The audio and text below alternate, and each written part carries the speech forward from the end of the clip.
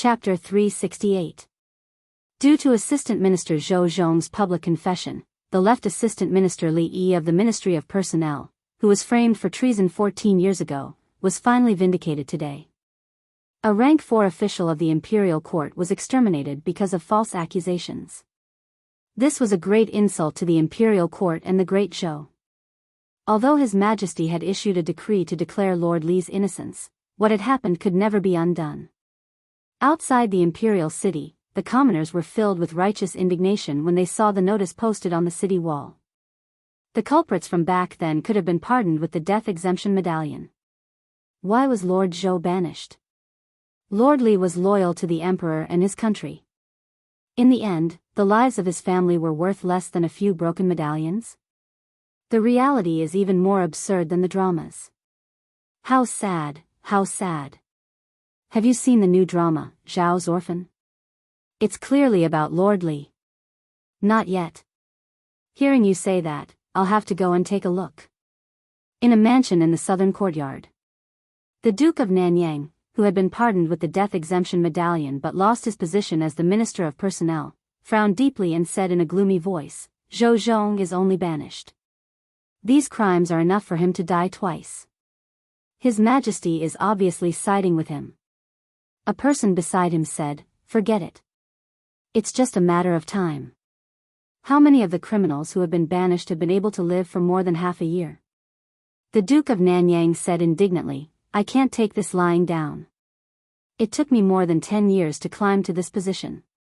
Because of Zhou Zhong, I have nothing now. I can't wait to kill him. That person was silent for a moment before saying, even if you want to kill him, you can't do it now. Once he leaves the capital, no one will care if he's dead or alive. Right now, there's another important matter. The Duke of Nanyang asked, what is it? The person said, have you forgotten that Li Yi's daughter is still imprisoned in the imperial clan temple?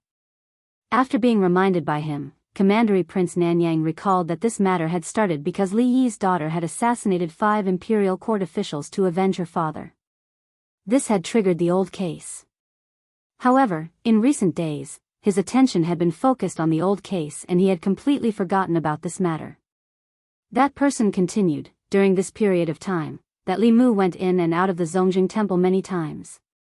He would visit this woman almost every day. It seems that they knew each other before. The reason he wanted to reverse the verdict for Li Yi was probably because of this woman. Royal Prince Nanyang narrowed his eyes and said, these are 2 completely different cases. I would like to see how Li Mu will save her, unless he can convince His Majesty to grant him a death exemption medallion. The person next to him had a playful smile on his face as he said, a large part of the reason for Li Yi's death was because he opposed the death exemption golden medallion. If he used the death exemption golden medallion to save that woman, then it would be the biggest joke. If he didn't use the death exemption golden medallion, then the woman would be dead. Hee, what choice would he make? Royal Prince Nanyang asked, what if he really begs His Majesty to grant him the death exemption golden medallion? Bewitching the Son of Heaven, treacherous officials who will harm the country. Murderous intent appeared in that person's eyes as he said, clean up the emperor's subordinates and punish treacherous officials. Northern County. Countless people gathered under the city walls and looked at the notice posted on the city walls. They were pointing and discussing. Most of the commoners were illiterate and only came to join in the fun. They did not know what was going on. Someone scratched his head and asked, is there anyone who is illiterate? Help me take a look. What is written on this notice? Let me take a look. A middle-aged scholar squeezed into the crowd. After looking at the notice, he said, it says that more than 10 years ago, there was a high-ranking official who served the country and the people in the divine capital. Because he offended the nobles, he was framed for treason and his entire family was executed. A few days ago, the imperial court cleared his name. The northern county was far away from the divine capital. The commoners did not know what happened in the divine capital, nor did they know the high-ranking officials in the divine capital. However, someone was confused and said, why does this sound like the play that the Yunyan Pavilion put on a few days ago? The middle-aged scholar sighed and said, this play was actually written for him. This lord Li used to be a good official who was loved by the commoners. In the divine capital, he was called Li Qing Tian by the commoners. Unfortunately, he always worked for the commoners and went against the nobles. After offending the nobles, he was framed and his entire family was exterminated. He was wronged for more than 10 years. If not for his daughter avenging her father by killing the officials who framed him back then and alerting the imperial court, no one would have cleared his name. There's actually such a thing? It's even more dramatic than a play, even I want to watch that play. Unfortunately, I don't have the money, who did not like to listen to plays. However, to the commoners, being able to eat and wear was already a luxury. Wouldn't it be better to spend a few coins to buy steamed rice?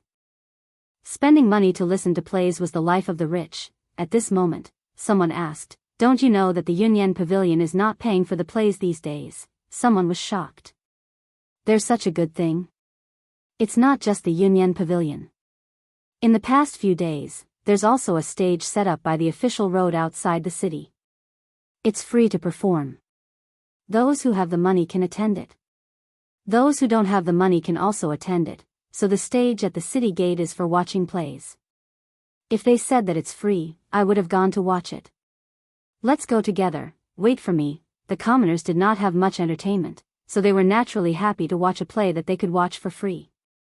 The Yunyan Pavilion's theater was filled to the brim. The area around the stage outside the city was also filled with commoners. It was the slack period, so there were not many opportunities like this. The commoners in the surrounding area carried stools before the sun rose. The play was called The Orphan of the Zhao Family. It told the story of an official of the Zhao family from the previous dynasty. Because he often sought justice for the commoners, he offended the nobles in the capital. He was framed by a treacherous official and his family was exterminated. The surviving orphan of the Zhao family endured for many years to avenge his family. The story of the play was twisted and bizarre, with climax after climax. At the end, the orphan of the Zhao family killed the treacherous official with his own hands to avenge his father. It was so satisfying that the commoners could not help but think of Douyi's injustice.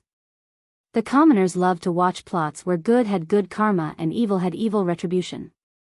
This was not the only reason why the play was so popular. It was also because the content of the play was not fabricated. Instead, it was based on the original. The official of the Zhao family in the play was Li Yi, the assistant minister of the Ministry of Personnel, whose entire family was exterminated because of the crime of treason. The empress had already informed the 36 counties of the Great Zhou of his injustice. Most of the commoners knew about it. Sigh, he's already dead. What's the use of redressing the injustice? Why can those people still use the death exemption golden medallion to save their lives? They should all be buried with that lord. It's a pity that the imperial court is controlled by those people. That lord's daughter had no way to redress the injustice. She was forced to take revenge on those corrupt officials. I wonder how the imperial court will deal with her. What else can they do? They'll definitely give her the death penalty. After all, she violated the law. *T the law. Is the law used to protect the murderer? The law can't give justice to others, but it doesn't allow them to seek justice for themselves. Why can those people continue to enjoy glory, splendor, and wealth after framing others and destroying their families? Why can't even leave behind the last bloodline of those who were wrongfully killed? What kind of *T justice is this? The imperial court announced this to the world and let the commoners of the 36 counties know about this matter. They originally wanted to give justice to Li Yi. Unexpectedly, after the commoners learned about the inside story, they became even angrier. The official who was framed for treason was redressed, but what about those who harmed him back then? They were still alive and well and continued to be people above others. However, that lord's only descendant was going to be executed. What was the point of such redressing? The so-called law was only used to restrain the commoners. Those nobles could treat the law as nothing. With a token, they could avoid the death penalty. In their eyes, the commoners were no different from livestock that could be killed at will. Under such anger, someone finally could not help but say, if that lord's bloodline is cut off, there will really be no justice. Why don't we protest the imperial court with blood and protect that lord's bloodline? As soon as this was said, it immediately received the response of many people below the stage. I agree. Count me in. My family sells cloth. I'll pay for the cloth used for the blood letter. I'll go back and ask the village chief to mobilize the entire village. In just a short day, there was a blood letter movement in the North County. The angry commoners ran around and tens of thousands of commoners pressed their fingerprints on the white cloth. Regarding this, the North County government watched from the sidelines. At the same time, in Yantai County, a few commoners walked out of the theater and discussed among themselves. So County Officer Yu is the prototype of the villain in the play. He really deserves to die. To think that I felt sad for him. He framed a good person in exchange for a promotion. Too hateful. I heard that someone outside the city wrote a blood letter to protest the imperial court. I'm going. Do you want to come? Let's go. Yushan County. So this is the reason why the two lords died. The case back then has been investigated. Even if they didn't die, they would be beheaded by the imperial court. Pfft, they deserved it. Danyang County. Nanyang County. Yuntai County. In just a few days, similar things happened in the 36 counties of the Great Zhou. After the local government learned of the inside story, to prevent civil unrest, they ordered the commoners to stop gathering. However, the letter was secretly passed down from village to village, Shindu. After the case was revealed, the punishment for the people involved in the case back then was quickly implemented. Other than a few main culprits, the officials who joined forces to impeach Li Yi back then were just following the trend. Now, they were only fined their salaries and were not punished too much. Just by punishing a few main culprits, there was already a huge loophole in the 6 ministries. The 3 provinces were also in a mess. If the accomplices were to be held accountable one by one, the imperial court would probably completely collapse. The left assistant minister of the Ministry of Personnel, Chen Jian, had already been executed. As for the others, because they had the death exemption token, no one could do anything to them. In the hall of the secretariat, Li Mu opened a letter. The contents of the letter were about an official urging the imperial court to quickly deal with the assassination of the 5 officials. Chapter 369. In fact, all the things that had happened in the divine capital these days revolved around the murder of several imperial court officials. The reason why few people mentioned this matter was that most people were attracted by Li Yi's old case. Now that the old case had been clarified, those who should be rehabilitated had been rehabilitated, and those who should be sentenced had been sentenced. The original case had been pushed to the forefront again.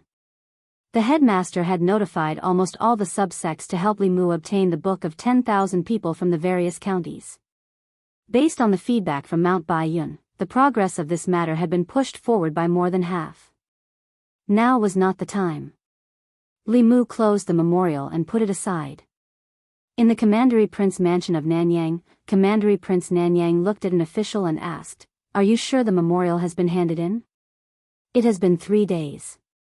Why is there no news at all?" The official scratched his head with a puzzled look and said, "It has been handed in. I personally handed it in." "Is it still going through the process?" "The Central Secretariat is going through the process." "Why would it take so long?" Commandery Prince Nanyang looked at Xiao Ziyu and said, "Ziyu, you are the head of the Central Secretariat. Can't you urge him?" Xiao Ziyu shook his head and said, "Uncle, you don't know. I am in charge of the Ministry of Works. The memorials related to the Ministry of Justice are directly handed to Li Mu. After Li Mu deals with them, they will be handed to the assistant minister. If Li Mu doesn't put them in, the memorial can't be handed in at all." "Sure enough," Commandery Prince Nanyang said with a sullen face, "He and Li Yi's daughter are unclear. He will definitely cover for her. The memorial can't be handed to the Central Secretariat. It should be handed directly to His Majesty." The official nodded and said, "I will try." Changle Palace. Li Mu opened a memorial. It was still asking the imperial court to deal with Li Qing. Whether it was the handwriting or the content, it was exactly the same as what he saw 3 days ago. This official was rather persistent. Li Mu noted down the name of this official from the Ministry of Personnel, Wang Luan, and put the memorial aside. After calculating the time, he stood up and walked to the imperial kitchen. The empress took Xiao Bai to the imperial kitchen to admire the flowers. Before she returned, Li Mu had to prepare lunch. 3 days later. Royal Prince Mansion of Nanyang. Commandery Prince Nanyang paced around the room and asked, "Why is there still no news?" The official was also puzzled and said, "I don't know either." At this moment, a servant walked in and whispered a few words into Duke Nanyang's ear. Commandery Prince Nanyang was taken aback and asked, "Book of 10,000 people?" The servant nodded and said, "Someone from King Ping's mansion came to pass on the news. Someone is urging the people in the various counties to write a petition to plead for mercy for that woman." Commandery Prince Nanyang snorted coldly and said, "So that's what he's planning." If this matter attracted the attention of the people in the 36 counties and caused them to write a petition to the people, the imperial court might really compromise. After all, the people's hearts were the foundation for the continuation of the Great Show. If it was only the Luoyang, it would be fine. However, if the people of the 36 counties all pleaded for mercy for that woman, even the law would have to give in. If they also had the Book of 10,000 people when they were sentenced, then he would still be the Minister of Personnel now. If he couldn't get something, then no one else could. Commandery Prince Nanyang's expression was cold as he said, "Although I don't know who gave him the idea, it's impossible for him to save Li Yi's daughter. How dare he hold the people's hearts hostage and make the Ministry of Personnel send the consecrated department to destroy all the Book of 10,000 people." After all these years of operation, the Ministry of Personnel had been built into an iron bucket by him. The people in the Ministry of Personnel were all officials of the old party. Although he wasn't in the Ministry of Personnel, he still had absolute control over it. When the official named Wang Luan heard this, he bowed and said, "I'll make the arrangements right away." In a certain county, in front of a temporary stage built outside the city, an actor who had just finished his performance took out a roll of silk and said, "The Book of 10,000 people is only a few hundred people away.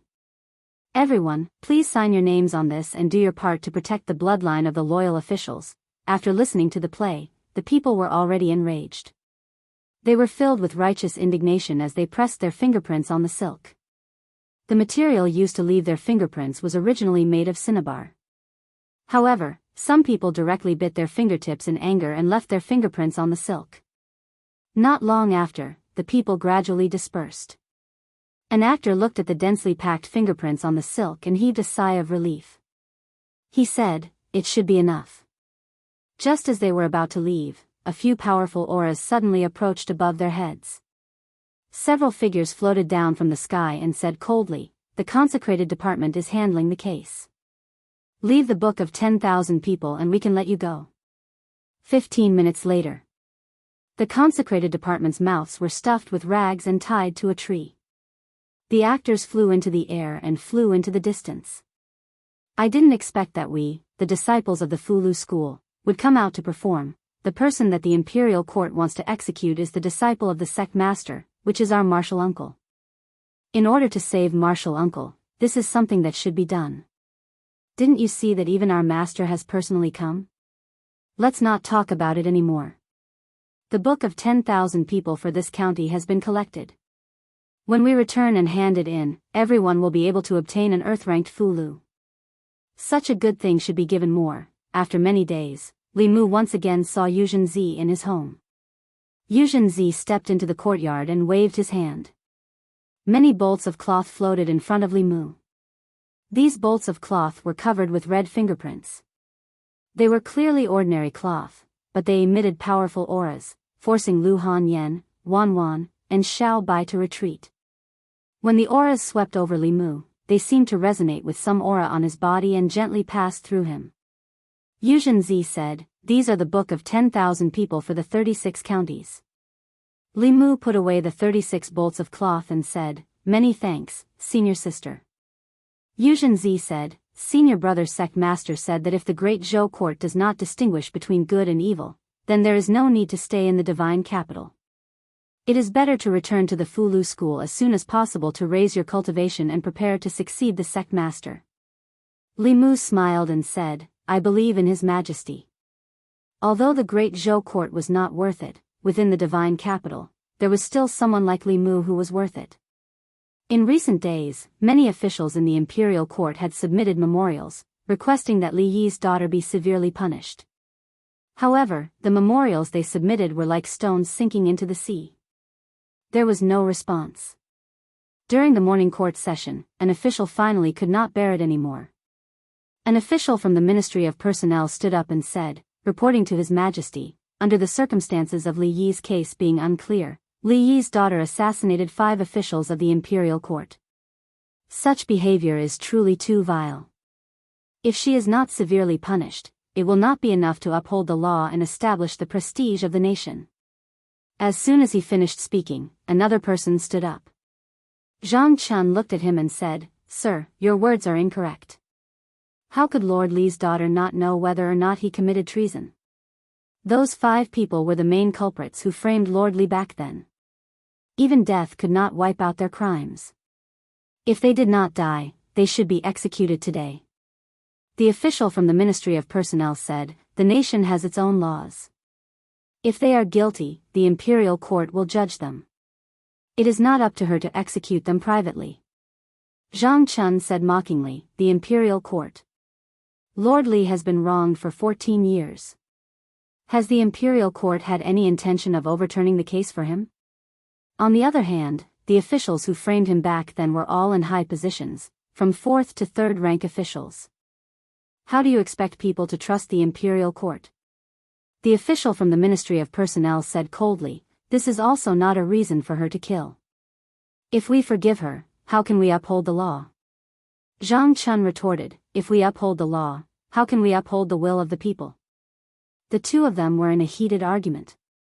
Shang Wanli walked out from behind the curtain and said, silence. The Empress's voice was heard from behind the curtain.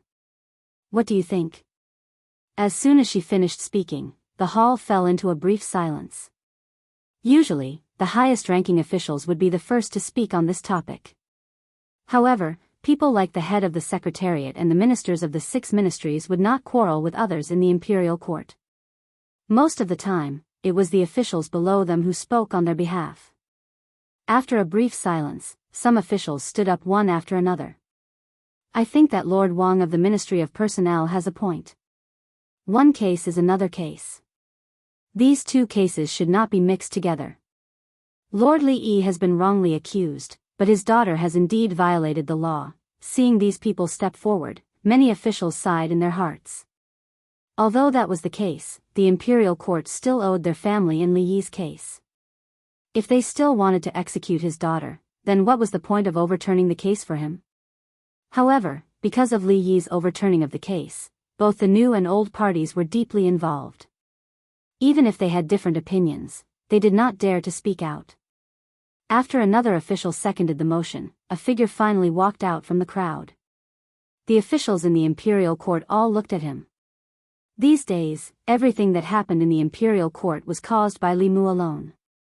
This time, he was probably one of the people who wanted to protect Li Yi's daughter. Li Mu walked to the front of the hall and did not express his opinion.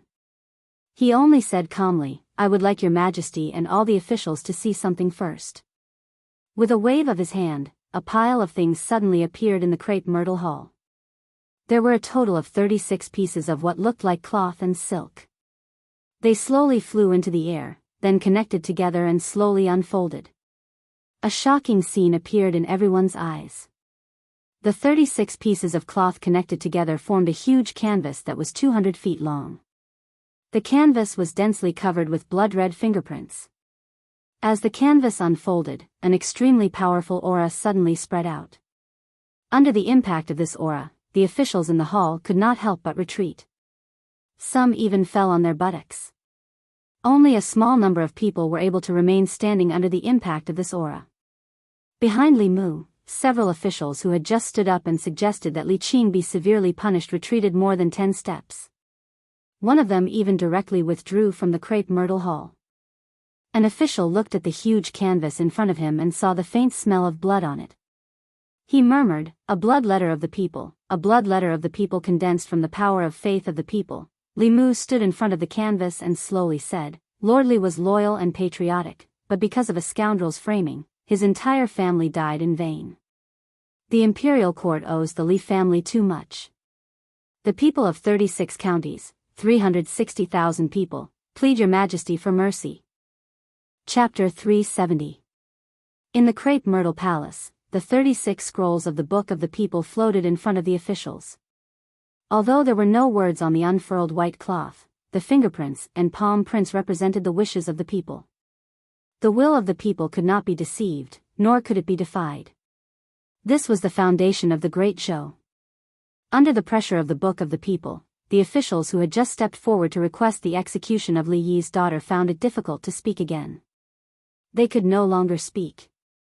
After Li Mu took out the Book of the People, if they spoke again, the opposition would not be from Li Mu, but from the will of the people. For the imperial court, in the face of the will of the people, there was nothing that could not be compromised, including them. The noisy imperial court suddenly quieted down. After a long period of silence, a figure slowly stepped forward. Zhang Chun bowed and said loudly, "Your Majesty, please have mercy." His voice echoed in the crepe myrtle palace. Soon, another official took a deep breath and slowly stepped forward. He bowed and said, "Your Majesty, please have mercy. Your Majesty, please have mercy. Your Majesty, please have mercy. Your Majesty, please have mercy." One figure, two figures, three figures. In the hall filled with the will of the people, more and more officials stepped forward. Finally, at the front of the crowd, the head of the secretariat held up his ceremonial tablet and said, "The will of the people cannot be defied." The former assistant minister of the Ministry of Personnel, Li Yi, suffered 14 years of injustice. The people pity him. This is Li Yi's death, and also the imperial court's death. I implore your Majesty to comply with the will of the people and show mercy. The two attendants also sighed softly and stood out. Although Li Yi's daughter violated the law, but considering that her family was framed by treacherous officials and suffered great injustice, and the people she killed were all guilty officials, I implore your Majesty to show mercy. The will of the people cannot be defied. Your Majesty, please have mercy, the head of the secretariat and the attendants all pleaded. Finally, even the head of the officials, stepped forward and said slowly, "The will of the people is the most important. I implore your Majesty to comply with the will of the people and pardon Lord Li's daughter." Behind the curtain, the Empress's voice was majestic.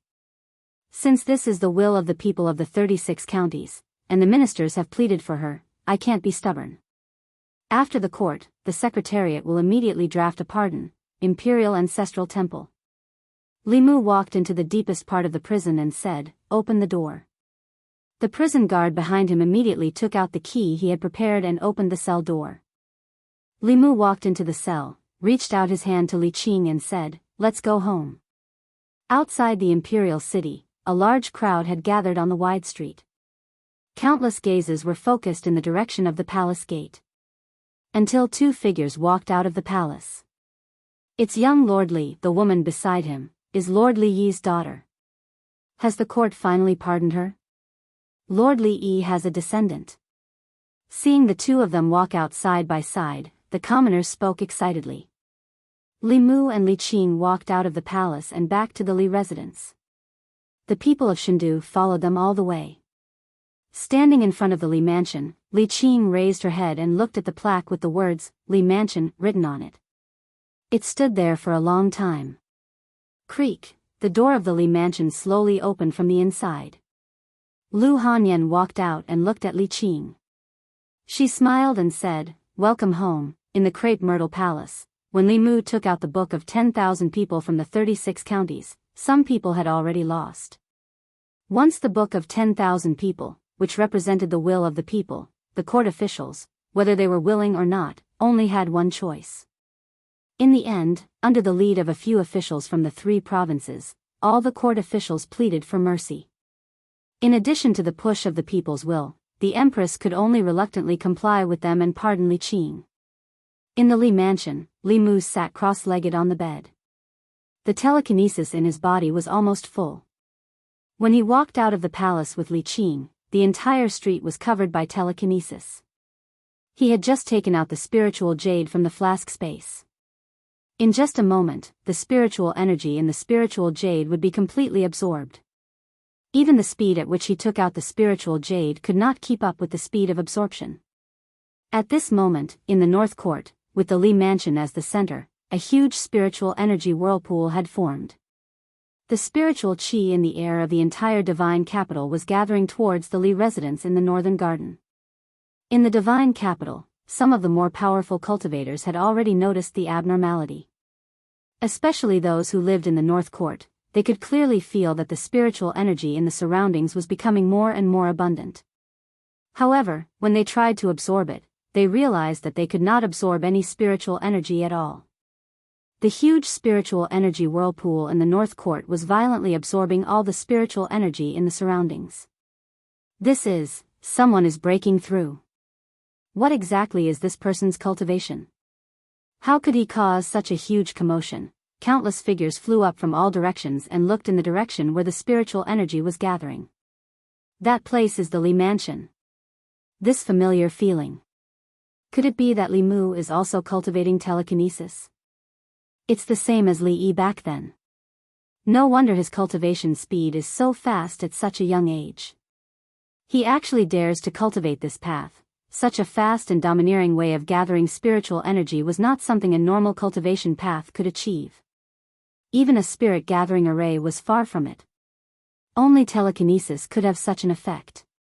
The path of telekinesis was the fastest way to improve one's cultivation among all the paths of cultivation. The reason why so few people cultivated it was not because they did not want to, but because it was too difficult. Telekinesis originated from the people. To win the people's trust, one had to stand on the people's side. However, the interests of the people and the interests of the people in power were often contradictory. To stand on the people's side was to stand on the opposite side of the people in power. To walk on this path, one had to dare to do what ordinary people did not dare to do. There had been people who had done this before, but they had all died. After that, very few people walked on this path. If Li Mu did not have the Empress's protection, he would have been like Li Yi back then. His entire family would have been executed countless times. It was also because of the Empress's protection that he could walk to this day and become a righteous person in the hearts of the people in the divine capital. He relied on the people's telekinesis to quickly break through. The spiritual energy vortex above the Li Mansion spun for more than 2 hours. It almost sucked out all the spiritual energy in the divine capital before it slowly dissipated. At the same time, Li Mu, who was sitting cross-legged on the bed, slowly opened his eyes. The divine light in his eyes was restrained. The aura on his body was also extremely obscure. In the past, he was a sharp sword. Now, he had hidden his edge. Saving Li Qing was something he had to do. It was also in accordance with the people's will. With this, the telekinesis of the people in his body reached its peak. It allowed him to break through to the 5th level in one go. It also allowed him to resolve one of his obsessions. Li Mu walked out of the room. Xianxia stood in the courtyard and smiled. Congratulations, junior brother. Li Mu clasped his hands and bowed to the two of them. Thank you for your help these days, senior brother and senior sister. Xianxia said, there's no need for thanks between fellow disciples. Yuzenzi said calmly, the disciples of the Fulu school are not to be bullied. Xianxia continued, junior brother, you just broke through. Your magic power is not stable yet. First stabilize your cultivation. As for other things, it won't be too late to talk about them later. Li Mu said, I'll stabilize it later. I still have something to do. I have to go out for a while. Outside the palace, Li Mu and Li Qing stood side by side as they watched Zhou Zhong walk out of the palace. His hands were shackled by iron chains and his dermic powers were also sealed. This chain would only be removed when he arrived at the place of exile. 2 Fifth Realm worshippers stood behind him. They would escort him all the way to the place of exile. Zhou Zhong looked at Li Qing with a gentle gaze. Finally, he looked at Li Mu and said, when you have time, go to the Ministry of Justice and find Wei Peng. He has something that I left for you. Wei Peng is a promising talent.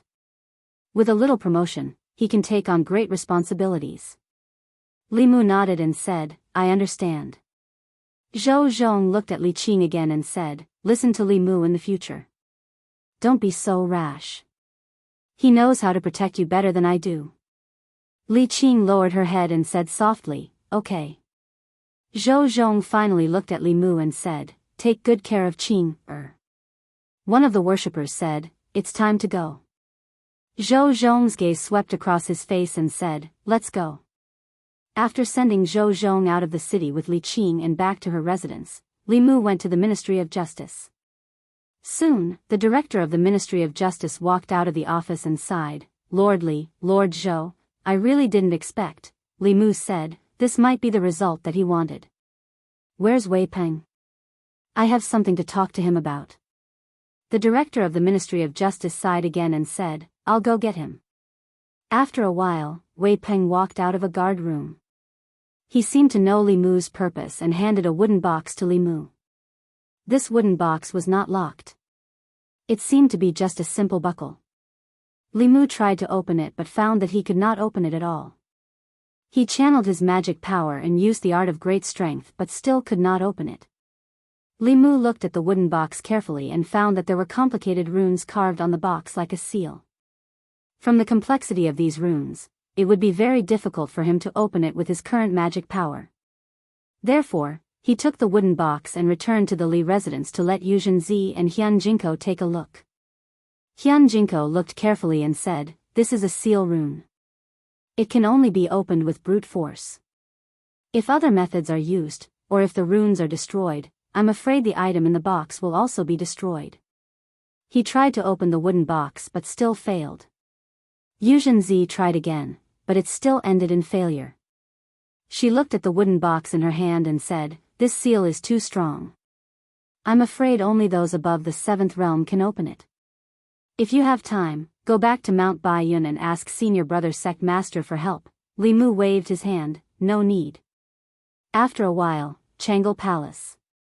Li Mu took the wooden box and walked to Zhou Yi, saying, Your Majesty, I can't open this, crack. Zhou Yi took the wooden box and opened it easily. Li Mu leaned over and saw a book in the box. He took out the book, flipped through a few pages and slowly closed it. Chapter 371. In Changle Palace, Li Mu handed the booklet to Zhou Yi and asked, Your Majesty, how should we deal with these people?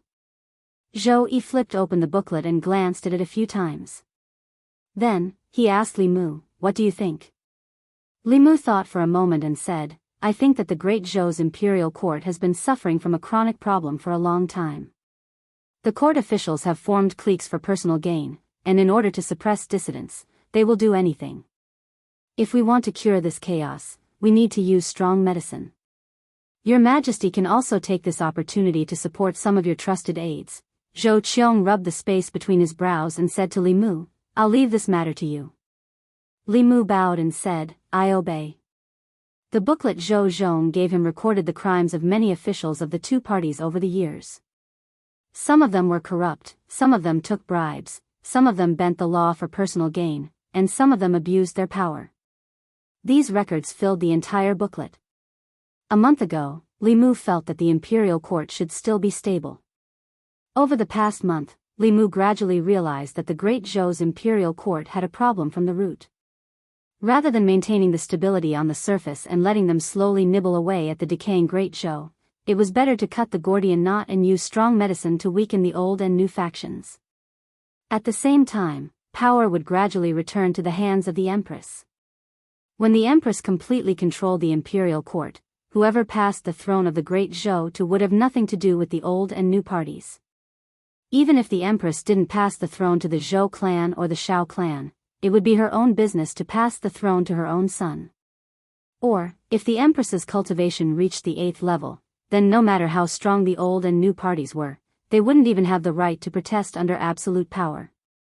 In that case, who would dare to bully him in the entire Zhou province, let alone the imperial court? Unfortunately, this could only exist in Li Mu's imagination.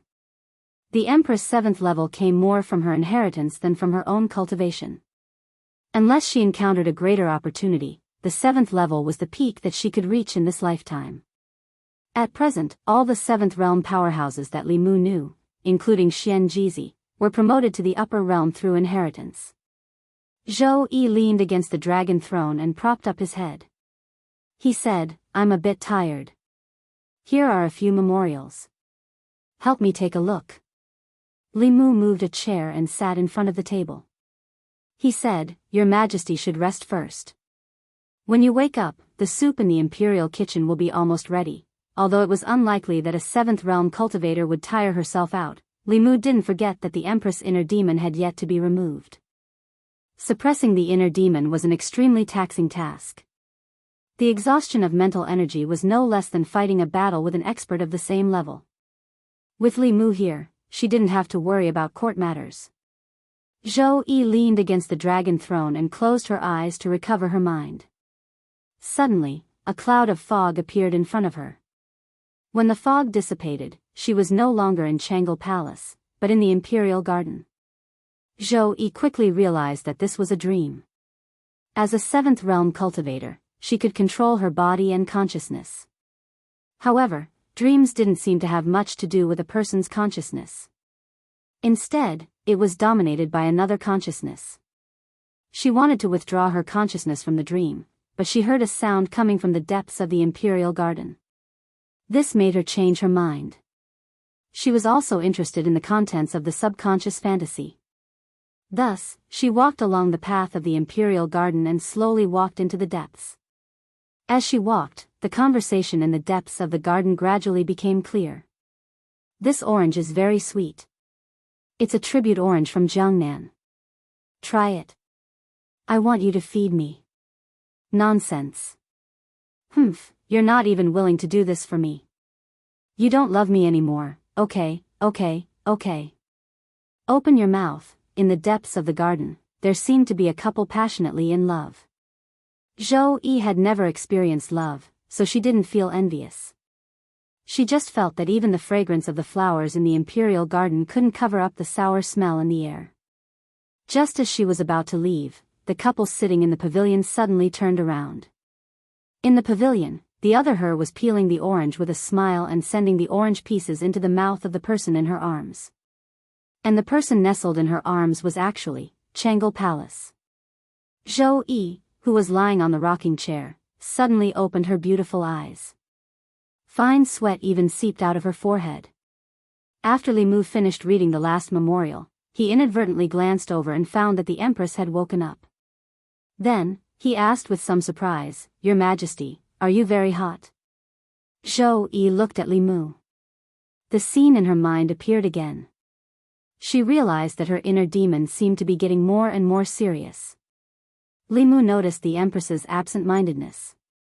He waved his hand in front of her eyes and whispered, Your Majesty, Your Majesty. Zhou Yi came back to her senses and said, I'm fine. You can go back first. Li Mu said, The soup in the Imperial kitchen is ready. I'll go get a bowl for you. Zhou Yi waved her hand and said, No need. I'll let Ali leave in a while. You can go back first. Li Mu tidied up the memorials he had read and put the chair back in place. He said, Then I'll go back first. Walking out of Jianghu Palace, he sighed softly. The reason he came to Jianghu Palace was that he didn't know how to face the situation at home. He wanted to sort out his thoughts first, but the Empress obviously didn't give him the chance. It was now lunchtime. In the Imperial Palace, the officials of the various government offices began to walk out in groups. An official looked at Li Mu walking out of Jianghu Palace and said with emotion, What is a favored official? This is a favored official. The number of times he goes to Her Majesty's bedchamber is more than the number of times he goes to the Secretariat, another official said. What is he holding in his hand? It looks like a book. When his eyes swept over the book in Li Mu's hand, he inexplicably shivered. He crossed his arms and said, It's cold. Tomorrow I'll have to wear more clothes. Li Mu walked out of the Imperial Palace and all the way back to the Li residence. He stood in front of the gate, but he didn't step in. It was hard for him to imagine what it would be like if Li Qing and Lu Hanyan appeared at home at the same time. In Lu Hanyan's eyes, Li Qing was undoubtedly Li Mu's ex-girlfriend. Although they had never confirmed their relationship, Li Mu couldn't deny that Li Qing was indeed his first love. If it wasn't for fate, the person sleeping next to him every night might be someone else. When a wife meets an ex-girlfriend, and the current master of the Li residence meets an ex-master, it would be good if the two didn't fight. It couldn't be a happy and harmonious sisterly relationship, right? The gate of the residence suddenly opened. Xiao Bai ran out of the courtyard and asked in confusion, "Benefactor, what are you doing at the gate?" Li Mu rubbed her head, took a deep breath, and stepped into the house. There wasn't the awkward atmosphere he imagined. Li Qing and Lu Hanyan were sitting in the courtyard and talking. They were neither too enthusiastic nor too distant. Li Mu walked into the courtyard and said, "I'm back." No one paid attention to him. Lu Hanyan looked at Li Qing and asked, "Where was Miss Li's previous room?" "I'll ask Wanwan to help you tidy it up." Li Qing said, "No need, I'll tidy it up myself." Lu Hanyan shook her head and said, "This used to be your home, and it will still be your home in the future. You don't have to be so polite in your own home." What Li Mu was worried about didn't happen. Lu Hanyan, who had always been stingy in relationships, was so magnanimous that he couldn't believe it. At night, when Li Mu was about to go to his room to sleep, the bedroom door slammed shut just as he reached the door.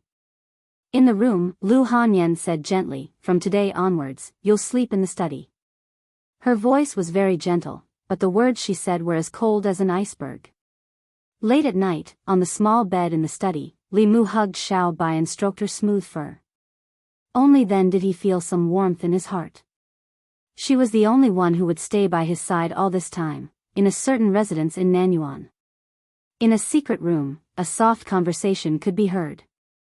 "Zhou Zhong has left Chengdu today and has been sent to the border counties. The two consecrators escorting him are our people. This person can't be left alive. He betrayed us and knows too many of our secrets. If he doesn't die, he'll always be a disaster. Don't worry, I've already made arrangements. He won't be able to reach the border counties, in a certain county in Great Zhou." Under the night sky, a stream of light streaked across the sky and landed on a mountain. A consecrator looked at Zhou Zhong, who was standing at the bow of the flying boat, and said, "Come down." Zhou Zhong looked at the vast wilderness and asked, "My lords, are we going to sleep here tonight?" The consecrator said, "What? You're a criminal official. Do you want to stay in a high-class inn?" He looked at Zhou Zhong and couldn't help but ask, "Lord Zhou, you're a smart person. Why did you do such a stupid thing? Why did you give up your position as the assistant minister of the Ministry of Justice? Why did you choose to go to the north to die?" The other consecrator said impatiently, "Why are you talking nonsense with him? Just do it. We'll enjoy ourselves outside for a while before returning to Chengdu." Zhou Zhong looked at them and asked, "You want to kill me?" The consecrator said, "Lord Zhou, are you so naive as to think that you won't have to die if His Majesty shows mercy?" Zhou Zhong said calmly, "You're deceiving the emperor." The consecrator laughed coldly and said, "If we kill you, we'll burn you to ashes with the true Samadhi fire. Who would know? Anyway, you criminal officials will all die in the hands of ghosts and demons in the end." Zhou Zhong asked again, "You really want to kill me?" The consecrator extended his hand. A ball of blazing flame floated in his palm. He walked towards Zhou Zhong and said, "In your next life, be a smart person." Zhou Zhong looked at him and said softly, "Deceiving the emperor is a crime punishable by death." Poof! The flame in the consecrator's hand suddenly went out. It wasn't that he cancelled his spell. It was that his spell had no more mana to support it. The moment Zhou Zhong finished speaking, his head and body suddenly separated. The wound was as smooth as a cut. Blood splattered 3 feet high. With the death of his physical body, his nascent spirit left his body. His expression was full of fear. He subconsciously wanted to escape, but in his confusion and fear, he slowly dissipated. In the blink of an eye, a fifth realm cultivator's physical body was destroyed and his soul dispersed. Seeing his comrade die in such a strange way, the other consecrator's face turned pale. he turned around and fled without hesitation. His body streaked across the sky like a stream of light and quickly disappeared into the night sky. On the mountain top, Zhou Zhong said, "Come back." The consecrator who fled rolled back and appeared at his previous position. Zhou Zhong looked at him and asked, "You haven't finished your work. Where are you going?" Chapter 372. Fairy's Capital, Department of Worship. A few worshippers looked at a broken jade tablet on the table with solemn expressions. The life talisman is broken. Is Ma Yi dead? Where is he? Ma Yi and Zheng Zong escorted Zhou Zhong to the place of exile. Could it be that Zhou Zhong broke free from the torture instruments and escaped? Zheng Zong's life talisman is still intact. Why didn't he send a message back? Just as he finished speaking, a high official strode in and said, "I've just received a message from High Official Zheng. Ma Yi wanted to kill Zhou Zhong while he was escorting him, but he was killed by Zhou Zhong." As soon as these words were spoken, it caused an uproar. Why did worshipper Ma want to kill Zhou Zhong? Zhou Zhong's mana was restricted. How did he kill worshipper Ma? The Department of Worship was controlled by the royal family in the previous dynasty. Even now, the Shao royal family still had absolute control over the Department of Worship. Many worshippers in the Department of Worship were loyal to the old party. They would listen to the old party's orders and kill Zhou Zhong to vent their anger in the middle of his exile. This was reasonable. However, Ma Yi wanted to kill Zhou Zhong but was killed instead. This was somewhat unbelievable. Zhou Zhong's strength was slightly inferior to Ma Yi's. Under the circumstances where his mana was not restricted, he was not Ma Yi's match.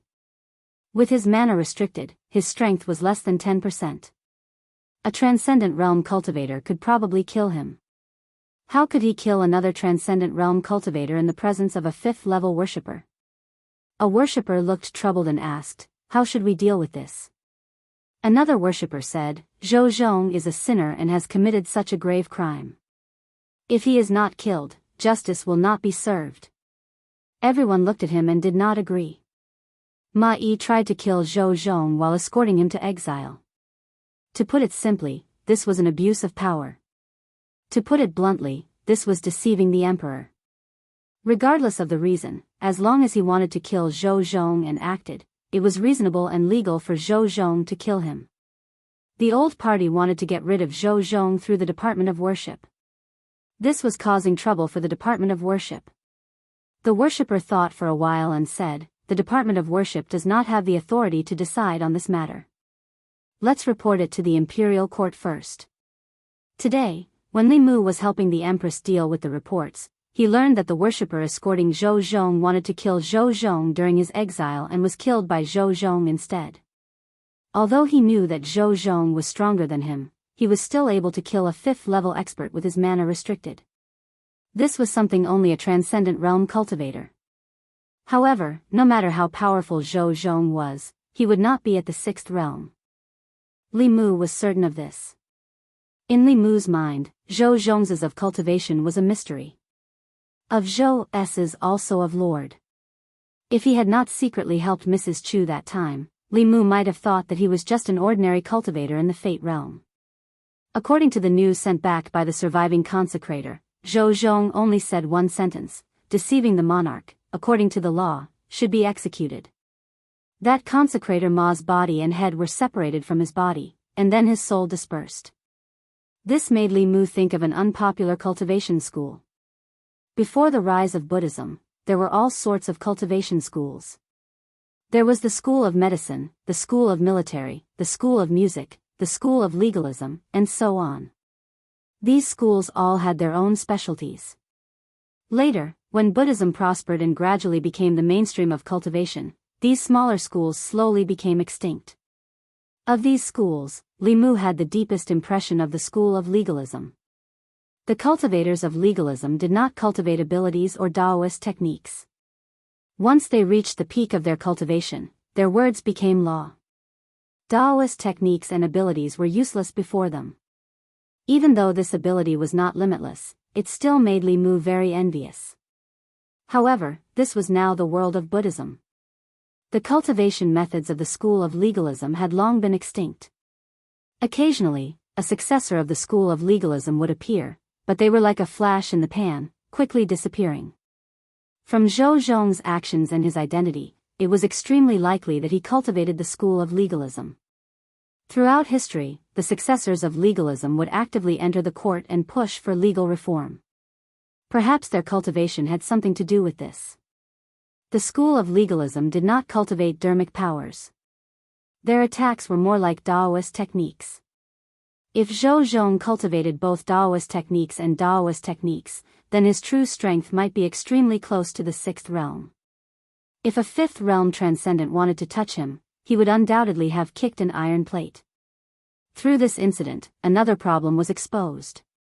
The Department of Worship was no longer the Department of Worship of Great Zhou, but the Department of Worship of the Old Party. The prefectures of Great Zhou had a high degree of autonomy. The Department of Worship's function was equivalent to the Great Zhou FBI. It specialized in dealing with matters that could not be dealt with locally. If it was controlled by someone, there would be very serious consequences. Xiao Yu's incident was one of them. Zhou Zhong's incident also explained the problem. Since they had decided to do something big, they might as well start with the Department of Worship. However, before that, there was an even more important matter that the Secretariat had to deal with immediately. After overturning the case for Li Qing's father, 2 ministers and 2 assistant ministers of the 6 ministries were removed from their positions. All of a sudden, there were 4 empty positions for officials above the 4th rank. The Ministry of Personnel was also without a leader. Without officials to replace them, the Yamen would not be able to continue operating. Regarding this, the Secretariat had been arguing for an entire morning. The Ministry of Personnel was the lifeblood of the Old Party. It was originally completely controlled by the Old Party. 1 minister and 2 assistant ministers were all members of the Old Party. The minister of the Ministry of Personnel was the Duke of Nanyang. Through the Ministry of Personnel, the Old Party controlled the assessment, appointment, and dismissal of most officials in Great Zhou. They also indirectly influenced the Department of Worship. It could be said that they had grasped the lifeline of the imperial court. In the process of overturning the case for Li Yi, Li Mu, and Zhou Zhong had cut off the lifeblood of the Old Party. It seemed that the Old Party had only lost 3 officials, but in reality, they had suffered heavy losses. The Old Party was the upper echelons of the government and could influence countless lower echelons of the government. Without the Ministry of Personnel, the Old Party would lose half of their authority in the imperial court. Therefore, they hated Zhou Zhong to the bone and wished that they could get rid of Zhou Zhong on the way to exile him. This time, the position of the Minister of the Ministry of Personnel was contested by Xiao Ziyu, who represented the royal Xiao family, and Zhou Xiong, who represented the Zhou family, for the entire morning. They argued until their faces were red and their necks were thick, but no one gave in to the other. It was impossible for them to give in. In terms of power, the Minister of the Ministry of Personnel was the most powerful among the 6 ministers. The Old Party wanted to take back the position that originally belonged to them, and the new party would not let go of this one and only opportunity. If they obtained the Ministry of Personnel, they would be able to suppress the Old Party.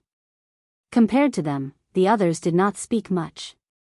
This important position did not belong to the Old Party, but to the new party. It could not fall to anyone else. As for the Minister of the Ministry of Personnel, the Secretariat could submit 7 candidates. In order to ensure that nothing went wrong, the Xiao family wanted to monopolize the 7 positions. Naturally, the Zhou family also wanted to monopolize it. Neither side would let the other have their way. As the 2 argued back and forth, Li Mu felt a headache coming on. Why don't you take a look and see if the person you nominated has any qualifications? My person doesn't have any qualifications, but your person does? At most, I'll give you 1. 7 positions, not 1 less. This position originally belonged to us. Li Mu finally could not take it anymore. He slammed the table and said, "The 2 of you, that's enough." He looked at Zhou Xiong and Xiao Ziyu and said, "The 2 of you have argued for 4 hours over a single position. Do you still have any respect for your colleagues? There are still 2 assistant ministers and 1 minister to recommend. Are you going to discuss this until next year? The other officials of the Secretariat agreed with Li Mu and spoke up. Yes, Lord Li is right. If the two of you continue like this, when will it end? Let's discuss and come up with a plan. After some thought, Li Mu said, how about this? Of the 7 positions, each of you can have 3. The last position can be left empty or someone else can be chosen. No. I don't agree. The two of them refused without hesitation. Whether it was the new party or the old party, they were both determined to obtain the position of Minister of Personnel. They did not want to give up even 1 position, much less 3. What right do you have to disagree? Li Mu's face darkened as he said, as officials of the Secretariat, are you more handsome than the other officials or have a higher cultivation? Why should the two of you decide on 7 positions? By allowing the two of you to discuss this, we are giving you face. If you don't want it, then we won't give it to you.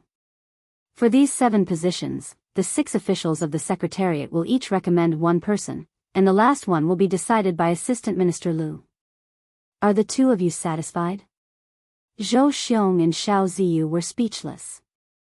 The other 3 officials of the Secretariat felt extremely satisfied. Li Mu's words had spoken out what they had been thinking for many years. There were 6 Imperial Secretariat officials in the Central Secretariat. Everyone had the same rank and status. Due to the influence of the old and new factions, they usually gave these 2 people more power to speak. If they continued to push their luck, then they would be asking for more face. Which of the officials of the Secretariat did not come from an illustrious clan? They were not inferior to the Shao clan or the Zhou clan.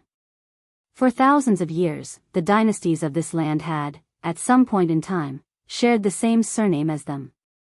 Who did not have some pride in their hearts? Not long after Li Mu's voice fell, Wang Shi of the Secretariat said, I agree with what Sir Li said. Zhang Huili continuing to argue like this is not a solution.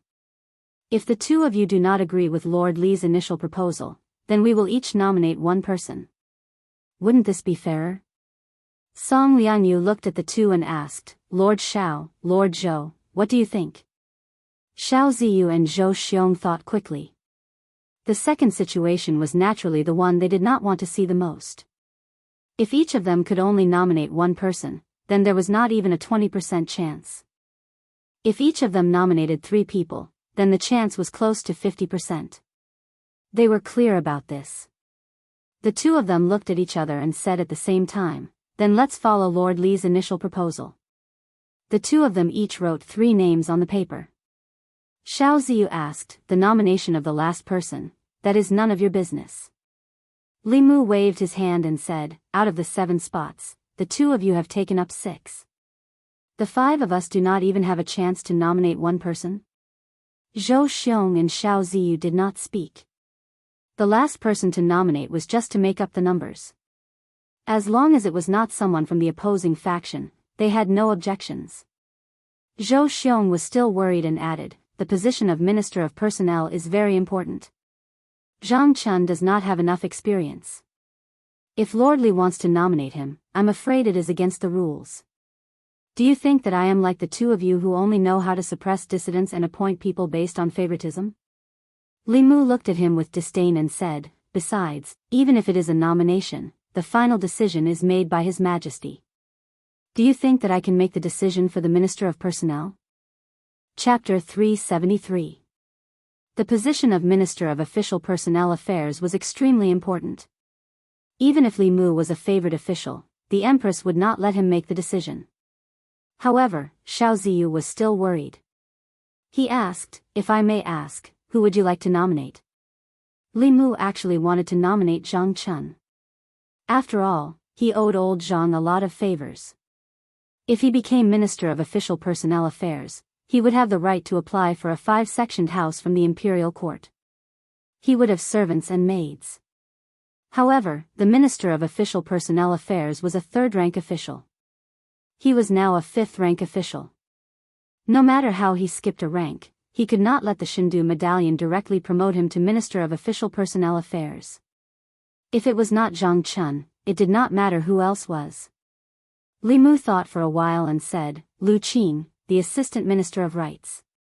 It was sad to say that after being in the imperial court for so long, others had formed cliques and cliques, but he did not even have anyone to do so. In fact, when it came to nominating for the position of Minister of Official Personnel Affairs, he could only think of Lu Qing, the Assistant Minister of Rights. Xiao Ziyu looked at Li Mu in surprise and said, "The Assistant Minister of Rights has just been promoted. Isn't it too frequent to promote him to Minister of Official Personnel Affairs in such a short period of time?" Li Mu looked at him and said, "Why don't we give this opportunity to Lord Xiao?" Before Xiao Ziyu could answer, Zhou Xiong immediately said, "Lu Qing is Lu Qing then. He's currently at rank 4. It's fine as long as he has the qualifications to be nominated for rank 3. You're meddling too much, aren't you?" Lu Qing had just been promoted to Assistant Minister of the Ministry of Rights not long ago. In principle, it was impossible for him to be promoted to Minister of the Ministry of Personnel in the near future. In this way, the uncertainty of the last position could be eliminated. Wasn't nominating Lu Qing much better than Li Muzhen nominating a capable and experienced official? Although Zhou Xiong did not like Li Mu, he would not blindly oppose him at a time like this. Li Mu looked at the other 3 officials of the Secretariat and asked, "I am just randomly nominating someone. Do the other 3 have any thoughts?" The other 3 secretaries shook their heads in unison. Wang Shi said, "Let's listen to Sir Li." Both the new and old parties were determined to win the position of Minister of Personnel. It was useless for them to nominate him. Li Mu and Lu Qing were neither relatives nor friends. Nominating him was just to make up the numbers. Since it was just to make up the numbers, it didn't matter who made up the numbers. Under Li Mu's forceful intervention, Zhou Xiong and Xiao Ziyu made a compromise, and the candidate for the Minister of Personnel was finally decided. Zhang Huili said, "Next, it's the 2 assistant ministers' turn." Xiao Ziyu quickly added, "It's best if the position of Assistant Minister of the Ministry of Personnel is taken up by an official familiar with the Ministry of Personnel's affairs. It's more than suitable for the position to be replaced by 2 ministers of the Ministry of Personnel. There's nothing else to discuss." The other 3 officials from the Secretariat still did not express any opinions. In the past few years, the old party had already built the Ministry of Personnel into an iron bucket that was impenetrable. The 2 directors of the Ministry of Personnel were also officials from the old party through and through. They would not easily let others interfere. Li Mu looked at Xiao Ziyu and said indifferently, "In my opinion, we should ask His Majesty to reduce the number of officials in the Secretariat." Xiao Ziyu did not know why Li Mu suddenly brought up this matter. He asked, "Why?" Li Mu said, "Because Lord Xiao alone is enough for the Secretariat. You alone can make the decision for the important matters that require 6 Secretariat secretaries to discuss. The few of us are paid by the Imperial Court, but we don't do anything for the court. We really feel guilty." Xiao Ziyu's face turned red. Li Mu was blatantly saying that he acted arbitrarily. Zhou Xiong was somewhat gloating. He said, "Lord Xiao is too domineering. Why don't you just decide on His Majesty's behalf who will take these 2 positions?" Xiao Ziyu's face darkened. "Then what do you think we should do?" Zhou Xiong said, "It's very simple. The 6 of us will each nominate 1 person. The last person will be decided by Assistant Minister Lu or Lord Head of the Secretariat. In any case, the new party would not be able to get either of the 2 assistant minister positions in the Ministry of Personnel." He did not mind muddying the waters so that the old party would not be able to get them either. Zhou Xiong's words pushed him to the opposite side of everyone. Xiao Ziyu was silent for a moment. He could only say, "That's fair. Let's do it this way." It was rare that the 2 assistant minister positions in the Ministry of Personnel were decided by the 7 of them. The positions of Assistant Minister of the Ministry of Justice and Minister of Works were also contested by 2 people who represented the interests of the old and new parties. Under Li Mu's efforts, a few other people also received a few nominations. The other 3 officials of the Secretariat finally felt a sense of participation. This was actually the norm in the Secretariat. The reason there were 6 officials of the Secretariat was not only because they corresponded to the 6 ministries, but also because these 6 people belonged to different factions. This was to prevent one party or one faction from having too much say in important matters of the court. In the past few years, the court officials had taken sides, forming the old and new parties. They each occupied the court, and the structure of the secretariat was also affected. It was practically Zhou Xiong and Xiao Ziyu's opinions. This situation finally changed after Li Mu came to the secretariat. Under the protection of Her Majesty, the old and new parties could not do anything to him. After the 6 officials of the secretariat decided on the candidates for the positions, they handed them over to the assistant minister of the secretariat and the head of the secretariat. If the officials of the secretariat had no objections, they would send them to the Ministry of Martial Arts. After the Ministry of Martial Arts verified the candidates, they would hand them over to the Empress to decide on the final candidates. Among them, there were restrictions on the monarch's authority and also restrictions on the monarch's authority. For officials of this level, even the Empress could only choose from the people appointed by the Secretariat. The Secretariat only had the right to recommend but not the right to decide. Of course, the past emperors all had their own trusted aides in the Secretariat. This way, many things were still decided by the monarch. Li Mu tidied up the memorials and sent them to Changle Palace. He placed them on the table in front of Zhou Yi and said, "Your Majesty, these are the candidates for the Minister of Personnel, the Assistant Minister of the Ministry of Justice, and the Minister of Works. The Secretariat has already chosen them. Please take a look." Zhou Yi flipped through the memorials on the top, picked up the red brush, and asked, "Who do you think is qualified for the position of Minister of Personnel?" Li Mu said, "This is a matter of great importance.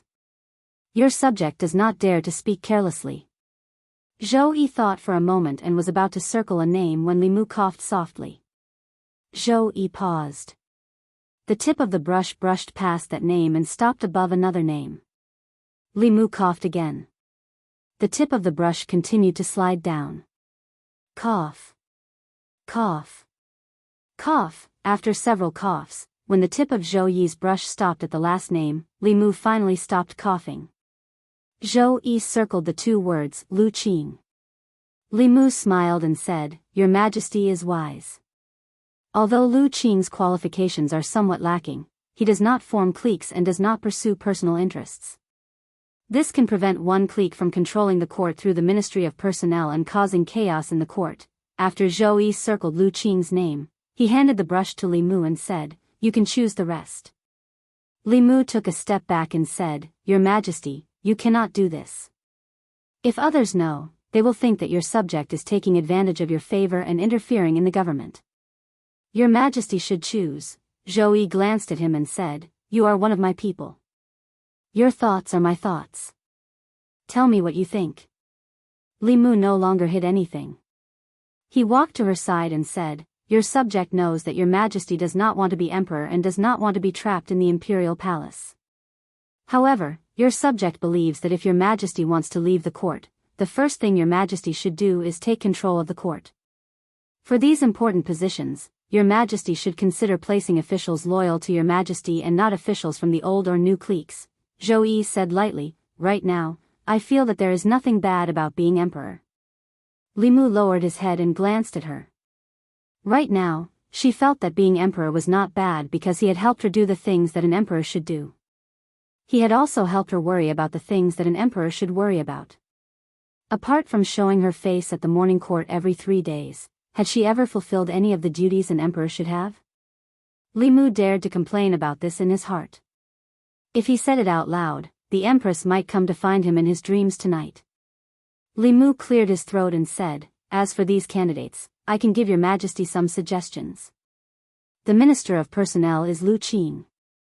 As for the 2 assistant ministers, one can be given to the Wang family. As for the other, I recommend Zhang Chun.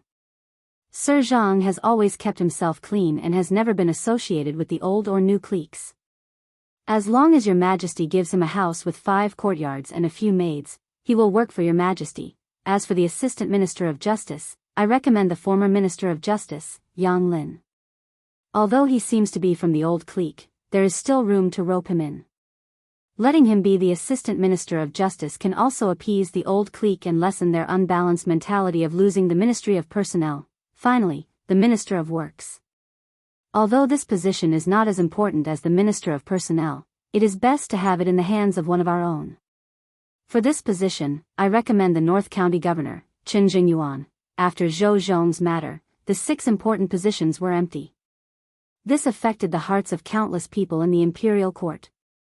To quickly calm the hearts of the people, the Secretariat immediately recommended a batch of officials to become the candidates for those important positions.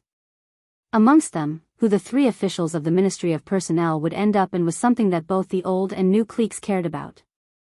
The final result would affect which party would control the Ministry of Personnel in the future and influence the imperial court to the greatest extent. The Secretariat did not have to wait for long before the Chang'e Palace had a result. The current Assistant Minister of Rights, Lu Qing, was moved to the Minister of Personnel. Zhang Chun, Imperial Clan Temple Governor, was moved to the left Assistant Minister of Personnel. At the same time, he held the positions of Imperial Clan Temple Governor and Imperial Clan Temple Governor. Wang Xing was moved to the Ministry of Personnel as the right Assistant Minister. The Minister of Justice, Yang Lin, was promoted to Assistant Minister of Justice. The person who was chosen to be the Minister of Works was even more surprising. It was the North County Governor, Qin Jingyuan. Very few people in the imperial court knew this name. Apart from the selection of the Assistant Minister of the Ministry of Justice as expected, the final selection of the other important ministers were all shocking. The Secretariat. Looking at the name list that returned from Chang'e Palace, the names behind the few important positions were actually the officials that Li Mu used to make up the numbers. Xiao Ziyu and Zhou Xiong reacted at the same time. Not good. We fell into a trap again. Chapter 374. Xiao Ziyu and Zhou Xiong looked at each other. Only when they saw the name list did they realize that Li Mu had set a trap for them from the very beginning. He was best at hiding his true intentions. On the surface, he seemed to be doing it for the good of everyone, but behind his back, he had a secret that no one knew. When everyone was discussing the imperial examination system, Li Mu had made a huge contribution. Everyone thought that he was working for the Empress. No one expected that his series of actions, which seemed to be preparing for the imperial examination, was actually to trick the Assistant Minister of the Secretariat, Cui Ming. Judging from the result, Li Mu was not trying to mediate between the two at all. His true motive was to promote his people to high positions and weaken the power of the two parties at the same time. I was careless. I forgot. This little fox is cunning. How could he do such a thing without a motive? At this moment, the two of them, who belonged to different camps, felt a sense of sympathy for each other and shared a common hatred for the enemy.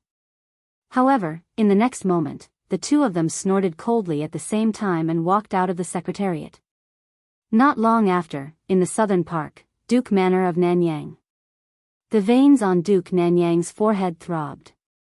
He gritted his teeth and said, "That damned Li Mu.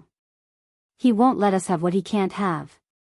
Xiao Ziyu thought for a while and said, "The most important thing is that the position of Minister of Personnel was not taken advantage of by the Zhou clan. Perhaps we can try to rope in Lu Qing. As far as I know, he hasn't been roped in by the Zhou clan. That's because the Zhou clan can't rope him in." Duke Nanyang said in a deep voice, "Do you think we haven't tried to rope in Lu Qing? When he was promoted to Assistant Minister of Rights, we tried to rope him in, but he ignored us. In the past 9 years in the imperial court, he has always been a loner and doesn't get close to anyone.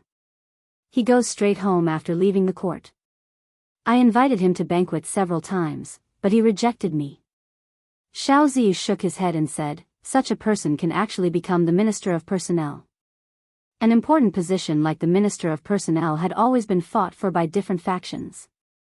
For an official who had no faction and no backing, it was already a stroke of luck for him to become an assistant minister. It was almost impossible to be promoted to a minister based on luck alone. The position of Minister of Personnel could no longer be forced. He could only helplessly say, "Fortunately, nothing has happened to the Ministry of Justice. The Department of Worship is also under our control." At the same time, in the study of the Zhou family's minister Zhou Zhong, the 4 Zhou brothers fell into silence. The Zhou family didn't suffer too many losses this time. Among the 6 ministries, the Ministry of Works had the least power. Thus, whether it was Zhou Ting's resignation as assistant minister or Zhou Chuan's dismissal, it didn't affect the Zhou family too much. The Xiao clan, on the other hand, had lost the Ministry of Personnel. Their lifeline had been cut off. However, this was not entirely good news for the Zhou family. In the past, the Empress didn't care much about the fight between the old party and the new party, and she wouldn't intervene. But now, she was deliberately suppressing the new party and the old party. This time, she appointed several important official positions, avoiding the officials of the new party and the old party. She intended to cultivate her own forces, which was more significant than suppressing the other two parties. Could it be that she's really cultivating her own forces? Zhou Chuan's face was full of doubt. He asked, in the past, she only wanted to condense the next strand of Emperor's qi as soon as possible and pass down the throne. She didn't care much about the fight between the two parties. Could it be that her thinking has changed? Zhou Ting said indifferently, it's very possible. Ever since she began to favor Li Mu, she's changed more and more. Zhou Xiong said with incomparable certainty, I'm very sure that Li Mu must be behind Her Majesty's actions. This time, from the beginning to the end, was a trap set by him. I suspect that he wants to support his own party. No matter what, Li Mu must be taken seriously, the Ministry of Rights. In the assistant minister's office, Lu Qing was packing his things. From tomorrow onwards, he would take up his post at the Ministry of Personnel as Minister of Personnel. The Minister of Rights walked into the office and clasped his hands in greeting. Congratulations, Lord Lu. Lord Lu's promotion speed is really fast. Rather complicated emotions flowed in the depths of his eyes. In the short span of half a year, he had personally witnessed Lu Qing rise from a small minister counselor of the Ministry of Rights to a physician, assistant minister, and now, Lu Qing had become the Minister of Personnel. He held real power in his hands, and his status was firmly above his own. As Lu Qing's superior, he had mixed feelings. Lu Qing also sighed emotionally. Yes, I also didn't expect this place to rise so quickly, Northern Court. Li Mu stood at the entrance of his house, watching Zhang Chun move in. This time, not only had old Zhang been promoted, his residence had also been changed from 3 entrances to 4 entrances. In addition, the Empress had also rewarded his family with 2 servant girls and 2 servants. The distance between the Zhang residence and the Li residence had also become closer. At the housewarming banquet, he patted Li Mu on the shoulder and said, between us, there's no need to say anything unnecessary. Come, let's drink this cup. There weren't many people at the banquet. Other than Zhang Chun's family, there were also Zhang Shan, Li Si, Li Mu, and Li Qing. Since the last time he came to Luoyang, Zhang Shan hadn't gone back. He had never been to Luoyang before and was shocked by the prosperity of the streets. He had already asked Lu Hanyan for permission to open a branch here. Coincidentally, Lu Hanyan also had the same idea, so he stayed for the time being. After a few cups of wine, Zhang Shan looked at Li Qing and asked, Boss, what do you plan to do next? Will you continue to stay in Luoyang? Li Si kicked him under the table, but it was too late. Li Qing was silent for a moment, then said, in 2 days, I should return to Mount Baiyun. Li Si's lips moved slightly. He wanted to say something, but in the end, he didn't speak. He poured a cup of wine and said to Li Mu, here's to you. The wine cups clinked. He gave Li Mu a meaningful look and said, you guys have gone through a lot of trouble to get to where you are today. You must cherish the people in front of you. Zhang Shan raised his wine cup and said, that's right. You and the shopkeeper have gone through a lot of trouble to get together. You must cherish her in the future. Li Si poured another cup of wine and said to Li Qing, here's to you, boss. I hope you can think carefully before you make a decision in the future. Don't regret it in the future. Zhang Shan agreed and said, that's right. If you hadn't killed those corrupt officials, this matter would have been much simpler. You wouldn't have to stay in the Imperial Clan Temple. They would still be beheaded in the end. Ever since Li Qing came to the house, Li Mu had been sleeping in the study with Xiao Bai in his arms every day. Not only that, on the second day after Li Qing came to Luoyang, Lu Hanyan removed all the festive decorations inside and outside the Li residence, including the big red lanterns at the door. According to the customs of Luoyang, the lanterns with the word happiness on them had to be hung for 3 months for the wedding celebration. He knew what Lu Hanyan meant. She was taking care of Li Qing's feelings. Li Qing's family had just passed away. For Li Qing, she chose to sacrifice herself. At night, Li Mu was about to enter the study when he saw a figure standing outside the room. Li Mu walked forward and asked in confusion, "Boss, why aren't you sleeping yet?" Li Qing said softly, "I wanted to tell you that I'm going back to Mount Baiyun to cultivate tomorrow." "I'm sorry to have disturbed you for so long." Li Mu looked at her and said, "What's there to disturb? This is your home. I'm going to ask Her Majesty to let her bestow this residence to you again." Li Qing shook her head gently and said, "I don't have a home anymore. I think that if father knew in the underworld that the one living in the Li residence was someone like him, he would be relieved." Li Mu thought for a moment and said, "Lord Li hasn't been avenged. I'll let you see with your own eyes that they receive the punishment they deserve." Li Qing finally looked nervous. She grabbed Li Mu's wrist and said, "You've done enough. Let's stop here. Father doesn't want anyone to avenge him. He only wants someone to be like him and do something for the people." Li Mu was about to explain to her, but he felt something and looked back. In front of the moon gate, a figure stood there quietly. Li Qing was stunned for a moment, then she let go of Li Mu's hand with a pale face and said, "Senior sister." Lu Hanyan walked over and shook her head. "Junior sister, you don't need to explain. I heard everything." Li Qing lowered her head and said, "I hope senior sister can persuade him." Lu Hanyan glanced at Li Mu and said to Li Qing, "Junior sister should also understand him. He won't change his mind so easily." Li Mu said, "Don't worry." Her Majesty agreed. "There won't be any danger." Lu Hanyan said to Li Qing, "With Her Majesty protecting him, junior sister doesn't need to worry." Li Qing looked at Li Mu and didn't say anything. She said softly, "Then I'll go back to my room first. You should rest early." Lu Hanyan suddenly said, "Junior sister, wait a moment." Li Qing turned around and asked, "Senior sister, is there anything else?" Lu Hanyan said, "There's a question I want to ask junior sister." Li Qing said, "Senior sister, ask away." Lu Hanyan looked at her and asked, "Does junior sister also like Li Mu?" Chapter 375. Li Mu had already prepared to return to his room to sleep. When he heard Lu Hanyan's words, he suddenly quivered and hurriedly said, "What are you talking about?" Lu Hanyan glanced at him and said, "Men shouldn't interrupt when women are talking." A trace of nervousness and panic flashed in the depths of Li Qing's eyes. However, after she met Lu Hanyan's gaze, that trace of panic gradually turned into calmness and indifference. She remembered what Li Si said before she left Xianxia County. Li Si said that in terms of relationships, it was always easier to take a step back than to take a step forward. If she took a step back now and regretted it in the future, she would have to take more than one step forward. By the time she regretted it, someone would have already walked in front of her. In fact, she regretted it, but it was already too late because someone had already walked in front of her. Li Qing looked at Lu Hanyan and said calmly, "Yes, I have liked him since a long time ago. However, senior sister, don't worry. I won't fight with you for anything. I will leave tomorrow morning." She wanted to deny it against her will, but if she denied it this time, she would never have the chance to say it again. Li Mu looked at Li Qing with an indescribable feeling in his heart.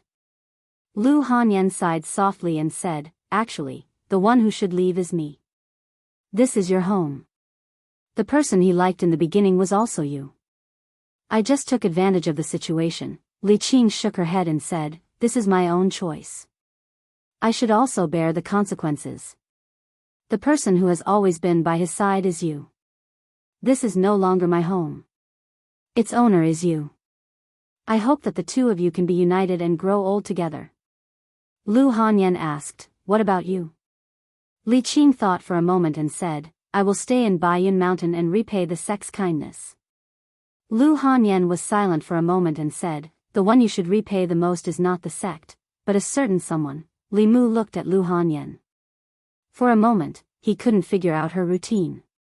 Li Qing nodded and said, "If you need me to do anything, I won't refuse." Lu Hanyan looked at her and said, then give yourself to me. Li Qing looked at her with a stunned expression. Li Mu looked at her, dumbfounded.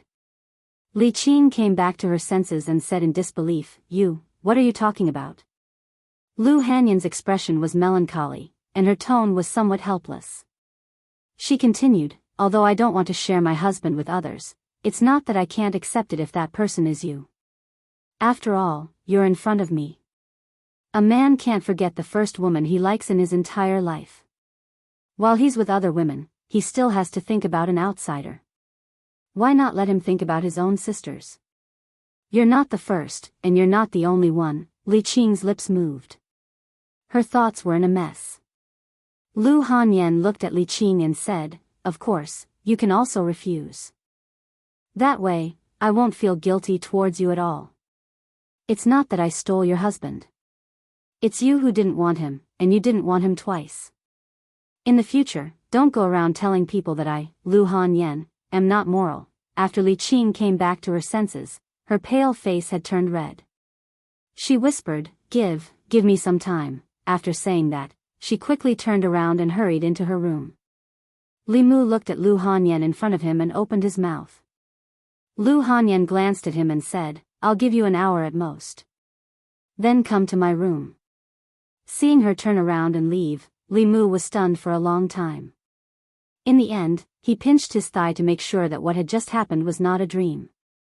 If this was not a dream, then happiness came too suddenly. After coming back to his senses, he slowly walked to the door of Li Qing's room. Her door was not closed. Li Mu walked in and saw her sitting on the edge of the bed with her head bowed. Li Mu did not say anything. He just silently walked to her side and sat down. The two of them sat in silence. After a while, Li Qing slowly leaned her head on Li Mu's shoulder. This was the closest she had been to Li Mu since they met. Li Qing softly said, actually, when we were in the Imperial Clan Temple, I wanted to lean on you like this. Li Mu put his arm around her shoulder and said, you can lean on me for a lifetime. Li Qing did not say anything else. She quietly leaned on him for a while and then said, go to senior sister's place. Right now, she needs you more than I do. Li Mu nodded slightly and said, I'll watch you rest. Li Qing lay on the bed and covered herself with the quilt. She looked at Li Mu and said, go. Li Mu walked out of her room and helped her close the door.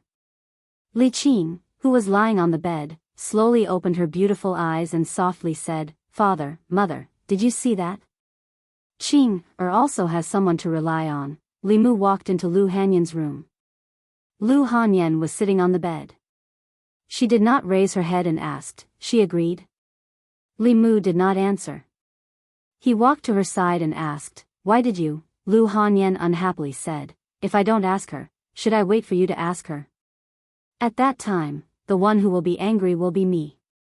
So why don't I ask her myself? Li Mu said, what I mean is, why did you suddenly do this? Lu Hanyan looked at him and said, it's not sudden. From the day she appeared in Chengdu, I thought about it. Your feelings for her are not something I can compare to. If you run away with her one day, what should I do? Li Mu said indignantly, what are you talking about? You are my legal wife. How can I run away with someone else? Lu Hanyan asked, so, if you had to choose between her and me, who would you choose? Li Mu thought for a while and asked tentatively, can I have them both? Hey, don't bite me. After a long time, Lu Hanyan leaned into Li Mu's arms and said, anyway, I already have Wan Wan and Xiao Bai. It doesn't matter if she has one more. If it was someone else, she could forget about marrying into the Li family. But she is Li Qing. She buried her head in Li Mu's chest and said, let me tell you, I have already married Li Qing for you. You can't abandon me for any reason in the future, As she spoke, her voice became softer. The calmness and confidence she had when facing Li Qing just now had disappeared. Li Mu's clothes were wet from her tears. At this moment, Li Mu finally understood what she had been worried about these days. The experience of being abandoned by her parents when she was young had caused her trauma. Even now, it had not healed. Li Mu hugged her tightly and said seriously, I will never abandon you, never, Changle Palace. Zhou Yi read several memorials. Suddenly, she raised her head and asked, where is Li Mu? Didn't he go to the minister's department today? I didn't see him in the morning court.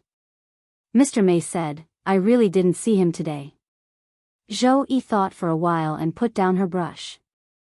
She said, he didn't go to court for no reason. I want to see what he is doing. She flicked her finger and a picture appeared in front of her. In the picture, it seemed to be a street in Chengdu. The street was full of people. There was a beautiful woman on each side of Li Mu. He was holding the woman on the left and the woman on the right. Mr. Mei looked at the picture in front of him and said in surprise, isn't that woman Li Yi's daughter? He and Li Mu, Zhou Yi snorted and said, I knew it. Their relationship is not that simple. He goes to Zongjing Temple every day more frequently than he comes to Changle Palace. He didn't want the palace maids I gave him before. I thought he didn't like women. Now it seems that all men in the world are the same, Mr. Mei said awkwardly, he is so outstanding. Naturally, there are more people who like him. It's understandable that both parties are willing. Zhou Yi waved her hand to disperse the picture. She was a little annoyed. Li Mu had another wife. This meant that he would come to Changle Palace less often. It was only the first day, and he didn't even go to court. On the streets of Chengdu the people looked at the three figures in front of them and whispered. Isn't that Li Yi? Who is he with? The one on Li Yi's left is Madame Li. The one on the right seems to be Li Yi's daughter. Why is Li Yi holding her hand? Is there a need to ask? Li Yi overturned the case for Li Yi and saved Miss Li from prison. She was touched and wanted to marry him. It's normal, this is also a good story. It can be written into a play. They are a perfect match, no wonder Li Yi said he wouldn't let Li Yi have no descendants. So this is what he meant. Now, Li Yi really has a descendant. Chapter 376. In the past 3 days, Li Mu had developed a feeling that life was more beautiful than this. He even thought of resigning from his position and living in seclusion. Returning to Baiyun Mountain, he could focus on cultivation and enjoy the happiness of having 2 wives. Wouldn't that be perfect? The reason why he gave up on this idea was because he thought of the Empress. Even if he were to leave, it would be after helping the Empress clear all obstacles and repaying her for recognizing his worth. Of course, he also wanted to take revenge on his father-in-law. Although the case had caused a stir and the whole country knew about it, the outcome was not satisfactory. The main culprits were all pardoned by the death exemption medallion. Only one of them received the punishment he deserved. As for the other accomplices, the 3 provinces only fined them a few months of their salary to maintain the stability of the court. It seemed that the price of framing a 4th-rank official was only a few months of salary. As far as they were concerned, this matter was already over. But for Li Mu, it was just the beginning. He stretched out his hand. The ring on his finger flashed and a booklet appeared in his hand. It was the evidence of the crimes of some of the officials of the old party that Zhou Zhong had collected over the years. Most of these people were the ones who joined forces to frame Li Yi. As the assistant minister of the Ministry of Justice and deeply trusted by the old party, it was easy for him to use his position to collect the evidence. The crimes of these people varied. Li Mu took out a piece of paper and wrote down a series of names. After thinking for a while, he circled one of them. Wang Luan, who was the minister of the Ministry of Personnel at that time, was the one who submitted many memorials asking for Li Qing to be severely punished. Li Mu was not holding a grudge, but there were so many people that he had to start with. He left the secretariat, walked out of the palace gate, and walked toward the Ministry of Justice. In the assistant minister's office of the Ministry of Justice, Yang Lin leaned comfortably on a chair and sighed in his heart. He had thought that he would have to endure for many more years to reach the position of assistant minister before he retired. But who would have thought that the Ministry of Justice would undergo such a great change? Countless people were eyeing the position, but in the end, he took advantage of it. Yang Lin's gaze inadvertently looked out of the window.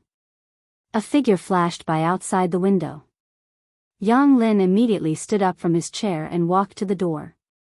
Lord Li, do you have any instructions for the Ministry of Justice? Although his rank was already higher than Li Mu's, in the imperial court, rank did not represent everything. In front of Li Mu, he still maintained his respect and humility. Li Mu handed him a document and said, "There is a case here. The Ministry of Justice should deal with it as soon as possible." The Central Secretariat had to do with national policies or important decisions. They needed to be reviewed by the Minister of Ceremonies and the Minister of Ceremonies to guide the 6 ministries in their implementation. For such small matters, the Central Secretariat officials had the power to directly order the Ministry of Justice. Yang Lin took the document. After reading it, he said in shock, "This is the Ministry of Personnel's physician, Lord Wang Luan." Li Mu looked at him and asked, "Why? Does the Ministry of Justice's handling of cases vary from person to person?" Yang Lin quickly replied, "Of course not." Li Mu said, "I believe that Lord Yang will be a good official. Otherwise, I wouldn't have urged His Majesty to let you be the Assistant Minister of the Ministry of Justice." Yang Lin was stunned. He had thought that his appointment as the Assistant Minister of the Ministry of Justice was due to the efforts of the old faction. He was still puzzled as to why the old faction did not get a single official position in the Ministry of Personnel, but he succeeded in the Ministry of Justice. Only now did he know that his promotion was not because of the old faction, but because of Li Mu. He immediately clasped his hands and said, "Thank you, Lord Li." Li Mu waved his hand and said, "No need to thank me. His Majesty felt that Lord Yang was not too far off the path and wanted to give you a chance." Yang Lin stood where he was. His gaze gradually became hesitant. He knew that at this moment, he was faced with an important choice in his life. Should he continue to work for the old faction, or should he completely side with Li Mu? The old faction was controlled by the Shao clan, and the Shao clan was the legitimate royal family of Great Zhou. Even though the Zhou clan was extremely powerful, they were not the legitimate royal family. Many officials in the court and the people of Great Zhou were inclined towards the empress returning the throne to the Zhou clan.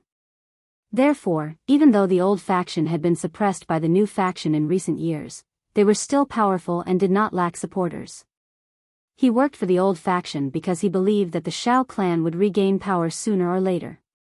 However, what reason did he have to work for Li Mu?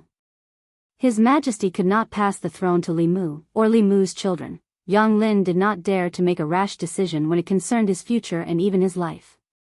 He looked at Li Mu and probed, "Lord Li, may I ask if His Majesty intends to pass the throne to the Zhou clan in the future?" Li Mu glanced at him and asked, "Is this something that you and I, as subjects, can discuss?"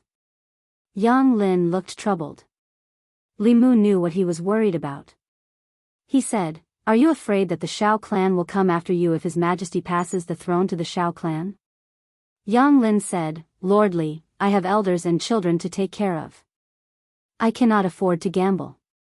If I gamble wrongly, the lives of my family." Li Mu asked, "When do you think His Majesty will pass the throne to the Shao clan?" Yang Lin shook his head and said, "I don't know." Li Mu said slowly, "His Majesty is a powerhouse of the 7th realm. He can live for at least 3 decades. She is in her prime now. Even if the throne is to be passed, it will be decades or even centuries later. Do you think you can live until then?" Yang Lin thought for a moment and felt that Li Mu's words seemed to make sense. By that time, he would have retired and returned to his hometown to enjoy the rest of his life. It would have nothing to do with him who would inherit the throne. However, he still did not dare to gamble. He asked Li Mu nervously, "His Majesty won't pass the throne early, right?" Li Mu glanced at him and said, "Do you think His Majesty will suddenly pass the throne?" Yang Lin looked at Li Mu in a daze, seeming to understand something. If it was said that His Majesty had such thoughts in the past, he would not find it strange. In the past, His Majesty did not care about the court at all. He did not care about the struggles between the old and new parties. He let nature take its course. However, the appointments of the officials from the Ministry of Personnel and the Ministry of Justice showed that His Majesty was already deliberately suppressing the old and new parties and taking back power. Could it be that His Majesty had other thoughts? Li Mu looked at him and said, "I know that it is very difficult for Lord Yang to make a decision. I will give you 3 days to think about it. After 3 days, whether we are friends or enemies will depend on your choice." Yang Lin's expression was bitter. Did he have any other choice? Although Li Mu did not have many friends in the court, he was really good to his friends. In just half a year, Zhang Chun had been promoted from the Divine Capital Commandant to the left Assistant Minister of the Ministry of Personnel. He was a real minister with real power. The residence he lived in also went from 2, 3, and now 4. He was about to live in a large residence with 5 entrances. For Yang Lin, who lived in a small house with 2 entrances for 3 generations, a residence with 5 entrances was an unattainable dream. On the other hand, Li Mu's enemies were either dead or demoted. Those who were lucky enough to survive lost their positions and reputation. Yang Lin did not doubt that if he became Li Mu's enemy, he would not even be able to live in a small house with 2 entrances in less than a month. The prison of the Ministry of Justice was perhaps the best outcome. If it was a little worse, he might only have a few coffin planks to block the dirt. After careful consideration, Yang Lin let out a long sigh. Then, his expression gradually turned solemn. He looked at Li Mu and said seriously, "From now on, this humble official will follow Lord Li's lead." Li Mu did not misjudge him. The person he supported did not disappoint him. Not long after, a few constables from the Ministry of Justice hurried out of the Ministry of Justice's main gate. They came to a certain entertainment market and grabbed a certain noble from a brothel. "Which yamen are you from? How dare you arrest me? Do you know who I am? Do you know who my father is? The Ministry of Justice, the current Assistant Minister of Justice, is my father's friend. Let me go. Once you get to the Ministry of Justice, you will suffer." The noble made a lot of noise along the way. The constables from the Ministry of Justice could not take it anymore and used a rag to gag his mouth. The people along the way found out that the noble had been summoned by the Ministry of Justice because of an old case. "This is the son of Lord Wang of the Ministry of Personnel. Why is the Ministry of Justice arresting them? Aren't the Ministry of Personnel and the Ministry of Justice on the same side?" That was in the past. Now, the Minister and Assistant Minister of the Ministry of Personnel have changed. The Ministry of Personnel's Assistant Minister hasn't changed. He has some ties with the current Assistant Minister of Justice. Could it be that their relationship has broken? The people always like to watch the drama between officials and nobles. They followed along the way. Ministry of Personnel. It was lunchtime. A few officials from the Ministry of Personnel walked out together and prepared to eat at a restaurant. When they passed by the Ministry of Justice, they saw a large group of people gathered outside the Ministry of Justice. They were discussing and pointing inside. One of the officials from the Ministry of Personnel lamented, "The Ministry of Justice is really busy. They can't even rest during lunchtime." Another official from the Ministry of Personnel said, "When we were on our way here, we heard from the people that some official's son was arrested. The Ministry of Justice took him out of the brothel directly. It seems like the crime is not small." When they heard that some official's son had committed a crime, the officials from the Ministry of Personnel were instantly interested in watching the drama.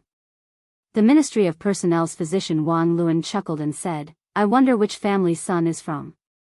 He keeps causing trouble for his elders. It's time to teach him a lesson." He looked into the Ministry of Justice's main hall and saw a figure kneeling in the hall. The figure looked so familiar. One of the officials said in surprise, "Lord Wang, isn't this your?" Wang Luan was stunned for a moment. Then, his face gradually darkened. He did not expect that he would be involved in the drama. Chapter 377. Under the curious gazes of several officials from the Ministry of Personnel, Wang Luan strode into the Ministry of Justice. He met Yang Lin at the Assistant Minister's office. Wang Luan looked at Yang Lin and frowned. "Lord Yang, what's going on?" Yang Lin said helplessly, "You'll have to ask young Master Wang. 3 years ago, he pursued a married woman. In order to force the woman to submit, he beat her husband until he was severely injured. In the end, he even used his power to fabricate a crime and sent her husband to prison. Today, the Ministry of Justice has ordered the Ministry of Justice to reopen the case. After the Ministry of Justice investigated, they found that it was true." Wang Luan gritted his teeth. "Wasn't the case from 3 years ago already closed?" Yang Lin said, although the case from 3 years ago was closed, the Ministry of Justice felt that the Ministry of Justice had handled the case unfairly and requested a retrial. I couldn't do anything about it. Wang Luan asked, can't the original verdict be upheld? Yang Lin shook his head. No. The Ministry of Justice was dissatisfied with the original verdict, so they decided to reopen the case. If the Ministry of Justice still doesn't change it, then I'll be the unlucky one. Wang Luan said angrily, why do you have to reopen the case from 3 years ago? Yang Lin looked at him. You'll have to ask Lord Wang about this. Wang Luan was stunned. Ask me? What's wrong with me? Yang Lin sighed and said, that day, I told you not to meddle in that matter, but you sent several memorials in a row, insisting that Li Yi's daughter be killed. Now, that woman has become one of Li Mu's lovers. If he doesn't take revenge on you, who else can he take revenge on? Wang Luan said, I didn't follow the royal prince's orders. Yang Lin said, that's why your son is here today. Wang Luan took a deep breath and asked, then what will happen to my son? Yang Lin shook his head. It's hard to say. He caused serious injuries, slandered and framed innocent people, and sent them to prison. He'll be punished for several crimes. Your Wang family might have to pay a lot of money. You won't be able to avoid prison, Wang Luan said, I know that the law can be bent. Lord Yang, with our relationship, you have to help me. Yang Lin thought for a moment and said, you can ask Manager Wei to defend your son. He is the most familiar with the law and the Ministry of Justice. Perhaps he can help your son fight for a reduced sentence. A moment later, in a certain office of the Ministry of Justice, Wang Luan held Wei Peng's hand and said, Manager Wei, I'll leave my son to you. After the matter is completed, I will definitely reward you handsomely. Wei Peng nodded and said, I'll try my best. With that, he slowly walked into the courtroom. Wang Luan asked Yang Lin, how will the Ministry of Justice judge him this time? Yang Lin thought for a moment, then said, inflicting serious injuries and setting someone up to be imprisoned for 3 years. The fine is at least 200 taels of silver, and this is under the condition that the other party is willing to forgive you.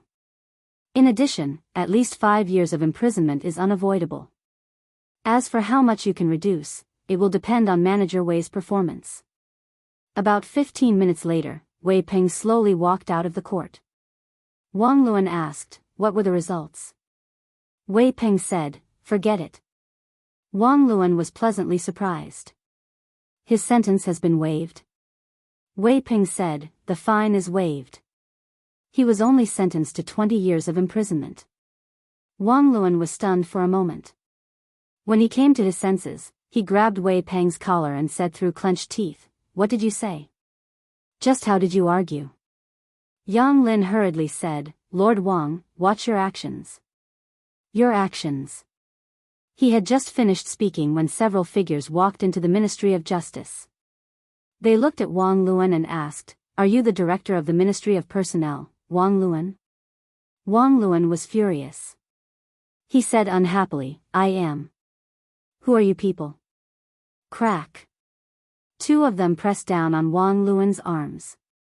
Another person put shackles on his wrists and said, the Imperial Clan Temple has investigated. In the past few years, you have abused your power for personal gain many times. When evaluating officials, you were severely unfair. In addition, in order to get your son off the hook, you used your position as the director of the Ministry of Personnel to put pressure on the Ministry of Justice. This is also a serious violation of the law. Come with us to the Imperial Clan Temple. Wang Luan said in horror, what are you saying? I am an official of the Imperial Court. You have no right to do this. You still know that you are an official of the Imperial Court? The official from the Imperial Clan Temple glanced at him. He waved his hand and said, knowingly breaking the law. This is an additional charge. Take him away. Seeing Wang Luan being taken away, Yang Lin sighed and said, I told you long ago not to stand up for others when you shouldn't. You just wouldn't listen. Outside the Ministry of Justice, the officials from the Ministry of Personnel were dumbfounded. Everything was fine in the morning. They had just come out for lunch and the director was taken away. The onlooking commoners were also discussing. This family, both the father and son, were arrested. What a sin! The father committed a sin, and the son committed an even greater sin. They could have been released after a few years as compensation. Now, they have been locked up for 20 years. When will they be released? Manager Wei's defense is really amazing. This is nothing. Just last month, there was a murderer who was sentenced to be banished to the army. His family spent a lot of money to hire Manager Wei to defend him. Guess what happened? What happened? He was just executed yesterday. In a room on duty in the Ministry of Justice, Wei Peng was writing a file. Yang Lin stood in front of the table and asked, "You have a grudge with Wang Luan's son, right?" Wei Peng nodded and said, "We had a conflict before."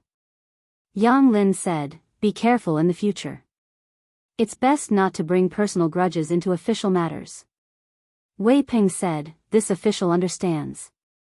Yang Lin shook his head and left. Because of the delay just now, the brush in Wei Peng's hand had been suspended in the air for too long. A drop of ink fell onto the half-finished file and quickly dyed it red, leaving behind a blob of ink.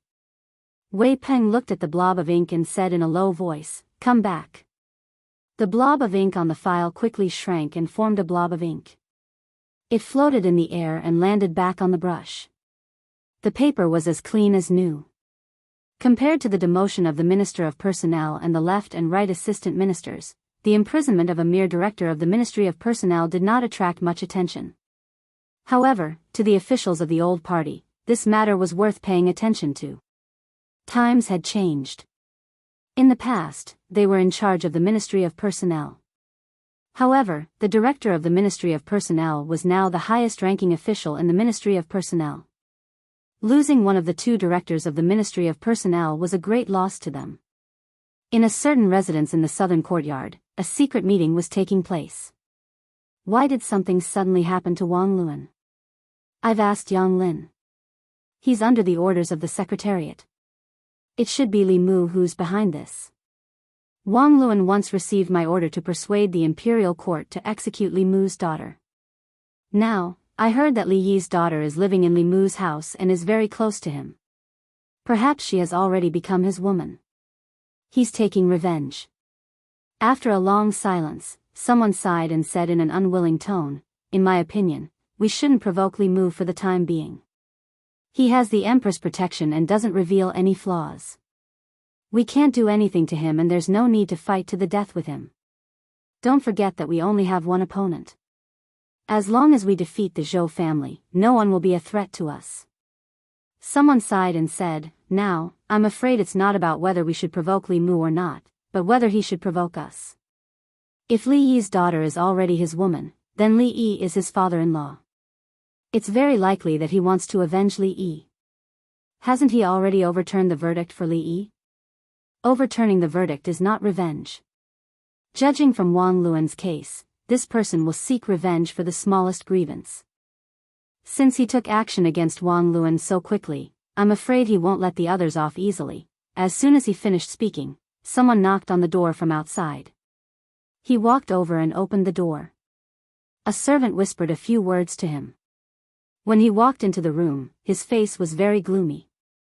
He said, "In addition to the left physician of the Ministry of Personnel, Wang Luan, the right physician of the Ministry of Personnel, Shui Yan, was also taken away by the people of the Imperial Clan Temple, Pa. Preposterous." Commandery Prince Nanyang slapped the table and stood up abruptly. He said angrily, "What is he trying to do?" In the Li residence, Li Mu held Li Qing's hand and said, "Those people from back then, don't even think about escaping." Lu Hanyan glanced at Li Mu and coughed softly. Li Qing let go of Li Mu's hand in a panic. Although the three of them had reached a tacit understanding on some matters, she was much more thin-skinned. In a situation where there was a third person present, she was still not used to being intimate with Li Mu. Li Mu held Li Qing's hand in his left hand and Lu Hanyan's hand in his right. It was not easy to enjoy the happiness of having two wives. If they could not be impartial, it was only a matter of time before the harem caught fire. Lu Hanyan looked at Li Qing and asked Li Mu, "When do you plan to officially welcome her into the Li residence?" We have to prepare in advance. Li Qing shook her head and said, there's no need to go through so much trouble. Although Lu Hanyan and Li Qing were both women, their understanding of marriage was completely different. Lu Hanyan's heart was still that of a secular woman. She hoped to have a romantic and ritualistic wedding. Li Qing entered the Fulu school when she was very young. She had the carefree and casual nature of a cultivator. When cultivators practiced dual cultivation, as long as the two of them were willing, they could enter the bridal chamber at that time and skip all the tedious procedures. Lu Hanyan shook her head and said, that won't do. If others know, they will think that I have mistreated you. Li Qing insisted, there's really no need. As long as the three of us can be together forever, that's enough. 3. Lu Hanyan looked at Li Qing and seemed to realize something. She looked at her with a strange expression and asked, Junior sister, you don't think that Wan Wan and Xiao Bai are just our maids, do you? Chapter 378. Li Qing went back to her room alone to calm down. Lu Hanyan had a gloating expression on her face. Li Mu smacked her butt and said, you did it on purpose, didn't you? Lu Hanyan smiled and said, I just wanted her to experience my feelings. Besides, she will find out sooner or later. If I don't tell her, will you tell her yourself? The eldest madam of the Li family did it for revenge. Because of Li Qing, she had cried a lot in the past. Li Qing had wronged her, so she wanted to use Wan Wan and Xiao Bai to take revenge. She was still the petty Lu Hanyan. But she was also the Lu Hanyan that Li Mu liked. For many things, it was more appropriate for her to speak to Li Qing than Li Mu. After thinking this through, Li Mu put his arm around her and rubbed the place where he had just hit her. He said, does it hurt? Lu Hanyan blushed and slapped his hand away. She said, behave yourself. Wan Wan and Xiao Bai are still over there. Li Mu looked over. The two girls who were sitting together on the swing immediately covered their faces with their hands. Their eyes peeked through the gaps between their fingers. Li Mu moved his hand away and said angrily, children shouldn't poke their noses into adult affairs. I'm not a child anymore. I'm not a child anymore. Wan Wan and Xiao Bai tried to defend themselves. Li Mu waved his hand and said, go back to your room to play. Although they were not young in some areas, they were still under 18 years old. As long as they were not over 18 years old, in Li Mu's eyes, they were different from Lu Hanyan and Li Qing. Li Mu could hold Xiao Bai's original body, but as long as she transformed, he would feel guilty. Wan Wan was the same. She had not changed much in the past 2 years. She was still greedy and playful. The only change was that her eyes were more seductive. As long as one looked into her eyes, one's soul would be sucked in. Little White and Wan Wan were soul seducers and soul catchers respectively. When the two beauties worked together, even Li Mu could not withstand them sometimes. Li Qing was alone in the room.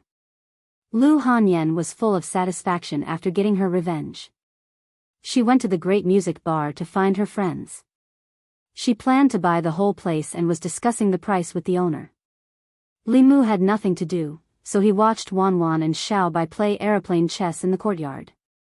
Before the game, they had agreed that the loser would have to warm the bed next time Li Mu slept in the study. Li Mu watched for almost an hour. They were still playing aeroplane chess. While he was bored to death, something in the space of the flask heavens suddenly moved. Li Mu stretched out his hand, and the spiritual snail appeared in his hand. Come to the Changle Palace. Only this sentence came from the spiritual snail, and then there was no more sound. In the past few days, he couldn't even take care of his family. He was immersed in his women and completely forgot about the Empress. 15 minutes later, Li Mu appeared in the Changle Palace. He bowed and asked, Your Majesty, what are your orders? The Empress threw him a token and said, From now on, you are the Deputy Commander of the Bamboo Guards. You will be in charge of the Bamboo Guards together with Ali. The Empress had 4 internal guards. Their names were Mei, Lan, Zhu, and Zhu. The 4 guards had different names, and their functions were also different. The Mei guards were in Shendu. They were in charge of monitoring the officials. The commander was Mr. Mei. The Lan guards were scattered in various counties. Their job was to monitor the local officials. Li Mu had never seen their commander before. The Bamboo Guards were a special operation organization. They were in charge of carrying out special tasks, such as investigating rebels under the Empress orders. The commander was Shengguan Li. The Jew Guards were the most mysterious of the 4 guards. It was said that they were in charge of intelligence. They had spies in the demon nation, the ghost realm, and even the demon sect. Li Mu took the token and didn't waste any time. He said, "Yes, Your Majesty." He was very clear about his position. He was a brick. He would be wherever the Empress wanted him to be. However, the Empress had inexplicably summoned him here and only gave him a token. After that, there was nothing else. She could have asked Lord May to pass this token to him. There was no need for her to make a special trip. After taking the token, Li Mu didn't stay for long. He walked out of Chang'e Palace and said to Shengguan Li, "Commander Shengguan, I have other things to do during this time.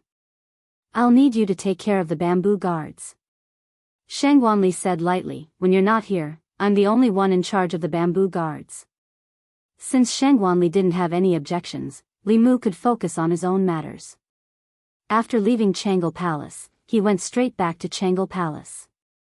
Zhou Yi looked at the pile of memorials on the table and said, "Look, there's only one more woman by their side, and they don't even care about national affairs. They don't go to the imperial kitchen, and they don't come to Chang'e Palace. I should forbid them from taking concubines." Seeing that the Empress's attitude towards Li Mu was becoming more and more strange, Mr. May's face was bitter, but he couldn't say anything. In the Imperial Secretariat, Li Mu sneezed for no reason and crossed out 2 names on the list on the table. Lu Yi walked in from outside and put a few oranges on the table in front of Li Mu. He smiled and said, "Sir Li, these are oranges from my hometown. Although they're not as sweet and delicious as the tribute oranges, they still taste pretty good. You can take them back and try them." Zhongjuan didn't produce oranges. In the past, there were people who transplanted them and used their mana to carefully cultivate them. However, the fruit was small and bitter, so no one tried it again. This kind of fruit was usually transported from the southern counties. The price was ridiculously high, and it wasn't something that ordinary people could afford. Li Mu smiled and said, "Thank you, Sir Lu." Lu Yi had eaten Li Mu's tribute oranges before, so he only came to return the favor. He said, "You're welcome." He was about to leave when he saw a piece of paper on Li Mu's table. He asked, "What's this?" Li Mu said casually, "Oh, this. I have nothing to do, so I practice writing. Sir Li is really elegant." Lu Yi smiled and complimented him. He left Li Mu's office, but he couldn't help but be curious. Who would practice writing using a person's name? Wang Luan, Qian Long, seemed to be the left and right doctors of the Ministry of Rights. The names after that, Ai Tong, Wu Sheng, Chen Guang, sounded familiar. They seemed to be the officials of the Imperial Court, Morning Court. A few days ago, the Imperial Court was in turmoil, and there was a big change that hadn't been seen for many years. Today, the change that affected countless officials finally calmed down. The Morning Court regained its tranquility. But soon, some officials found that the court today seemed to be too quiet, as if there were suddenly a lot of people missing. Some of the officials looked around and saw that there were indeed some empty seats in front, behind, left, and right. In the Ziwei Palace, the positions of the officials were fixed. The 3 provinces, 6 ministries, and 9 temples. The ministers, assistant ministers, doctors, ministers, and junior ministers all had their own positions. These positions were fixed. Every morning, it was clear who was absent. Today, there were many gaps in the neat line of officials. There were no empty seats for officials above the 4th rank in front of the palace. But starting from the middle of the palace, there were more empty seats for officials. There was almost 1 empty seat for every 2 people. In total, there were more than 20 officials who didn't come to the morning court today. Even if they asked for leave, it was impossible for 20 officials to ask for leave at the same time. Moreover, the officials in those officials' offices didn't have the approval of their superiors. What's going on? Where did Lord Ai go? Why didn't Lord Wu come? Lord Shen just took a concubine yesterday. Did he get up late? Lord Wang and Lord Xian didn't come. Lord Wang and Lord Xian were arrested yesterday. What happened to the others? Were they arrested too? Ai Tong, Wu Sheng, Chen Guang, Lu Yi stood in front and listened to the officials' discussion behind him. He was a little confused. The names of these absent officials sounded familiar, as if he had seen them somewhere. Soon, he remembered where this inexplicable sense of familiarity came from. Weren't these people the officials Li Mu used to practice calligraphy? But even if Li Mu used their names to practice calligraphy, it shouldn't be to the extent that they disappeared. Could it be that he wasn't practicing calligraphy, but using a divine ability? He had never heard of a divine ability that could make people disappear just by writing their names. Combined with the strange situation in the court, Louis quickly understood. That piece of paper wasn't used by Li Mu to practice calligraphy. It was a list of names. On that list were the names of the former Right Assistant Minister of the Ministry of Personnel, Gao Hong, the former Minister of the Ministry of Personnel, Duke of Nanyang, Xiao Yun. Louis finally realized something and was shocked. He turned around to look at Li Mu. Li Mu grinned at him. Louis immediately turned around and broke out in cold sweat. His mind was racing. His name didn't seem to be on that list. It shouldn't be. He even treated Li Mu to oranges. Southern Court. Gao residence. Early in the morning, the gatekeeper of the Gao residence was taking a nap in the side room. Ever since his master was stripped of his official position, although fewer people came to the residence, he no longer needed to attend morning court. In the past, he would have to wake up early to open the door at this time. It wasn't like today, where he could still laze around and take a nap at this time. To him, it was a good thing that his master was in trouble. Being able to sleep in the morning made life even better. Bang, bang, bang. While he was daydreaming, there was a sudden rush of knocking on the door. The gatekeeper was pleasantly surprised. After a shiver, he was no longer sleepy. He walked to the door and shouted angrily, "Why are you knocking so early in the morning when someone died in the house?" This person was extremely rude when knocking on the door. Normal people would pay attention to the gentle knocks and pauses when knocking on the door. Only those who were announcing a death would knock so quickly. The knocking stopped and a voice came from outside, "I'm here to visit Lord Gao." Hearing the words "I'm here," the gatekeeper was already looking down on him. His anger hadn't subsided and he asked coldly, "Do you have something to say?" The person outside was stunned for a moment, then said, No," the gatekeeper said coldly, "If you don't have an appointment, bring the invitation when you do." The person outside said, "But I really have something urgent," the gatekeeper said, "No matter how urgent it is, you still have to make an appointment. This is Lord Gao's rule." The person outside the door said, "Can you make an exception?" The gatekeeper said rudely, "I can't make an exception." The person outside the door finally became angry and said coldly, "If you can't make an exception, then forget it. Men, prepare the explosive talismans." Chapter 379. Boom. The 2 explosive talismans pasted on the gates of the Gao mansion exploded under the control of his transcendence energy. With a loud bang, the 2 gates of the Gao mansion collapsed. The gatekeeper of the Gao mansion stood in the courtyard and stared at the collapsed gates in a daze. His mind was blank. His master was a respected figure in the fairy's capital. Even if he was no longer the assistant minister of the Ministry of Personnel, he was still the elder brother of concubine Gao, a relative of the royal family. Who would be so bold as to blow up the gates of the Gao mansion? Zhang Chun stood outside the gate and waved at the officials of the imperial clan temple. "Follow me in and arrest the guilty official." The loud noise at the gates had already alerted the people of the Gao mansion. In a split second, more than 10 maids and servants rushed out from various places. As soon as they arrived at the front courtyard, they saw the collapsed gates of the Gao mansion. The former Right Assistant Minister of the Ministry of Personnel, Gao Hong, rushed out of the inner court. Seeing that the main gate of his residence had been blasted open, he was enraged.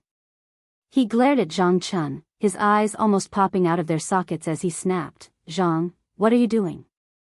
Gao Hong hated Zhang Chun to the core.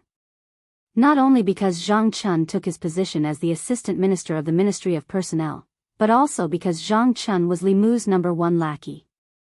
If you hated someone, you would naturally hate everything about that person, including his lackeys.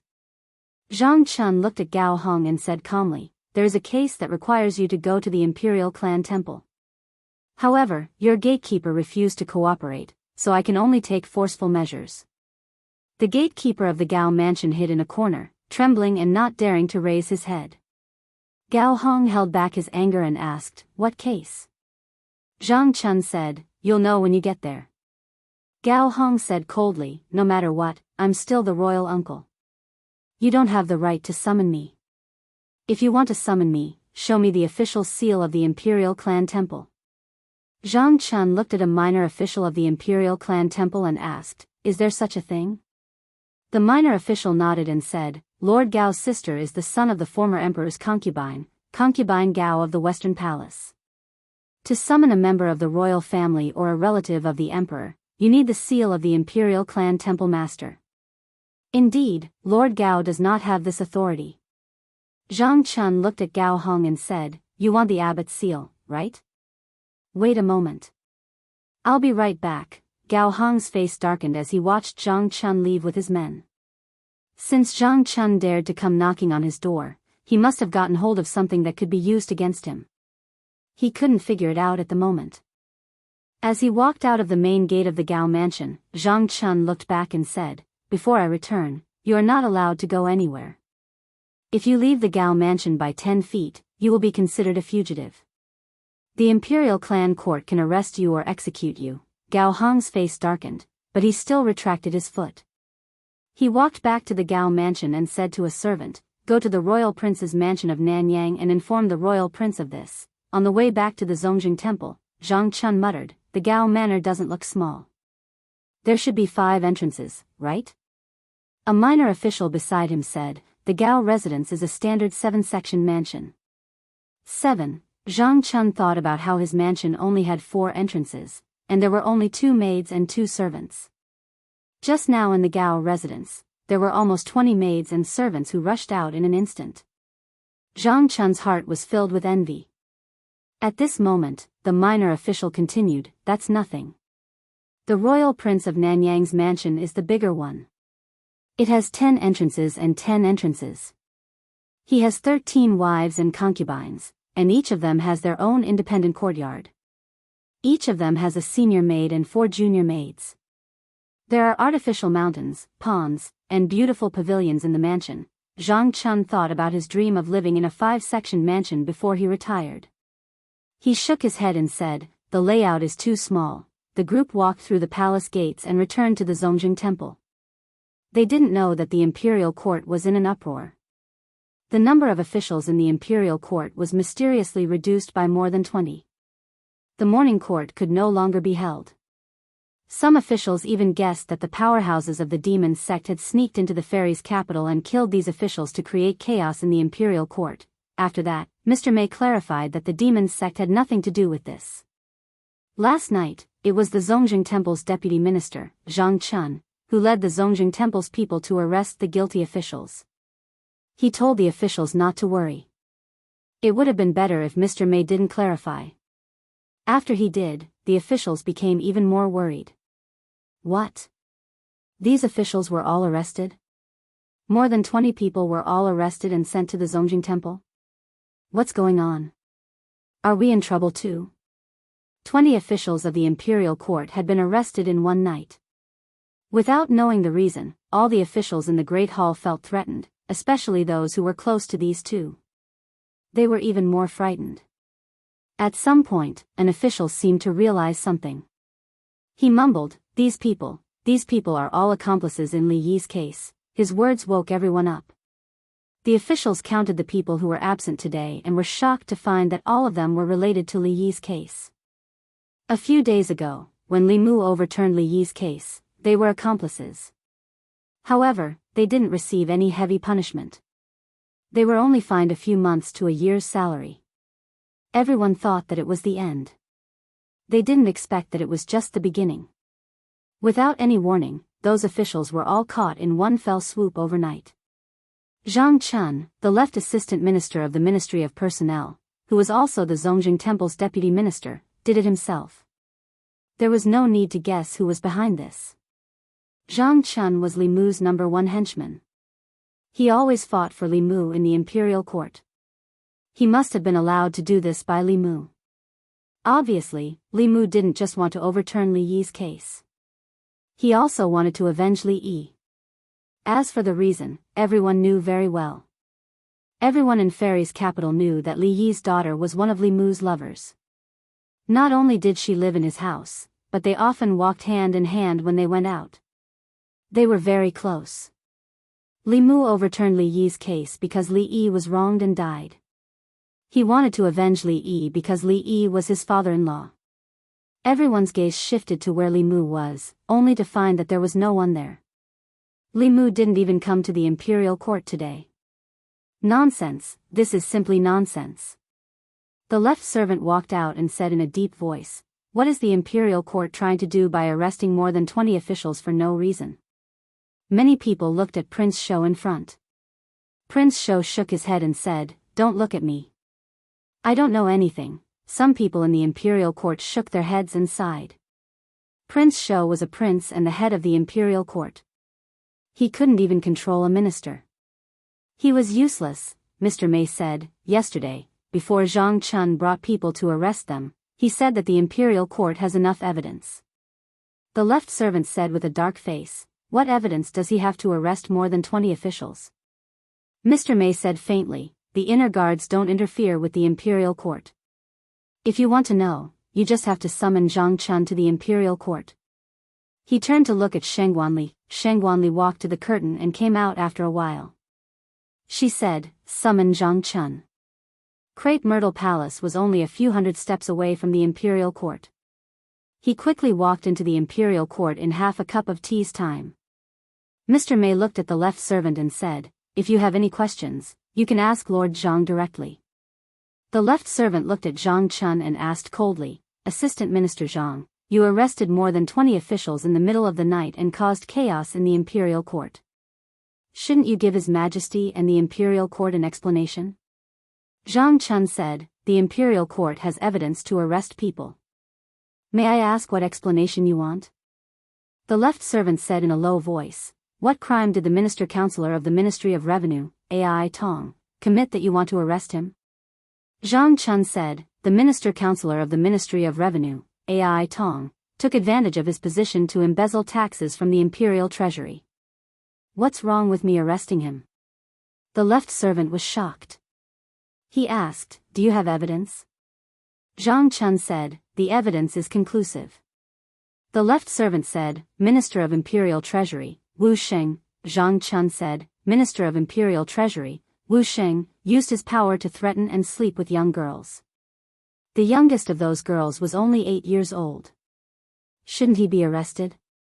The left servant moved his lips and said, "Then the Minister of Imperial Treasury, Chen Guang."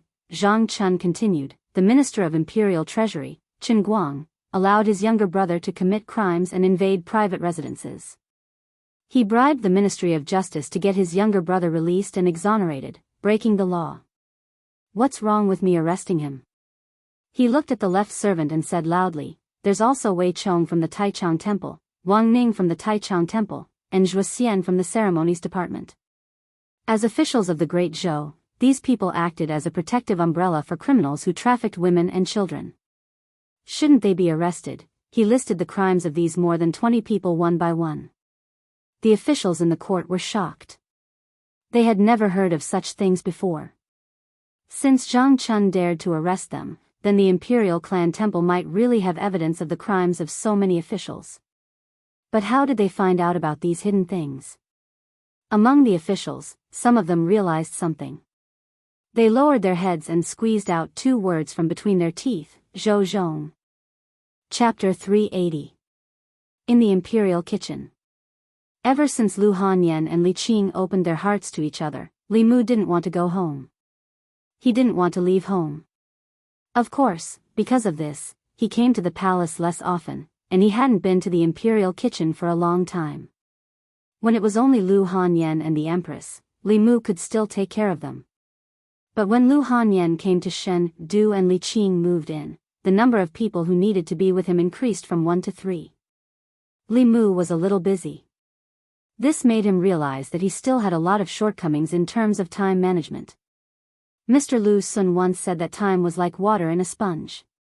If he could make use of the time he spent standing in a daze in the morning court, he could at least cook a bowl of piping hot noodles for the Empress after the morning court. Mr. May once mentioned by accident that the Empress liked to sleep in, so she often didn't eat breakfast in the morning.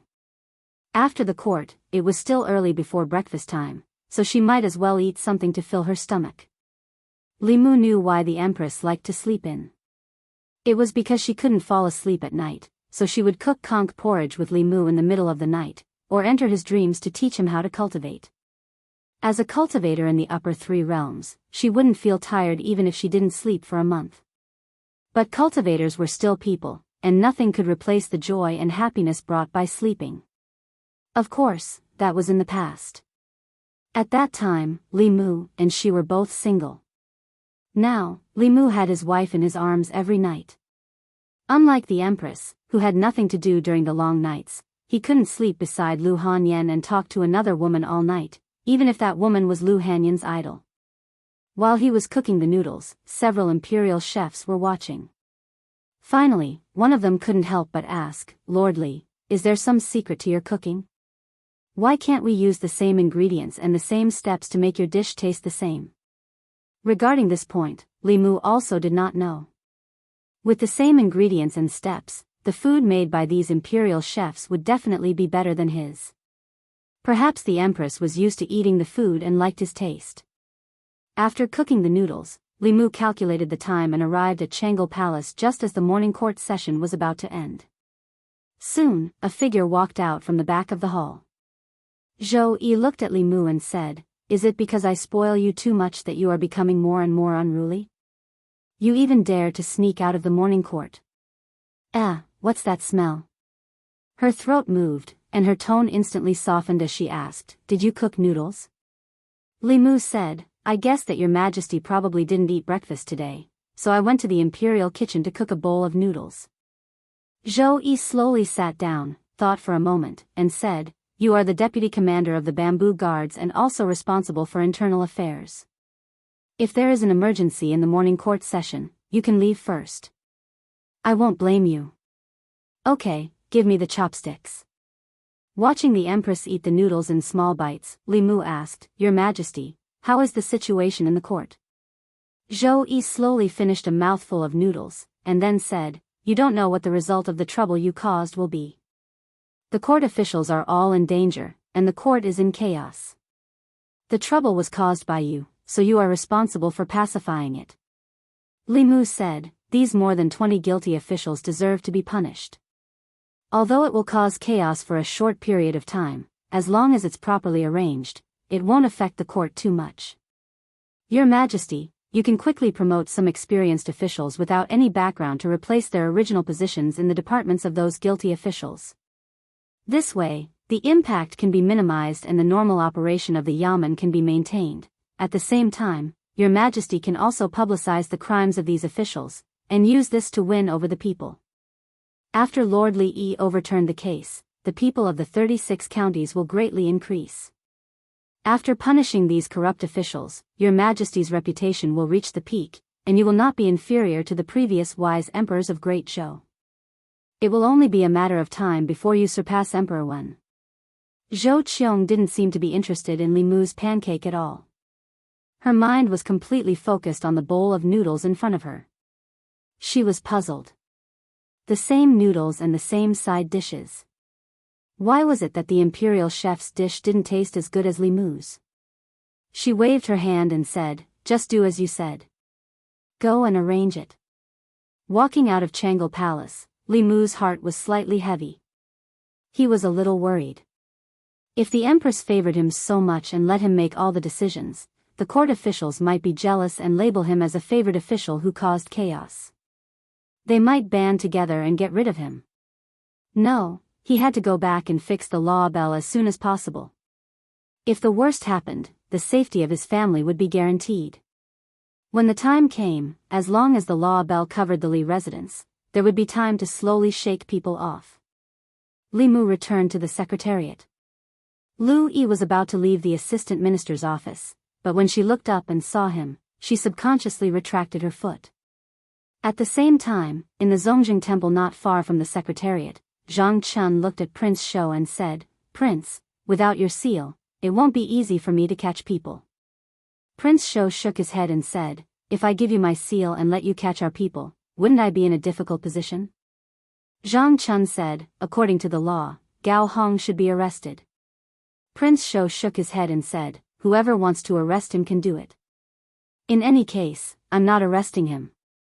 Zhang Chun gritted his teeth and said, "Then you are bending the law for personal gain. The next time I go to the imperial court, I will report you in the Golden Palace. As an official of the Zongjing Temple, you are bending the law for personal gain and shielding your accomplices. Your crime is not light." Prince Shou said angrily, "Are you threatening me?" Zhang Chun said indifferently, "This is persuasion." Prince Shou suddenly sighed and said, "You are threatening me with impeachment. If I arrest Gao Hong, they can't blame me. Show me the official document and my seal." Not long after, Zhang Chun brought people out of the Zongjing Temple and came to the southern courtyard, in front of the Gao residence. The morning court had already ended, and Gao Hong had already received news that Zhang Chun was not targeting him. Last night, more than 20 officials in the imperial court were arrested by the Zongjing Temple. Without exception, these 20 people were all officials of the old party. Gao Hong found it hard to believe that the Zongjing Temple had something on all of them. Even the Empress's internal guards did not have this ability. There was no doubt that there was a traitor among them. As for who the traitor was, it couldn't be any more obvious. Gao Hong gritted his teeth and said, "Zhou Zhong, you should be hacked into pieces." As the assistant minister of the Ministry of Justice, Zhou Zhong had gained their trust over the years. The Ministry of Justice had also become a shelter for the old party officials.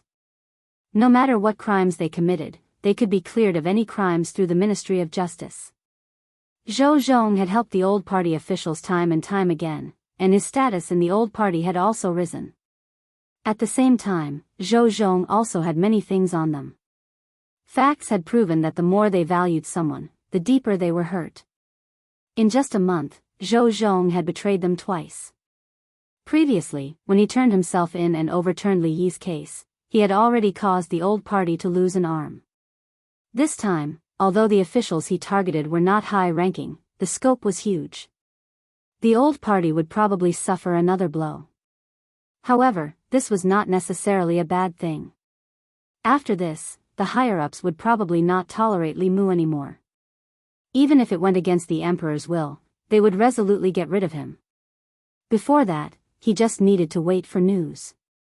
Gao Hong did not receive any news, but Zhang Chun did. Looking at the official seal of the Imperial Clan Temple, Gao Hong said in disbelief, "You stole His Highness's seal." "Bullshit." Zhang Chun glared at him and said, "Do I need to steal it? I just need to tell him that you, Gao Hong, are guilty." If he didn't seal it, he would be bending the law for favoritism and covering up for his accomplice. "I will have the Imperial Court impeach him, and he will confess everything." Gao Hong's lungs were about to explode. He gritted his teeth and said, "Coward." Zhang Chun waved his hand and said, "If you want to scold him, go to the Imperial Clan Temple and scold him in front of him." "Lord Gao, do you want to leave by yourself, or do we have to escort you?" Gao Hong snorted and said, "I'll leave by myself." He looked coldly at Zhang Chun and said, "Just you wait. Li Mu won't be able to jump around for long. When the time comes, the first one to die will be you." Zhang Chun glanced at him and said, "You might not be able to wait until that day." After having two people send Gao Hong to the Imperial Clan Temple, Zhang Chun waved his hand and said to the others, "Go to the next house." A moment later, at the Commandery Prince Mansion of Nanyang. The people of the Imperial Clan Temple knocked on the door for a long time, but no one answered. A low-ranking official helplessly retreated and said, "Lord, there's no one." Zhang Chun said indifferently, "Put on the explosive talisman." The two low-ranking officials stuck a few pieces of fulu on the door of the commandery prince mansion of Nanyang. Zhang Chun used his magic power to control the fulu from a distance, and a powerful wave of spiritual energy erupted from the pieces of paper. However, as soon as the wave of spiritual energy was produced, a wave of water appeared on the door of the commandery prince mansion of Nanyang. Wherever the wave of water passed, the waves of spiritual energy produced by the fulu were easily wiped out. A low-ranking official said, "The protective formation." He walked to Zhang Chun and said, "Lord, the protective formation here is too strong. We can't break it." Zhang Chun asked, "How did the imperial clan temples solve this kind of problem in the past?" The low-ranking official said, "We would send an official document to the Ministry of Personnel and ask them to send a high priest from the high priest department." Zhang Chun thought for a while and said, "Let's go back to the imperial clan temple first. I'll write an official document for you to send to the Ministry of Personnel." The low-ranking official looked at him and reminded, "Lord, you're the assistant minister of the Ministry of Personnel." Zhang Chun slapped his head and said, "How could I forget about this? Come, follow me to the Ministry of Personnel." Soon, there was no movement outside the commandery prince mansion of Nanyang. Outside the door, the commandery prince of Nanyang waved his sleeves and snorted, "You're courting death." Without this incident, perhaps the higher-ups would continue to tolerate Li Mu. After this incident, getting rid of Li Mu was a top priority. At the same time, in a deep house in the southern court, there was a sound of gnashing teeth. Li Mu can't be kept alive anymore. This person's threat is even greater than Li Yi's back then. We must get rid of Li Mu, but His Majesty. With His Majesty's protection, it's impossible to get rid of him through the imperial court. If we want to get rid of Li Mu, we must restrain His Majesty and use special means. I'll go to the 100 Rivers Academy and meet the Dean. I'll go to the Myriad Scrolls Academy. Chapter 381. The four major academies had always held a special position in the Great Zhou. Although they did not directly participate in the politics of the imperial court, the academy presidents could restrict the emperor in the name of righteousness. Back when the former emperor was still on the throne, it was because of his arbitrary actions that the Great Zhou was plagued with internal and external troubles. The atmosphere was foul, and the faith of the people fell to the lowest point in the past century. At that time, the four major academies worked together. First Seventh Realm powerhouses suppressed the imperial court in an unparalleled manner and completely took away the former emperor's authority. Now, the empress's special favor for Li Mu had repeatedly caused unrest in the imperial court. The four major academies had enough reasons to restrict the empress and stabilize the imperial court. If Li Mu had obediently been her favored official, it would have been fine. The old party would not take the risk of offending the empress and attack him just because she doted on him. However, his existence had already greatly damaged their vitality and strength. If this continued, even if the old party did not perish at the hands of the Zhou clan, they would perish at the hands of Li Mu. Li Mu must be eliminated. For this, they did not hesitate to force the emperor to abdicate. 100 Rivers Academy. A middle-aged man in luxurious clothes looked at Vice Academy President Chen and said, "I want to see the Academy President." Vice Academy President Chen asked, "The Academy President is currently in seclusion." "What is the matter, Your Highness King Ping?" King Ping said solemnly, "This is a matter of great importance. The Academy President must come out of seclusion." Vice Academy President Chen said, "What exactly is the matter? Can you tell me first?" King Ping said in a deep voice, "The favored official Li Mu has bewitched the emperor and caused chaos in the imperial court. His Majesty has been bewitched by him and indulged him in every possible way, allowing him to wreak havoc in the imperial court. If this continues, the consequences will be unimaginable. I would like to ask the Academy presidents to persuade His Majesty to punish the demonic official Li Mu and return peace to the imperial court." Vice Academy President Chen glanced at him and shook his head. However, what the Academy sees is not so. Li Mu is called Xingtian by the people of Fairy's capital and is extremely loved by the people. Outside, he single-handedly dealt a heavy blow to the 10 demonic sections. Internally, He overturned the case of the favored official who was wrongly killed more than 10 years ago and punished the lawless officials in the imperial court. Because of what he has done, the people's faith in the great Zhou has reached its peak in 50 years, far surpassing the time of the emperor. It is inevitable that His Majesty's favor. Although he is a favored official, Your Highness. King Ping opened his mouth and said, there is one thing that I hope Your Highness can understand. Vice Academy President Shen looked at King Ping and said slowly, the Academy is the Academy of the Great Zhou, not the Academy of the Shao clan. If the Emperor is muddle-headed, the Academy should work together to support him. This is our duty. If the Emperor is wise, the Academy should do its best to assist him. This is also our duty. Whether His Majesty is wise or muddle-headed, it is not up to you to decide. It is up to the people to decide, King Ping said, but the Imperial Court, Vice Academy President Shen said, without destruction, there can be no construction. A piece of good wood will not go bad just because a few worms have crawled on it. However, if they are allowed to gnaw on it, the good wood will eventually turn rotten one day. This is all I have to say. Take care of yourselves. With that, he put his hands behind his back and slowly left. King Ping stood where he was and his expression changed for a while. Finally, he revealed a helpless expression. After a while, he left the 100 Rivers Academy and returned to King Ping's residence. Several people who were waiting in the residence immediately came up to him and spoke. How was it? What did the dean say? Brother Wang, say something. King Ping looked at everyone and sighed. Let's drop this matter. Don't mention it again. Why? Could it be that the Academy doesn't agree? While everyone was asking, another figure walked in from outside. The Duke of Jianghu had just walked into the courtyard when he shook his head and said, I didn't see the dean. I don't think we can count on the Thousand Scrolls Academy. Among the 4 great academies, the White Deer Academy belonged to the Ministry of War and could never be counted on. As for the other 3 great academies, the 100 Rivers Academy and the Thousand Scrolls Academy supported the Shao clan. The Azure Cloud Academy stood on the side of the Zhou clan. If even the 100 Rivers Academy and the Thousand Scrolls Academy could not be won over, then there was no need to mention the Azure Cloud Academy. At least 3 deans were needed to persuade the Empress. Even if they managed to win over the Azure Cloud Academy, it would be useless. One of them looked at the Duke of Jianghu and asked, what did the Thousand Scrolls Academy say? The Duke of Jianghu shook his head and said, they said that the Academy is not a tool for us to fight for power. They only want to ensure the continuation of the Shao clan's royal family.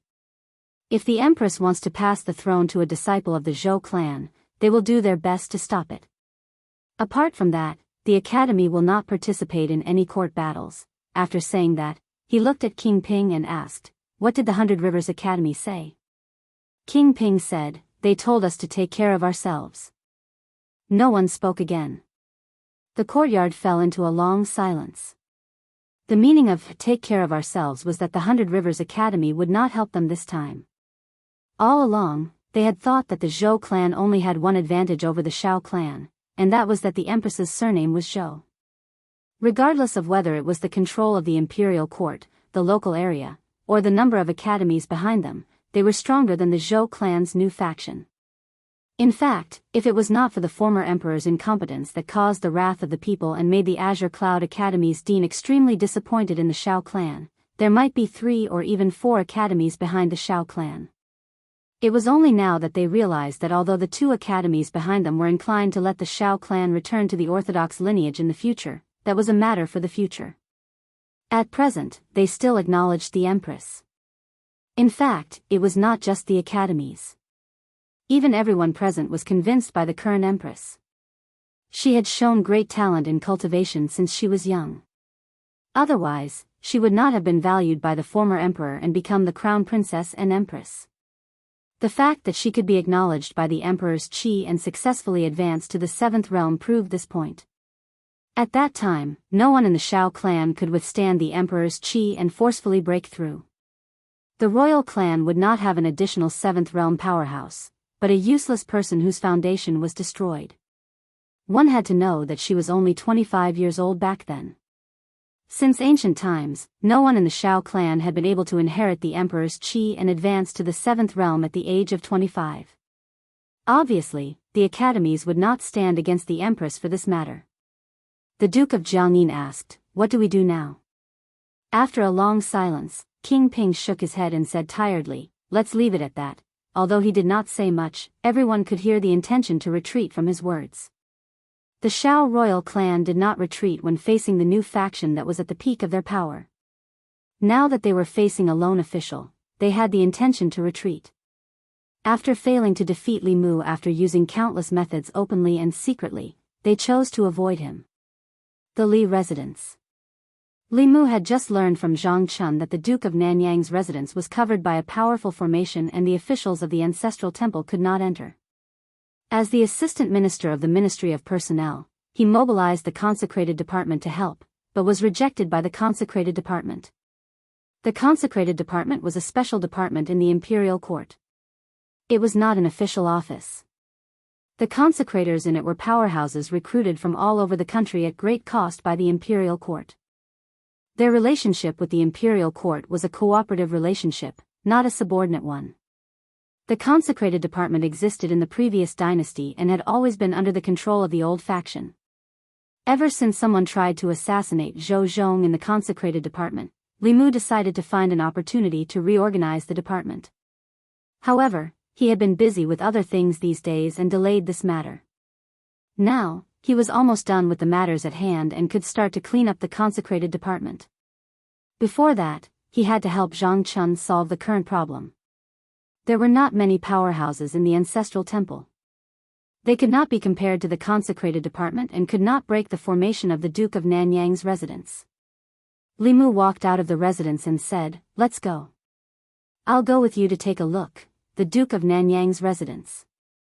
The Duke of Nanyang observed the situation outside the door through a mirror. Several officials of the ancestral temple stood there, but Zhang Chun had disappeared. This time, Li Mu suddenly went crazy and let Zhang Chun capture so many officials of the old faction. This really surprised the Duke of Nanyang. After the surprise, he was delighted. The reason why the higher-ups tolerated Li Mu was that although Li Mu had damaged the interests of the old faction, it was not to the extent that they would completely fall out with the Empress and get rid of Li Mu at all costs. Now it was time.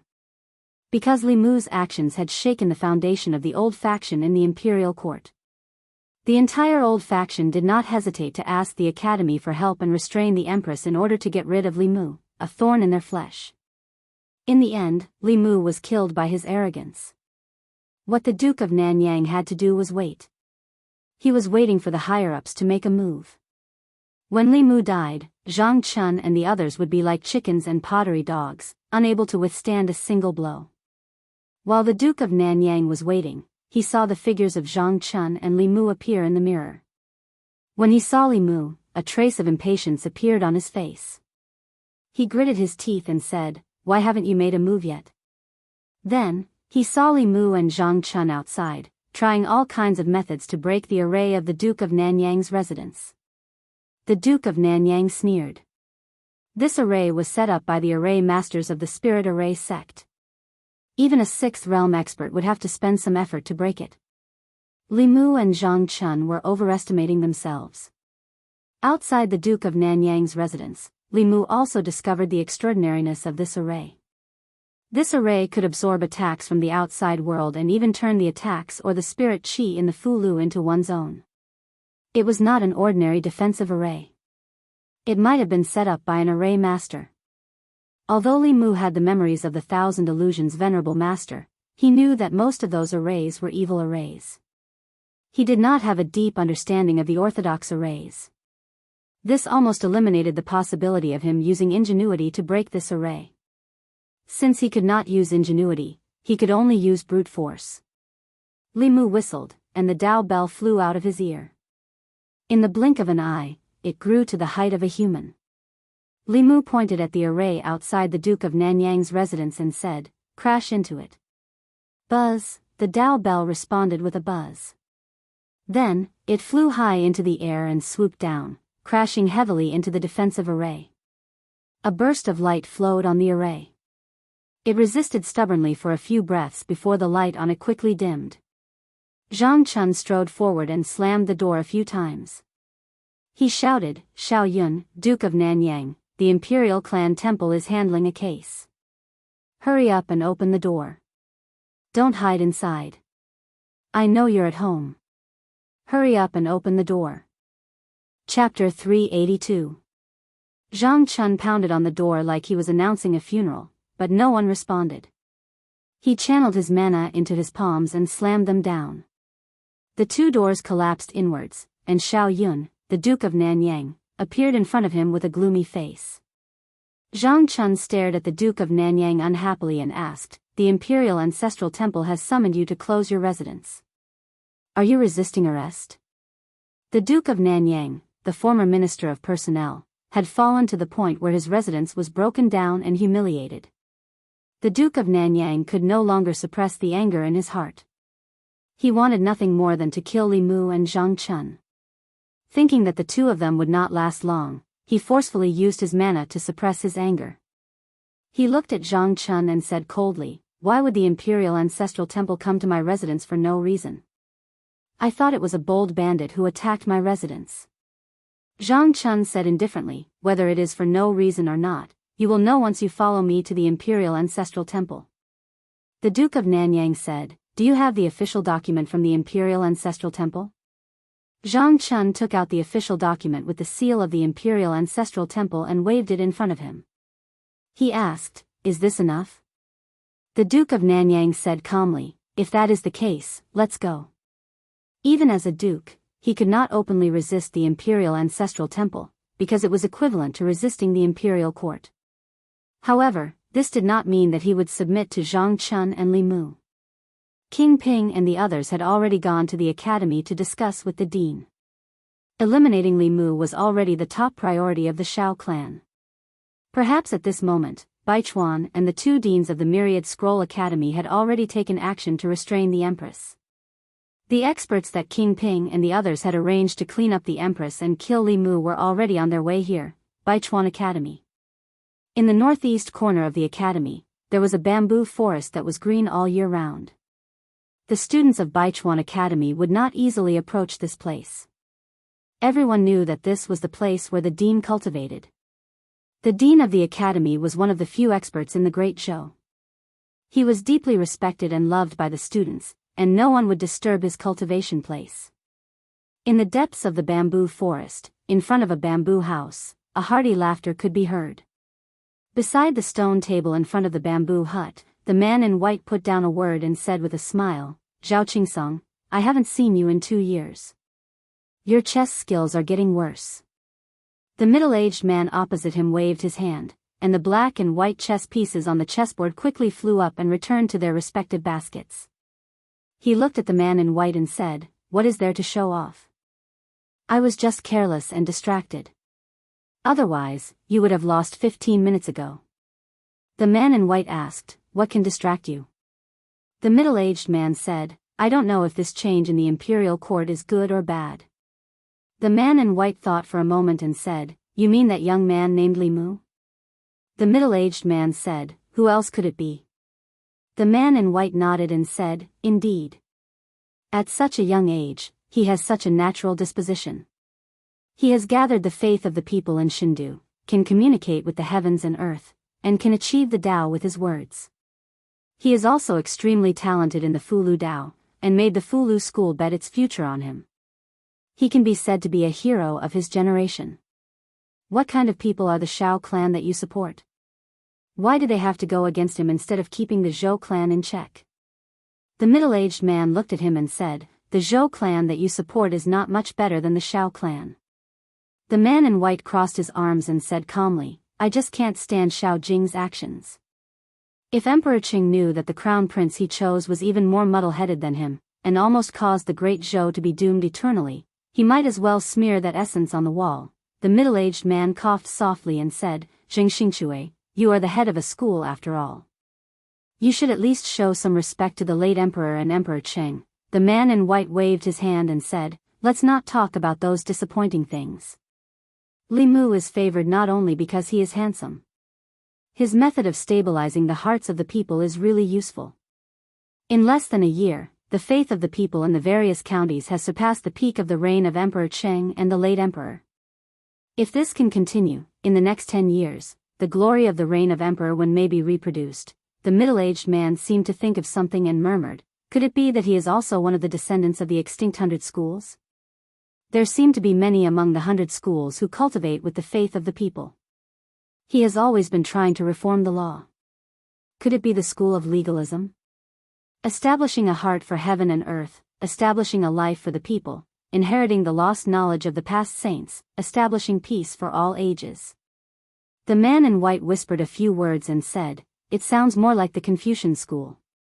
He has the ambition of ruling the world and is full of righteousness. It is very likely that he is a descendant of the Confucian school." The middle-aged man put down a chess piece and rubbed his chin. He said, "The Confucian school has always been active in the court and respected etiquette. However, his actions are bold and radical, seeking change. It is not like the Confucian school, but more like the school of legalism." The man in white put down another chess piece and said, "Whether it is the Confucian school or the school of legalism, those who can rule the country are righteous. Let him be, the Zongjing Temple." The prison of the Zongjing Temple, which had always been cold and cheerless, was especially lively today. More than 20 court officials were locked together, all frowning. Most of them had been brought from their homes by the people of the Zongjing Temple last night. Some of the officials had their doors blown up by Zhang Chun while they were eating dinner. Some of them had been pulled out of their beds while they were being intimate with their concubines. At first, everyone was panic-stricken, but after arriving at the Zongjing Temple and seeing so many familiar colleagues, they slowly calmed down. When they saw the former Assistant Minister of Personnel Gao Hong and the Duke of Nanyang being arrested, they were even more reassured. Of the two of them, one was a relative of the imperial family and the other was a member of the imperial clan.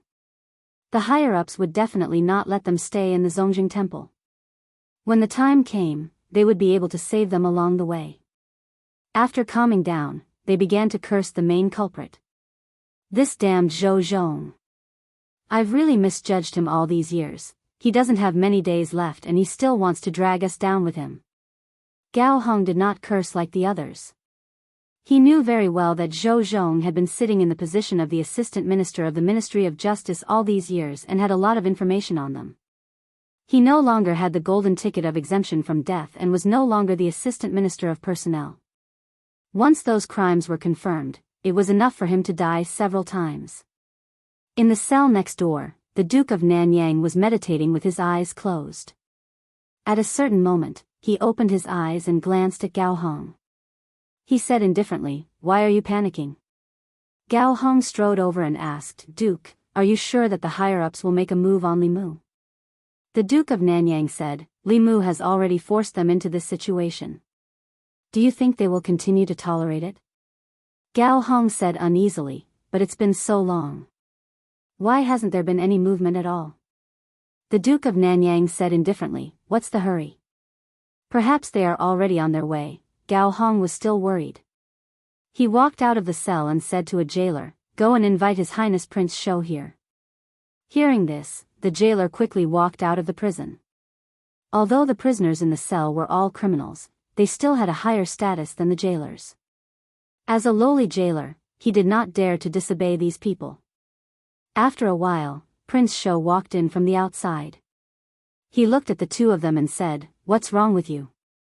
Why are you caught again?" Gao Hong said, "Isn't it because Zhang Chun took the official document with your highness's seal?" Prince Shou frowned and said, "Why? Are you blaming me? Zhang Chun threatened me. If I didn't do it, I would be bending the law. He even said that he would impeach me in the Golden Palace. What can I do? All of you didn't clean up after what you did and now blame me. Are you still human?" Gao Hong quickly said, "That's not what I meant." Prince Shou said angrily, "Then what do you mean?" The Duke of Nanyang finally opened his mouth and said, "Now is not the time to talk about this. We want to ask your highness Prince Shou to go out of the palace and ask about the situation. Why haven't they made a move on Li Mu?" Prince Shou glanced at them and said, "Wait here. I'll go and ask." Half an hour later, in the southern court, Prince Ping's residence. Prince Shou sipped his tea and looked at Prince Ping. He asked, "What about the Duke of Nanyang, Gao Hong and the rest? Should I let them go?" Prince Ping stretched out his hand and said, "No." Prince Shou was stunned and asked, "Then what should I do?" Prince Ping took a deep breath and said, "According to the law, those who should be demoted will be demoted and those who should be killed will be killed." Prince Shou spat out his tea and wiped his mouth with his sleeve. He asked, "Then what about the Duke of Nanyang?" Prince Ping shook his head and said, "Without the death exemption token, he can't be saved." Prince Shou was stunned and said, "Aren't you going to join forces with the academy to make a move on Limu?" Prince Ping said, "Limu is not our enemy. The Zhou family is. There's no need to take the risk." Prince Shou said, "But that's not right. If Limu makes a move, Xiao Yun will die." Prince Ping leaned on the chair and slowly let out a sigh of relief. He said, "He asked for it. 36 dukes. Even if one is gone, there are still 35, smack." Prince Shou stood up abruptly and pointed at Prince Ping. He said angrily, "How can you do this? Do you have any humanity left? Those are our beloved friends." Prince Ping also stood up and said coldly, "What do you know? We're looking at the big picture." Prince Shou stared at him for a long time and finally sat back down. He leaned weakly on the chair and said, "The blood flowing in his body is the same as ours." Prince Ping said, "It's because the blood flowing in his body is the blood of the Xiao family. When necessary, he should sacrifice himself for the Xiao family, ancestral temple." After 2 hours, Prince Shou reappeared in the heavenly prison. Gao Hong and the Duke of Nanyang were already anxious from waiting. The Duke of Nanyang was still able to maintain his calm while Gao Hong grabbed the bars of the cell and looked in a certain direction. When he finally saw the chubby figure of Prince Shou, he asked anxiously without waiting for Prince Shou to come closer, "Your Highness, how is it?" Prince Shou patted his shoulder and said, "Don't worry, it's fine." Gao Hong let out a long sigh of relief. Then, excitement appeared on his face as he asked, "When will Limu die?" Prince Shou let out a sigh of relief and said, "When I save you." Gao Hong finally relaxed and sat down slowly. He leaned against the wall and said, "I can't wait any longer." Prince Shou was silent for a moment. Suddenly, he looked at the two of them and said, "Are you hungry? What do you want to eat? I'll get someone to send it in." Chapter 383. The officials who were locked up in the Zongjing Temple lived a life of luxury at home. Naturally, they weren't used to the food of the Zongjing Temple. As the head of the Zongjing Temple, Prince Shou took this into consideration and sent them food from the restaurant outside the palace. In the prison, the officials were eating heartily. "This pork shoulder is from the Wafting Fragrance restaurant. It's definitely from the Wafting Fragrance restaurant. The smell of the wine can't be wrong. The food of the Zongjing Temple is really hard to swallow. The Wafting Fragrance restaurant is the best. Thank you, Your Highness." Prince Shou. Other than having their freedom restricted, the 20 officials didn't suffer much in the Zongjing Temple. Prince Shou arranged a single cell for each of them and changed the bed sheets. In order to protect their privacy, he even had people separate the cells with curtains. 3 meals a day, breakfast, lunch, and dinner. 2 hours in advance, the prison guards would send the menus from the various restaurants in the divine capital. Each of them could order 4 dishes, 1 soup, and a pot of wine. If they were hungry in the middle of the night, they could even order supper. For this, Prince Shou specially invited the chefs of the Wafting Fragrance restaurant to the Zongjing Temple to be on standby. Even if these officials had more needs in the middle of the night, the chefs would have to crawl out of bed to satisfy them. In terms of food, the food these officials usually ate at home wasn't as good as the food in the Zongjing Temple. Not only that, Prince Shou even considered their physical needs and used his sedan to secretly bring the girls from the brothels outside the palace into the Zongjing Temple to comfort these officials at night. This made the officials in the prison change their impression of Prince Shou. Other than his stupidity and cowardice, Prince Shou still had his shining points. Despite the risk of being impeached by the censor, he still took care of these criminal officials meticulously. This wasn't something that anyone could do. It was really good to have one of their own in the Zongjing Temple. In the courtyard of the Zongjing Temple, Zhang Chun watched as the prison guard sent the food made by the wafting fragrance restaurant's chefs into the prison. He looked at Prince Shou and said slowly, "Your Highness, isn't this a little too much?" "Too much?" King Shou glanced at him and said, "How is this going overboard?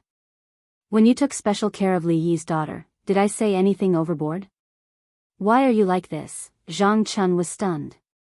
"I just covered her cell with a curtain and changed her bed."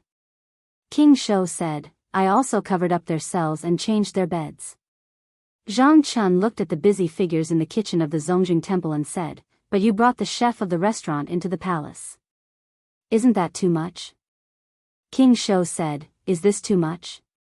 This is not too much at all. Let me tell you what is too much. Li Mu used His Majesty's imperial kitchen to cook for other women. This is what is too much." Zhang Chun was stunned and said, "But you can't let them drink. The imperial ancestral temple strictly forbids prisoners from drinking." After that, he waved his hand and said, "Let's not talk about the wine you gave to those guilty officials. You even found women for them. What do you think the Zongjing Temple is? A restaurant or a brothel?" King Shou glanced at him and said, "Ordinary prisoners have to eat a full meal before they are executed. Are you in charge of the Zongjing Temple or am I?" Zhang Chun said angrily, "You." Then, he seemed to realize something and looked at King Shou in shock. King Shou sighed and shook his head. Zhang Chun silently shut his mouth. After thinking for a while, he said, "Even if you want to find women from the brothel, Your Highness' taste is too unique. You don't let them enjoy, but let them suffer. I know of a brothel in Luoyang. The women there are very beautiful." King Shou said indignantly, "What's wrong with my taste? They are fat and chubby. Aren't they good?" In the prison, two officials had just finished their sweet and sour fish. As they picked their teeth with the fish bones, they complained, "Everything about His Highness King Shou is good, but I really can't agree with him when it comes to women. I can't even bear to touch the women he finds." King Shou walked in and said, "If you're not satisfied, I'll give you a beautiful one tonight." The official smiled and said, "Thank you, Your Highness." King Shou walked to the innermost cell and asked Commandery Prince Nanyang, "Are you used to it?" Commandery Prince Nanyang said, "Not really, but thank you for taking care of me." At first, Commandery Prince Nanyang looked down on King Shou. Although King Shou was one of the 7 one-word princes and his status was much higher than his, everyone in Luoyang knew about King Shou's cowardice and incompetence. Now, although his evaluation of King Shou's cowardice and incompetence did not change, he did not hate him as much.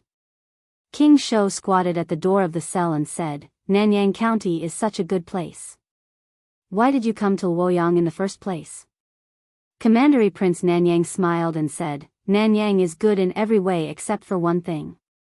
It's not Luoyang." King Shou murmured, "Luoyang, what's so good about Luoyang?" Commandery Prince Nanyang said, "Power, wealth, women, cultivation resources. Luoyang has everything you want. It's thousands of times better than Nanyang County." King Shou sighed and said, "Although Luoyang is good, it's also dirty." Commandery Prince Nanyang did not hear what King Shou said clearly and asked, "Brother, when will you let us out?" King Shou said, "You know what you've done. If I let you go just like that, I won't be able to answer to the people and the imperial court. Instead, the new party will have something to use against you. Therefore, we still have to put on a show."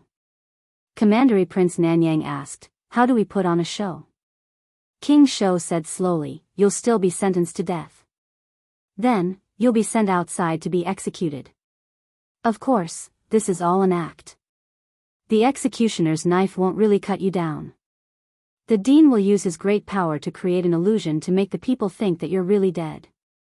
After that, you'll have to appear in Luoyang with a new identity." Commandery Prince Nanyang frowned and said, "So troublesome?" King Shou said helplessly, "Do you think what you've done is a small matter? According to the crimes that Zhou Zhong has confessed, each and every one of you will be beheaded. This is the only way to save your lives. From today onwards, Commandery Prince Nanyang is dead. You'll have a new identity. At that time, we'll find a way to let you enter the imperial court again. After that, you'll get back everything you've lost." Commandery Prince Nanyang had a thoughtful expression as he carefully considered King Shou's words. Indeed, since Li Yi's case was overturned, Commandery Prince Xiao Yun was no different from a dead man in the Great Zhou. His official position was revoked and he would never be employed by the imperial court again. Instead of using the useless identity of Commandery Prince Nanyang, he might as well change his appearance and start a new life. If King Shou really let him go so easily, Commandery Prince Nanyang would be suspicious. Li Mu and the Zhou clan were watching. If he let them go, King Shou wouldn't be able to bear the consequences. However, his plan was so meticulous that it wasn't possible for him to be deceived. It was most likely a decision made by the higher-ups. At this moment, King Shou continued, "I need all of you to act out this scene. Don't mess it up. Otherwise, all your previous efforts will be wasted and no one will be able to save you." Commandery Prince Nanyang no longer had any doubts. He nodded and said, "I understand." King Shou patted him on the shoulder and said, "Remember, even if a knife is placed on your neck, you must remain calm. This is because the executioners this time are all our people. Oh right, remember to tell the others. Otherwise, if they mess it up, everyone will be implicated and Li Mu won't be able to get rid of them." Commandery Prince Nanyang said, "Don't worry. If anyone dares to mess it up, I'll take their life." In the court of the Zongjing Temple, Zhang Chun looked at the few guilty officials kneeling before him. He picked up a document and read it aloud. Minister Councillor Ai Tong of the Ministry of Revenue. During his reign, he coveted a huge amount of tax from the national treasury. According to the law of the Great Zhou, he is sentenced to death by beheading. Minister Wu Xing of Guanglu Temple. According to the law of the Great Zhou, he is sentenced to death by beheading. Wei Chong, Wang Ning, and Zhuo Xian. As officials of the Great Zhou, they participated in the trafficking of women and children and acted as a shield for evil forces. They are sentenced to death by beheading. Minister Chen Guang. They are sentenced to death by beheading. When Zhang Chun announced the sentence, there was no fear on the faces of the officials in the court. Some of them even looked at each other and laughed. It wasn't that they weren't afraid of death. It was just that King Shou had already made it clear to them that this was just an act. When the time came, not only would they not die, but they would also usher in a more glorious life with a new identity. The death penalty documents of these officials had already been reviewed multiple times. After Zhang Chun announced the sentence in the court, more than 20 people were escorted to the execution ground. King Shou stood outside the Zongjing Temple and nodded at all the guilty officials who walked out of the temple. After receiving that hint from King Shou, everyone felt more at ease. They rushed to the execution ground without any fear, looking quite resolute. On the execution ground, screens surrounded the execution ground. The people below the execution ground couldn't see the specific situation on the execution ground. This time, those who were to be executed were all officials of the imperial court. There were even relatives of the emperor. The scene of their execution couldn't be seen by the people. Li Mu held Li Qing's hand and stood in the crowd. The main culprits and accomplices who framed her father back then were almost all here. Li Mu promised her that all the culprits of the case back then would receive the punishment they deserved. Behind the screens, more than 20 people knelt there. There was still no fear on their faces. Some of them even looked back at the executioner with a smile. Even though the executioner was used to big scenes, he still felt goosebumps from the strange gazes of these people who were about to die. Zhang Chun sat at the executioner's seat. He looked up at the sky, grabbed a bunch of sticks, and threw them out. He said, "The time is up. Start the execution." The executioner's knife was raised high and quickly brought down. Looking at the heads rolling next to him, one of the officials sighed in his heart. A 7th realm cultivator was indeed a 7th realm cultivator. This kind of realistic illusion almost fooled him, let alone the people. There were also a few people whose expressions changed when they noticed the blood of the people next to them splattering on them. However, the executioner behind them didn't give them time to think. With a slash of the knife, the heads were separated from the bodies and their souls scattered.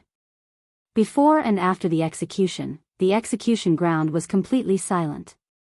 In the past, before the execution, the prisoners would cry and howl. This was probably the quietest execution that the people of the fairies' capital had ever seen. King Shou stood outside the execution ground and sighed deeply. He muttered, "In your next life, be a good person." Chapter 384. The execution was very strange. Even the people outside the execution ground could tell that something was wrong. They had seen executions in the past. It was normal for the prisoners to cry and scream before they died. There were also many who yelled and cursed. However, this time, there were no cries and no cursing. The execution platform surrounded by screens was silent. More than 20 people were calmly going to their deaths. It was so quiet that it was eerie.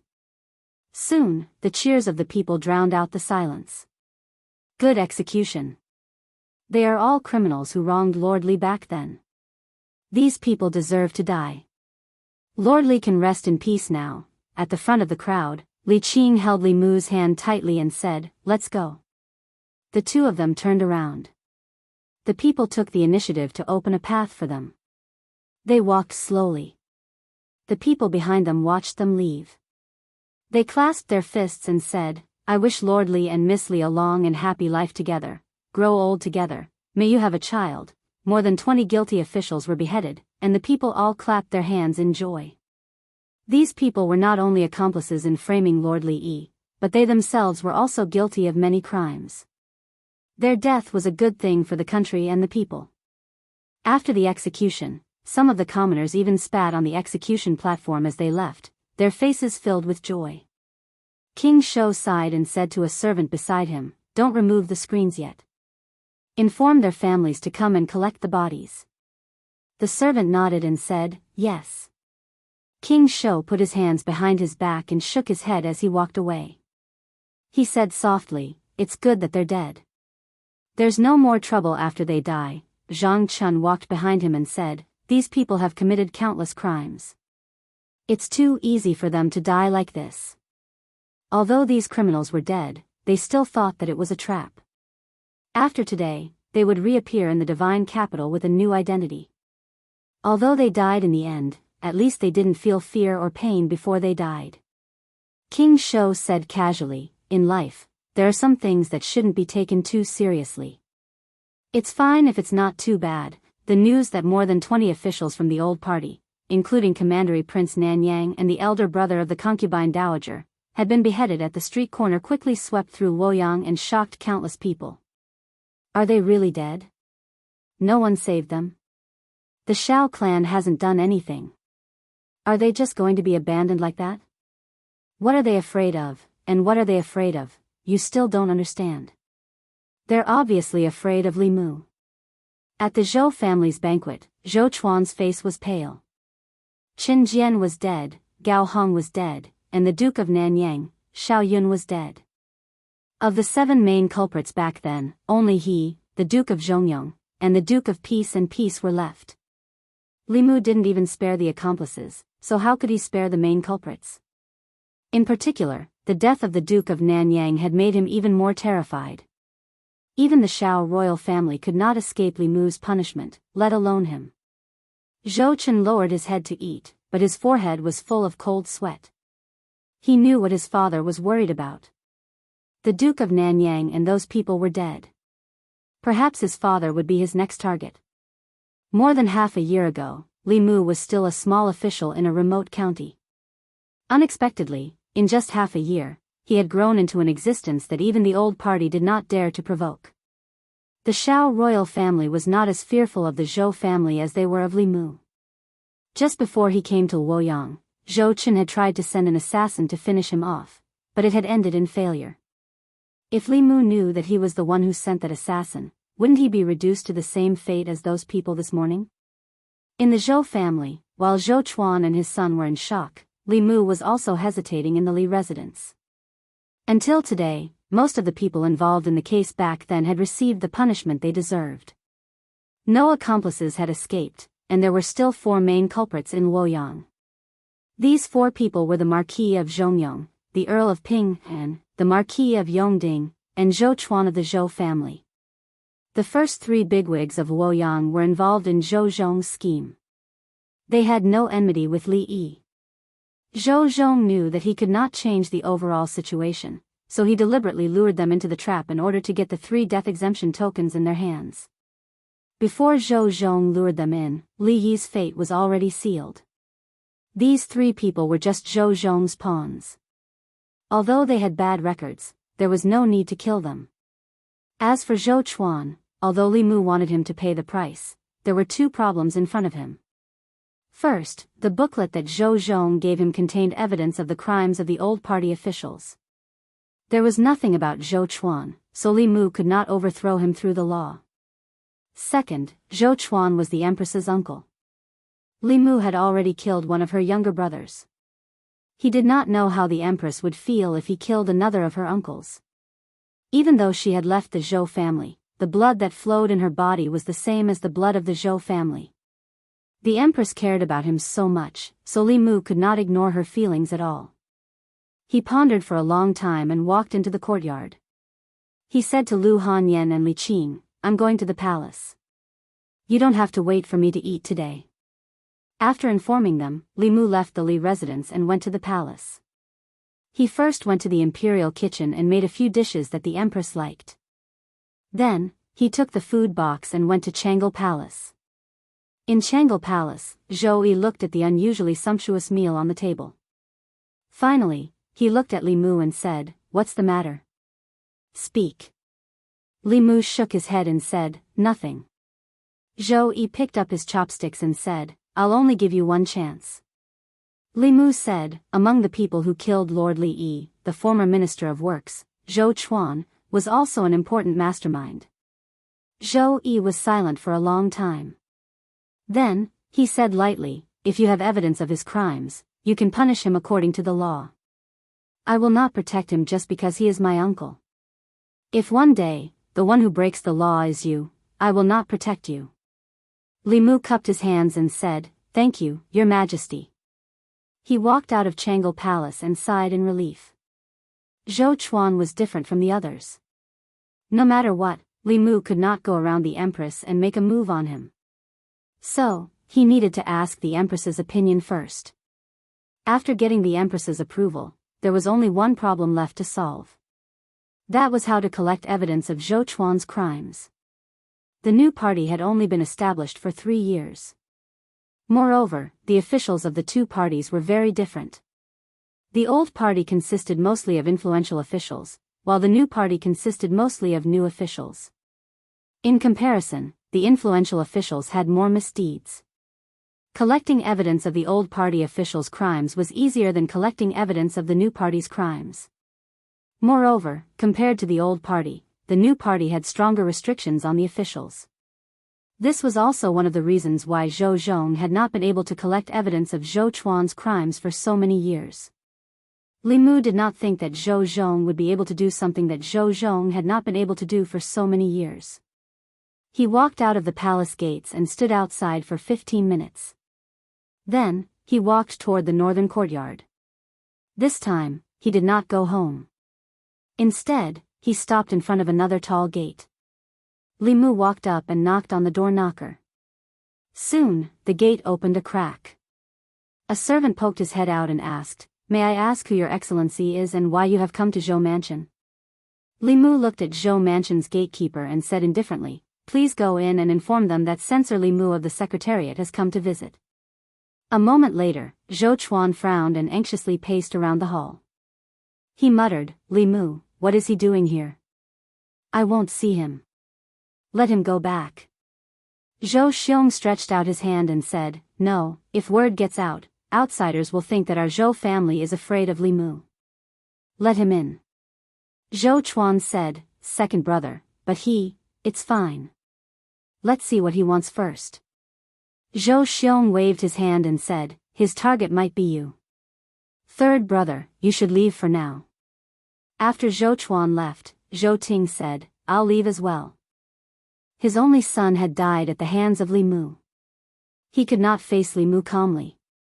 A moment later, under the guidance of a servant, Li Mu passed through 2 doors, walked through several corridors, and arrived at a hall. Zhou Xiong was the only one in the hall. Li Mu walked into the hall. Zhou Xiong said indifferently, Lord Li, please take a seat. There's no need for that, Li Mu shook his head and said, I'm here today to tell you one thing. Zhou Xiong picked up his teacup and asked, what is it? Li Mu said, Zhou Chuan of the Zhou family was one of the main culprits who framed my father-in-law. Zhou Xiong said in a deep voice, that case is over. Li Mu said, that's what Duke Nanyang and Gao Hong thought too. Duke Nanyang and Gao Hong had just been executed. This was a blatant threat. Zhou Xiong slammed his teacup on the table and said loudly, Li Mu, what are you trying to say? Li Mu said indifferently, let Zhou Chuan ask to be exiled and this matter will end here. Zhou Xiong was stunned for a moment before he became furious. He stood up and gritted his teeth, you're dreaming. Li Mu shook his head and said, if it weren't for His Majesty, I would do it myself. At that time, it won't be as simple as being exiled. Don't force me. Zhou Xiong wanted to throw his teacup at Li Mu's face. He came to the Zhou family and asked the Zhou family to ask to be exiled. Who was the one forcing who? Zhou Xiong said angrily, what right do you have to say that? Li Mu looked at him and said, when I was in the northern county, I was assassinated. Don't think that I don't know that the mastermind behind the assassination was Zhou Chuan's son, Zhou Chen. Crash. Zhou Chen, who was eavesdropping in the back hall, was shocked when he heard Li Mu's words. He couldn't help but take a few steps back and knocked over a chair. He picked up the chair with a pale face and his body trembled slightly. In the front hall, Zhou Xiong said flatly, you're slandering me. Li Mu smiled and said, whether it's slander or not, you'll know when you get to the Imperial Clan Temple. I still have a lot of evidence of your Zhou family's crimes. At that time, it won't just be Zhou Chen's case. Zhou Chuan, Zhou Ting, and the other officials of your new party won't be able to escape.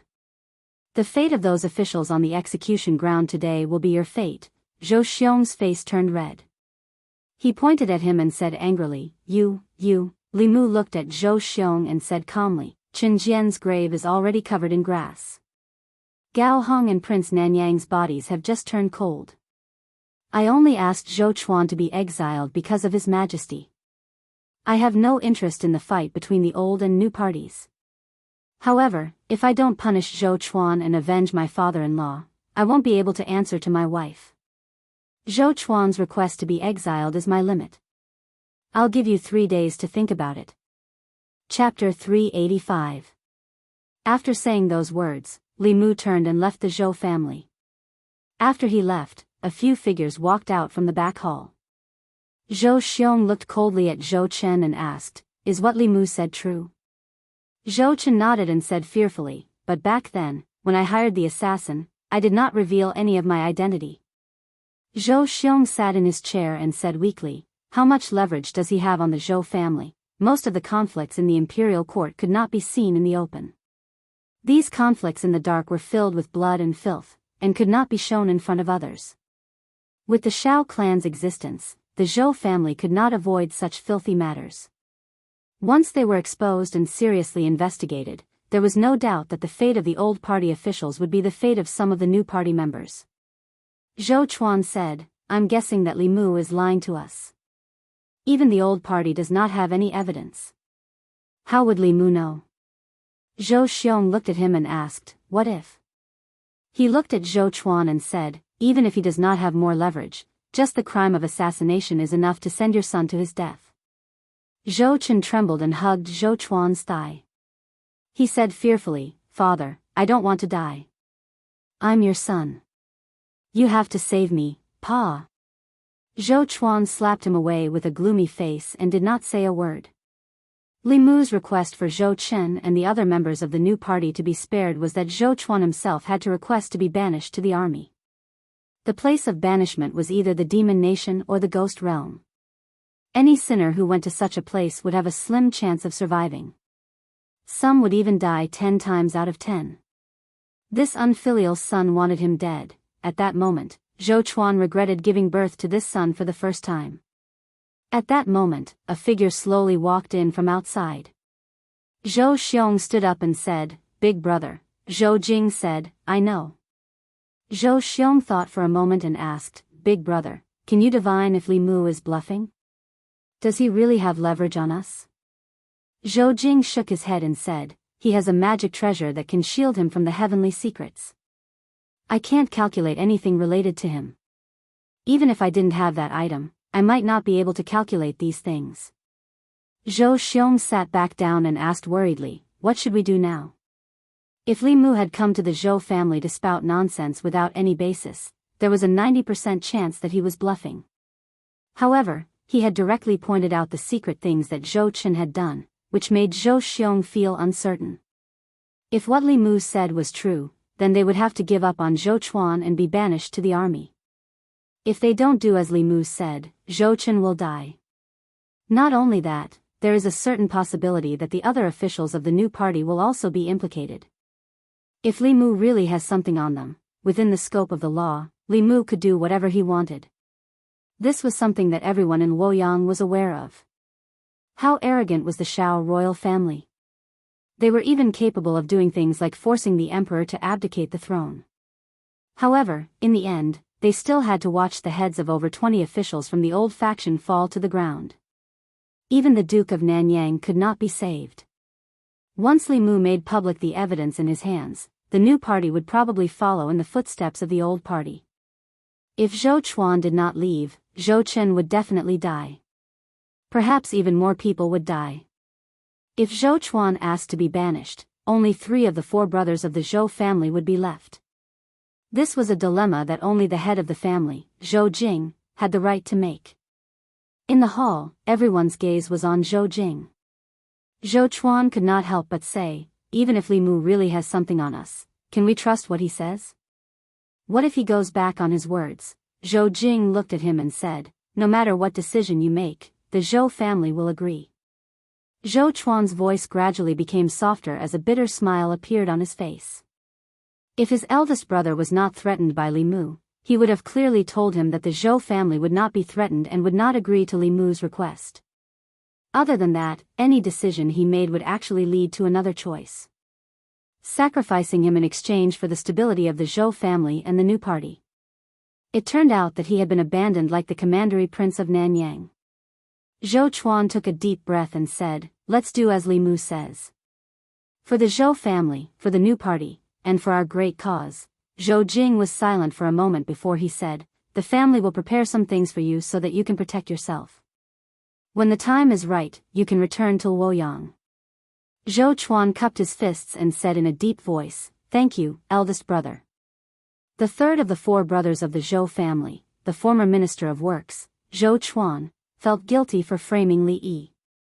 Although he had been pardoned by the death exemption medallion, he still asked to be sent to prison and left Luoyang. This became another eye-catching event after the execution of the commandery prince of Nanyang and the others. Back when they framed Li Yi, they were all sentenced to death. Later, they were all pardoned by the death exemption medallion. The common people thought that this would be the end. They did not expect that it was only the beginning. After the commandery prince of Nanyang, Xiao Yun, and old concubine Gao's elder brother, Gao Hong, were pardoned by the death exemption medallion, they were sent to the execution ground for other crimes. In the end, they could not escape death. Although Zhou Chuan did not die, the crime of being sent to prison was not much different from delaying the execution of the death penalty. It was just that he would die a little later. At this point, all the main culprits and accomplices in Li Yi's case had paid the price with their lives. The other 3 fish that escaped the net, the Marquis of Zhongyong, the Earl of Pinghan, and the Marquis of Yongding, disappeared from Luoyang overnight after hearing and witnessing these things. Someone saw them leave Luoyang with their family the night before the execution of the commandery prince of Nanyang. Li residence. After Li Mu heard these things, he heaved a long sigh of relief. He pulled Li Qing into his arms and whispered in her ear, it's all over. Li Qing was silent. Not long after, a wet mark appeared on Li Mu's chest. After 14 years, the injustice of the Li residence was finally redressed. Those people who had inflicted suffering on them back then had finally received their overdue judgment 14 years later. Li Qing could only completely let go of certain things that she had been carrying in her heart at this moment. Li Mu hugged her. After a while, when he lowered his head, he realized that Li Qing had fallen asleep in his arms. He carefully carried her back to her room and placed her on the bed. He kissed her forehead gently and left the room. Zhou Chuan had volunteered to be banished. Li Mu had no intention of continuing to fight the Zhou family to the death. Firstly, he did not have anything on the Zhou family. He could trick them once, but he might not be able to trick them a second time. Secondly, 2 of the 4 brothers of the Zhou family had already died at the hands of Li Mu. Zhou Chu had even died at his hands. If he continued to be aggressive, he might be driven into a corner. Most importantly, he had to consider the Empress. After all, that was the family that had raised her. Even if this family had betrayed her and made her watch helplessly as the Zhou family was destroyed at the hands of Li Mu, it was still a form of torture for her. He had used less than a year to go from a nameless minor official to a person that both the new and old parties feared. In less than a year, too many changes had happened in Luoyang. As Li Mu walked on the streets, he no longer saw numb faces. The people's backs were straight, their eyes were bright, and they smiled from the bottom of their hearts. All of this showed that the Luoyang of today was no longer the Luoyang of the past. An old woman with a walking stick was walking on the street. She accidentally fell.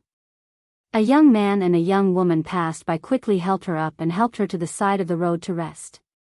The old woman rested for a while, then leaned on her walking stick and slowly walked on the street. When she reached the corner of the street, she saw a beggar in ragged clothes. She thought for a moment, then took out a few copper coins from her sleeve and threw them into the beggar's bowl. The beggar kowtowed in gratitude. He took 2 copper coins and bought a bun from a bun shop by the street. He saw the shop assistant from the shop next door struggling to carry a box onto the carriage. He held the bun in his mouth and went forward to help carry the box onto the carriage. The shop assistant took a deep breath. Just as he was about to thank the beggar, he realized that there was no one behind the box. At this moment, a man in green walked over and asked, "Brother, may I ask where Restaurant Rui is?" The shop assistant smiled and said, "I happen to have something to do near Restaurant Rui. Follow me." The man thanked him and followed the shop assistant to Restaurant Rui. He happened to see a young man and a young woman's kite hanging on a tree. The 2 of them stood under the tree and waited. The man leaped up and easily plucked the kite. He smiled and handed it to the young man and the young woman. He said, "Go over there and fly it in an empty place." Li Mu was greeted by the people along the way. He could clearly feel the changes in Luoyang half a year ago. Li Mu was not the only one who could feel the changes. The people of Luoyang could feel it too. In the past, there was no good or evil in Luoyang. There was no right or wrong. It was chaotic and dark. Until half a year ago, a ray of light shone through the darkness. From then on, good and evil were separated in Luoyang. The officials and nobles who broke the law were punished the same as the common people. Be it the hedonistic sons of rich parents, the students of the academy, the important officials in the court, the nobles of Luoyang, or even the descendants of the royal family, they could no longer trample on the law and oppress the common people. This ray of light allowed the common people to walk out from the darkness and into the sunlight. Looking at the figure walking slowly on the street, countless people had reverence in their eyes. That was the light in all of their hearts. Chapter 386. Walking on the streets of Chengdu, Li Mu found that he seemed to be more and more fond of the human world. Especially after witnessing the changes in the people in the past half a year, the achievements and joy he got from it were far from what he got from cultivation. In this state of mind, his heart was empty. Even without the clear heart technique, he could still maintain absolute peace in his heart. Somehow, he even had a kind of enlightenment. Establishing a heart for the heavens and earth, establishing a life for the people. As long as he could practice these 2 words with himself, one day, he could rely on the hundreds of millions of people in the Great Zhou to advance to the upper realm. Now, he didn't have to do anything deliberately and could continue to absorb psychic power from the people. He was like a walking temple. He walked slowly on the street. What he saw and what he heard was the ecology of Chengdu, only a duck-like voice was mixed in it, which seemed a little out of place. Fortune-telling, fortune-telling, infertility treatment, ensuring the birth of a fat baby. You're not allowed to be free, you're not allowed to be free. This voice was a little familiar. Li Mu looked in the direction of the voice and saw a sloppy Taoist priest squatting at a corner of the street. In front of him was a Bagua diagram, and beside him was a flag with the words, Divine Strategy, written on it. The Taoist priest's spiritual sense was very sharp. The moment Li Mu looked over, the Taoist priest raised his head and looked at him. When he saw Li Mu, the Taoist priest was stunned for a moment. Then, he jumped up from the ground and said in amazement, "Why is it you again?" Li Mu walked over, smiled at him, and said, "Senior, we meet again." The Taoist priest scratched his head and said, "Why do I always run into you wherever I go?" That's not right." As he spoke, his tone suddenly changed. He grabbed Li Mu's wrist and said in shock, You have a good fortune." Li Mu said, "In the past few months, I encountered some opportunities." The old man let go of his hand and muttered, "Bullshit opportunity. Why can't I encounter such an opportunity?" Thinking back to more than a year ago, when he first met the young man in front of him, he was just a mortal who had lost his 7 souls and didn't have long to live. When he saw him for the second time, he was already in the omnipotent realm. Only half a year had passed, and when he saw him again, he was already in the creation realm. This made the scruffy Taoist priest doubt his life. At this rate, in another year or so, wouldn't he be inferior to him?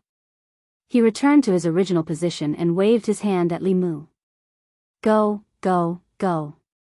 Let this old man be alone." Li Mu glanced at him and then turned to leave. When he met an old friend, he only went up to greet him out of politeness. To Li Mu a year ago, peak 6th realm cultivators were unreachable. But now, he was in close contact with 7th realm cultivators every day. In his eyes, 6th realm cultivators were just so. It wasn't until Li Mu's figure disappeared that the scruffy Taoist priest raised his head and looked in the direction he left. His heart was bitter and indescribable. He muttered, "Thief. God, this is not fair, not fair." Li Mu quickly forgot about the scruffy Taoist priest. Although he had avenged Li Qing, there were still some leftover problems.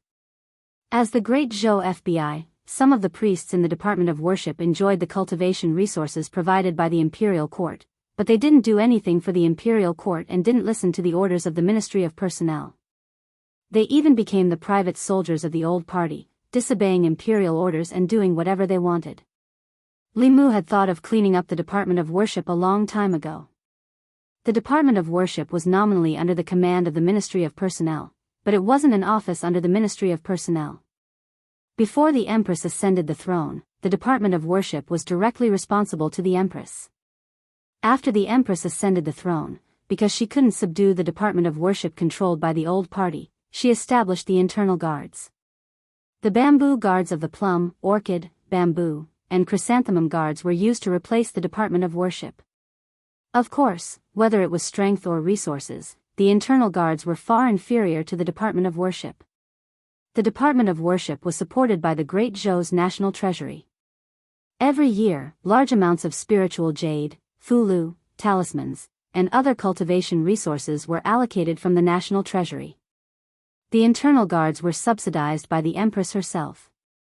The highest cultivation of the internal guards was only 5th realm. In the Department of Worship, there were 2 great priests who were both 6th realm cultivators. There were also dozens of 5th realm priests. In Chang'e Palace, when he was eating with the Empress, Li Mu told her about cleaning up the Department of Worship, but the Empress was a little absent-minded. Zhou Yi didn't answer Li Mu's question. Instead, she asked, "Tell me, what's so good about being the Empress? Why can they disregard other people's lives and even their own for this position?" Zhou Chuan had already been sent away from the Immortals' capital today. Li Mu wasn't surprised that the Empress would feel this way. To the Empress, there was indeed nothing good about being the Empress. She wasn't keen on power, nor was she greedy for beauty. She didn't have anyone in her harem, and she didn't want to review memorials. To her, this position was a prison. But to others, controlling the life and death of hundreds of millions of people and becoming the ruler of the most powerful country in Zhou province was already a fatal temptation. Moreover, after becoming the empress, she could legitimately replenish her harem. If Li Mu was the empress, he could legitimately make Lu Hanyan empress and Li Qing noble consort. Wan Wan and Xiao Bai would be fair consort and virtuous consort. No one would have to be jealous of anyone. It was only natural for the empress to take in concubines.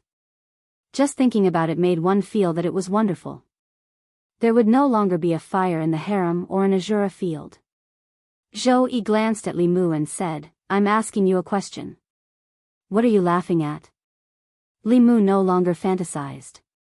He withdrew his smile and said, "Your Majesty, not everyone is like your Majesty who doesn't like power. To them, becoming the emperor above hundreds of millions of people is a fatal attraction." Zhou Yi asked, "You too?" Li Mu shook his head and said, "This isn't my dream." Zhou Yi continued to ask, "Then what is your dream?" Li Mu thought for a moment and said, "This subject's dream is to take my wives to travel all over the 10 continents and 3 islands, see all kinds of sceneries, and finally find a quiet and secluded place.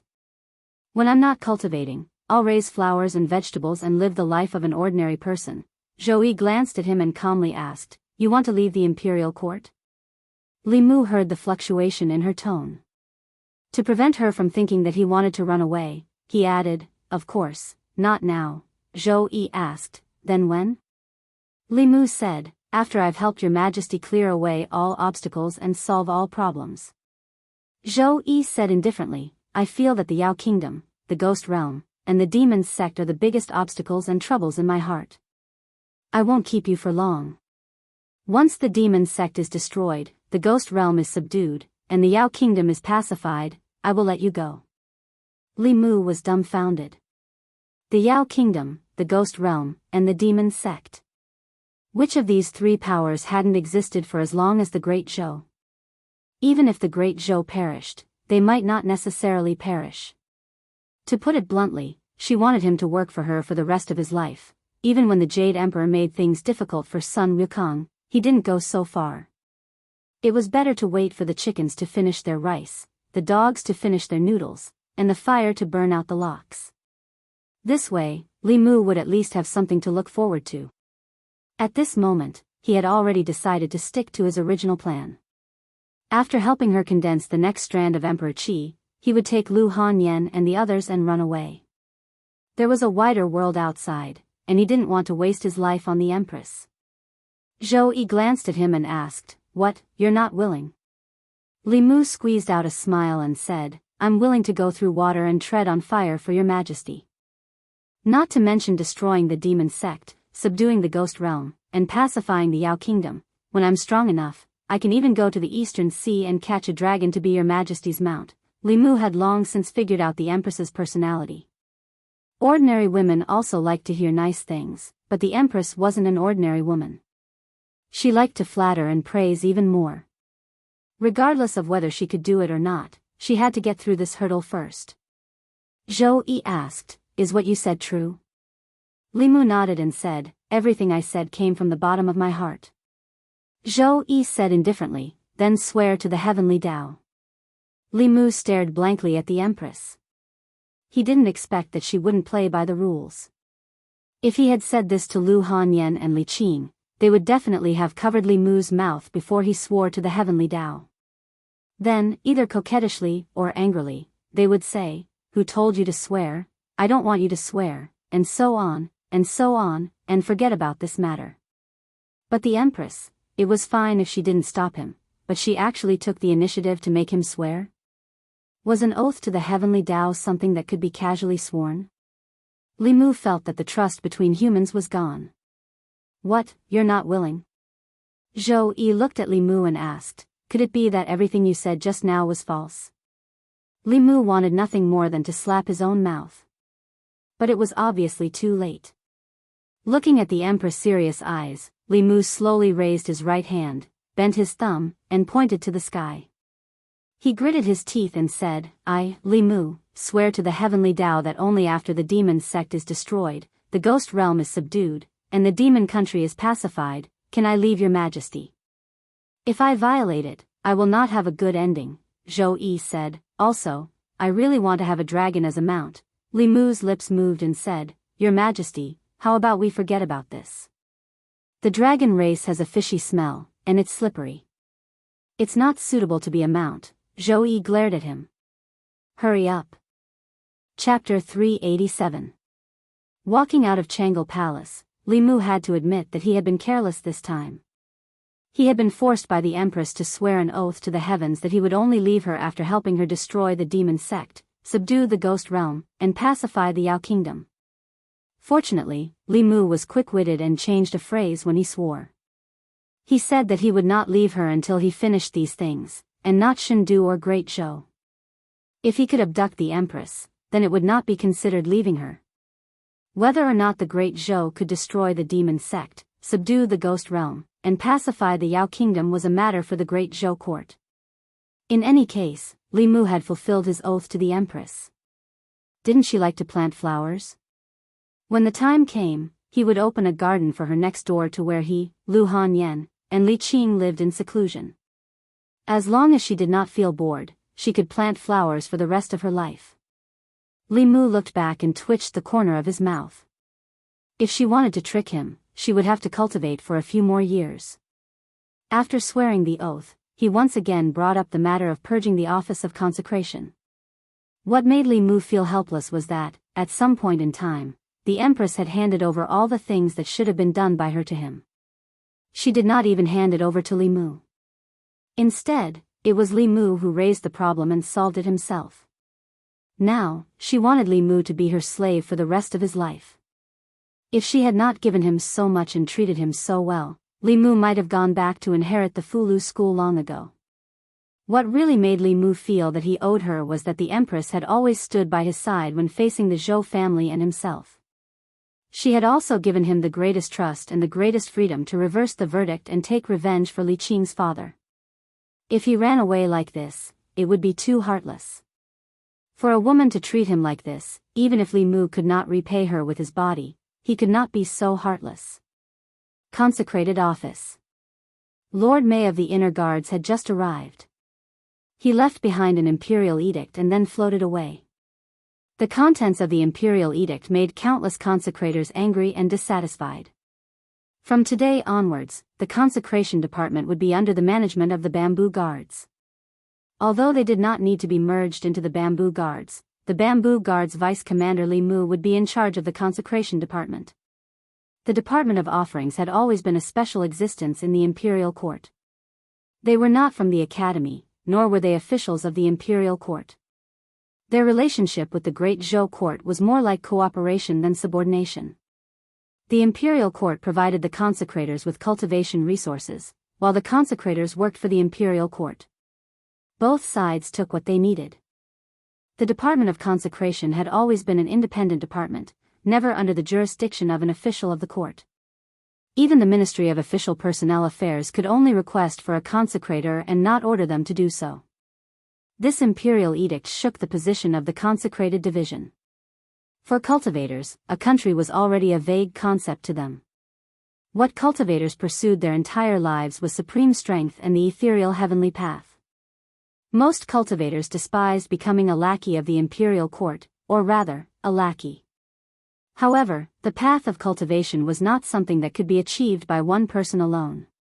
Cultivation required resources, and cultivation resources were not easy to obtain for most cultivators without any background.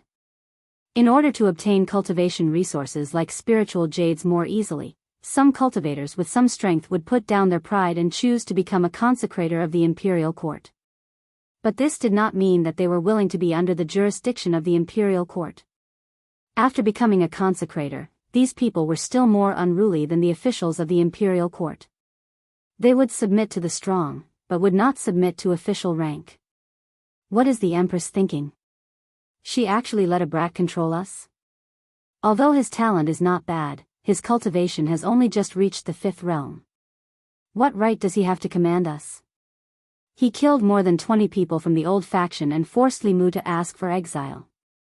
Has Li Mu's hand finally reached the Department of Offerings? I don't know if you can tolerate it, but I can't. We must express our stance in protest. Everyone, don't come to the Department of Offerings tomorrow. Doesn't he want to be the master of the Department of Offerings? Just let him be the master of the Department of Offerings. Most of the consecrators in the Department of Offerings were opposed to this matter. If the Empress let a 6th realm cultivator take charge of the Department of Offerings, it would be fine. But Li Mu was only at the 5th realm, and had just reached the 5th realm. Any random consecrator here was stronger than him. To make them listen to the orders of a weakling was something that was very difficult to accept. Of course, among them, there was also a large portion who had long been bribed by the benefits of the old faction and harbored enmity towards Li Mu. Under this enmity, there were very quickly people who began to incite the other consecrators to take Li Mu down a notch. A group of people noisily left the Department of Offerings. 2 elders with similar appearances stood in the courtyard with their hands behind their backs. The elder on the left said, "What do you think?" The elder on the right thought for a moment and said, "Killing him a little is good for his spirit. We have to let him know that the Department of Offerings is not a place where he can behave atrociously." The Empress temporarily placed the Department of Offerings under the Bamboo Guards. As the deputy commander of the Bamboo Guards, Li Mu naturally became the direct superior of the Department of Offerings. A few days ago, he had done a detailed search for information on the Department of Offerings. Currently, there were 2 6th realm cultivators in the Department of Offerings. Both of them had just reached the 6th realm several years ago, and they were a pair of twin brothers. For the imperial court, 5th realm consecrators were easy to recruit, but 6th realm high consecrators were very difficult to recruit. When one's cultivation reached this level, they could already be considered one of the few powerful cultivators in the world. Whether it was out of dignity or the pursuit of a higher realm, they would not be willing to be the imperial court's lackeys. This also led to the imperial court having to pay a huge price every time they recruited a 6th realm cultivator. Not only did the imperial court have to provide them with large amounts of spiritual jades every year, but they also had to satisfy their various requests. After Li Mu saw the benefits of the 2 high consecrators, even he wanted to become a high consecrator himself. Li Mu could do what they could do, and Li Mu could do what they could not. He could guarantee that it would be worth more than the cost. If the imperial court gave him the resources given to these 2 people, Li Mu could guarantee that he would be able to create even greater value for the imperial court than them. Most importantly, these 2 people did not make much of a contribution every year. Li Mu even killed several dozen elders of the demon sect. The contributions of these 2 high consecrators to the imperial court were greater than the contributions of the entire Department of Offerings. However, other than the Empress's love, he did not receive anything else. This made Li Mu feel very unbalanced. He walked into the Department of Offerings and found it abnormally quiet. There were about 100 or so consecrators in the imperial court. Not everyone was at the Department of Offerings every day, but no matter the time, there should be at least 10 people on duty here. However, Li Mu went through all the duty rooms and did not see a single person. He found an old man cleaning in the backyard. After asking, he found out that there were usually at least 20 consecrators in the Department of Offerings, but today, there was not a single one. It was obvious that they were targeting him. The entire Department of Offerings was more united than Li Mu had imagined. There was no one in the Department of Offerings, so there was no point for Li Mu to stay here. He said to the old man cleaning, "Tell them that in 3 days, all the consecrators in the divine capital must report to the Department of Offerings. Those who do not make it in 3 days will be expelled from the Department of Offerings." Before leaving the Department of Offerings, Li Mu took a list of consecrators with him. On the list, it was clearly written which consecrators were out on missions and which ones did not have missions to stay in the divine capital. It was also very simple to inform them. The consecrators were treated very well. There was an entire square in the divine capital dedicated to consecrators. Among them, only Realm 4 consecrators could be allocated a courtyard with 2 entrances. Realm 5 consecrators lived in residences with at least 3 entrances and 3 entrances. The 2 great consecrators' residences both had 5 entrances and were fully staffed with servant girls and servants. When he learned of this news, Li Mu even cried out on behalf of old Jianghu for a while. In truth, when he had first arrived in the divine capital, he would not have had to work so hard if he wanted to live in a larger residence. He only needed to resign his official position and join the Department of Offerings, and he would immediately be given a courtyard with 2 entrances or even 3 entrances. The imperial court treated these outsiders much better than the officials. Li Mu's request that all the consecrators in the Department of Offerings must report to the Department of Offerings within 3 days was quickly made known to all the consecrators. What does this mean? If we're expelled from the Department of Offerings within 3 days, can he expel everyone if none of us go? I'd like to see what he'll do when he's the only one left in the Department of Offerings. That's not good. Li Mu is not to be trifled with. Look at all the things he's done in the past. Which one of them wasn't serious? What if he really expels all of us? Heh, would a Department of Offerings with only him still be called a Department of Offerings? When the time comes, the one to be expelled will only be Li Mu. He'll have to invite us back in the same way he expelled us. Since that's the case, let's not go. After leaving the yamen, Li Mu passed by the Department of Offerings on his way home and swept his gaze over it. Tomorrow was the 3-day deadline. He wasn't sure what the outcome would be tomorrow. But he was clear that a new official would make 3 sweeping fires. The first fire had to burn brighter. If he couldn't establish his authority, he wouldn't be able to mingle in the Department of Offerings in the future. The current problem was that the Department of Offerings had as many experts as there were clouds. That place was not the imperial court, and the offerings were not officials of either party. Any sort of open or secret schemes were useless. In that place, absolute strength was the only thing that mattered. Unfortunately, Li Mu's own strength was not great, and he was also a commander without any reliable helpers. Just by himself, how could he contend against a group of experts of the same level? Fortune-telling, treating infertility, guaranteeing the birth of a fat child. As he walked down the street, a familiar voice once more sounded by his ear. Li Mu looked in a certain direction and suddenly thought of a plan. At the corner of the street, the slovenly Taoist priest was currently soliciting customers. In front of his divination stall, a shadow suddenly appeared. He raised his head and glanced at Li Mu, then waved his hand as if he was swatting away a fly. Quickly leave. This old man doesn't want to see you. This time, Li Mu did not leave. Looking at the Taoist priest, he said, Senior's cultivation is so high. To be a fortune teller is a waste of talent. I don't know if Senior wants to become a offerings in the imperial court. Offerings? The Taoist priest jumped up from the ground, glaring angrily at Li Mu. Gritting his teeth, he said, what kind of person is this old man? This old man doesn't even care about the 6 great sects. What is the Great Zhou court? You actually want this old man to be a dog of the imperial court.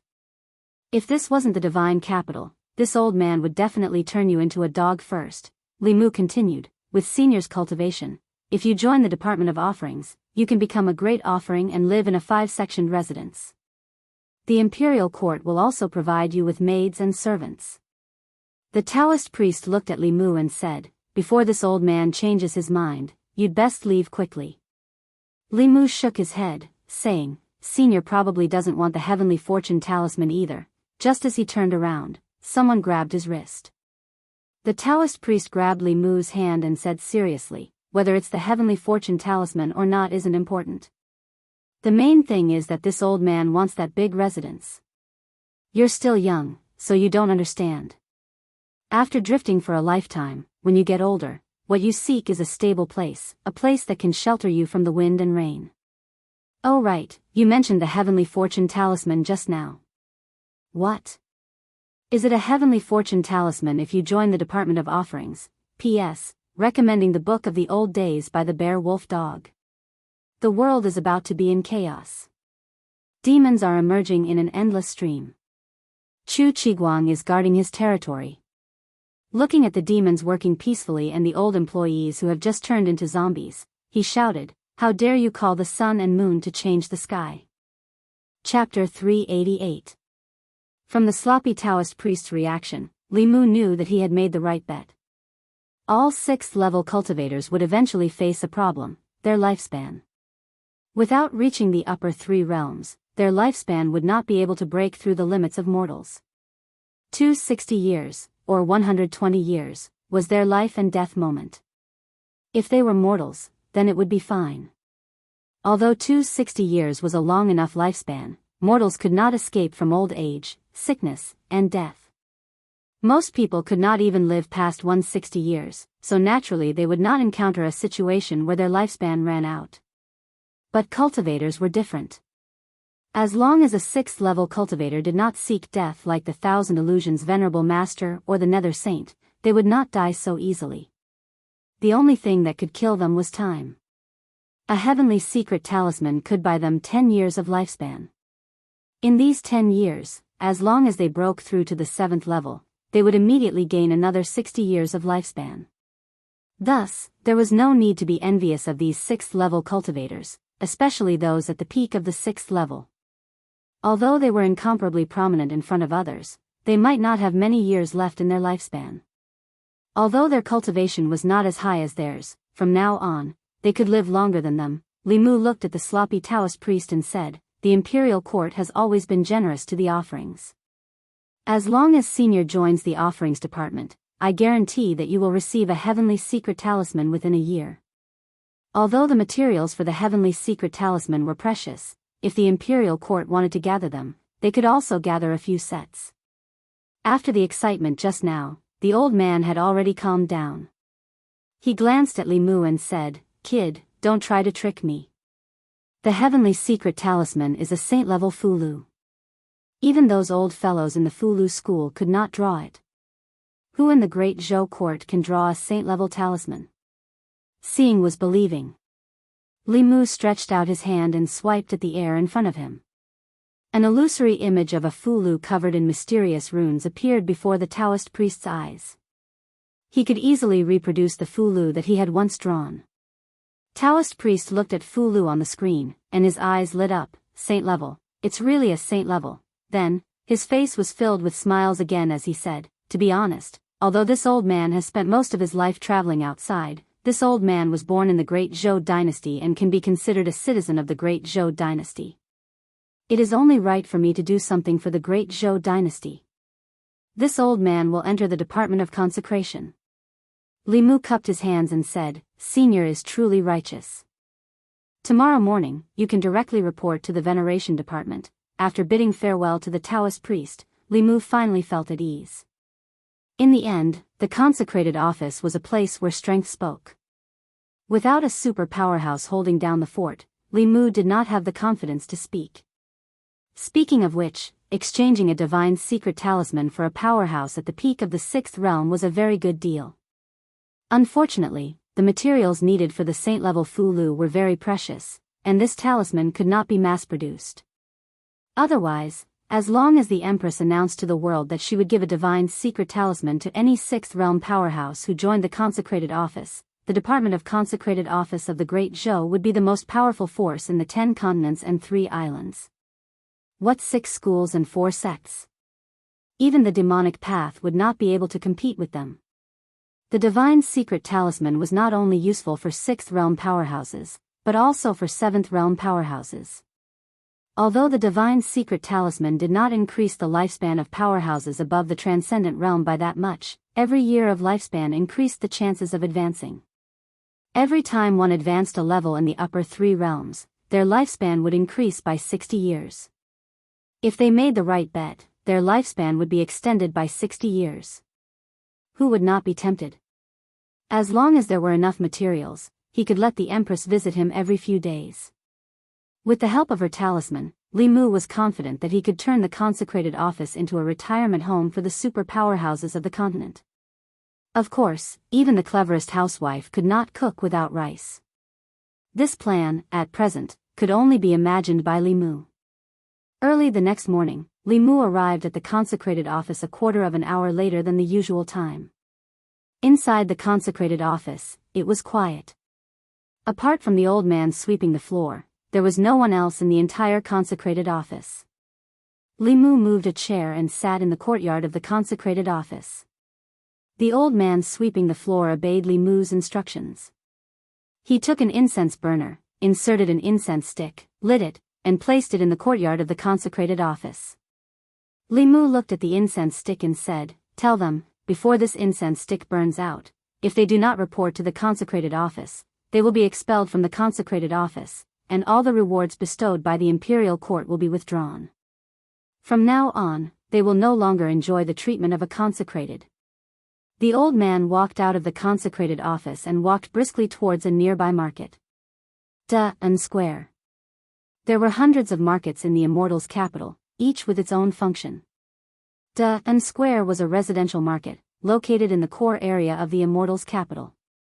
Although it was a residential market, the people who lived in the market were not commoners, officials, or nobles. They were consecrated members recruited by the imperial court. The consecrated members were the same as the officials of the imperial court. They ate the salary of the imperial court, and their treatment was even better than the officials.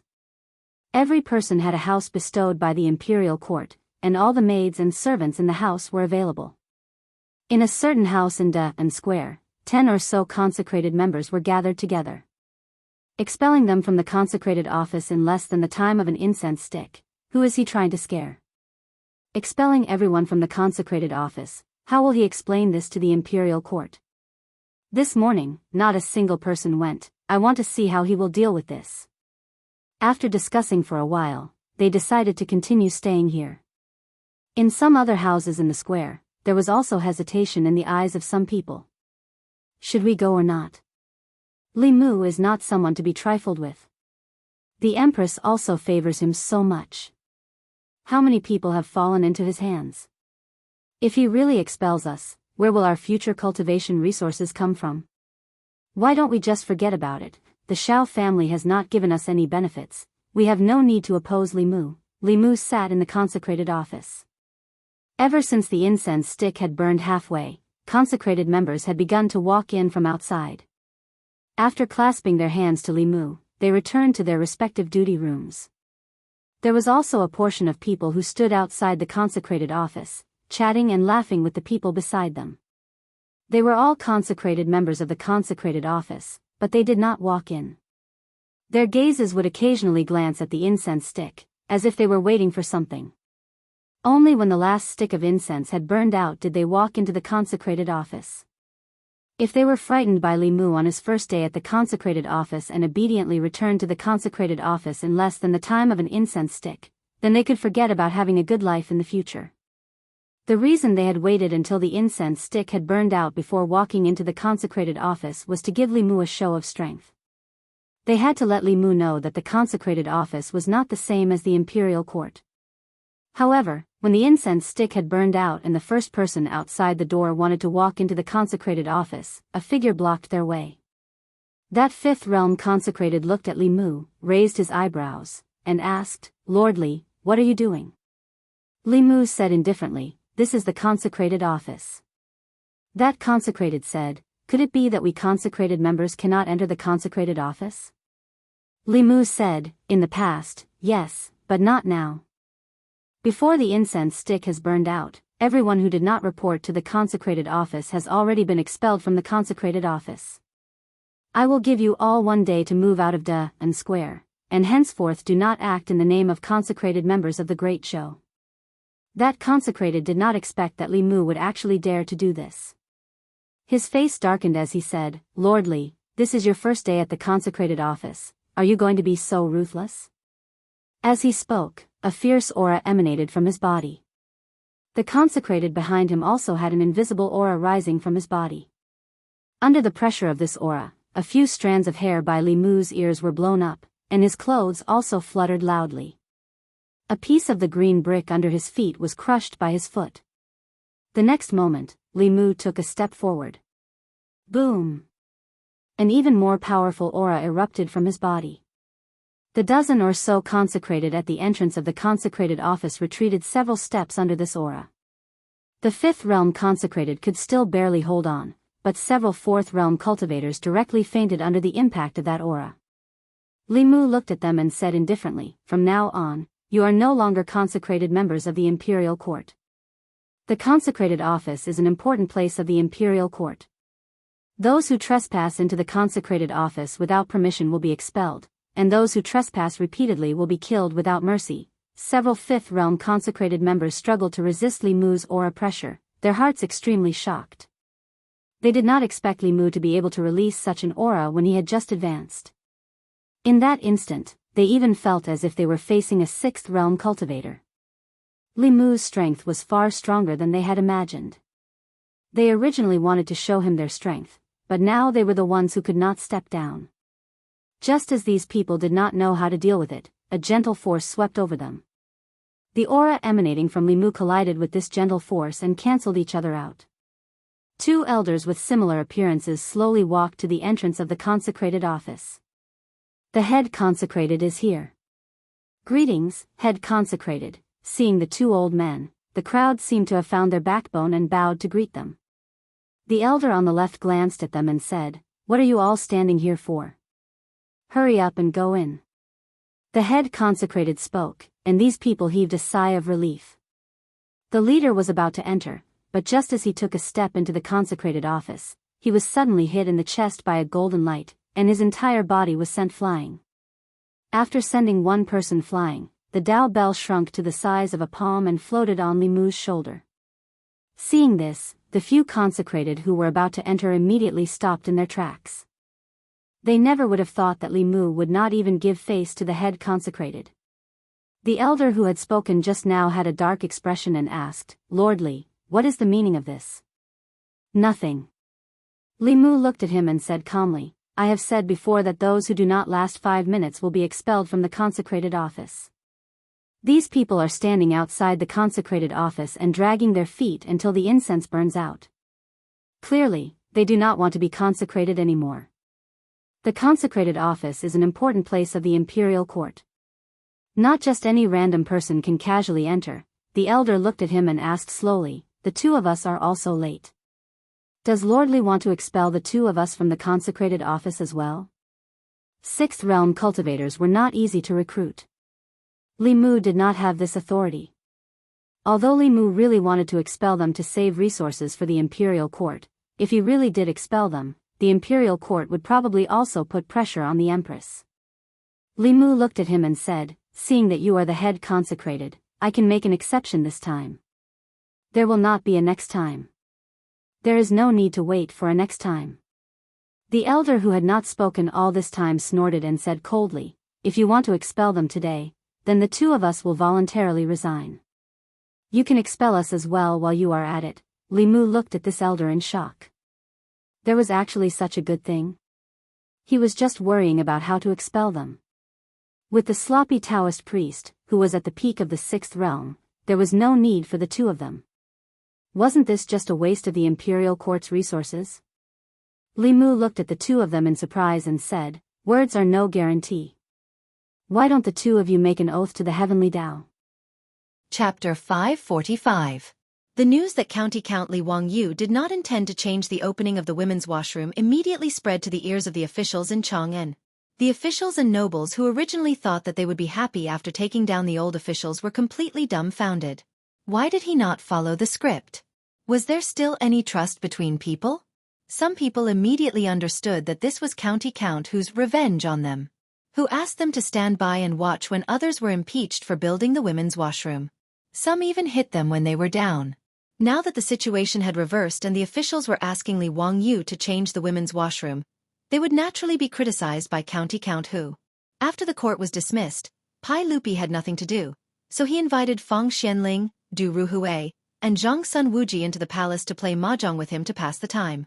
Currently, Empress Zhang Sun and a group of madams were living comfortably in County Count Hu's residence and had no intention of returning. Pai Lupi and the other old men had a lot of time to play mahjong.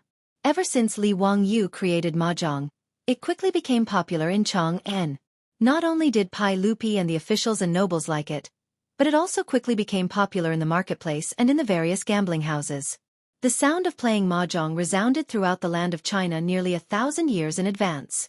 50,000, Your Majesty. Now that Ziyu is provoking the officials like this, I'm afraid he will cause a lot of trouble. Feng Xianling casually threw out a card. Pai Lupi hurriedly shouted, "Bang! 9 of them." Feng Xianling, it's okay. This kid must have some complaints in his heart. Let him vent his anger. Zhang Sun Wuji looked at Pai Lupi and reached out to take the 9 of them. Win. All of them. Your Majesty, you are very kind. In my opinion, It would be good to let Count Huxian go and stir things up a bit. Although the Tang dynasty was established for less than 10 years, we inherited too many officials from the Sui dynasty and became depressed. Now that His Majesty was in the prime of his life, it was time for him to work hard. How could he allow these officials to hold His Majesty back? There was nothing wrong with Count Huxian building a toilet, but there were people in the court who stirred up trouble out of nothing and stirred up a lot of trouble. This is still a small matter. If Your Majesty wants to reform the old practices, I'm afraid it will be even more troublesome. Feng Xianling and Du Ruhui both nodded their heads in agreement. Your Majesty, you really can't blame Count Hu for this. Even though the old officials in the court who strongly opposed it are no longer here, there are still many people who have opinions about the women's washroom because of their instigation. This subject has heard that there are quite a few elderly people on the street with dove canes who are shouting that if a female toilet is to be built, they will go and destroy the toilet. Du Ruhui also laughed. Feng Xianling nodded. These people are even more troublesome than the old officials in the imperial court. They are all very old and can't be beaten or scolded. If they really ordered people to push down the toilets, Ziyu really wouldn't be able to do anything. I'm afraid even Wanyan and Chong'an counties would be at their wits' end. The elderly that the two of them were talking about were those above 60 years old who were highly respected among the people. The country would give them the king's staff, also known as the dove canes. The elderly who received the dove canes would not only receive a rank of 7, but they would also have the privilege of walking on the side roads of the emperor and entering and exiting the government offices. Even if they committed a crime, they would be given a lighter punishment. The 10 bamboo scrolls of the king's staff said, "When one is old and receives the king's staff, there is a dove on it. When the people see it, they will compare it to righteousness. If anyone dares to scold or beat them up, they will be considered traitors." This meant that the elderly who held the dove canes were like envoys. Anyone who dared to scold or beat them up would be heavily punished. These elderly were already very famous among the people, and with the dove canes given to them by the government, they were even more respected. These elderly also had the duty to help the government educate the people and promote filial piety. As for the construction of the women's washroom, apart from the old officials in the imperial court, the ones who opposed it the most were the elderly. Zhang Sun Wuji also smiled. "I think that County Earl who knows about this matter, which is why he didn't make a move. He wants to use the wolf to swallow the tiger strategy. Haha, I'm really curious what the situation will be like when the officials and generals of the imperial court face off against these elderly." Li Er clapped his hands and laughed heartily. He threw a few chips to Zhang Sun Wuji and said, "That makes sense. I want to see what Zio can do. Ha! Come, let's continue. Since the madams of the various manors aren't here, we will light up the lanterns and fight. No one is allowed to leave." While the 4 of them were leisurely playing around in the governance hall, the officials couldn't sit still anymore. Many officials who were familiar with each other all invited them to discuss how to solve this matter. Some of the more impulsive officials complained, "In my opinion, we shouldn't wait for the county earl to make a move. We should find someone to change the toilet. Wouldn't that be the end of it? This county earl is obviously trying to make things difficult for us." Brother's words make sense. Anyways, the toilets have already been built. Rather than asking the county earl, why don't we change the toilets ourselves? I don't believe that the county earl will fall out with us. Okay. Then let's do that. We'll immediately find blacksmiths to do it. What's done can't be undone. Then the county earl won't be able to do anything to us. Great. Let's go together. Ha! Let's wait until the 300 toilets are changed.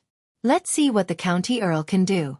The officials all felt that this method was feasible. As they said, it was better to rely on oneself than to rely on others. Rather than sitting there and worrying, why not do it themselves? They just needed to find some blacksmiths to change the names of the toilets. It wasn't much of a problem. As soon as they said they would do it, they immediately ordered someone to find a craftsman. Carrying the paint bucket and brushes, they went to the nearest toilet. The toilets in Chang'an City were all of the same design. They were split into left and right, with a thick brick wall in the middle. The officials all knew that these were the men's left and women's right toilets. However, the toilets on both sides of the road were painted in red, with the words "men's room" written on them. Go, erase the words on the right side of the toilet and change them to women's toilet. The officials ordered the blacksmiths to change the logo of the toilets. The blacksmiths agreed and began to work. However, they saw a group of people rush out from the inner building. The ones in the lead were a few elders holding a dove staff. "Stop! What are you doing?" The officials looked at each other, not understanding what these elders were shouting about. However, even these 4th or 5th rank officials were very polite to the elders holding dove staffs. "Greetings, elders. I'll have the blacksmiths change the words on the toilets and change the toilets on the right side to the women's toilet. What advice do you have for me?" Preposterous. Truly preposterous. You are all officials of the imperial court and hold high positions. How can you do such a preposterous thing? How can this woman use the toilets outside? Do you still have any morals? That's right. It was wrong of County Count Who to build a women's toilet. Fortunately, County Count Who repented under the teachings of the saint. The toilets built today are all men's toilets. This is in line with the principles of yin and yang. As the saying goes, men should be outside and women should be inside. How can this woman use the toilets outside her home?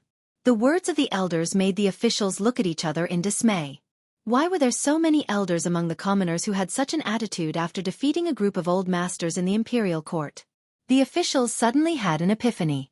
F***ck, it seems like we've been tricked. We've been used as a tool by County Count Who. Chapter 546.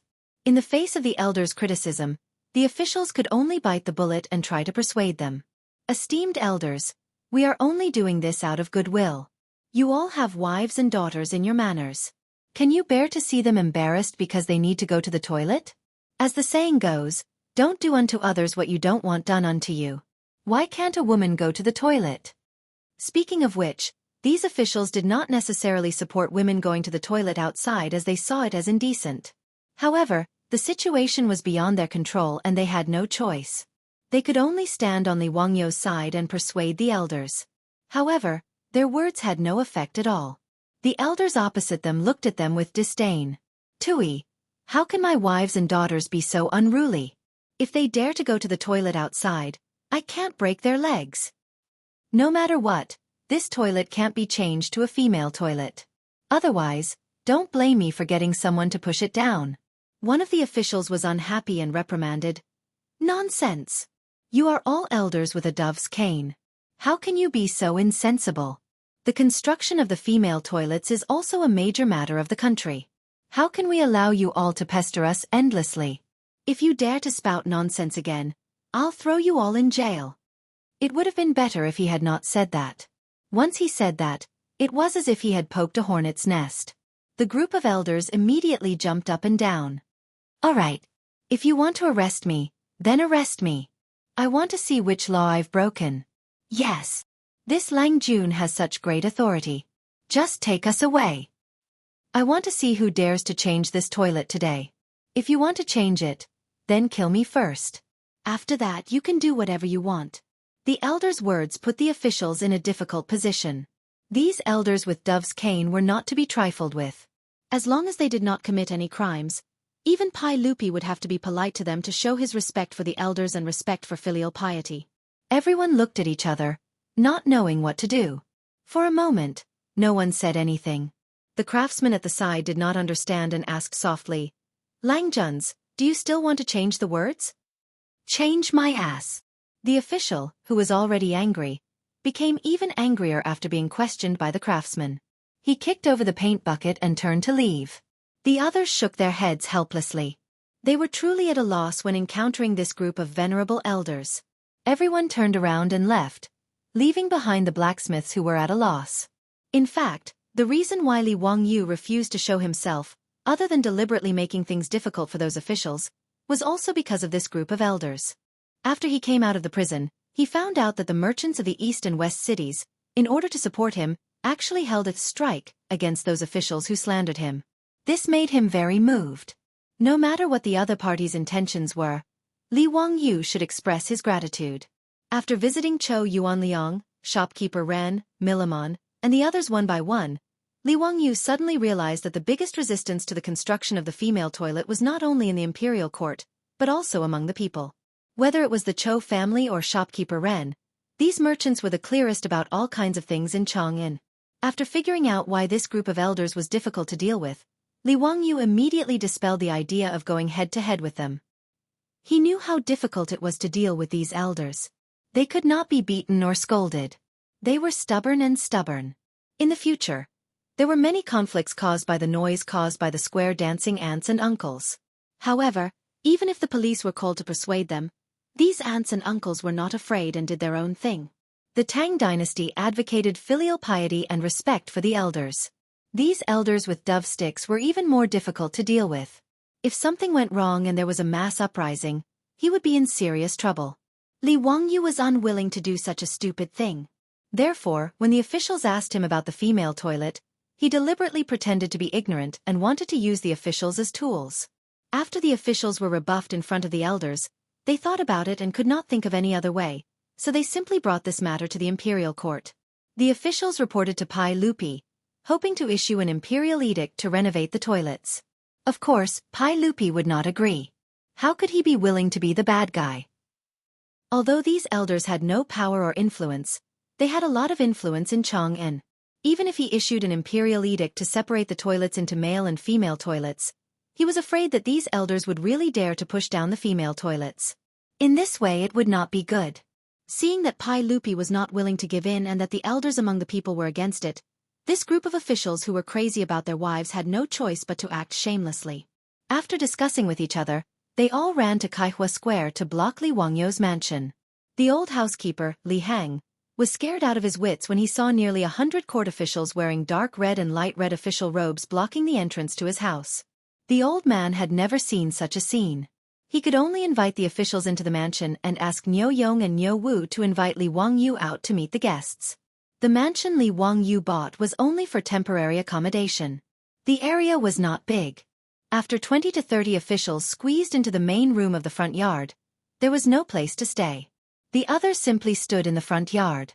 At this time, Li Wangyu was drinking cold drinks with the rich playboys in the backyard, leisurely playing do di zhu and mahjong.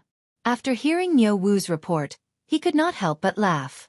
Ziyu, how can you still laugh? This time, you have caused a lot of trouble for these officials. Be careful not to provoke public anger. It won't be easy to clean up the mess. Wei Shuyu advised. Chai Lingwu also nodded and said, Yes, now that the madams in each mansion are not here, I heard that many people's homes are in a mess. If you don't get the female toilets out, Her Highness the Empress will lose face and refuse to come back. Be careful that the officials and saints will settle the score with you. Cheng Chumo and the others also nodded. They all felt that Li Wangyu had gone too far this time. Li Wangyu elegantly took out a folding fan from his waist and opened it with a swish. He shook his head and said, No matter, I have my own plans. Wahahaha, wait for me to go meet them. The rich playboys stopped playing mahjong and all clustered around Li Wangyu to the main room, wanting to see what he was up to. When Li Wangyu entered the main hall and saw so many people, he was shocked and quickly greeted the officials. Count who? There is no need to be so polite. Quickly tell us, what are your plans now? Don't try to fool us with the nonsense from before. An impatient official did not wait for everyone to finish their greetings and impatiently asked. Li Wangyu, on the other hand, was neither hurried nor slow. After bowing to everyone, he opened his mouth and said, Everyone, it's not that I'm trying to fool all of you. It's just that I didn't think that I would do something bad with good intentions. It is not that I, Li Wangyu, am looking for trouble. It is just that when I saw how dirty Chong'an was and found it intolerable, I became impulsive and wanted to use my own money to build toilets. But who would have thought that for the sake of building toilets, I would be locked up in the prison by the saints? Everyone, I am also wrongly accused. No one could refute his words. This was indeed the case. Originally, building toilets was something that would benefit everyone. No one wanted to see such a situation happen. Count who? We also know that we were in the wrong. If you have any complaints, this old man will apologize to you today. But this matter must be resolved. Otherwise, Her Highness the Empress will lose face, won't it? Yes, Count who, we will apologize to you, but you have to think of a way. You were the one who built the toilets, so you can't just ignore it, right? Count who, if you don't give me an explanation today, I will not leave. Yes, I will not leave. The officials were truly anxious. Some tried to soften their tone, while others tried to threaten him. In short, they all had the same goal, to make Li Wangyu resolve the matter of the toilets. Li Wangyu was overjoyed at this. He revealed his pearly white teeth and smiled at the crowd. "Gentlemen, I have a plan. I wonder if you're interested." Chapter 547. Chang'en's morning drum, regardless of wind or rain, would always sound on time, waking people up from their dreams. Old Lu, who lived in Qinren Lane, got up and changed his clothes with the help of his servants. He wasn't in a hurry to eat breakfast. Instead, he picked up his extremely precious dove staff and walked out of his house with the help of his servants. This dove staff, which was bestowed by the government, was old Lu's favorite. Even his eldest son couldn't touch it. As an elder of Qinren Lane, old Lu was used to walking around the lane every day after getting up. He greeted his neighbors and received everyone's compliments. The gate of the lane hadn't opened yet, but there were already some neighbors who had gotten up early and were busy. When they saw old Lu, they would politely greet him with their hands clasped. As the oldest elder in Qinren Lane, old Lu was used to this. He greeted everyone with a smile and then continued to walk around the lane. Old Lu walked to the toilet that was built by the county magistrate. He looked at the two toilets on the left and right. They both had the words, "men's toilet," written on them. He nodded with satisfaction. Although the toilet on the left was still open, old Lu didn't care that much. If those officials wanted to change the toilet on the right into a women's toilet, he absolutely couldn't. If the government wanted to force a change, old Lu would rather tear down the women's toilet than compromise. In any case, as an elder, he wasn't worried that the government would do anything to him. Not to mention the fact that the county magistrate of Wanyan County was only at the 6th rank. Even those high-ranking officials in red robes would be polite when they saw him. With the help of his servants, old Lu went to the toilet to relieve himself. Old Lu had to admit that the toilet built by the county magistrate was a good thing. Ever since the toilet was built, the lane became much cleaner. The filth in the corners and alleyways of the past was gone. Originally, there were some people who were too lazy to walk to the toilet and wanted to relieve themselves as they did before. However, after these people were caught by the Marquis of the Lane or the bailiffs of Wanyan County, they were severely punished 60 times. After a few times, the situation of urinating and defecating in the lane stopped. Since there were toilets, many people in the district were no longer willing to use the toilets in their own houses. After all, he had to find someone to clean his own toilet after using it. It was really troublesome. It was far more convenient to walk 2 steps to the toilet. Old man Lu walked out of the toilet in a relaxed manner, and prepared to return to his mansion with the help of a servant. He habitually cleared his throat and spat out a mouthful of thick phlegm. Just as this spit landed on the ground, 2 martial marquises from the Qinren Square martial marquis shop appeared out of nowhere. "Stop! Elder Lu, why are you spitting this filthy thing everywhere?" Old Lu was stunned when he heard this. He thought to himself, "I just spat a mouthful of phlegm. How did it become something filthy?" "2 martial marquis, did you see wrongly? Old me only spat out some phlegm." The 2 martial marquis nodded their heads. "Since you admit it, then that's good. The Tang Dynasty law clearly states that those who pass through the walls with filth will be flogged 60 times. Was this phlegm not filthy? Elder Lu, you are an elder. According to the law, your punishment can be reduced by half, but you still need to be flogged 30 times. Your old arms and legs will definitely not be able to take it. Since it's like this, then fine me with copper. Fine me with 5 pounds of copper. Take out the money." The rule that the martial marquis was talking about was that if one threw trash on the street, the punishment would be 60 flogs. And the penalty of 5 pounds of copper was a copper coin. How could old man Lu bear this? Furthermore, he felt that he only spat a mouthful of phlegm. How could it become throwing trash? He immediately started arguing with the 2 martial marquis. "Nonsense, old me only spat a mouthful of phlegm. How can it be filthy?" The martial marquis grinned. "How can it not be counted? This is naturally filthy. Elder Lu, we respect you as an elder, so we are being polite. If you are so stubborn, then we will go to Wanyan County to talk." "Humph. Let's go. Old me does not believe that the Lu Ming house can sit by and watch you act so recklessly," Old man Lu said angrily. Their argument naturally attracted the attention of the neighbors in the square. Everyone was discussing, but they did not dare to say anything. After all, they were not as old as old man Lu. They were still in awe of the martial marquis. This argument did not end, and it really went to Wanyan County's Yamen. And the neighbors who were watching immediately ran to Old Man Lu's house to report. This scared Old Man Lu's few sons. They quickly followed the neighbors and rushed to the Yamen.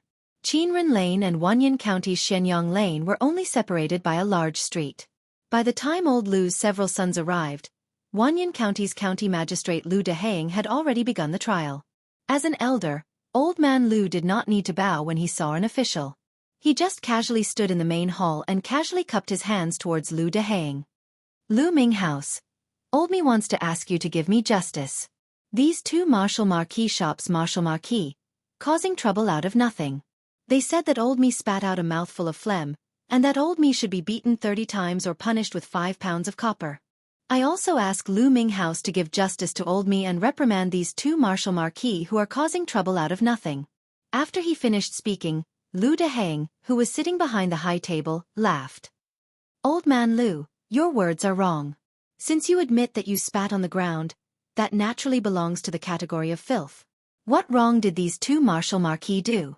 If they turn a blind eye, they will not be able to do anything. They will be punished with the same punishment.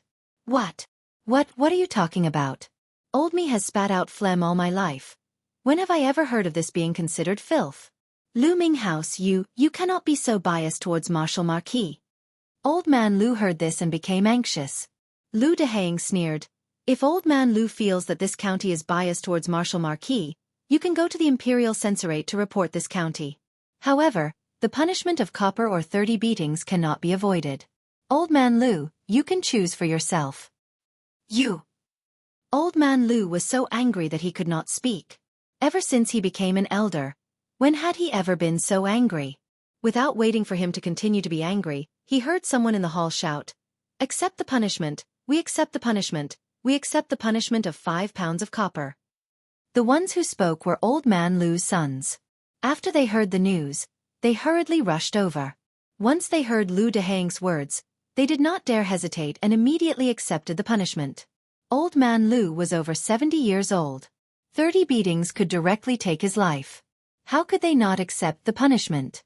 Although it was painful to take out a copper coin, it was not to the extent of hurting his muscles and bones. Old Man Lu's sons immediately took out a copper coin from their money pouch and paid the punishment. Only then did this matter end. A few people carefully supported Old Man Lu out of the county government. Old Man Lu angrily glared at the county government's gate and habitually wanted to spit again. However, his son was so scared that he hurriedly stopped him. "Father, you don't dare spit again. A copper coin." Old Man Lu finally reacted and quickly swallowed the spit back. He angrily stomped his foot. "Return home." The sun had just risen and he had lost a copper coin for no reason. Old Man Lu felt that he did not look at the almanac when he went out today and bumped into a villain. But he did not expect that this unlucky matter was not over yet. Chapter 548.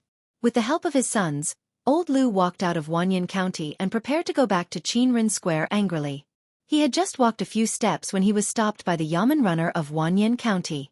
"Stop! Who told you to walk on the left? Carriages, horses, and pedestrians should move to the right. Don't they know this simple rule? If you walk on the wrong side, you will be beaten 50 times. Old Lu, as an elder, how can you not follow the law?" The Yamen runner's words made Old Lu's blood pressure rise. "This is the street in the square, not the street outside. How can I walk on the right side?" Every day in Chang'an City, caravans came and went. Walking on the right side was an iron law. If someone violated it, he would be beaten 50 times. But that was the rule set to avoid congestion on Vermilion Bird Avenue. Now the Yamen runner actually asked him to walk on the right side of the street in the square. How could Old Lu not be angry? How could he not feel that the Yamen runner was deliberately looking for trouble? Hee, Old Lu, we respect you as an elder, so we are trying to persuade you. Which law of the Tang Dynasty says that in the square, we don't have to walk on the right side? You. Old Lu pointed at the pedestrians on the street with his dove cane. There are so many people who don't walk on the right side. Why don't you stop them? The Yamen runner rolled his eyes. They are not elders. Old Lu, you are an elder with a dove cane. Naturally, you have to set an example and educate the people. How can you be the same as these people? The Yamen runner's words made Old Lu lose his temper. The status of an elder and the dove cane in his hand were what he valued the most. An elder indeed had the obligation to help the government educate the people. He could only be silent. Supported by his sons, he walked to the right side of the street and slowly walked to his own mansion. When he arrived at the gate of his mansion, he found that a group of people had gathered. Seeing that old Lu had returned, they hurriedly made way. "What's the commotion now?" Old Lu was already fuming with anger, and questioned in an unfriendly tone. Blocking his door were a few martial marquises from Qinren Square. After seeing Elder Lu, the few martial marquises did not lack etiquette. After bowing to him, they replied, "Elder Lu, the horses and mules in your residence defecated on the street, producing filth. And the dog in your residence, peeing at the corner of the wall and spitting filth. Just now, when he spat out a mouthful of phlegm, he caused a ruckus in the county magistrate's office for 10,000 years. In the end, he was fined 1 copper coin, which made old Lu extremely depressed. Now that he heard that even his own family's horses and dogs would be caught and punished by Wu Ho for peeing outside, he immediately exploded. "What do you want? Weren't all the dogs and horses in Chang'an the same? Are you blind? Why are you pestering the old me?" The Marshal Marquis were not angry and laughed. "Elder Lu, how can others compare to you? You are an elder, holding the dove staff in your hand to educate the common people, to be a role model for the common people." Before he could finish, old Lu felt a little dizzy, and his body couldn't help but sway a little. If it weren't for the support of his sons, he would have fallen to the ground. Old Lu struggled to stand up straight. "Old me accepts the punishment. Return to the residence. Today no one is allowed to take a step out of the residence." His sons were in a flurry, supporting their father back to the residence, and with a bang, they closed the door. This movement caused the surrounding neighbors to discuss spiritedly. No one knew what was wrong with the Marshal Marquis and the bailiffs of 10,000 Years County. Even a small matter like this was related to old Lu. They didn't know that the same thing as old Lu was happening all over Chang'an City today. Those elders, as long as they left their own residences, their every move would be closely watched by the Marshal Marquis and bailiffs. As long as there was the slightest mistake, someone would come forward to stop them. If it wasn't a copper penalty, it would be a beating, causing these elders to be furious, but they couldn't do anything about it. Not to mention spitting or the resident's dog peeing outside. Even if they walked on the road and saw a pit on the side of the road and ignored it, there would immediately be Marshal Marquis who would come forward and point at the pit, asking the elders to fill it up. "Elder, the officials have already given strict orders. No one is allowed to go through the pits in the streets. The streets and markets were fixed and repaired. How can you turn a blind eye to these pits? What if someone falls? Hurry up and flatten these pits." "Nonsense. How can this be done by old me? Why not? You are an elder, holding a dove staff. You should educate the people. Seeing these pits, why is it unfair?" These words made the elders speechless, and they could only obediently lower their heads. In less than half a day, the elders who usually liked to walk around with their dove staffs, pointing, were all gone. They all retreated back to their residences, afraid that the Marshal Marquis and bailiffs would find trouble. This was actually the bad idea that Li Wangyu gave to the officials. Weren't those elders willing to stand on the moral high ground and criticize others? Then let's mold them into moral saints. Not only can they not make the slightest mistake, but they also have to immediately fix the road when they see injustice.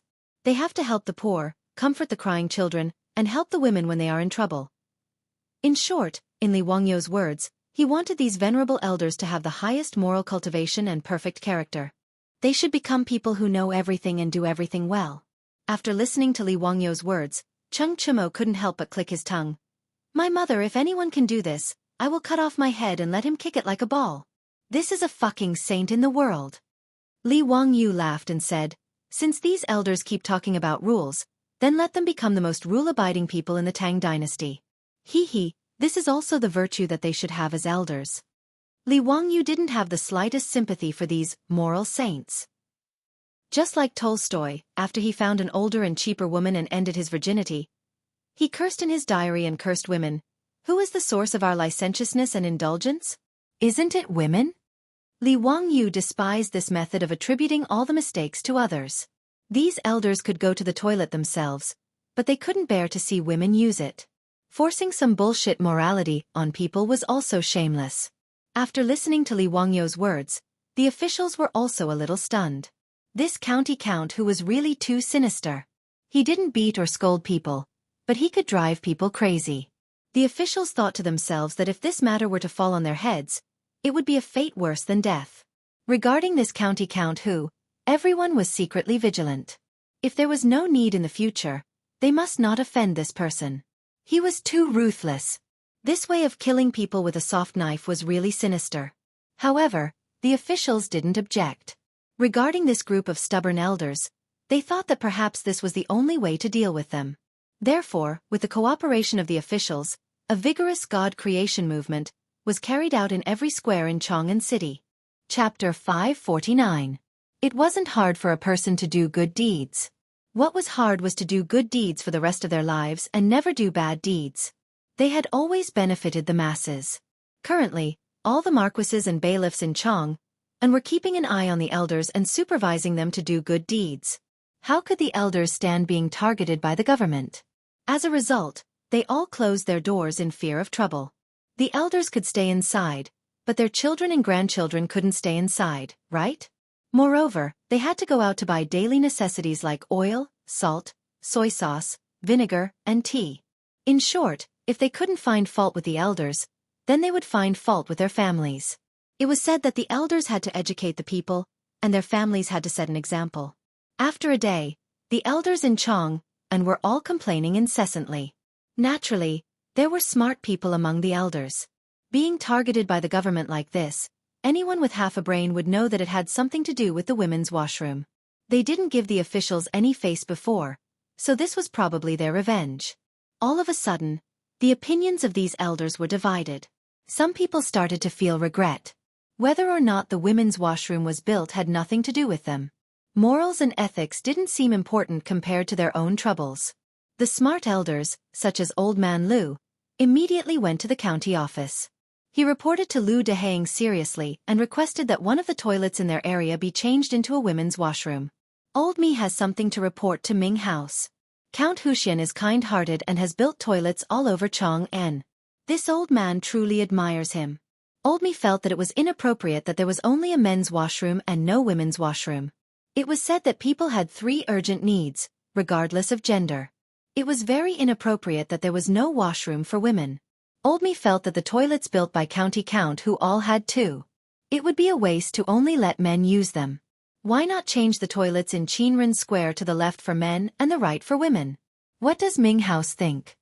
Old Man Lu said these words against his will. His heart was bleeding. Lu Dehang calmly shook his head. That's not right. There are many people who object to this. Some people even said that if they built the women's washroom, they would destroy the toilets. If that's the case, wouldn't we be letting down county count whose kind intentions? That's not right. Not right. Old Lu was almost choked to death by Lu Dehang's words. Among the elders, he was the first to say such words. But now, he had to swallow back the words that he had said. This caused him to blush uncontrollably. Don't worry, Ming House. When Old Me goes back, I won't let anyone destroy the toilet. Old Me doesn't dare to say anything about the other inner squares, but if anyone dares to touch the toilets in Qinren Square, Old Me will fight it out with him. Lu Dehang was quite satisfied with Old Lu's tactfulness. Haha, since Elder Lu has said so, then this county naturally has no reason to disagree. Thus, for the benefit of the county, I will let the craftsmen change the toilets. Today, the toilets of Qinren Lane will be opened. But let me warn you first. If anything happens to the toilets in Qinren Lane, I will look for Old Lu and hold him accountable. Yes, yes. Don't worry, Ming House. Old Me's words still have some effect in Qinren Lane. At this point, Old Lu had completely thrown caution to the wind. He really couldn't stand being watched by a group of officials at any time. If he made the slightest mistake, he would be severely punished. His children and grandchildren also complained about this, so naturally, he had no choice but to lower his head. Moreover, there was no way to reason with this matter. If Wanyan County's yamen or bailiffs deliberately bullied him, Old Lu would dare to take his dove cane to the censorate to complain. But others wanted him to set an example and do good deeds. How could he complain? Could he tell the censorate that he didn't want to do good deeds and didn't want to educate the people? Wouldn't that be asking for a snub? Therefore, Old Lu tactfully lowered his head and admitted defeat. Chang'an, the first toilets for women in the entire Tang Dynasty, appeared in Qinren Lane after old Lu lowered his head. Seeing the craftsman erase the words men's on the right side of the toilet and write the words women's in big letters, old Lu felt very uncomfortable. But not only could he not show it, but he also had to rack his brains for the sake of the officials. Old Lu cupped his hands toward Lu Dehang, who came to watch, and said, "In Lu Ming House, most of the people are illiterate. I'm afraid it's not appropriate to just write men's and women's. If they go the wrong way, wouldn't it be a disgrace to the women's reputation? Old me thinks that it's better to let the craftsman draw the portraits of men and women next to the doors of the men's and women's toilets to avoid mistakes." Lu Dehang nodded repeatedly. Old Lu's words are very good. This is the words of an old man. Come. Immediately let the craftsman draw the portraits on both sides of the toilets according to old Lu's words to show the difference. After he finished speaking, he thought for a moment and stretched out his hand to summon the Wu Ho of Qinren Lane. He instructed, "Your Wu Ho shop, pay attention to the toilets. You must not let those debauches disturb the women's toilets.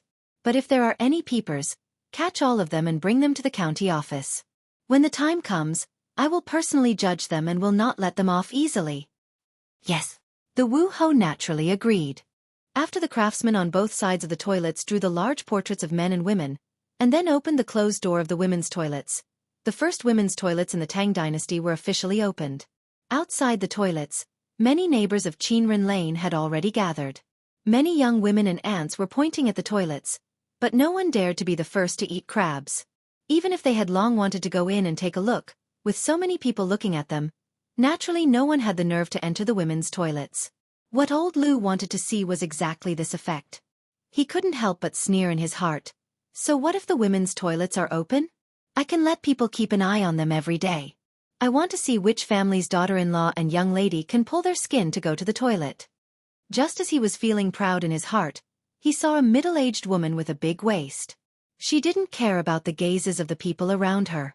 She snorted coldly and swayed her fat waist as she walked into the women's toilets. Old Lu's eyelids twitched when he saw this, but he could only sigh silently in his heart. He couldn't help but clench the dove cane in his hand a little tighter. This woman was famous for her toughness in Qinren Lane. No one dared to quarrel with her. Even an old man like old Lu wouldn't provoke her for no reason. With this woman taking the lead, naturally, there would be others following. One after another, several women walked into the women's toilets, which made old Lu very melancholy. He kept saying in his heart that the etiquette was broken, the etiquette was broken, the etiquette was broken. No matter how sullen and depressed old Lu was, the first women's toilets in Chang'an City were finally opened. With his precedent, the other old men were not stupid. They all ran to the county government and asked to change the toilets in their shops into women's toilets. And those stubborn old men could only swallow their anger and pretend they didn't see it at this time. The appearance of the women's toilets was naturally unstoppable. Soon, all the toilets in the 106 shops in Chang'an City were divided into men's and women's toilets. When the first women's toilets in Qinren Lane were opened, Empress Zhang's son, who had lived in Li Wangyou's county government for 7 or 8 days, finally got tired of it. After getting the news, she immediately led a group of noblewomen back to Chang'an City. Chapter 550. Li Wangyou heaved a sigh of relief when the matter of the toilets was finally settled. He really didn't expect that such a trivial matter in the future could cause so much trouble in the Tang Dynasty. If Li Wangyou had to choose again, he probably wouldn't consider building toilets even if he was beaten to death. So what if it was dirty? It had been like this for thousands of years. But since it had already been done, there was nothing to regret. After the toilets were opened, Li Wangyou had another very important thing to do, and that was to recruit people to clean excrement. Cleaning excrement didn't sound good because it was dirty, smelly, and tiring. But in the Tang Dynasty, it was a job with a golden collar. When Cheng Chimo and the other playboys heard that Li Wangyou wanted to organize people to clean excrement and sell excrement, they were so surprised that their mouths were wide open as if they had seen a ghost. "Zio, are you crazy? Is it not enough to just build toilets? You actually want to do business?"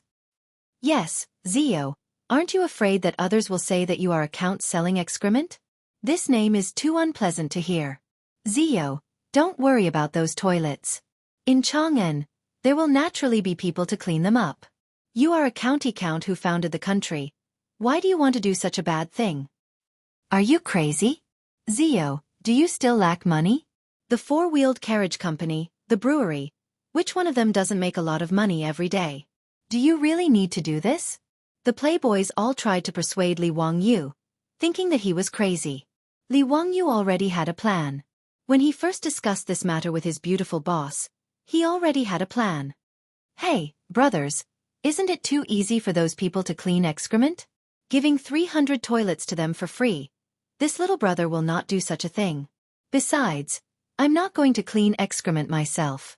I plan to recruit 300 people from Hu County to come to Chang and every day to clean excrement and sell it in the surrounding areas. As for the income from cleaning excrement, I don't plan to pocket it. I want to use it to help orphans, widows, and children in Chang'an and Hu County. Feng Yai, I didn't understand. Didn't the sage take out 20% of the lottery income to protect the people? Why would I need you to meddle in my business? Nowadays, Chang'an City issued a lottery every 10 days, and the profits were getting higher and higher. The Minister of Civil Affairs, Dai Zhou, was already grinning from ear to ear. According to the current trend, the income from this year's lottery would not be less than 250,000 strings of cash, and 20% of it would be 50,000 strings of cash. Li Wangyu only curled his lips and said, "That amount of money is just a drop in the bucket." Brothers, do you know how much of an impact the locust plague has had on the people of Hu County? And how many people in Chang'an were short of food and clothing? Not to mention the income from the lottery, even the annual income from the toilets might not be enough to help the orphans and widows. Cheng Chimo, Feng Yai and the others were speechless. Although they were dandy, they were not the kind of selfish second generation. He understood the hardships of the people. Caring for the young, providing for the elderly, helping the poor, supporting the poor, and providing relief for the sick, all of these required a huge amount of copper coins. And the annual revenue generated by these 300 toilets could save countless lives. Ziyu, you don't have to do this personally, do you? Why don't you let your enemy or someone else do it? Why dirty your own hands? Cheng Chumo advised after thinking about it. Li Wangyu stared at Cheng Chumo as if he was looking at an idiot. Brother Chumo, are you stupid? You want to push this kind of good reputation to someone else? This little brother is prepared to bring all my elder brothers to do this together. Think about it, if we set up a charity hall, we can take out hundreds of thousands of strings of cash to help the orphans and widows every year. How big of a reputation can we have? At that time, who would complain about the bad reputation of picking feces? If all of you are not interested, then I will find someone else. Cheng Chumo was stunned by his words, and his mouth opened wide. Ziyu, what did you say? Hundreds of thousands of strings of cash? Just by picking feces? The group of dandies swallowed their saliva. Hundreds of thousands of strings of cash? Ziyu, are you kidding? Picking feces can make so much money? Li Wangyu laughed. Why else do you think I put in so much effort? Do I have nothing better to do? I have calculated that the profit will only be high, not low. Back then, the junior supervisor of the junior supervisor's office suggested to Pai Lupi that he hoped to sell the officials cow and horse feces. He estimated that the annual income would reach 200,000 strings of cash. Pai Lupi disliked the bad reputation and rejected this business, but the value was real. There were millions of people in Chang'an City, so the toilets naturally accumulated a lot of feces every day. Li Wangyu estimated that one toilet could make about 2 strings of cash by selling feces every day. 300 toilets would be 600 strings of cash, and this was just one day's income. In a year, it would be 200,000 strings of cash. Excluding the expenses of hiring people to pick feces, it would not be a problem to make more than 100,000 strings of cash by selling toilets.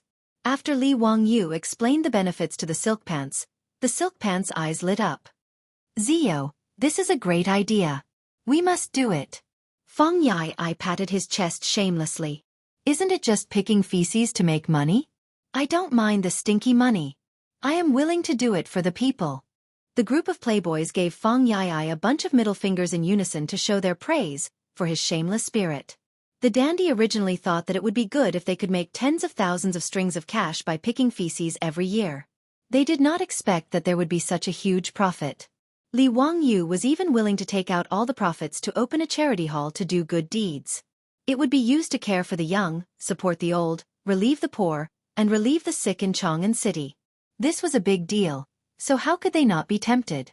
How much reputation and benefits could it bring to the people by taking out more than 100,000 strings of cash every year to do good deeds? The dandy did not care about money. As for official positions, as long as their fathers were still in the imperial court, it would not be their turn. At most, it would be a nominal position. But reputation was something that everyone loved. Previously, in order to overthrow the old officials in the imperial court, they had spent a lot of effort. Wasn't it because these old officials were reputable? But when the charity hall was opened, wouldn't the dandy be worshipped by the people of Chang and city as living bodhisattva was? With more than 100,000 strings of cash, how could they not have any reputation? If they encountered such a situation again, they would not have to waste any effort. The people of Chang and city could drown those old officials with their saliva. However, Chai Linggu poured cold water on them. Zio, everyone, I'm afraid this is not appropriate. Taking out such a large sum of money to relieve the orphans and widows is naturally a good thing. I'm afraid that we will be impeached by people with ulterior motives, saying that we are trying to buy people's hearts. That would not be good. Li Wangyu glanced at him with an exasperated look on his face. Of course, we can't just rely on us. Since the land to build the toilets was provided by the saint, the charity hall naturally has to be led by the royal family. I will invite the Empress to be the manager of the charity hall. We will follow the Empress and be in the charity hall in name. In this way, who will have anything to say? Are we going to impeach the Empress for buying people's hearts? The Empress and the saint will naturally be worshipped by the people, and we will also have a good reputation. It's killing many birds with one stone. The dandy was stunned. Then they clapped and laughed. Wonderful, really wonderful. Zio, you are indeed smart. Haha, this matter is settled. We must take part in it. Just as everyone was talking happily, the old housekeeper Li Hang came in and reported, Lang Jun, shopkeeper Ren of Ren's saddle shop requests to see you. Is there something he needs? Invite him to the central room. Lang Jun, shopkeeper Ren also brought a guest and requested to see you together. Chapter 551. Li Heng's words puzzled Li Wangyu. It was understandable that shopkeeper Ren wanted to see him, but bringing a guest with him seemed to be against the rules. Li Wangyu did not care about status, nor did he have any prejudice or discrimination against merchants. But in the eyes of the Tangs, it was already very generous of a merchant like shopkeeper Ran to be able to enter his residence and meet him, the county count of Hu County. It was overstepping his authority to bring in an unfamiliar guest without informing him first. Li Wangyu thought for a while and felt that shopkeeper Ran was not someone who did not know the severity of the situation, so he nodded. Bring them to the central room. I will be there in a moment. Cheng Chumo and the others laughed. Zio, you are too easy to talk to. For a merchant like him to be able to enter the residence of a county count like you, he must have burned incense in his past life. It is not a good thing that you are still indulging him like this. This is shopkeeper Ren. Last time when I entered the prison, he also helped me a lot, so we can be considered friends. Brothers, please take a seat. I will go and see what is going on. Li Wangyu smiled and walked to the central room in the front yard. Wait for me, I will go with you. The sooner we send them away, the sooner we can go to the palace to find the Empress and settle this matter, hee. The rest of our lives depend on this charity hall of yours. Cheng Chumo laughed and followed. In his eyes, nothing was more important than this charity hall. Let's go, let's go. The playboys all cheered and laughed as they clustered around Li Wangyu and walked to the main hall. Li Wangyu was still in Chang'an and had not returned to Zhou village because he wanted to settle the matter of the charity hall. He naturally understood the playboys' anxious thoughts. This group of playboys usually ate, drank, and played. It was not as interesting as running a charity hall. When they arrived at the main hall, the guests had been waiting for a long time. When they saw Li Wangyu and the group of playboys coming out, they quickly stood up and bowed respectfully. The stranger said, "This one is here to see the county count of Hu County. Sorry for the intrusion." Greetings, County Count Huxian. This is a good friend of mine. Today, he would like to see County Count Huxian about something, and he asked me to introduce him. His surname is Luo and his given name is Hui. He is also a wealthy merchant in Chang'an. Although shopkeeper Ren said that, he bowed deeply with an ashamed expression on his face. This made Li Wangyu feel a little strange. Li Wangyu felt that the name Luo Hui sounded familiar, but he couldn't remember where he had heard it before. "There's no need to be so courteous, please sit. Why do you want to see me today?"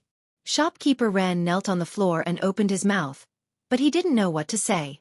On the other hand, Luo Hui cupped his hands towards Li Wangyu and said, "County Count Hu, I asked Shopkeeper Ren to recommend me today because I have a business deal to discuss with you." "What kind of business? Tell me about it." Luo Hui's attitude was respectful.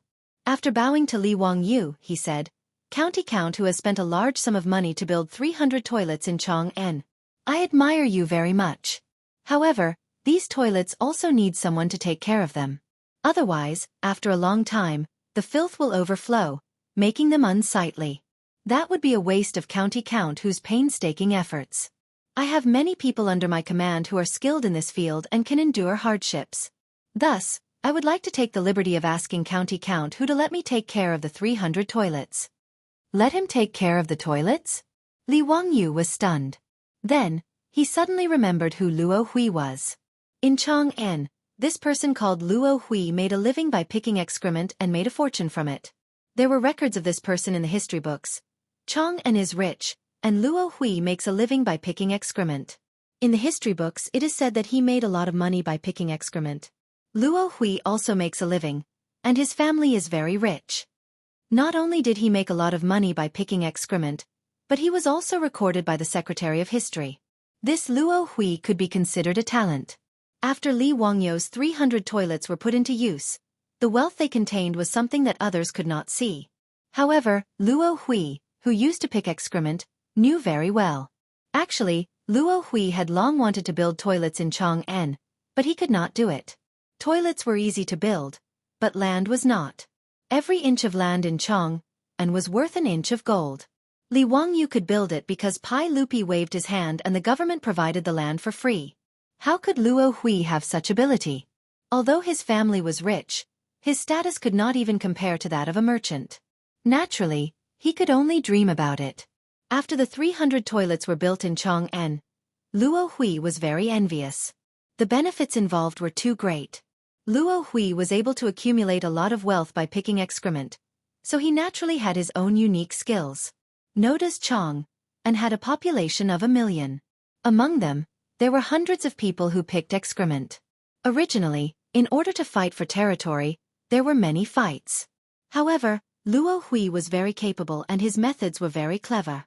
Through various methods such as roping in, suppressing, bribing the yamen runners and marquis, he was able to gather all the excrement pickers in Chang, and under his command and formed a large force. Now, all the excrement pickers in Chang, and had to pay Luo Hui a varying amount of copper coins according to their assigned area. In this way, he only needed to sit in his mansion and he would have a large amount of copper coins every day. Moreover, he had gathered a team of hundreds of people.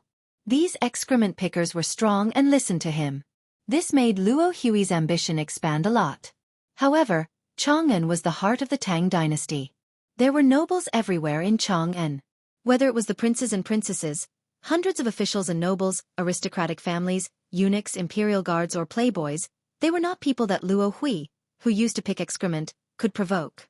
However, the ordinary merchants in Chang'an became the target of his humiliation. He used excrement pickers as an excuse to collect high fees from them. Naturally, the merchants did not want to pay such a high price. As a result, Luo Hui did not allow anyone to pick excrement in the merchants' manors and shops. No one picked the excrement, and Luo Hui and the others did not allow excrement pickers to enter Chang'an. In the end, the merchants had no choice but to bow their heads and admit defeat. They obediently handed over large amounts of copper coins and begged Luo Hui and the others to pick excrement. As a result, the ordinary merchants in Chang'an were all polite to him and did not dare to offend him. Luo Hui was jealous of Li Wangyu's 300 toilets, but he did not have a way to get along with Li Wangyu, the county earl who founded the country. Later, he heard from somewhere that shopkeeper Ren of the Renji saddle shop had a relationship with County Earl Hu. As a result, Luo Hui brought gifts to visit shopkeeper Ren and asked him to introduce him to County Earl Hu. He had a business deal to discuss with County Earl Hu. Shopkeeper Ren naturally did not agree. However, he was threatened by Luo Hui and had no choice but to give in. In shopkeeper Ren's opinion, no matter how unreasonable Luo Hui was, in front of Li Wangyu, he was nothing more than an appetizer and would not cause any trouble. He did not believe that a lowly person like Luo Hui could mess around in front of Li Wangyu, the county earl who founded the country. However, shopkeeper Ren still felt very guilty about bringing Luo Hui to county earl Hu without permission. Hearing Luo Hui's words, he could not help but stand up and bow to Li Wangyu. County Earl Hu, I made a mistake. Actually, I am not familiar with this Luo Hui. Before he could finish, Li Wangyu smiled and waved his hand at him. No matter, shopkeeper Ren, I know your character very well. There is no need to say more. He turned his head to look at Luo Hui with a faint smile. How do you plan to cooperate with me? Tell me. Chapter 552. Li Wangyu's words stunned Luo Hui. He didn't seem to understand the meaning of Li Wangyu's words.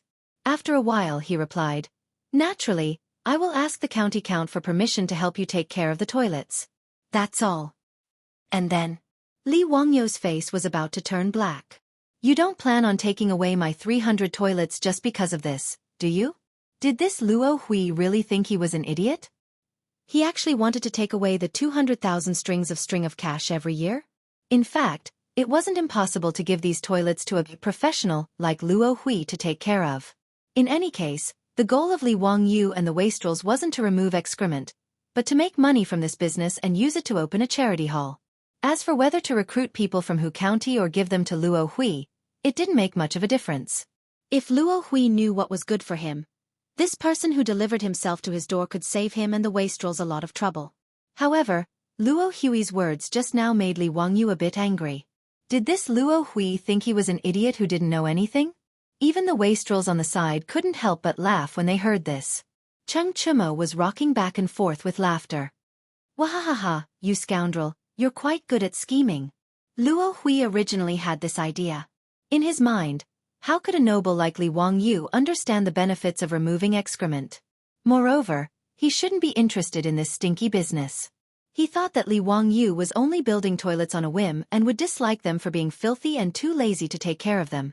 With his silver tongue, it would be very easy for him to trick the young county count into giving him the right to take care of the 300 toilets.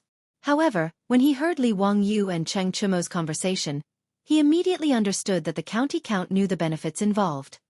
Haha, this humble one didn't explain clearly and caused the county count and the young dukes to misunderstand. What this humble one meant was that the county count and this humble one would each take half of the earnings from removing excrement. County count who didn't need to worry about anything. All the dirty and tiring work was taken care of. Every month, the profits would be sent to county count whose residence on time. What do you think, county count who? After Luo Hui finished speaking, before Li Wangyu could say anything, Cheng Chumo grabbed Luo Hui's collar and said, You bastard, what a good plan! You actually want to take half of the profits?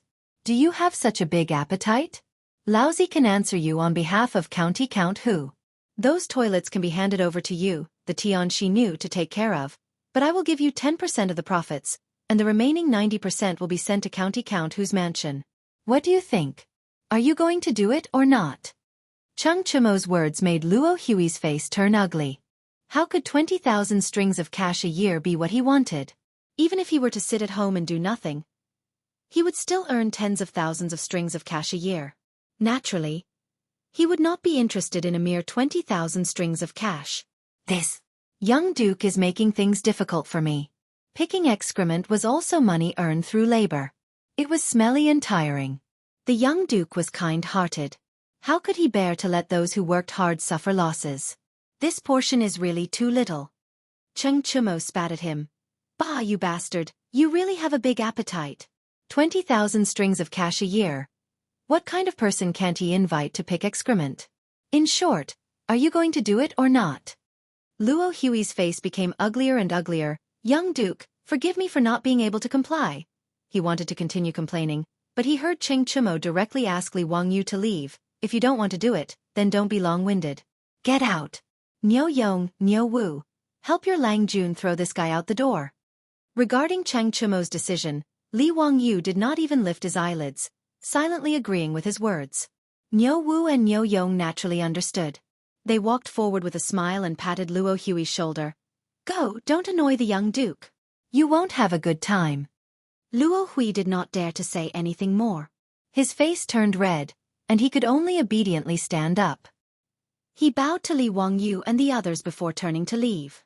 However, before he left, he was still very unwilling. He turned to Li Wangyu and said, "County Count Hu, I am leaving sincerely and sincerely. I want to help County Count Hu with your worries. Otherwise, those 300 toilets will not be cleaned and will be filthy. At that time, I'm afraid that County Count Hu's face will not look good. I ask County Count Hu to reconsider." Li Wangyu did not even raise his eyebrows, and he was too lazy to say anything more to Luo Hui. He could also see that Luo Hui's appetite was not small.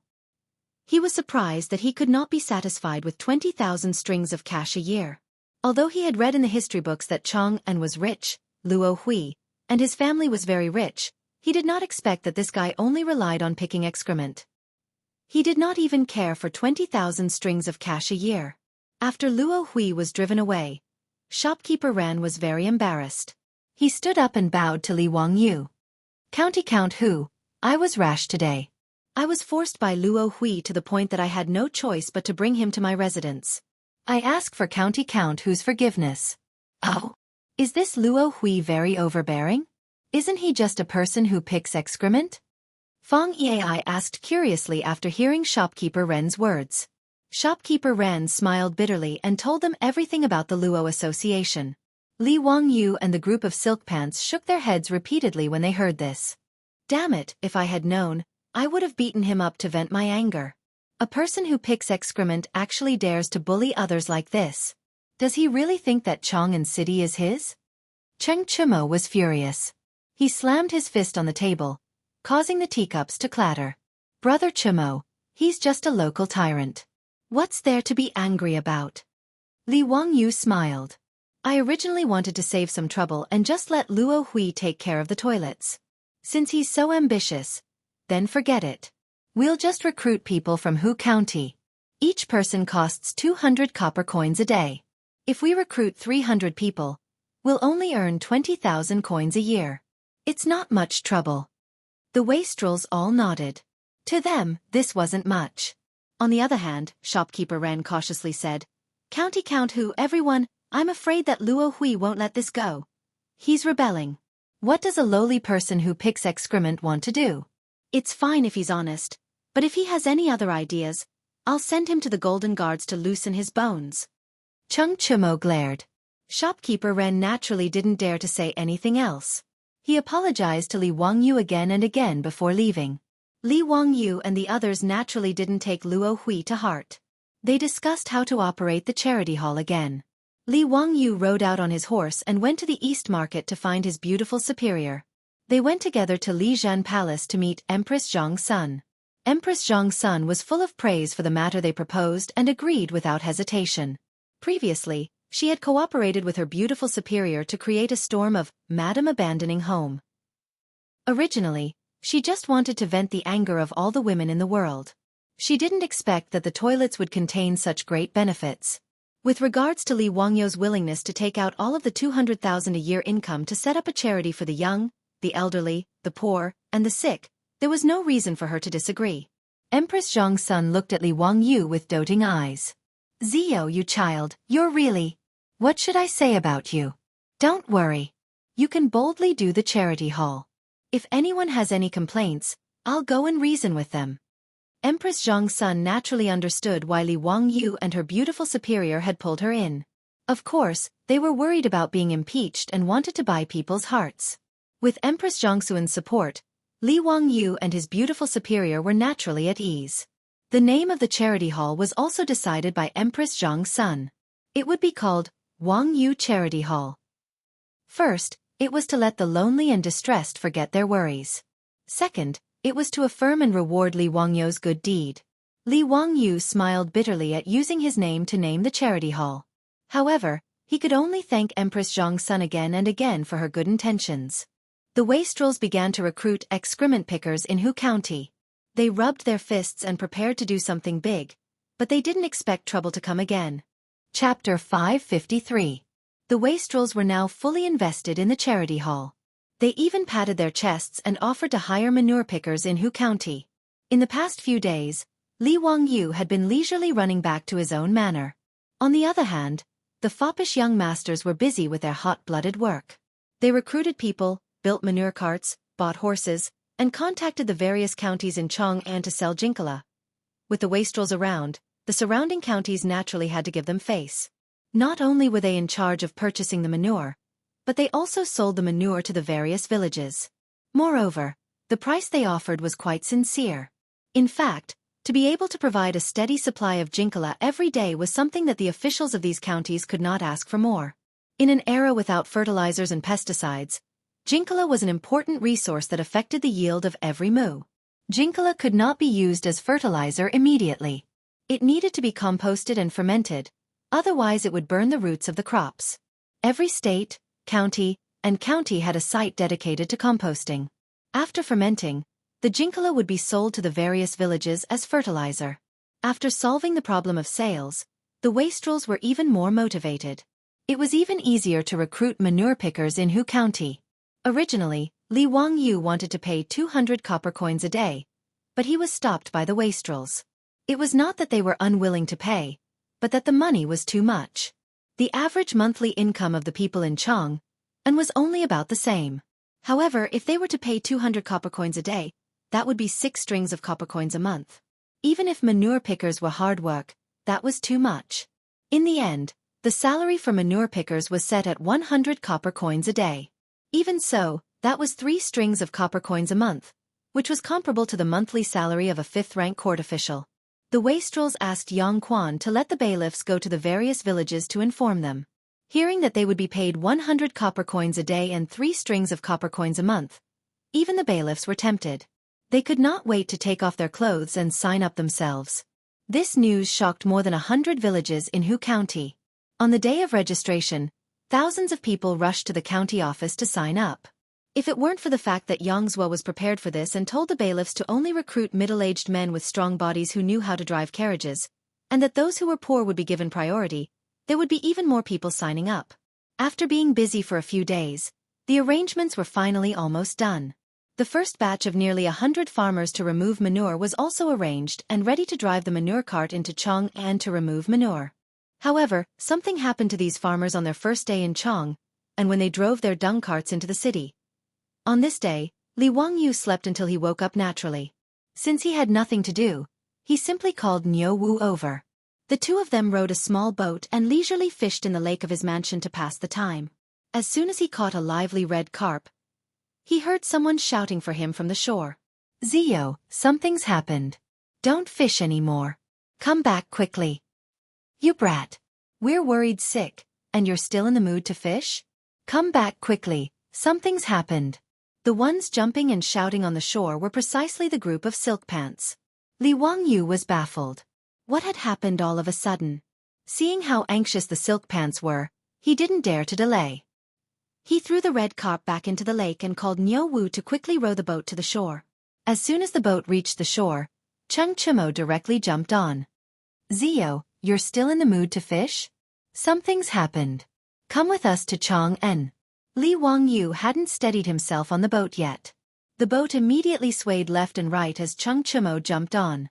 If it weren't for Niu Wu's quick reflexes, he would have fallen into the lake. "Brother Chimo, why are you panicking?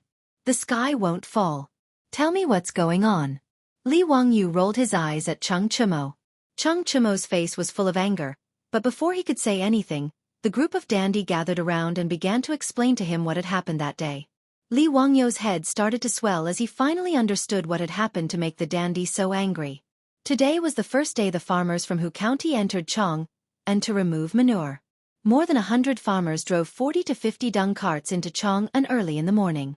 These dung carts were modified based on 4-wheeled carriages by the silk pants craftsmen. 2 farmers were assigned to each dung cart. Not only did they have to remove manure, but they also had to clean the toilets. Then they had to drive the dung carts to the counties around Chang'an and sell them to the farming officials. It wasn't complicated, so the farmers naturally didn't think it was a hard job. Compared to lying on the ground with one's back facing the sky and a drop of sweat falling into 8 pieces, it was a really easy job. Removing manure was smelly and tiring, but compared to their monthly salary, the farmers didn't dislike it at all. Instead, they enjoyed it. Being selected to remove manure in Chang'an, these farmers were envied by many people. There were even many who couldn't find a wife because of their poverty. After being selected to remove manure for Hu County, there were many who took the initiative to propose marriage.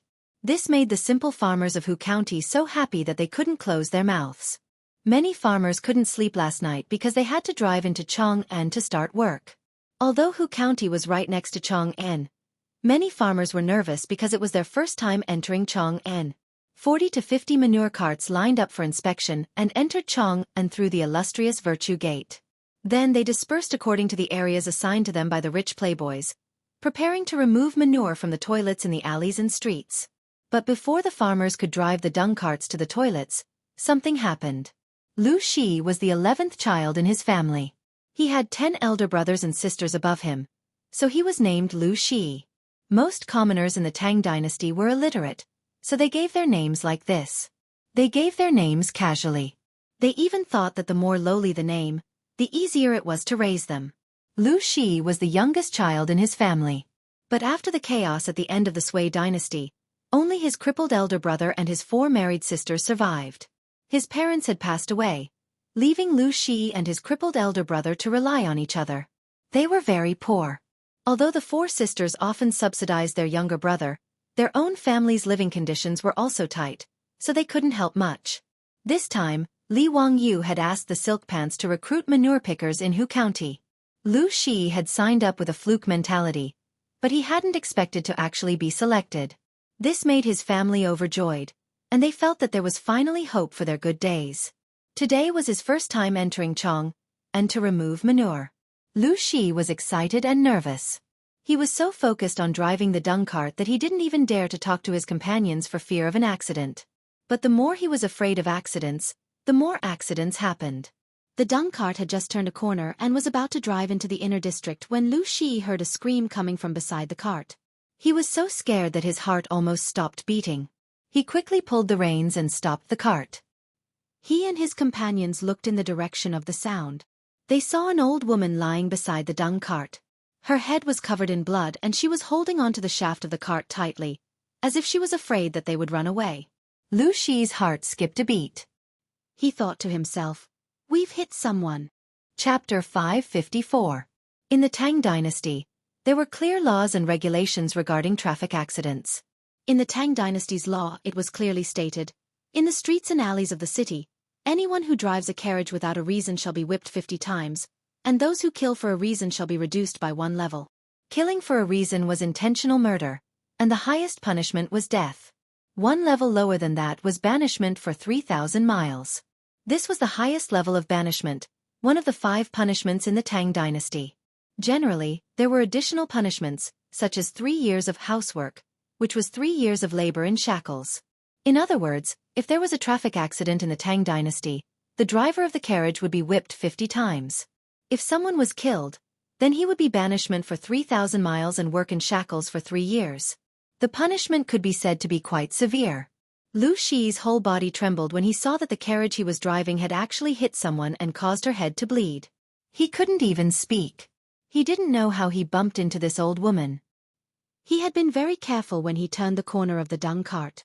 The other companion on the dung cart was also frightened to the point that his hands and feet were cold. However, he was still somewhat calm. He quickly jumped off the cart and supported the old woman. "Granny, how are you? Are you okay?" "Granny, I'm sorry. We didn't mean to. We really didn't see you." This commotion naturally attracted the attention of the surrounding crowd. It was not that they wanted to watch the fun, but in the Tang dynasty, it was also illegal for passers-by to turn a blind eye to what was happening around them. In the Tang dynasty's law, it was clearly stated, "Those who can help but don't do so will be whipped 80 times. There were many similar laws, such as, when people see a fire, they should report it but don't report it, they should save but don't save. When people in the neighborhood are robbed and killed, they should report it but don't help, they should be whipped 100 times. If they hear it but don't help, they should be reduced by 1 level. If they don't have the strength to help, they should report it to the nearby court. If they don't report it, they should also be considered as not helping."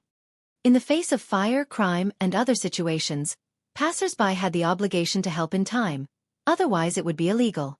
The laws of the Tang dynasty punished those indifferent people who could have helped but turned a blind eye to it in times of crisis. Therefore, when they saw the old woman knocked down by the dung truck, many passers-by immediately gathered around and asked if they needed help. The old woman's head was bleeding profusely, and she seemed to be severely injured. She pulled on the shaft of the carriage and shouted, "Someone, we've hit someone! That damned coachman had hit someone! Help!" Lu Shi and his companions were so scared that they didn't know what to do. On the other hand, some passers-by quickly found a nearby Wu Ho and escorted Lu Shi and his companions to the county office to await their punishment. The old woman was also sent to the nearby hospital for treatment. Lu Shi and his companions failed and were locked up in the prison of Chang'an County, awaiting Cui Zhua's trial. However, when Lu Shi was thrown into the prison by the bailiffs with a long face, he was shocked to find that there were already several companions who had been recruited to scavenge excrement in the prison. After asking around, he learned that the farmers in Hu County had encountered the same thing as Lu Shi after entering Chang'an. If it wasn't the dung truck that had hit the old man, it would have hit the children and women. In short, it was as if they had seen a ghost. After receiving the news, the playboys hurried to Wanyan and Chang'an counties. When they heard the news, they couldn't help but be furious. Out of the 50 dung trucks, 25 pairs were broken. Not a single one escaped, and all of them were in trouble. After such a thing happened, no matter how stupid the playboys were, they knew that someone had done it on purpose. The playboys angrily went to Cui Zhua and Lu Dehang to reason with them. This was clearly a deliberate framing of the farmers who were scavenging excrement, and they should be sentenced to the crime of making false accusations. Regarding this, Cui Zhua and Lu Dehang were helpless. Cui Zhua and Lu Dehang didn't believe that the people who had been hit by the dung trucks hadn't done it on purpose. How could there be such a coincidence that all 50 dung trucks had gotten into a car accident and injured people? However, those injured people were real. It could only be said that the other party had really gone all out, and those people were willing to do it to themselves. For those who had been hit by the dung trucks, bleeding from their heads was already considered light. Those who were seriously injured even had their bones broken. It was very miserable. These injured people insisted that they had been hit by the dung trucks. Moreover, there were many witnesses at the time, and it was indeed so. As for distinguishing whether the dung trucks had hit these people or if these people had deliberately hit the dung trucks, in an era without traffic cameras, it was difficult for Cui Zhua and Lu Dehang. It was difficult for even the gods to determine this. As a result, even if Cui Zhua and Lu Dehang knew that someone had done it on purpose, they didn't dare to let those farmers go. Otherwise, if they were accused of negligence, it would be difficult to explain. After such a commotion, going into Chang'an to scavenge excrement naturally became an empty promise. Even the 50 dung trucks were temporarily detained by Chang'an and Wanyan counties, and could only be returned after the case was over. The playboys threw a tantrum, but it was useless. Only then did they ride to Dingzhou village to find Li Wangyu to make a decision. Now, among the group of playboys, Li Wangyu was the youngest, but he had secretly become the backbone of the group of playboys. After listening to the playboys, Li Wangyu immediately thought of a word. He couldn't help but blurt out, "This is a scam." Feng Yai was confused. "What scam? Zio, what are you talking about?" Li Wangyu scratched his head, not knowing how to explain it to the playboys. This scam was invented by the descendants of the 8 banners in the late Qing dynasty. These people lacked a source of income and had no skills, so they came up with this crooked idea. Usually, they would hold a precious piece of porcelain in their hands as they walked through the busy streets. Looking for an opportunity, they deliberately let the moving carriage accidentally bump into him, causing the porcelain in their hands to fall to the ground and shatter. Then they could righteously pester the owner of the carriage and ask for compensation based on the price of the precious porcelain. In fact, it was essentially extortion. Li Wangyu couldn't be bothered to explain what scam was to the playboys, so he asked, "Brothers, who do you think did this?" "Bastard, if I find out who's behind this, I'll crush his balls." Cheng Chimo, Yuchi Baolin, and the others were furious, but they didn't know who would do this. Chai Linggu, Wei Shuyu, and the others looked at each other and blurted out, "Luo Hui." Li Wangyu also nodded. After hearing this, the first person he thought of was Luo Hui. Other than Luo Hui, doing this had no meaning to anyone else. However, Li Wang, you didn't think that a lowly person would have the guts to go against him and the other silk pants in such a blatant manner. This person must have eaten a bear's heart and leopard's guts. Cheng Chumo roared, "It's him? Why didn't you say so earlier? I'm going to beat this bastard to death right now." He turned to leave, but was stopped by Chai Linggu and the others. Brother Chimo, we were afraid that you would be impulsive before, so we didn't tell you. Think about it, what's the use of beating up that Luo Hui? Do you have evidence that these things were ordered by him? It's easy to catch Luo Hui, but it's easy to give people a reason to talk about it. Li Wangyu also nodded. That's right, this matter was most likely ordered by Luo Hui. Haha, I underestimated this Luo Hui. I didn't expect that for the sake of 200,000 strings of cash a year, this person would be so crazy. But Brother Chimo, if you want to beat up that Luo Hui, I'm afraid it won't be of any use. This kind of lowly person, when the time comes, will definitely bite you back, and the censorate will accuse you of malicious injury. He dares. I'll kill him. Chung Chimo cursed, but he was no longer in a hurry to leave. Chung Chimo seemed to be reckless, but he wasn't stupid. He turned to Li Wangyu. Zio, what do you think we should do about this? Chapter 555. Li Wangyu had no experience in dealing with this kind of fraud. In later generations, there were all kinds of driving records and traffic cameras to prove innocence, but in the Tang Dynasty, how to deal with it was a bit of a headache. If he directly used his and the foppish playboy's influence to suppress this matter, it was not impossible. But he was afraid that he would be targeted by people with ulterior motives and make a fuss about it, and then it would cause more trouble. Li Wangyu was well aware that those aristocratic families had been waiting to catch his weakness for a long time. How could he give his weakness to these people? Li Wangyu even thought that after this matter was spread out, the Wang clan of Taiyuan and the Zhang family of Xinjiang might have sent people to spy on the county governments of Chong'an and Wanyan counties. Although discerning people could see that the 50 injured people who were hit by the dung cart were deliberately hurt, Li Wangyu had no evidence. On the contrary, the injured people who were hit by the dung cart were real, and many passers-by left testimonies to prove that these people were really hit by the dung cart. Li Wangyu could only sigh. This Luo Hui was really king genius. He could actually do something like this and incite so many people to work for him willingly. If this matter was not solved, the 300 toilets could not generate any income. Even if he continued to build dung carts and recruit farmers to go to the city to remove dung, others could still do the same and continue to blackmail him. Li Wangyu thought for a long time and did not have a good idea, so he could only call the foppish playboys. Brothers, let's go back to Chong'an first and meet Luo Hui to see what he wants to do. They rode back to Chong'an again and went straight to Luo Hui's mansion. Since Luo Hui made a fortune by removing dung, he had already bought a house in Guangda Square near Shi City. The foppish playboys knew where his mansion was after a little inquiry. However, when Li Wangyu and the foppish playboys went to the door, there was no one there. Greetings, County Earl. Greetings, young dukes. You have come at the wrong time. My Lang Jun has left Chong'an City a few days ago to visit friends. I don't know when he will return home. Luo Hui's butler respectfully went out to greet everyone. When Feng Yai heard what he said, he couldn't help but fly into a rage. Nonsense! You dare to deceive us? Are you tired of living? The steward jumped in fright and quickly knelt on the ground. What this lowly one said is absolutely true. Would the young duke please examine it clearly? I don't dare to speak the slightest falsehood. On the day my family's Lang Jun left Chong'an, the surrounding neighbors, as well as the martial marquis in the square, all saw it. I did not deceive you all.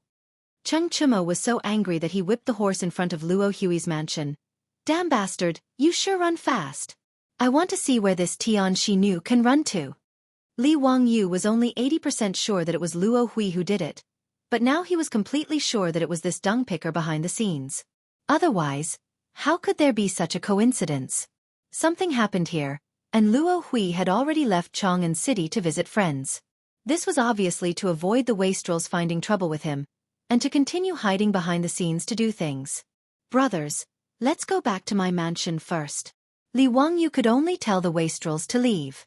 This Luo Hui really gave him a surprise. He did not expect that such a small character like Luo Hui could cause him so much trouble.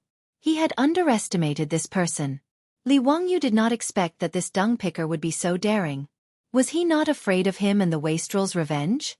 Thinking of this, Li Wangyu felt that this matter was not so simple. There must be something fishy about it. As he pondered, he followed the debauches to his own residence in Kaihua Square. The group of people entered Kaihua Square. Before they reached Li Wangyu's mansion, they found that the road ahead was blocked.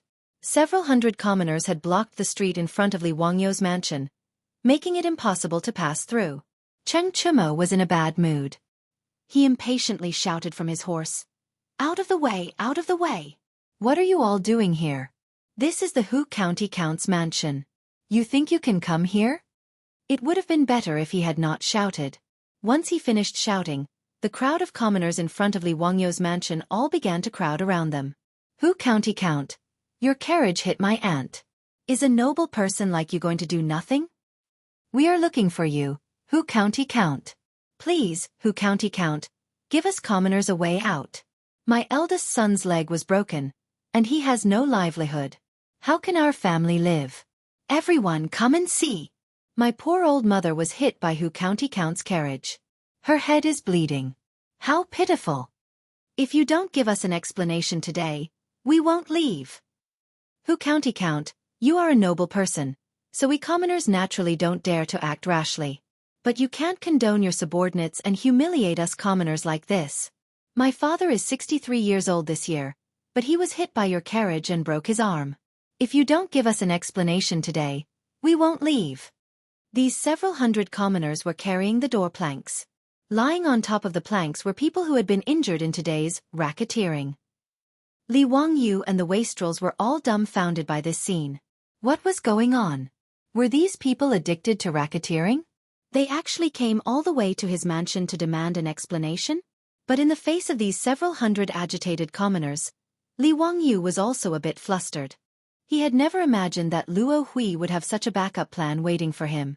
Seeing that the commoners were getting more and more agitated, Niu Wu and his troops subconsciously drew out the shi blades at their waists. They looked at the crowd nervously, afraid that they would suddenly charge forward and threaten the safety of Li Wangyou and the silk pants.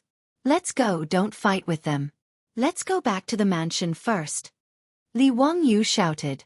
At this time, he didn't dare to let Niu Wu and the others attack. If they accidentally killed a few more people, then it would really be a big joke. After hearing Li Wangyou's order, Niu Wu and his troops did their best to separate the angry crowd and escorted Li Wangyou and the wastrels into the mansion. After Li Wangyou and the others entered, the mansion's gate closed with a bang, leaving the crowd of commoners outside to continue their clamor. Cheng Chumo was so angry that he kicked over a flower pot in the courtyard. "Bastards! Are these people crazy?" Fang Yai was so angry that he almost rushed out to beat them up, but he was stopped by the wastrels. Li Wangyou didn't say anything. His mansion being surrounded was really out of his expectations. But this matter confirmed one of his conjectures. Behind Luo Hui, there was definitely another faction causing mischief, a mastermind behind the scenes. Otherwise, how could a lowly person like him dare to oppose him, the county count who founded the country, and a bunch of wastrels? Li Wangyou didn't believe that he had such guts. Not to mention that he had incited these commoners to cause trouble in his mansion. Moreover, he didn't see the marquises of Kaihua Square or the bailiffs of Wanyan County come to drive these people away. He didn't believe that Lu Dehang and the marquises of Kaihua Square didn't know that so many people had gathered here. It was clear that someone was exerting pressure on Lu Dehang and the colonel of the marquises to make them stand by and allow these commoners to surround his mansion. Li Wangyou thought to himself. The Wang clan of Taiyuan, the Zhang clan of Xingyang, the Duke of Luho Junji, and the Duke of Chongping Zhang Liang. In this half a year, the only people who had enmity with him were these few. Any one of them, or even several of them, could have instigated Luo Hui to do this. This was interesting. It seemed like these people had suffered a loss and were very unwilling to accept it. Chapter 556. The commotion in front of Li Wangyou's mansion lasted for more than 2 hours before a martial marquis finally came to disperse the crowd. After the crowd surrounding his mansion dispersed, Li Wangyou ordered people to open the mansion door. He walked out and looked at the mess on the ground, then looked at the group of martial marquis standing in front of the mansion door with their hands hanging down. He could not help but sneer. "Everyone, I will remember today's matter and will definitely repay you in the future." Li Wangyou's words immediately scared the martial marquis into kneeling on the ground. "County Count Hu, please calm down. It's not that we want to be negligent, we... The martial marquis commander couldn't speak clearly. He really felt sullen. Both sides were big shots, masters he couldn't afford to offend. Cheng Chumo strode out and didn't try to reason with them. he arrogantly said in a loud voice. What are you all doing? Speak. Who ordered you to do this? If you can't explain, this old man will put this on your heads. The Marshal Marquis gloomily looked at each other. This was a fight between immortals, and mortals suffered.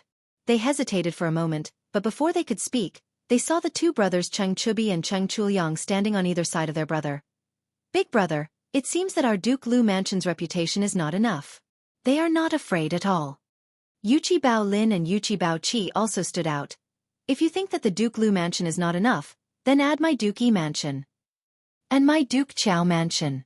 My Lai Mansion will advance and retreat with the County Count Hu Mansion. Duke Liang Mansion also has the same attitude. Duke Zheng Mansion also has the same attitude. Niu Zhangping dragged his lame leg out. Hee, our Langya County Duke Mansion can't compare to these Duke Mansions, but if anyone wants to oppose the County Count Hu Mansion, then they can try the Langya County Duke Mansion's blade. The words of the wastrels finally made the Marshal Marquis clearly remember the power behind these wastrels. They were so scared that they almost wet their pants. Their backs were soaked in cold sweat. They now felt that they were like pigs in a mirror, completely inhuman. He wanted to say who was the instigator, but when he thought about that person's power, crushing them was not much harder than crushing ants. Thus, he swallowed the words that were about to come out of his mouth. County Count Hu, young dukes, today is all our fault. Please punish us, County Count Hu and young dukes. The colonel of the Wu Marquis shop opened his mouth for a long time, but he didn't dare to say that name. He just kept kowtowing. The colonel's words made Cheng Chumo and the others furious. They rushed over and wanted to beat him up, but were stopped by Li Wangyu. He walked in front of the colonel and squatted down to look into his eyes. Even if you don't say it, I can guess it. If I'm not mistaken, did Duke Lu instruct you to do this? Li Wangyu's words made the colonel's eyes widen as he looked at him in disbelief. You didn't say anything. The colonel was so scared that his teeth were chattering. With his reaction, how could Li Wangyu not know that he had guessed correctly? He chuckled and stood up. You don't have to say any more. I already know. The colonel didn't dare to say anything and just kept kowtowing. Li Wangyu stood up and sneered. All right, I won't make things difficult for you.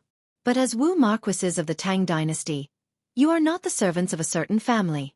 Don't make a mistake. After saying this, he turned and walked back into his residence. The wastrels coldly snorted and looked around at the kneeling Wu Marquises before following him back into their residences and slamming the gates shut. The Wu Marquises sighed and silently got up from the ground before leaving dejectedly.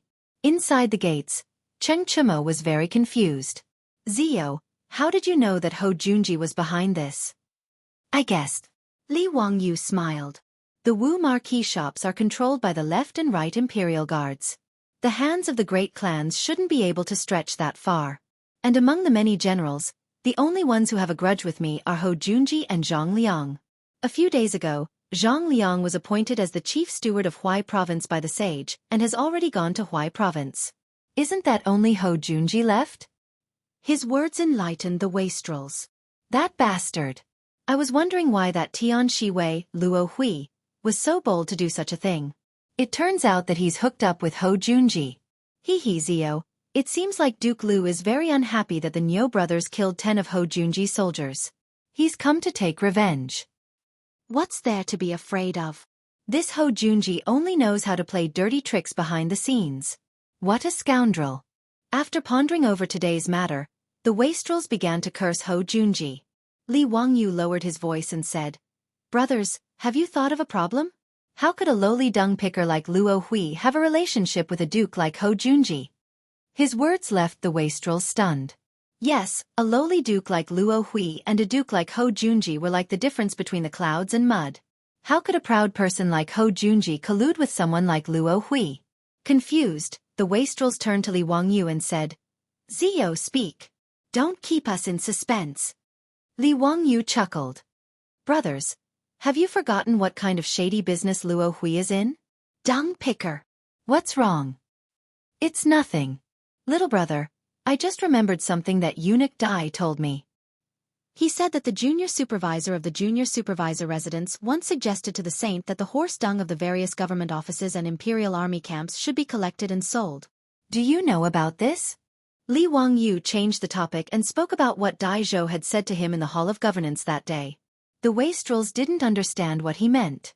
They looked at each other and nodded. I've heard of this matter. It seems that the saint didn't want his reputation to be good, so he gave up. What does this have to do with anything? Zio, why are you making me more and more confused? Zio, don't keep us in suspense. Speak clearly. Li Wangyu rolled his eyes at them and said, The horse dung of the imperial army. Brother Chumo, Brother Baoqi, Brother Zhengping, how did you deal with the horse dung in your lord's camp? Cheng Chumo and the others were stunned. Naturally, it was collected and sold as military funds. Wait, Zio, you mean to say that Ho Junji's Zuowei residents sold the horse dung to Luo Hui? Li Wangyu nodded. That should be the case. Otherwise, how could the mighty Duke of Lu have anything to do with someone like Luo Hui? And even secretly order him to oppose us? He felt that the relationship between Ho Junji and Luo Hui wasn't as simple as selling horse dung.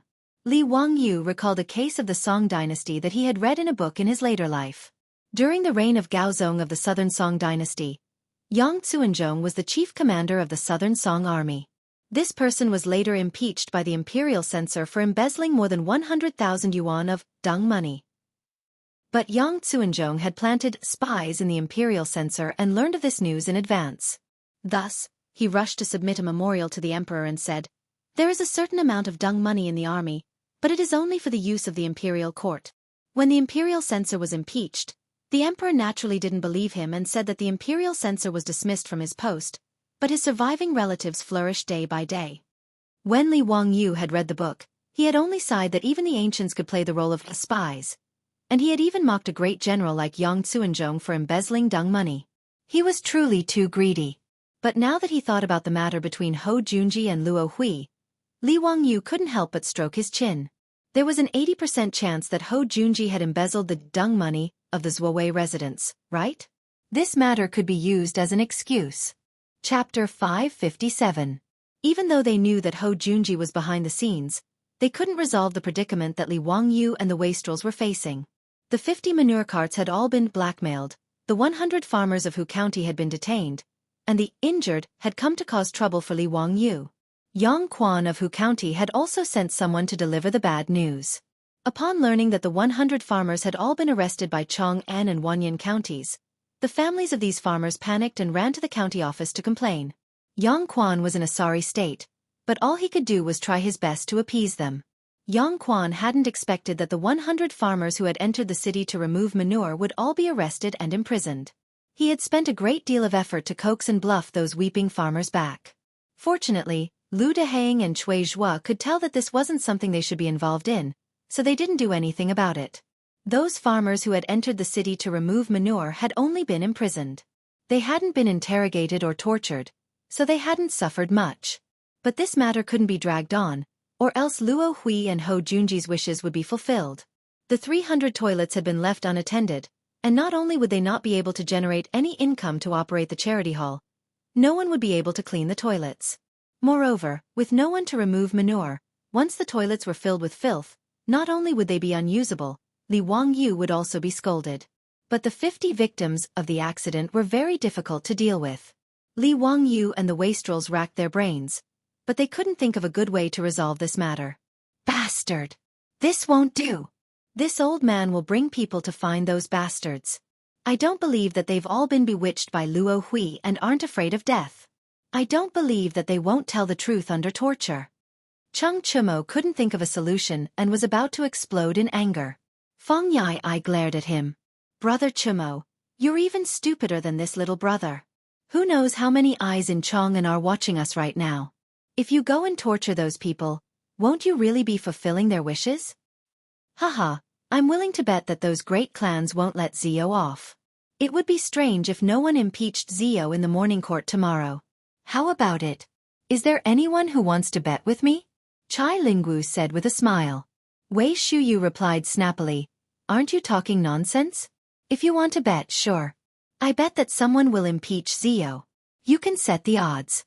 How about that? You guys, that's enough. You're still in the mood to joke at a time like this? If we can't overturn these crimes, we'll really become a joke. Li Wangyu glared at these bastards. They actually wanted to use him to open a gambling house. He shrugged. What can we do? How can we prove that those people intentionally rammed into the carriage if there are too many witnesses? Unless we can prove that they are lying, it will be difficult to overturn this case. Wei Shuyu shook his head. Don't even think about it. It's impossible for them to retract their testimony. That group of people was really ruthless. In order to frame those farmers, they were willing to send their own hands and feet to the wheels of the car. I've sent people to the county government to ask around. The doctors have examined the injuries of those people. They weren't faking it. Their arms and legs were truly crushed and broken. The doctors said that there were a few people who couldn't be cured and would definitely become disabled.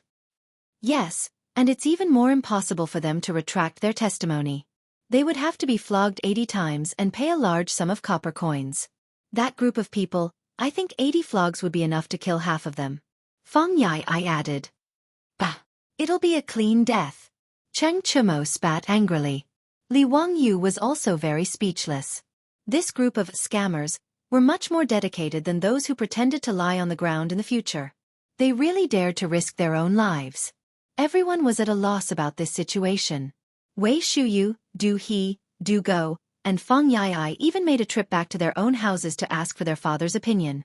This bizarre carriage case had now been heard by all the civil and military officials in the imperial court. Wei Zheng, Du Ruhui, and Feng Xianling, these big shots, naturally also knew about it. But in the face of their son's inquiry, these top think tanks of the Tang Dynasty could only smile bitterly and shake their heads. The other side was too willing to go all out. Even a discerning person could see that they were doing this on purpose, but there was no evidence. Unless they tortured these people to make them tell the truth, they didn't know what to do. But torture was even more impossible. In any case, there was no reason to torture the victims. Moreover, the vast majority of these 50 people were women, children, and the elderly. If they were interrogated by torture, they would probably be beaten to death. No one could bear the responsibility for that. In the view of Feng Xianling, Du Ruhui, and the others, the only thing they could do was to reconcile with Hou Junji. They were willing to be Li Wangyu's middleman. After Wei Shuyu and the others returned dejectedly, they relayed their father's words to them. Li Wangyu shook his head. I won't go. I won't reconcile with that bastard Hou Junji. And when the time comes, Hou Junji will definitely demand half of the profits. That money is going to be used for charity. We can't just let that bastard Hou Junji get away with it. The wastrels naturally understood the meaning of Li Wangyu's words. Hou Junji had clearly ordered Luo Hui to do this not just to disgust them, but also for the sake of profit. Not many people could be like Li Wangyu, who did not want a single cent of the 200,000 strings of cash a year and used it all for charity.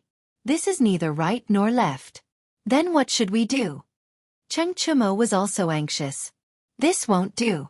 I'll go back and find Milord and have him argue with Hou Junji. Right. I'll go find Milord together. I don't believe that Hou Junji won't give face to so many high dukes. Yuchi Baolin also stood up. Li Wangyu hurriedly stopped them. Brothers, this little brother appreciates your good intentions. But there's no need for that. Why make things difficult for Uncle Cheng and Uncle Yuchi? Besides, if Hou Junji refuses to admit his involvement in this matter and pushes all responsibility away, what can we do? We can guess that Luo Hui is related to him, but we don't have any proof, much less proof that Hou Junji is behind this. Then what do we do? Are we just going to watch and do nothing? Let me think about it. There will be a way. Li Wangyu paced back and forth in the hole, his mind in turmoil. Cheng Chumo was furious. He waved at Niu Wu and said, Brother Niu, bring us some wine. Bastards! Why doesn't the heavens just send down lightning and strike these bastards to death? Li Wangyu suddenly stopped in his tracks. Brother Chumo, what did you say? Me. I'll have the Niu brothers send wine over. Cheng Chumo was confused. No, what did you say after that? I said, why doesn't the heavens just strike these bastards to death? After Cheng Chumo finished speaking, Li Wangyu slammed his fist against his palm. Wahahaha! This daddy has an idea. Zio, what idea? Quickly tell me. Hurry up and say it. What good idea do you have? Li Wangyu smiled mysteriously. Haha, brothers, there's no need to be anxious. This little brother can't explain it clearly in a few words. When I'm ready, I'll show you. Niu Wu, hurry. I'll have to trouble you to make a trip back to Dingzhou village and retrieve something from Chongqing for me. Come back quickly. I'll wait for you. His secretive look made the other rich kids even more curious. Chapter 558. The next day, Li Wangyu woke up early, changed into the robes of a county count, and went to line up in the imperial city. Chang Yaojin was delighted to see him. Wahahaha, kid, you're quite self-aware today. What? You know that you're going to be impeached, so you came to be scolded? Li Wangyu chuckled and whispered, Uncle Chung, I'll treat you to a good show today. Humph. This old man knew that you wouldn't suffer a loss. It seems like you have a card up your sleeve? But this old man is very curious. How are you going to quibble? Those farmers that you and those scoundrels got to pick dung really did injure several dozen people. This old man had the estate subordinates investigate, and quite a few of them had their arms and legs broken. Kid, you should be careful.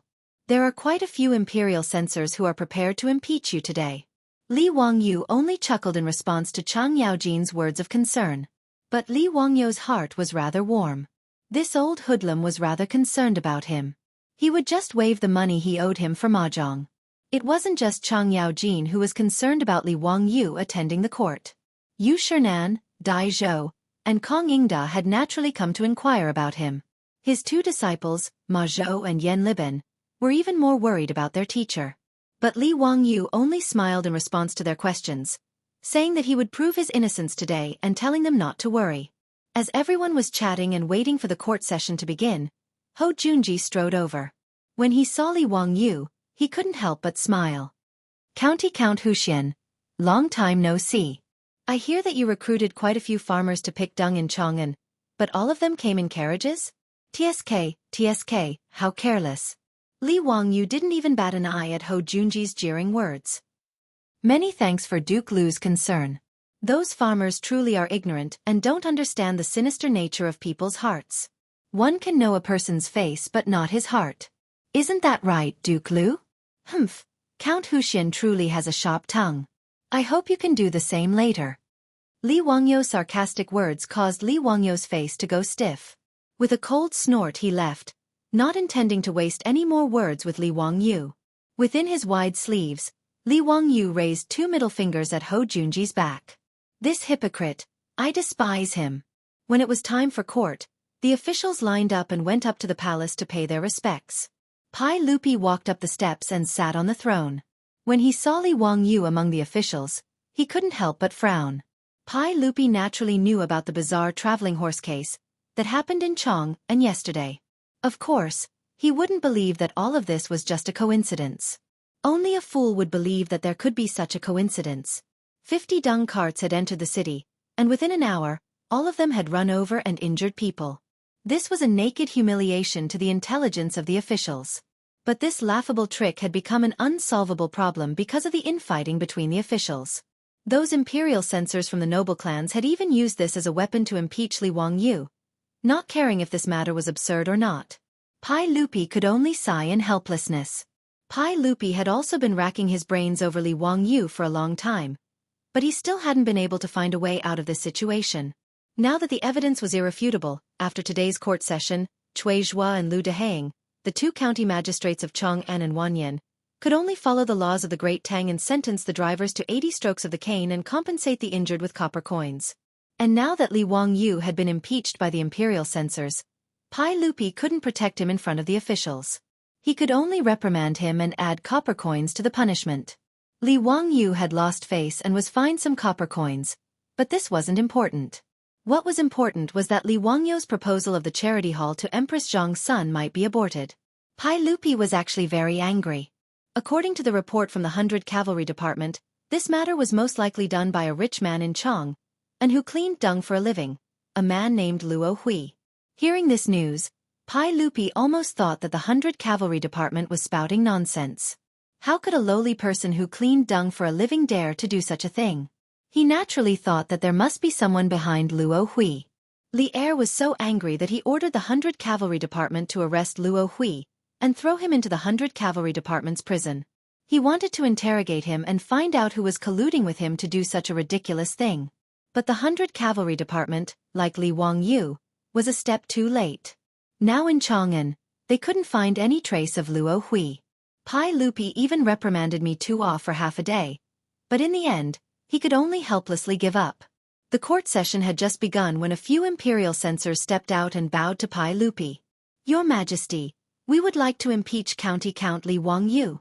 Oh, what is it? Pai Lupi had to pretend to cooperate, but he was very tired of it. Yesterday, County Count who allowed his subordinates to drive carriages and horses in Chang'an for no reason, injuring more than 50 people in a row. This caused the people of Chang'an to feel insecure. We ask your Majesty to severely punish County Count, who and order him to compensate the injured people. Pai Lupi naturally had nothing to say to the imperial censors. He could only look at Li Wangyu. Zio, do you have anything to refute the words of these imperial censors? Li Wangyu stood up and stepped out. Your Majesty, I have been wrongly accused. This matter has nothing to do with me. These imperial censors have wrongly accused me. Seeing Li Wangyu push the matter away, the imperial censors couldn't help but become anxious. They no longer cared about seniority and pointed at Li Wangyu angrily. County Count Hu, don't speak nonsense. There are witnesses and evidence in this matter, and you dare to deny it in front of His Majesty? Li Wangyu rolled his eyes at them as if he was looking at a group of idiots. What exactly are you accusing me of? You are accused of allowing your subordinates to drive carriages and horses without reason. Li Wangyu spread his hands and looked at Pai Lupi. Isn't this not a problem? Your Majesty, please investigate. Nothing happened to the carriages in my residence yesterday. The words of these imperial censors have really confused this subject. You dare to speak such nonsense in front of His Majesty? Do you dare to say that the carriages that injured 50 people in Chang'an City yesterday didn't belong to you, County Count Hu? A young imperial censor also became anxious and pointed at Li Wangyu angrily. Li Wangyu shrugged. They really didn't belong to me. Everyone, I'm afraid you found the wrong person. You. County Count Hu, do you dare to say that those manure carriages weren't going to your toilets to remove manure? That's true. Humph, it's good that you admit it. Li Wangyu smiled and waved his hand. Wait, are you all mistaken? It's true that those manure carriages were going to my toilets to remove manure, but those manure carriages and drivers weren't recruited by me, nor were they my subordinates. Everyone, please don't speak nonsense. His words stunned the imperial censors. They opened their mouths but didn't know what to say. They simply turned their heads and knelt before Pai Lupi. Your Majesty, those carriages that injured people belong to County Count Hu. Everyone in Chang'an City knows about this. Now, County Count Hu is actually trying to shirk responsibility. It's truly despicable. Your Majesty, please make a judgment. Pai Lupi also felt a headache coming on. He couldn't help but look at Li Wangyu. Zio, what's going on? Explain it clearly to us. Yes, Your Majesty. Those manure carriages were indeed going to this official's toilets to remove manure. But the manure carriages and drivers have absolutely nothing to do with this official. Li Wangyu smiled very easily. Then these imperial censors have misunderstood you? Who did those carriages belong to? Li Wangyu smiled even more happily. He had been waiting for these words. Pai Lupi really was a good supporting actor. Reporting to Your Majesty, those carriages and coachmen were all created and recruited by Cheng Chumo, Cheng Chuliang, Cheng Chubi, Yuchi Baolin, Yuchi Baoqi, Du He, Du Go, Feng Jun, Wei Shuyu, Chai Lingwu, and Niu Zhengping. Li Wangyu's words instantly silenced the hall.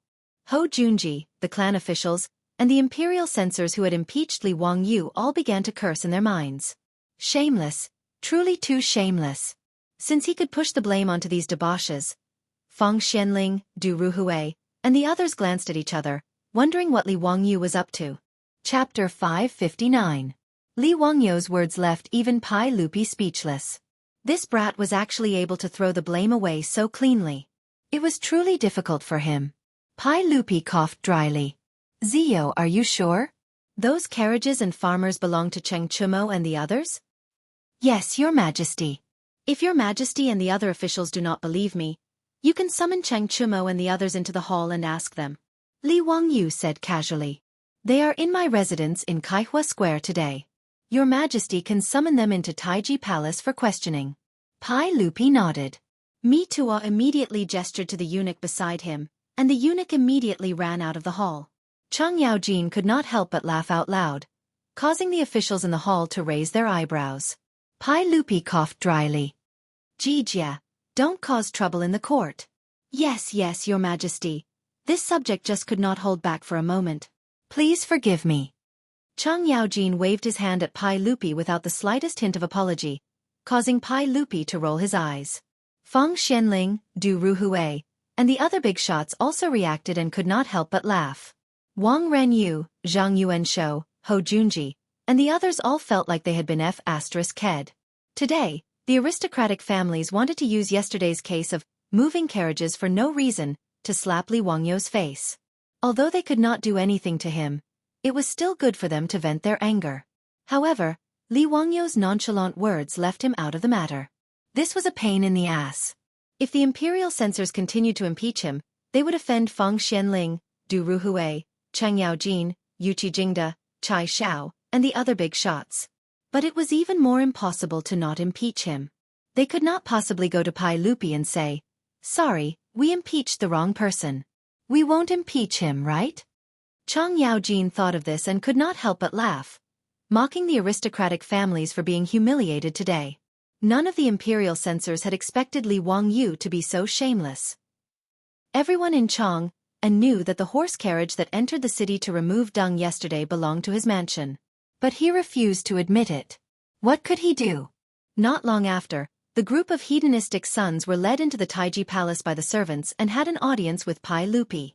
The censors who impeached Li Wangyu were extremely disgusted at this moment, but they could only pinch their noses and ask the foppish lords, "General Cheng, may I ask if the carriage that killed someone in Chang'an yesterday belongs to you?" Cheng Chumo nodded his head casually. "That's right, that's exactly the case."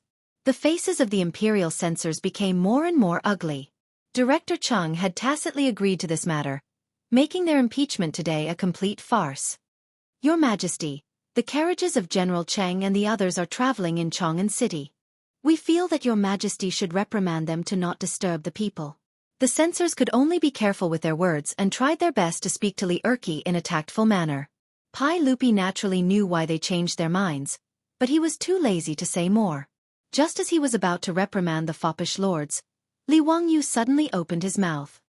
"Your Majesty, the imperial censors had impeached me for the same crime, but they had asked Your Majesty to severely punish me and order me to compensate the injured people. Why is it that when it comes to Cheng Chumo and the others, you only reprimand them? What kind of logic is this? I ask Your Majesty to severely punish Cheng Chumo and the others as a warning to others." Li Wangyu said these words righteously, as if he was the upright and plain-spoken imperial censor who was absolutely irreconcilable with Cheng Chumo and the others.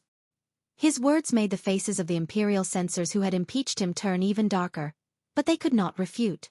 They could only shut their mouths and pretend to be ostriches, allowing Li Wangyu to slap their faces. Cheng Chumo and the others looked very wronged and bowed to Pai Lupi. "Your Majesty, if we were not strict enough and the carriage in Chang'an injured dozens of people, we are willing to accept Your Majesty's punishment. However, we are not satisfied with this matter. The so-called injured people who hit the carriage were deliberately injured. If we are punished because of this, we are not satisfied. We ask Your Majesty to issue an edict to order Chang'an and Wanyan counties to interrogate the injured people and give us justice." The imperial censors did not know how to respond to the foppish lord's complaints. If these words were said by Li Wangyu, they would naturally jump out and righteously reprimand Li Wangyu for talking nonsense. They would also take out a large number of witnesses and evidence to prove that Li Wangyu's carriage hit and injured the people. But these words were said by the foppish lords, so the imperial censors did not know what to do. They secretly turned their heads to look at Wang Renyu and Zhang Yuanshou, but saw them slowly shaking their heads. They knew that this matter could only be dropped. Pai Lupi did not expect that Li Wangyu could shift the blame to such an effect. Previously, he was like Feng Xianling and the others. They were all thinking that Li Wangyu would be impeached and it would be difficult for them to get away. But he did not expect that Li Wangyu and the foppish lords would change the target of the imperial censors' impeachment to a group of foppish lords. The great clans were naturally unwilling to offend so many imperial court bigwigs over such a small matter. This gave Li Wangyu and the others a chance to reverse the situation. As long as the officials did not obstruct them, Pai Lupi would naturally agree to the demands of the foppish lords. As long as they were willing to investigate this matter, they would definitely find the truth. Wang Renyu and Zhang Yuanshou glanced at each other and decided not to intervene. Today, Li Wangyu had gotten off lightly. While the great clans were unwilling to participate in this matter, Hou Junji's complexion turned unsightly. At this point, he could no longer continue to watch from the sidelines. Before Pai Lupi could speak, Hou Junji stepped forward and said, "Your Majesty, this subject believes that Cheng Chumo's words are incorrect. Those 50 injured people were all hit by carriages. This matter is absolutely true, and there are several dozen passers-by as witnesses. How pitiful and innocent are these injured people. It's one thing for the authorities not to compensate the injured, but how can they be interrogated? This is truly detrimental to your Majesty's reputation of loving the people as your own children. This subject believes that this matter cannot be allowed." Li Wangyu and the foppish lords were not at all surprised by Hou Junji's words. On the contrary, they looked at each other and smiled. Li Wangyu had naturally predicted that Hou Junji would make such a choice. If he didn't step forward, then all his previous efforts would have been for naught. As long as he interrogated those injured people, the matter would naturally become clear. At that time, those injured people would be falsely accused and the peasants would be released. How could he, Hou Junji, stop Li Wangyu and the foppish lords from organizing people to enter the city to remove excrement? That was a profit of 200,000 strings a year. Li Wangyu did not believe that Hou Junji, famed for his greed in history, would be able to hold himself back. Reality was just as he had predicted. The great clans had retreated because of the factions backing the foppish lords, but Hou Junji had charged in. Cheng Chumo chuckled and said, "Your Majesty, since Duke Lu has said so, I would like to ask Your Majesty to make a trip to Chong'an County and have the injured confront the farmers. Ask them about the case and clear our names." "Nonsense. Your Majesty must not." Hou Junji was just about to stop him when Pai Lupi waved his hand at him. Pai Lupi stood up from his throne and said, "Junji's words are reasonable. There are many injured people in this matter and cannot be underestimated. However, since Cheng Chumo and the others feel that they have been wronged, there is a need to clarify the case. Since that's the case, why don't we do as Cheng Chumo suggested and confront these peasants?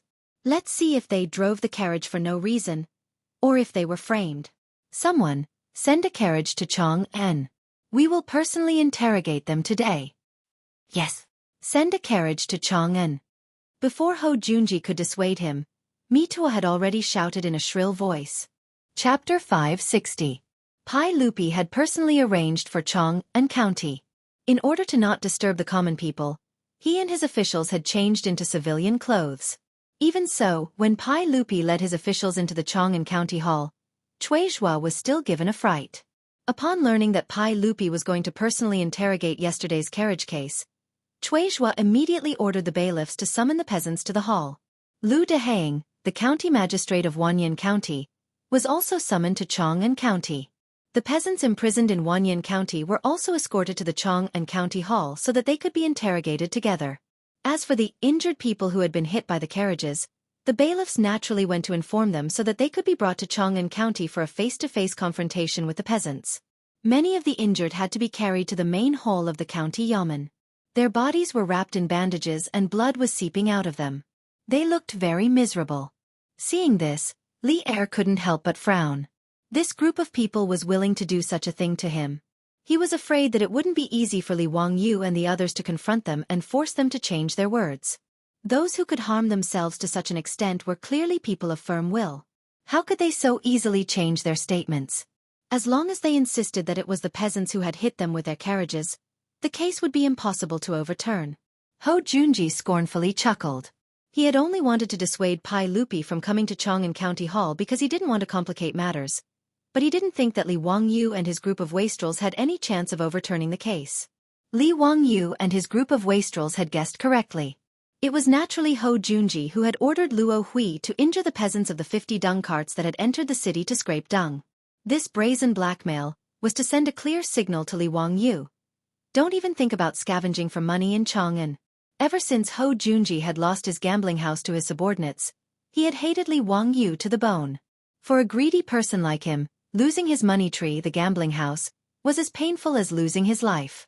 And when he learned from Luo Hui that the 300 toilets Li Wangyu had built in Chang and were bringing in more than 200,000 strings of cash each year, Hou Junji's eyes had gone red. Luo Hui didn't dare to oppose Li Wangyu, the county count who founded the country, but Hou Junji did.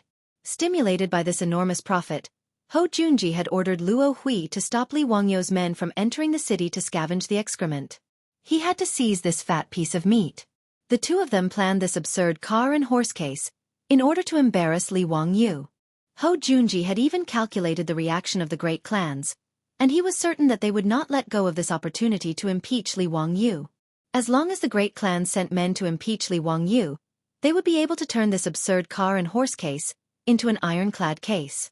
If Li Wangyu could not send men into the city to scavenge for excrement, Luo Hui would be able to openly claim the 300 toilets as his own. He wouldn't even need to share half of the profits with Li Wangyu. Hou Junji did not believe that Li Wangyu would be so shameless as to argue with Luo Hui over those filthy things and fight over Jinkala. Moreover, if the toilets were left unattended, excrement would spill everywhere and pollute the environment. And Hou Junji might even find someone to impeach Li Wangyu. Luo Hui had gone to scavenge for excrement, but he had done a good deed without leaving his name behind. How could he be blamed? This was Hou Junji's wishful thinking. He had never imagined that Li Wangyu would shift the responsibility of scavenging for excrement onto the wastrels. Hou Junji was filled with regret that the great clan's impeachment plan had been abandoned halfway. But Hou Junji didn't care. If he couldn't scam Li Wangyu, then so be it. The most important thing right now was to stop those farmers from scavenging for excrement. As long as he could pin down the crime of car and horse case, Hou Junji didn't believe that anyone would dare to scavenge for excrement in Chang'an. Luo Hui had carefully selected these self-inflicted wounds from his own subordinates, and these elderly, women, and children were the family members of Luo Hui's excrement pickers. Luo Hui had promised them a large sum of money, and once the matter was settled, these excrement pickers would no longer have to pay him. All the money they earned from scavenging for excrement in Chang and would belong to them. As the saying went, birds die for food and men die for wealth. These excrement pickers were already their family members, so how could they not be tempted by these conditions? They had always been looked down upon by others, and they cared even less about their bodies. Thus these people, whether old or young, did not give themselves any leeway when extorting money. If they could break a leg, they would not break a hand, and they made themselves miserable. Now that they were in the main hall of the county yamen, these people were crying and making a fuss, all of them begging the Ming House to uphold justice for them. They had to severely punish those farmers who had injured them and give them justice. As for the farmers, they were all kneeling on the ground, glaring angrily at these people, their eyes almost spitting fire. At the time, Lu Shi had believed that he had accidentally run into that old woman while driving the carriage. But after he was imprisoned in the Chang'an County prison, he understood everything. How could he have been careless? Someone was clearly trying to frame them. Even if Lu Shi was a fool, he would never believe that he and his companions had accidentally run into someone.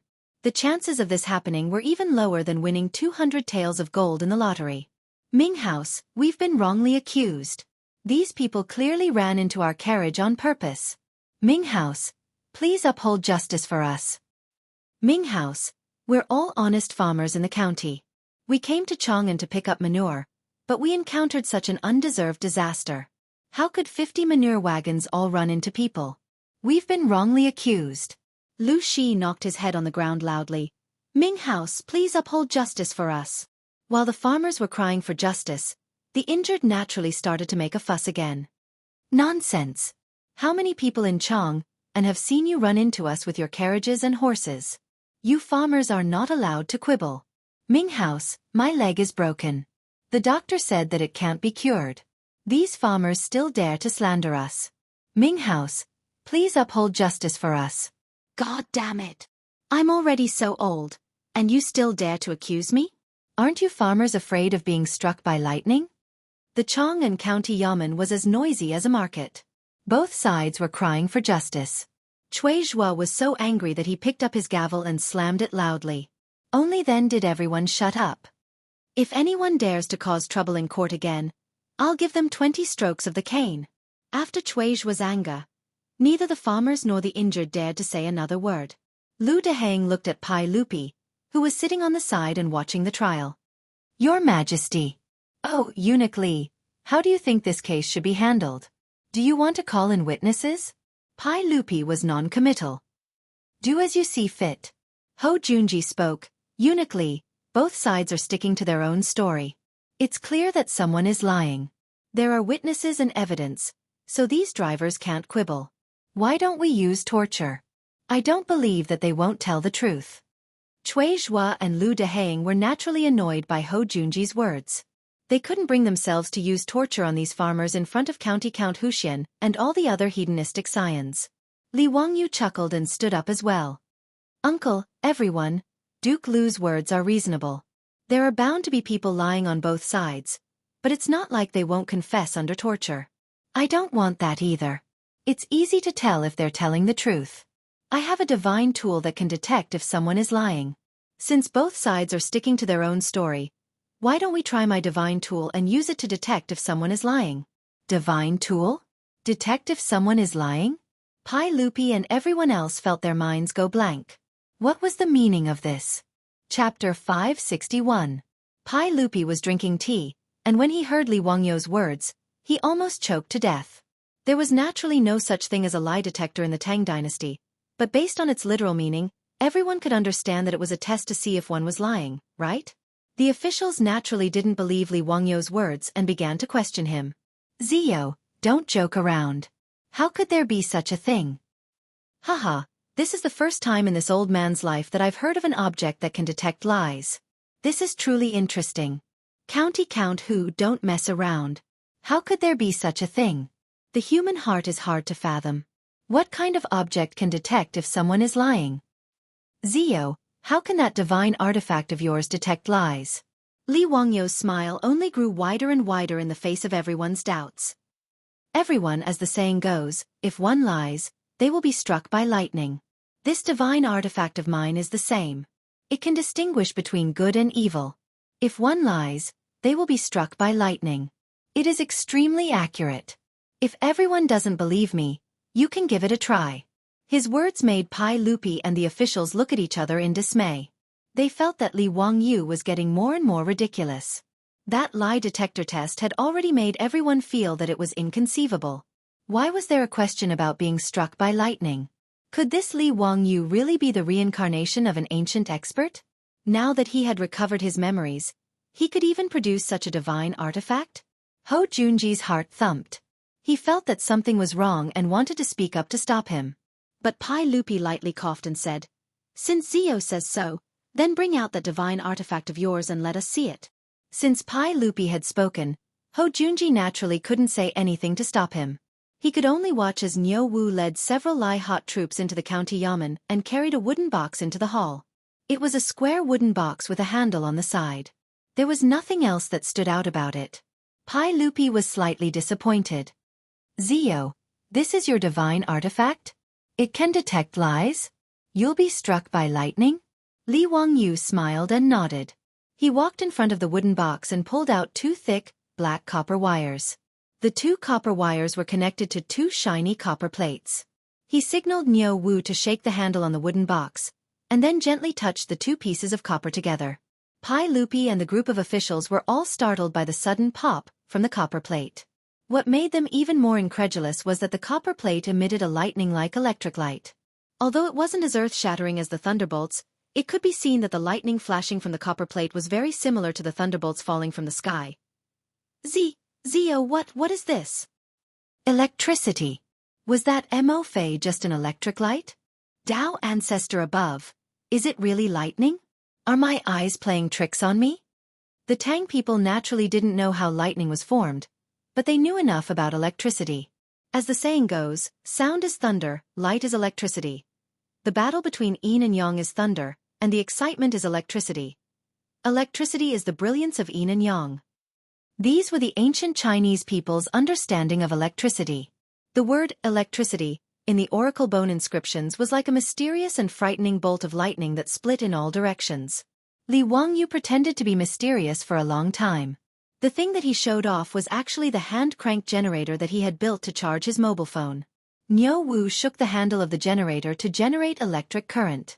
When the positive and negative poles came into contact, there would naturally be sparks. Of course, those who studied physics in junior high school would know that this was the phenomenon of electric charge breaking through the air and causing the air to conduct electricity. However, this scene in the eyes of Pai Lupi and the group of officials had a different feeling. Li Wangyu really created electric light in front of them. This was really too unbelievable. A hand crank generator, a simple discharge phenomenon, to the Tang people, the stimulation was no less than a UFO suddenly landing on the road and aliens walking out. Ho Junji's mouth dropped open in disbelief. Demonic arts. This is demonic magic. Feng Xianling immediately refuted. Thunder and lightning are righteous. How can it be demonic? Duke Lu, don't talk nonsense.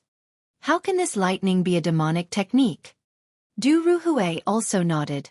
Since ancient times, China believed that thunder and lightning were controlled by the god of thunder and the goddess of lightning. Thunder and lightning had the meaning of punishing evil and promoting good. The god of thunder could distinguish between good and evil in the human world, enforce the law on behalf of the heavens, kill evil people, and uphold justice. After seeing the copper plate of the hand crank generator emitting electric sparks, everyone present believed that this thing could distinguish good from evil and detect lies. This scene naturally fell into the eyes of the farmers and the injured, and each of them had different reactions. The farmers kowtowed to the wooden box, and their faces were filled with joy. They felt that they would be able to redress the injustice they had suffered. As for the injured, each of their faces was uglier than the last.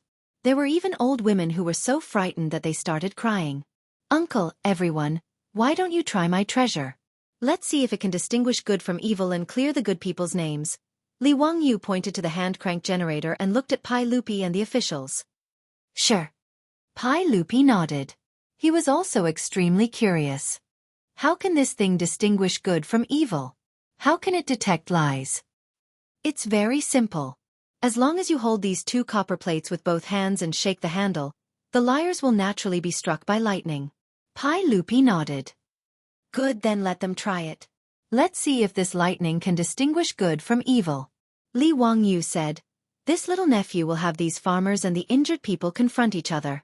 Good and evil, can be determined with a single test. When Lu Shi heard this, he immediately stood up and bowed to Li Wangyu. Count who? I am willing to go first and confront that old woman. Okay, then I'll start with you. Hold these two copper plates and recount what happened that day. You cannot lie, or else you will be punished by the lightning. As Li Wangyu spoke, he placed the two copper plates in Lu Shi's hands and then indicated that Lu Shi could start shaking the handle. Pai Lupi and the other officials stared at Lu Shi without blinking. But Lu Shi was completely fine. Holding the copper plates, he began to recount what had happened the day before. Uncle, please take a look. The lightning did not punish this farmer, which means that he is telling the truth, Li Wangyu said with a smile. Ho Junji suddenly stepped forward. Wait a moment. You want this one to shake the handle? Is that possible? He naturally didn't believe in some divine tool. He felt that Li Wangyu must have done something to it, so he wanted him to personally shake the handle. Li Wangyu naturally didn't object. He indicated that Niu Wu should step aside and hand the handle to Ho Junji. Duke of Lu, this treasure of mine is extremely simple to control. Once they start talking, just shake the handle, and this divine tool can tell if that person is lying or not. Ho Junji expressionlessly nodded.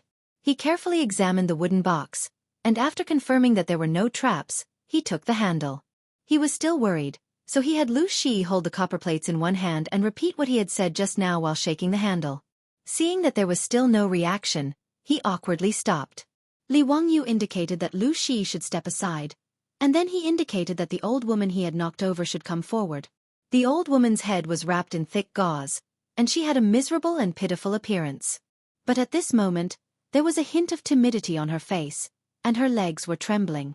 However, in the main hall of the county yamen, in front of the two Ming residence officials and a group of officials, she did not dare to say anything. She could only tremble as she received the two copper pieces and held them carefully in her hands.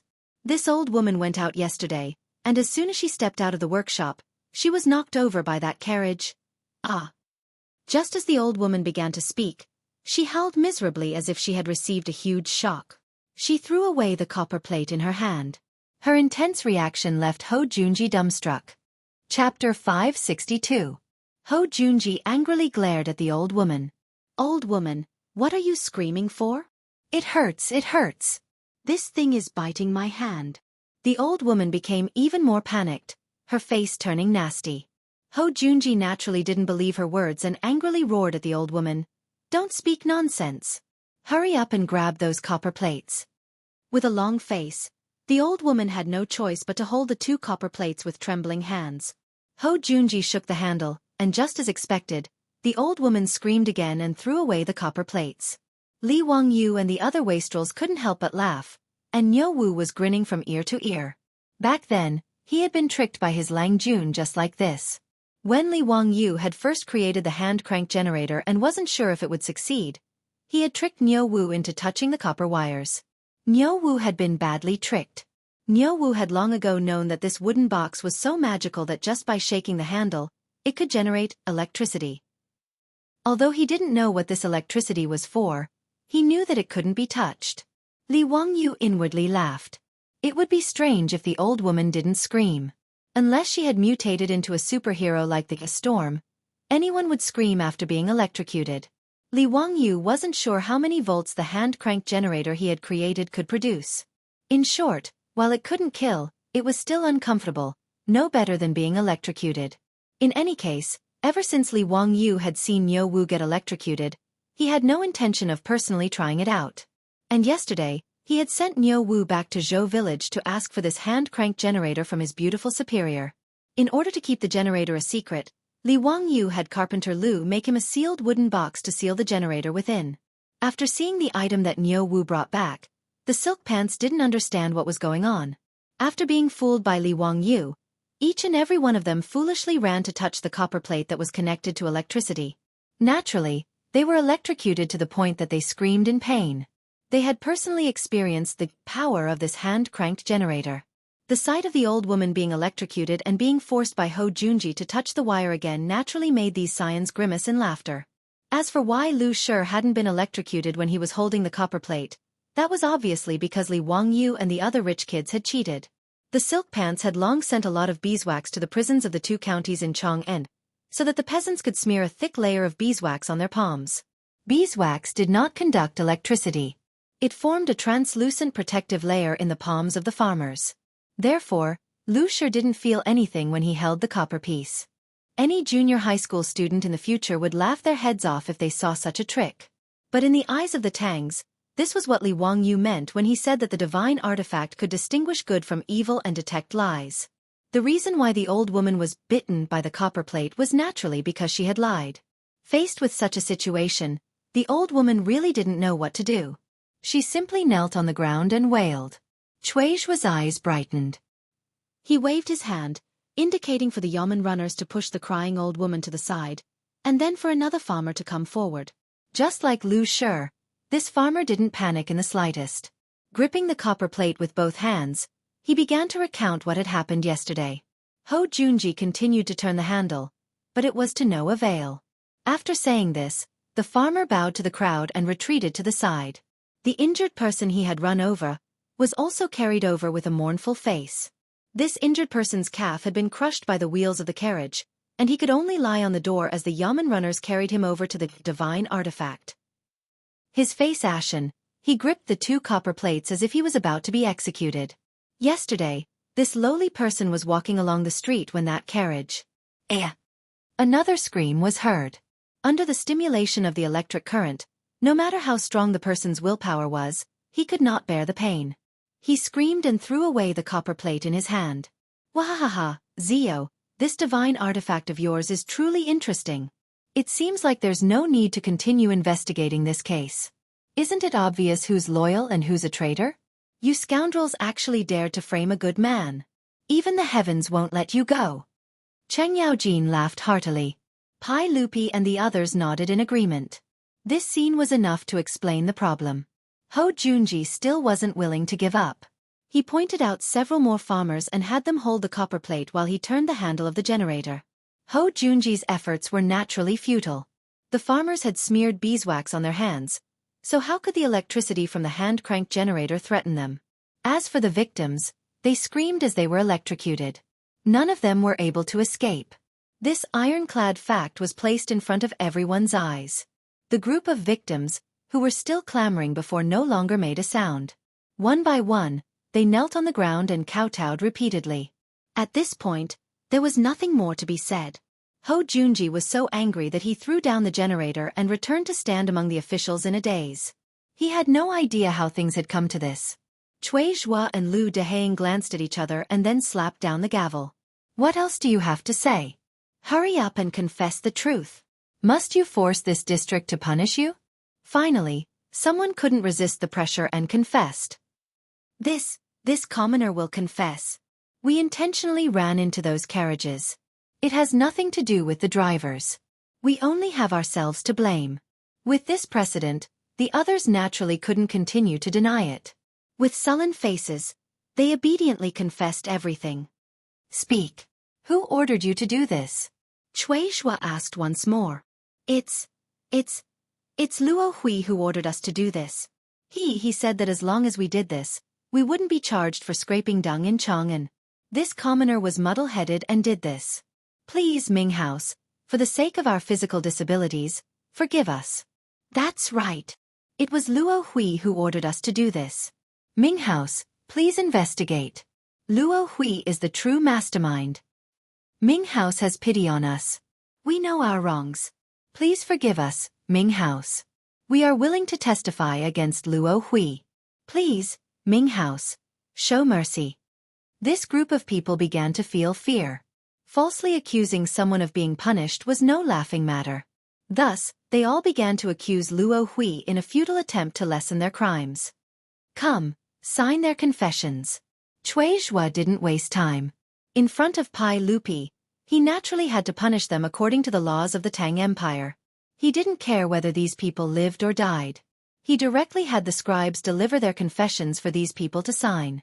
Once everyone had signed, Cui Zhua directly announced that the case of the 100 farmers of Hu County had been framed and that they would be acquitted.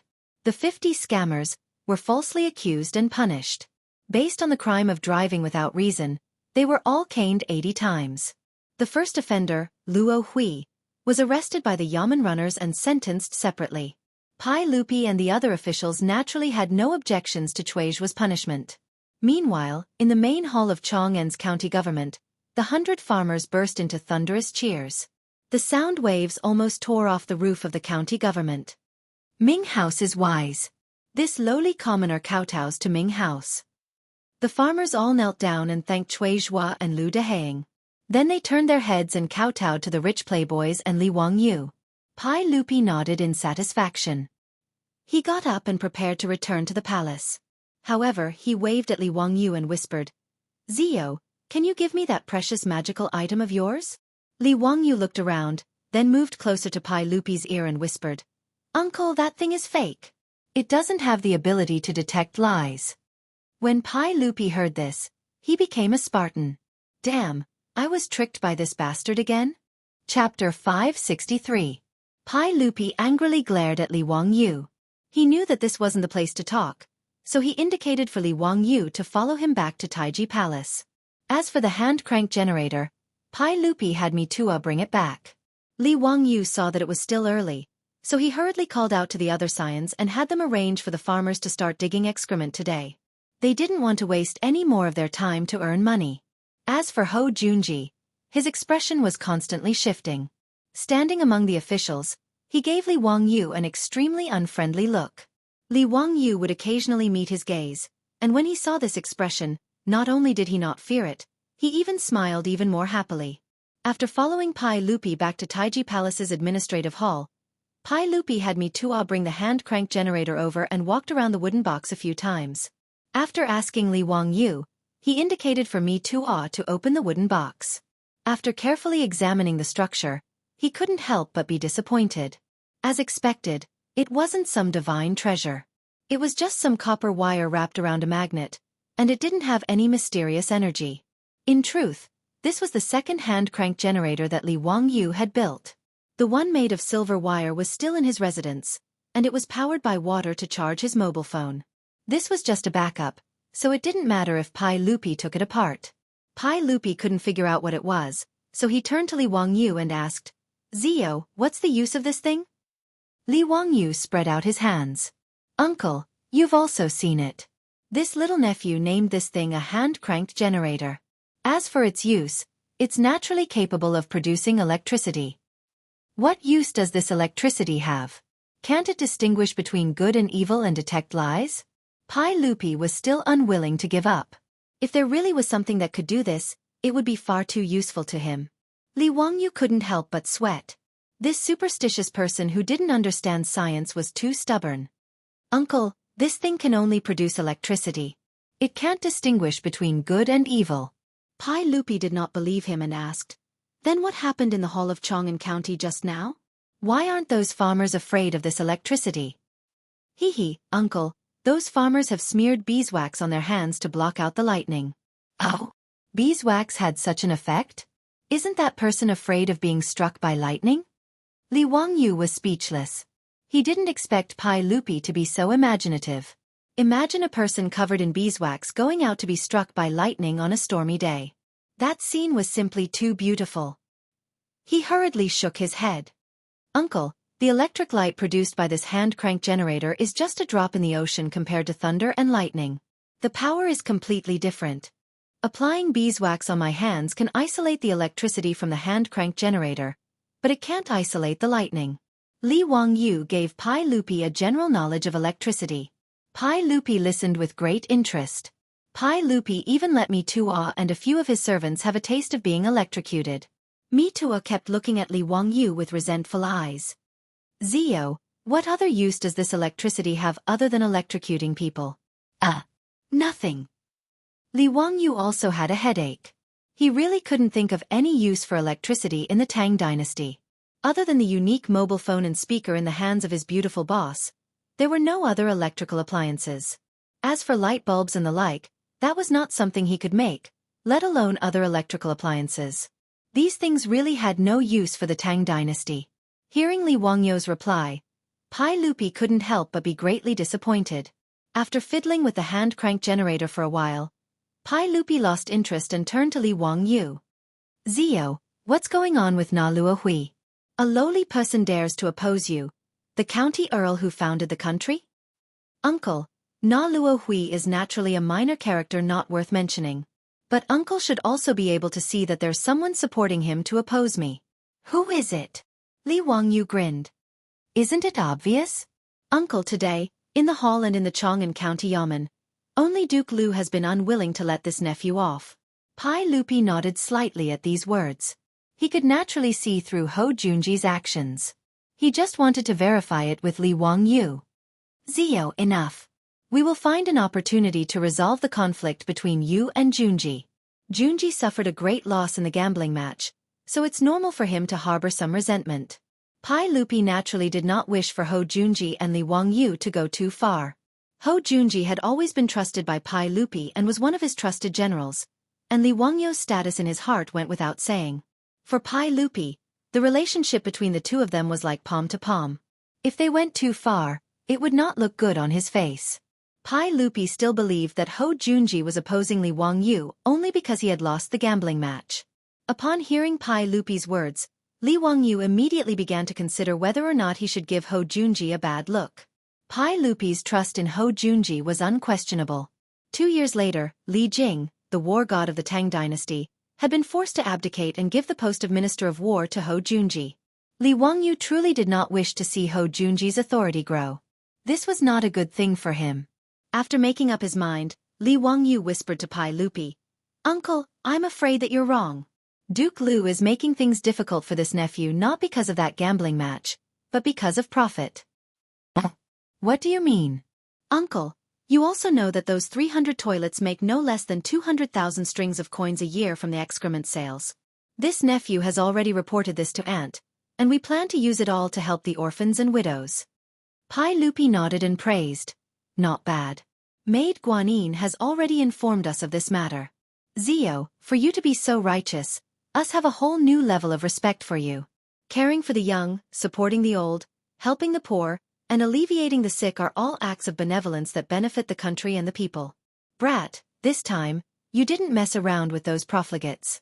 Once your Wangyu Charity Hall is established, We will inform Duke Dai to hand over 20% of the annual lottery earnings to the charity hall so that it can be used to help the people. Li Wangyu hurriedly bowed. This nephew thanks uncle on behalf of the people. However, uncle, this nephew doesn't care about the 200,000 strings of coins, but there are people who care about wealth. Pai Lupi couldn't help but glare at him. You're saying that Junji is eyeing your excrement sales? How is that possible? He's the mighty Duke Lu, so how could he do such a thing for some money? Hee, uncle, this nephew isn't speaking nonsense. Uncle, do you know why that Luo Hui is acquainted with Duke Lu? Why would he listen to Duke Lu's orders and do such an absurd thing? Why? Horse dung. Horse dung? What does that mean? Pai Lupi didn't understand. In a few words, Li Wangyu explained how the Tang Dynasty's army sold horse dung for public use. Pai Lupi had also heard of this matter, but he didn't think much of it. Zio, are you accusing Junji of embezzling horse dung money? Li Wangyu shook his head. Uncle, this nephew only feels that this is most likely the case. Whether it's true or not, uncle will know once he investigates. This nephew has asked Cheng Chimo and the others. Uncle Cheng and Uncle Yuchi sell horse dung every year and earn 40 to 50,000 strings of coins, all of which are used by the army. As for whether Duke Lu's right guard is the same, this nephew doesn't know. Pai Lupi naturally heard Li Wangyu's words, and he paced back and forth in the hall with a dark expression. Then he beckoned me to over. Have the 100 Cavalry Department search through Luo Hui's residence and see if there are any accounting books or the like. Yes. Mi Tuo naturally left to carry out the order. Li Wangyu inwardly chuckled. He naturally knew that this matter wouldn't be able to topple Ho Junji, let alone embezzling some horse dung money. Even when Ho Junji had destroyed Gaochang and taken the spoils of war that should have been offered to Pai Lupi still hadn't done anything to him. But planting a thorn in Pai Lupi's heart was also good. Perhaps in the 4th year of Zhengguan, Ho Junji's appointment as Minister of War might be overturned because of this unremarkable horse dung? Chapter 564. In Guangda Lane, near the western market of Chang'an, a group of 100 cavalry officers smashed open the gate of the Luo residence and charged in. Before Luo Hui's family, stewards, and servants knew what was going on, they were all taken away by the 100 cavalry officers, imprisoned, and interrogated. Luo Hui's wealth, which he had worked so hard to accumulate, was confiscated and his residence sealed. But Luo Hui's whereabouts were unknown, and he had never been captured. All the provinces and counties of the Tang Dynasty had posted notices for Luo Hui's arrest, but he seemed to have vanished from the face of the earth. Li Wangyu wondered if Ho Junji had killed Luo Hui to silence him. Li Wangyu felt no sympathy for Luo Hui's plight, nor did he care whether Ho Junji's account books had been found in Luo Hui's residence. That was not important. And even if they did, so what? Given Pai Lupi's trust in Ho Junji would only receive a reprimand and a fine of copper for embezzling some dung money. Li Wangyu and Pai Lupi had reported on Ho Junji mainly so that the Pai Lupi would think that Ho Junji was greedy, and thus lay the groundwork for the future. Now that Ho Junji and Luo Hui were no longer obstructing them, the farmers of Hu County could enter Chang'an to harvest dung. Every day, a steady stream of jinkala would be transported to the provinces and counties around Chang, and in exchange for coppers. By the time all this was done, it was already the 10th month of autumn, the most important day of the year in the Tang Dynasty. But this year, the plague of locusts had caused the farmers of the Guangzhou circuit to miss out on the joy of harvests. On the contrary, all the families were sighing in despair. The wheat fields that had once yielded 1 dan per mu were now only able to harvest 4 or 5 bushels. In fact, many fields had only harvested 2 or 3 bushels this year. With such a small harvest, not to mention paying the rent, it was not even enough for the family's rations for the coming year. Ma Zhou submitted a memorial to the Pai Lupi requesting that the land rent for this year's Guangzhou circuit be reduced. Pai Lupi nodded his head in agreement. He issued an edict to the Guangzhou Pass prefectures and counties to waive the land rent, and issued a general amnesty to the people. The autumn harvest had nothing to do with the people of Hu County. With Yang Quan's full cooperation, the 100,000 people of Hu County all switched to winter rice. Originally, the commoners were uneasy and felt that this matter was not reliable. After farming for his entire life, this was the first time he sowed rice seedlings in September. Many farmers were sobbing as they sowed the seeds. They felt that the seedlings would not survive at all. However, to everyone's surprise, The rice seedlings that were sown in the fields all survived. Now the rice sprouts in the fields were green, giving the people of Hu County a glimmer of hope. Of the hundreds of villages in Hu County, the only one that hadn't switched to planting rice and was now entering the autumn harvest season was Dingzhou village. The ducks that Li Wangyu had fed back then had made great contributions on the battlefield. In the surrounding villages, the wheat fields in Dingzhou village were basically preserved. At most, the wheat fields in Dingzhou village were reduced by 20 to 20%.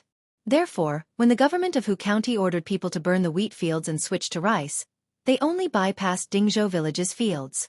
Since ancient times, China had placed great importance on agriculture. Even though the farmers of Dingzhou village no longer relied on the crops in the fields to make a living, when the autumn harvest came, everyone still went to the fields to harvest the year's worth of hard work. Even in the future, those well-dressed white-collar workers who were born in the countryside and worked in office buildings in various cities would still ask for leave during the autumn harvest and run back to their hometown to help harvest the wheat and rice. This was already a deep-rooted belief in the hearts of the Chinese. Li Wangyu was naturally aware of this as well. Now that he had many people in his residence, he naturally had to help the village. Early in the morning of the autumn harvest, Li Wangyu led Niu Wu and Niu Yong, as well as a group of servants to the fields in the village to help harvest the wheat. Even his beautiful superior led the old steward, Perrin, Aphrodite, and a group of maidservants to help. Some delivered water, while others followed to pick up the wheat. It was very lively. Li Wangyu symbolically harvested a few clumps of wheat before he was so tired that he was sweating profusely. He felt like he couldn't even straighten his back. The old village chief hurriedly advised him to rest at the side. His beautiful superior waved at him from under the shade of a tree.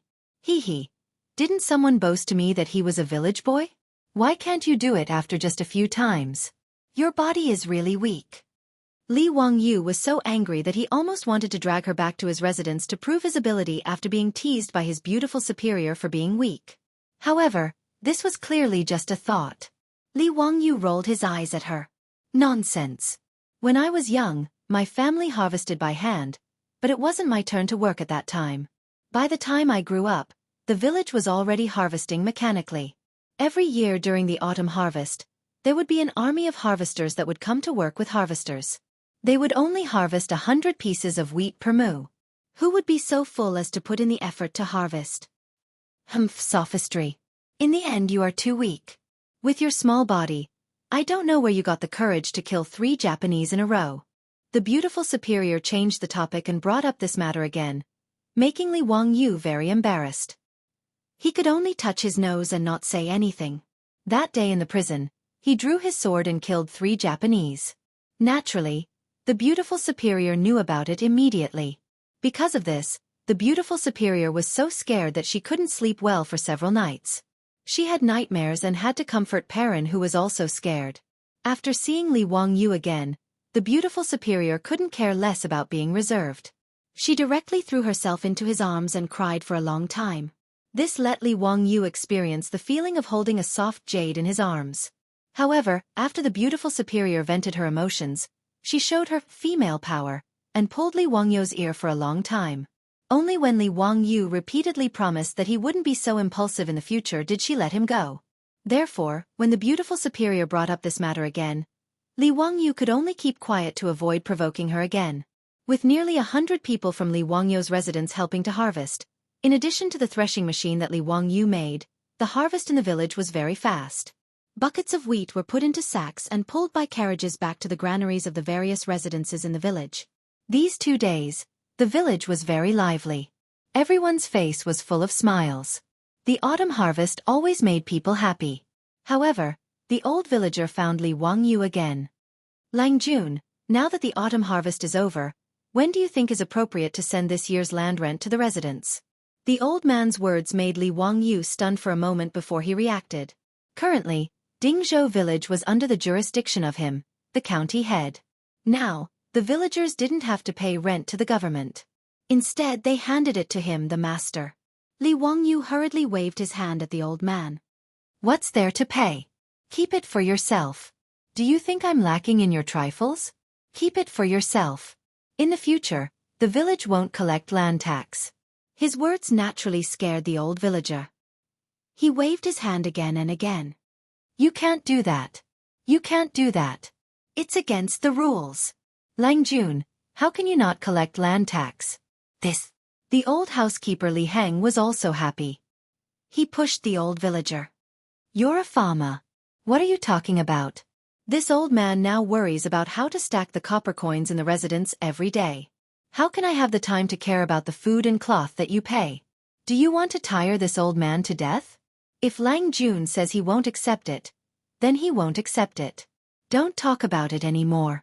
Li Heng and the old villager were also joking. After moving to Dingzhou village for more than half a year, the two old men's relationship was quite close. They often met to drink wine and chat. Now that the residence didn't lack anything, and his Lang Jun had been promoted to county head, Li Heng was full of energy every day.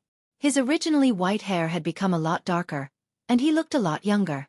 The old villager naturally didn't get angry at his words. He could only sigh in his heart that Dingzhou village's ancestors were blessing them to meet a master like Li Wangyu. It was a blessing that they had cultivated for several generations. After repeatedly thanking Li Wangyu on behalf of the villagers, the old villager looked at Li Heng and suddenly grinned. Housekeeper Li, how old are you this year? Li Heng was stunned. He didn't understand why the old villager asked this question. This old man is 48 years old. His words, however, gave Li Wangyu a shock. Damn, Li Heng is only 48 years old?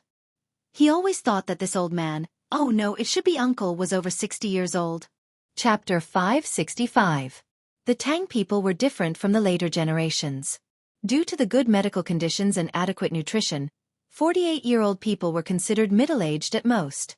The World Health Organization of the later generations even classified people under 44 as youths, and 45 to 59 as middle-aged people. Li Heng was 48 years old, which meant that he had just entered middle age. Li Wangyu also remembered that historians had studied the average lifespan of the ancient people. During the Sui and Tang dynasties, the average lifespan was only 40 years old. Li Heng was 48 years old, which was not considered young in the eyes of the Tang people.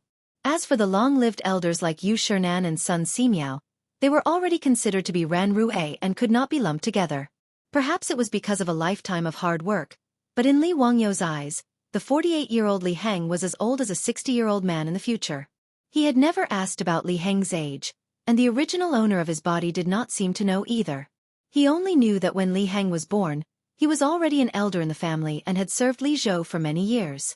However, like Li Heng, he did not understand why the old village chief asked about Li Heng's age. The old village chief laughed. Housekeeper Li, you haven't married yet, right? You should have seen the wife of the Zhao family in the village, right? She is 33 years old now, and she is also very beautiful. In the early years, her husband was also a government soldier, but he was unlucky and did not come back. This wife of the Zhao family raised her daughter and has been a widow ever since. Hee. Now this wife of the Zhao family has taken a fancy to you, old man. I just don't know if you are a good man or... The old village chief did not finish his words, but Li Wangyu and Li Heng immediately understood what he meant. Was he trying to be a matchmaker? As for whether Li Heng was a good man or a slave, this was naturally a prerequisite for the wife of the Zhao family to be willing to remarry. If Li Heng was a slave, then this wife of the Zhao family, no matter how much she secretly admired Li Heng, would not choose to marry him. After all, if she married a slave, she and her descendants would all become slaves. Without waiting for Li Heng to speak, Li Wangyu immediately nodded repeatedly. Good status, of course it's good status. Li Heng is only my residence's housekeeper, not a servant. Old village chief, is that Madame Zhao the mother of that Madame Zhao who once sold me a pig? Exactly. That little Miss Zhao is a diligent and dutiful girl. Madame Zhao also looks decent. Li Heng, haha, isn't this too convenient for you? Now I have a wife and a daughter. Li Heng's face turned red when he heard their words. No, Lang Jun, I can't do that. Why not? Are you looking down on that Zhao family's wife, or do you dislike other people's daughters? Li Wangyu glared at him. Li Heng quickly waved his hand. No, I don't mind. Old slave means... What slave? I've already given you your discharge papers. Don't talk nonsense. Go to the county yamen today and find Registrar Liu to go through the procedures. If you can't do it, don't return home. Previously, when they were still at the old residence in Hu County, Yang Quan wanted to collect his debt, but Li Wangyu released all of the servants in the residence. This angered Yang Quan so much that he almost died. At that time, the discharge papers he wrote to Li Hang were torn to shreds by this stubborn old man. At that time, Li Wangyu couldn't do anything about it. However, ever since he was conferred a title and paid off his debt, he wrote another discharge papers for Li Hang. However, Li Hang didn't want to remove his status, so he kept delaying going to the county yamen to go through the procedures. Li Wangyu then looked at the old village chief. Village chief, I'll agree to this on behalf of Li Hang. I'll have to trouble you to ask Zhao family's wife. If there's no problem, I'll have a matchmaker go to her house and give her 3 betrothal gifts so that Li Hang can marry her. The old village chief grinned and said, a widow's family doesn't need any betrothal gifts. A banquet is enough. Zhao family's wife is naturally willing. It's her fortune to be able to marry Steward Li. Leave this matter to the old me. I guarantee it'll be done properly. Li Heng's face turned even redder when he saw his Lang Jun and the old village chief talking about his wife in just a few words. That won't do. This old man is already so old. How can I delay Zhao family's wife? Li Wangyu didn't bother to pay attention to him. He went to discuss with the old village chief how to give the betrothal gifts and how to pick up the bride. After the discussion, Li Wangyu was full of joy. When he was about to call everyone back to the mansion, he felt that the troops behind him seemed to be looking at him. He turned his head and saw a few resentful eyes looking at him. What did this mean? Li Wangyu was frightened by the eyes of his troops. It took a long time for him to react. Damn, when these old bachelors heard that Li Hang was going to marry a wife, they all wanted to marry a wife, right? Damn. He seemed to have promised them that he would introduce a palace maid to them to be their wives. He had long forgotten this matter. Well, a man can't live without integrity. As a master, he couldn't deceive the troops. Li Wangyu didn't go back to the mansion. Seeing that it was still early, he led the troops to Chang'an City. In the legislative hall, Pai Lupi was reading the memorials and dealing with official business. When he heard that Li Wangyu wanted to see him, he was very surprised. Zio, how come you have time to come to the palace to see me today? What's the matter? Li Wangyu touched his nose and smiled. Nothing. I just miss uncle, so I came to the palace to see you. Pai Lupi looked up and glanced at him with a faint smile. Is there really nothing? If there's nothing, then you can go back. I have to deal with official business and have no time to chat with you. Li Wangyu was speechless. F***CK, can't you be more polite? He racked his brains and thought about how to ask Pai Lupi for the 73 palace maids. If he directly asked, he was afraid that Pai Lupi would beat him up. That day, in order to recruit the troops, he boasted that he would match them with palace maids as their wives. But this matter was simple and difficult at the same time. Although there were thousands of palace maids in the Taiji Palace, not everyone could spy on them. Usually, Pai Lupi would only reward those who had done meritorious service with a few beautiful palace maids. There were many palace maids in the Taiji Palace who were willing to marry out of the palace. Not to mention the 73rd place, even the 730th place could be easily gathered. But the key point was, how could Pai Lupi give so many palace maids to Li Wangyu for no reason? Not to mention that they were betrothed to his troops. If this matter was spread out, where would Pai Lupi put his face? So Li Wangyu naturally couldn't just directly ask Pai Lupi for palace maids. He had to use a roundabout way to save the country. He rolled his eyes a few times and came up with a plan in his mind. Uncle, I came to the palace today because I have something to report to you. Speak. Uncle, in 2 months, it will be your birthday. I want to give you a special birthday gift, so I came to the palace today to borrow some people from you. Pai Lupi's birthday was on the 5th day of the 12th month, which was the 22nd day of the 12th month of the lunar calendar. There were only 2 months left until now. Li Wangyu's words aroused Pai Lupi's interest. He put down the memorial in his hand and said with a smile, Ziyu is thoughtful. What do you want to give me? What kind of people do you want to borrow? Hee, uncle, wouldn't it be meaningless to talk about the birthday gift? Please allow this nephew to keep it a secret and give uncle a surprise on uncle's birthday, okay? I want to borrow 300 palace maids to prepare the birthday gift. Pai Lupi didn't think much of Li Wangyu's words. He only raised his head and laughed loudly. Good. Then I will wait for Ziyu's gift. What palace maids do you need? You can tell me Tua and choose them yourself. Thank you, uncle. Li Wangyu hurriedly bowed, but his heart was blooming with joy.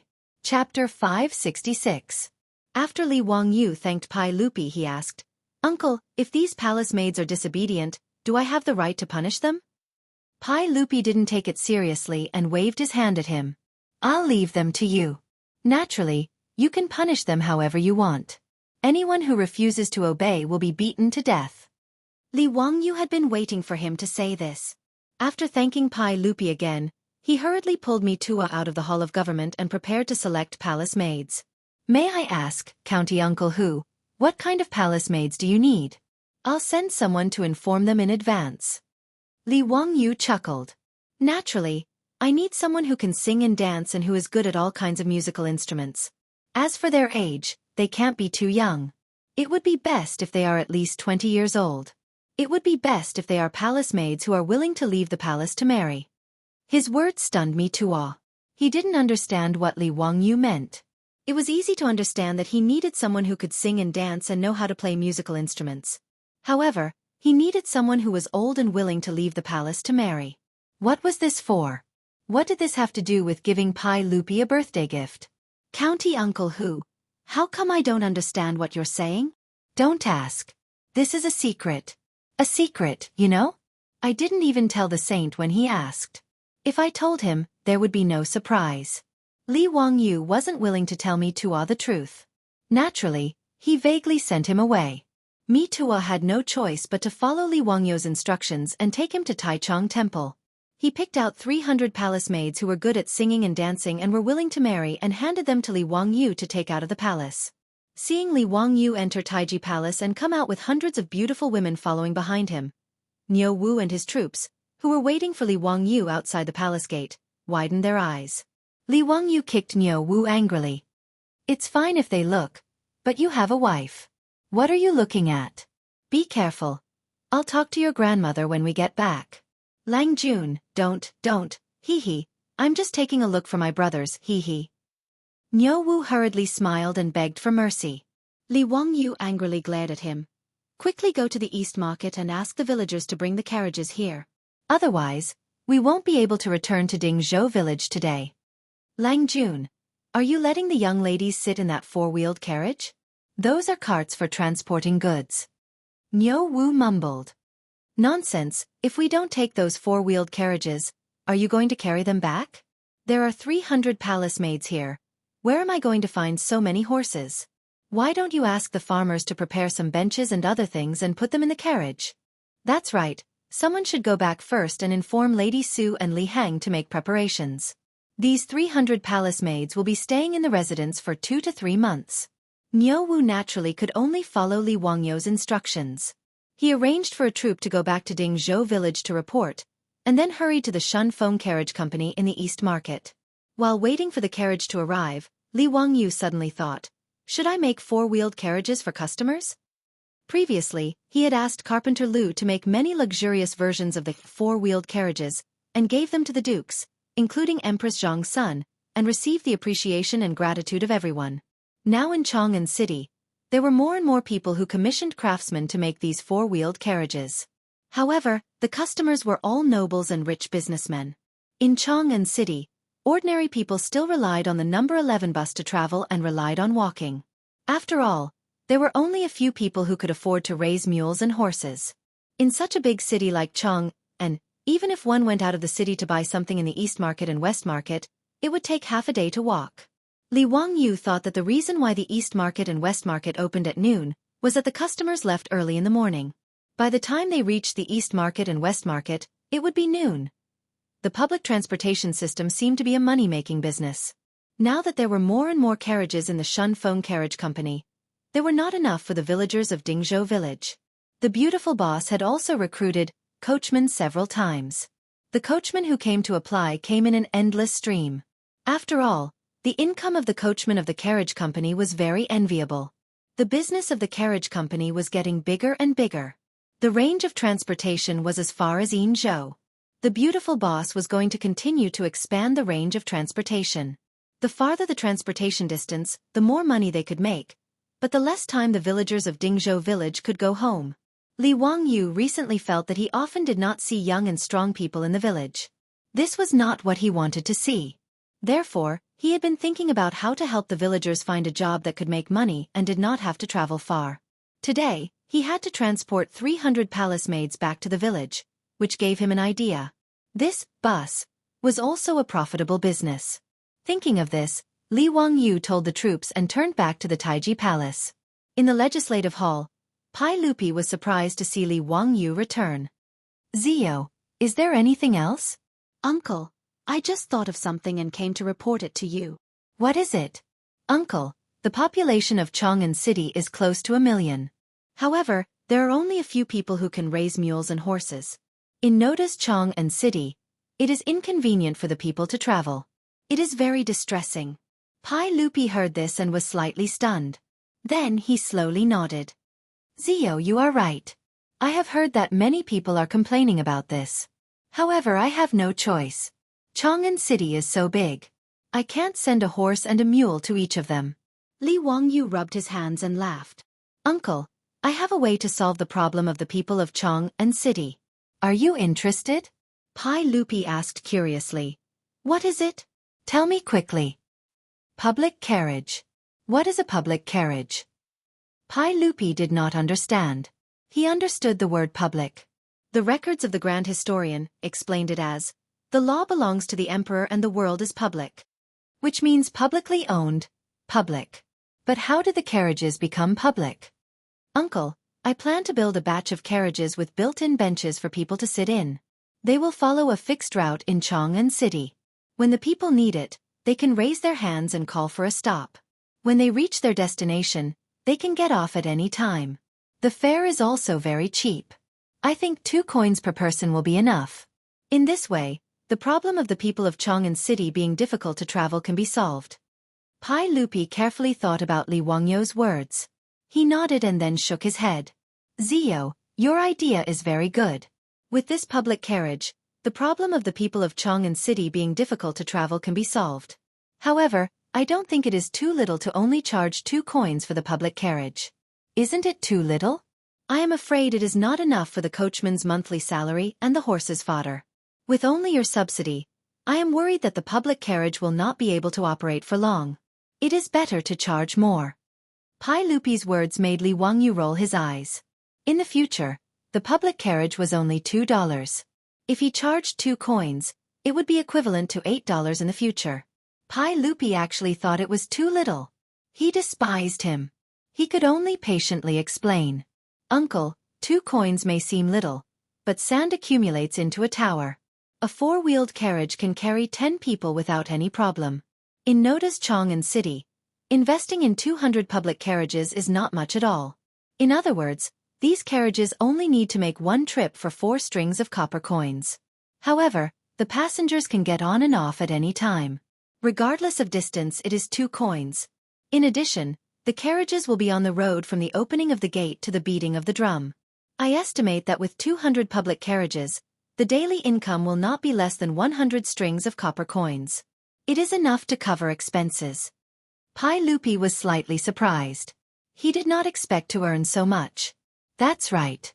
In that case, Zio, quickly build these public carriages. I am looking forward to it." Li Wangyu smiled and said, "Uncle, I want to ask you for an imperial edict." "What imperial edict?" "Hee, exclusive rights in Chang'an City." Chapter 567. Li Wangyu had asked Pai Lupi for exclusive rights because he was afraid that others would see the benefits and also build carriages to compete with him. This public carriage was the private land that he had prepared for the villagers of Dingzhou village. Naturally, he would not let others have a share of the profits. Not only the public carriages in Chang'an City, but also between Hu County and Chang'an City, he planned to open public carriages for the people to travel. Pai Lupi naturally saw through his thoughts. He could not help but shake his head and smile bitterly. "Zio, you are really thinking about the future of your villagers."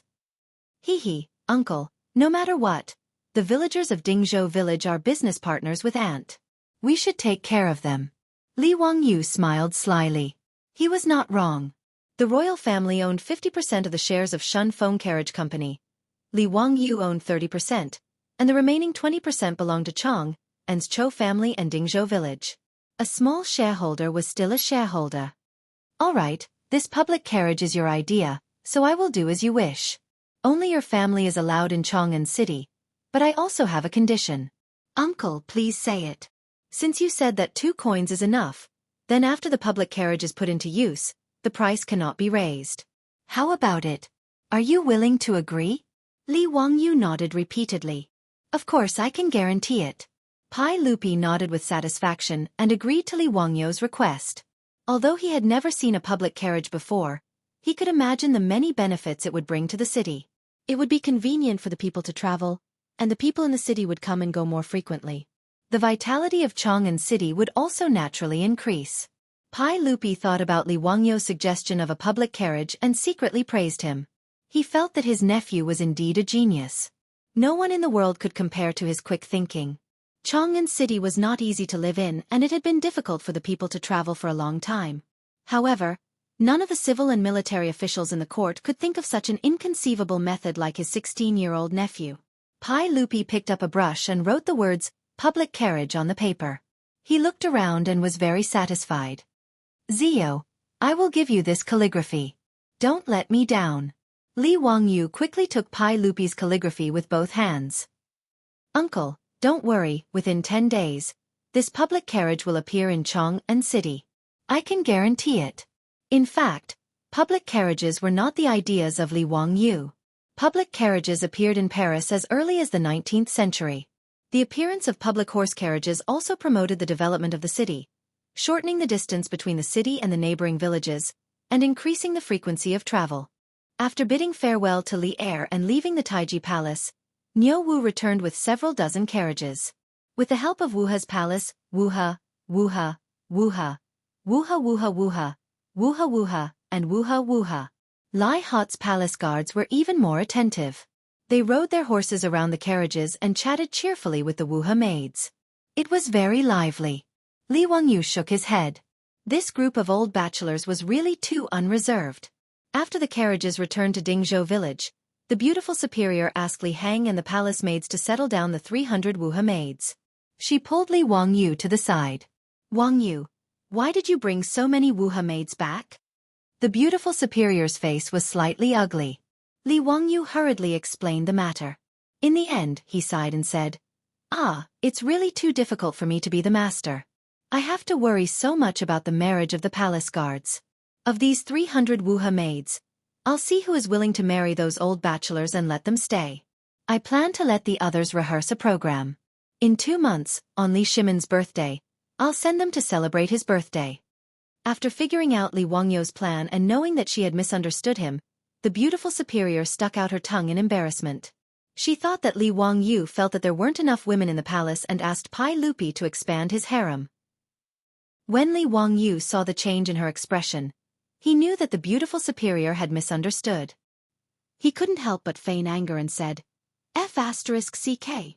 Chongqing, you don't think that I plan to bring these 300 Wuha maids back to enjoy myself, do you? You're too evil. Bah, I don't think that way. Don't talk nonsense. The beautiful superior's face reddened. She quickly changed the topic. Wangyu, your idea is pretty good. But these Wuha maids aren't people that you can privately keep, right? Aren't you afraid that Li Shimin will settle accounts with you? Hee, I've already thought about it. I've asked him before. If these Wuha maids are disobedient, will they be at my disposal? Haha, when the time comes, I'll say that those Wuha maids didn't listen to this count's words and were punished by me. I'll punish them by marrying them to the troops in my palace and forbidding them from returning to the palace in the future. Wahahaha, Li Shimin can't go back on his words, right? Letting me deal with them is his golden mouth and jade words. The beautiful superior speechlessly rolled her eyes. You can think of it.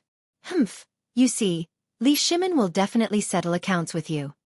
Hee, who cares about him? Anyway, when the time comes, they will be married. Can he still take them back? Li Wangyu said indifferently. Then what program are you going to let these Wuha maids rehearse? I haven't thought about it yet. Song and dance? Choir? You help me think about it again. Anyway, it's as lively as possible. I'm afraid that I can't suppress Li Shimin and his group of country bumpkins. The beautiful superior was speechless. This guy really doesn't treat the emperor as a cadre. By the way, Chongqing, I thought of another idea today. Li Wangyu talked about the public carriage again, but the beautiful superior nodded repeatedly. This is a good idea. Chang'an City is too big. Without horses, it's really difficult to move around. I think the public carriage will work. Are you going to let the villagers of Dingzhou village drive the public carriage? Well, I think so. Now they often have to run long-distance transportation. Once they go out, they can't go home for a few days. It's very hard. It's far better to drive the public carriage in Chang'an City. It's close to Dingzhou village and can go back and forth every day. Li Wangyu said. The beautiful superior nodded. I think this is a good idea. In a while, let someone invite the old village chief and the others to discuss this matter. Since you promised Li Shimin to start operating within 10 days, then hurry up. Li Wangyu naturally had no objection. He immediately asked someone to invite the old village chief and the others. Not long after, the old village chief, Carpenter Lu, and several respected old people in the village came to his mansion. Lang Jun, you summoned old me and the others. Is there anything you need? Li Wangyu smiled and showed the calligraphy written by Pai Lupi to everyone. Village chief, elders, this is the calligraphy written by the sage. Today, I've invited all of you here because I want to change the livelihood of the villagers to operate the public horse carriages. His words made the old village chief and the others look at each other. Public horse carriages were something that no one had heard of before. From Li Wangyu's words, it seemed that he didn't intend to let the young men in the village work as drivers for the four-wheeled carriage. This caused everyone to feel a little hesitant. The villagers drove the carriages. Although it was hard, the income was quite good. They could earn 200 coins a day and 6 rounds of cash a month, which was the same as the monthly salary of the second-class leaders in the imperial court. If they were to run the public carriage business, would they still be able to make such a profit? But since this matter was proposed by Li Wangyu, the old village chief and the others naturally had no reason to refuse. The old village chief gritted his teeth and nodded in agreement.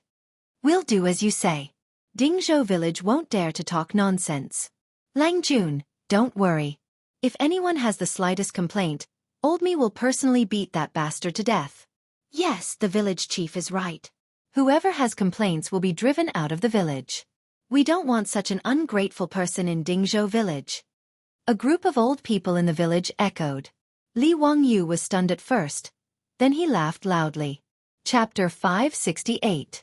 Li Wangyu's laughter made the old villager and the others confused. They didn't understand what was so funny about what they said. Their beautiful boss also covered her mouth and chuckled. Old men, you don't think that operating this public carriage is not profitable, do you? The old villager and Carpenter Lu looked at each other and felt that they might have misunderstood. The old villager hurriedly cupped his hands to Li Wangyu and said, Old me and the others are slow-witted. Please enlighten us. They really didn't know what Li Wangyu meant by public carriage. Li Wangyu reached out and handed over a drawing. It was a simple sketch that he had just drawn. The drawing was still a four-wheeled carriage. The difference was that the carriage was very tall, enough for a person to stand in. There were 2 benches on both sides and some wooden poles in the middle of the carriage. Carpenter Lu looked at it for a long time and didn't understand. This carriage was obviously not used to transport goods. However, it was completely different from the luxury carriages that Li Wangyu had asked him to build. Not only was it very simple, but he also didn't understand what the wooden poles in the middle were for. Lang Jun, what is this public carriage for? Old me is slow-witted. I don't understand, the old villager asked. Li Wangyu smiled and said, It's for transporting people. The seats on both sides are for passengers to sit and rest. The wooden pole in the middle is for people to stand in the carriage and hold on to it to avoid falling. Carpenter Lu finally understood after Li Wangyu's explanation, but he still asked doubtfully, Lang Jun, this public carriage is used to transport people? What is it used for? Li Wangyu smiled and explained the concept of the public carriage to the old villager and the others. They finally understood and couldn't help but applaud. Good, this idea is really good. Old me has been to Chang'an City several times. It is really too big. It takes a few hours to walk from the city to the East City. Longjuan's idea is really good. This public carriage will definitely be popular. Yes, that's right. Lang Jun is indeed a literary star that descended from the heavens. You can even think of such a method. TSK. TSK. This public carriage is really something. The old villager was a little confused. Lang Jun, isn't it too cheap to only charge 2 copper coins each time? Li Wangyu was speechless. Why was this old man the same as Pai Lupi? They all felt that 2 copper coins was too little. He could only calculate the expected income of the public carriage for the old villager and the others. Only then did these old men become happy. As long as this public carriage could make money, they believed that Li Wangyu would definitely not mistreat the farmers. In the end, Li Wangyu said, "The public carriage in Chang'an City. I intend to cooperate with the village in this business. What do you think of it?" Lang Jun, you are flattering us. How can we refuse?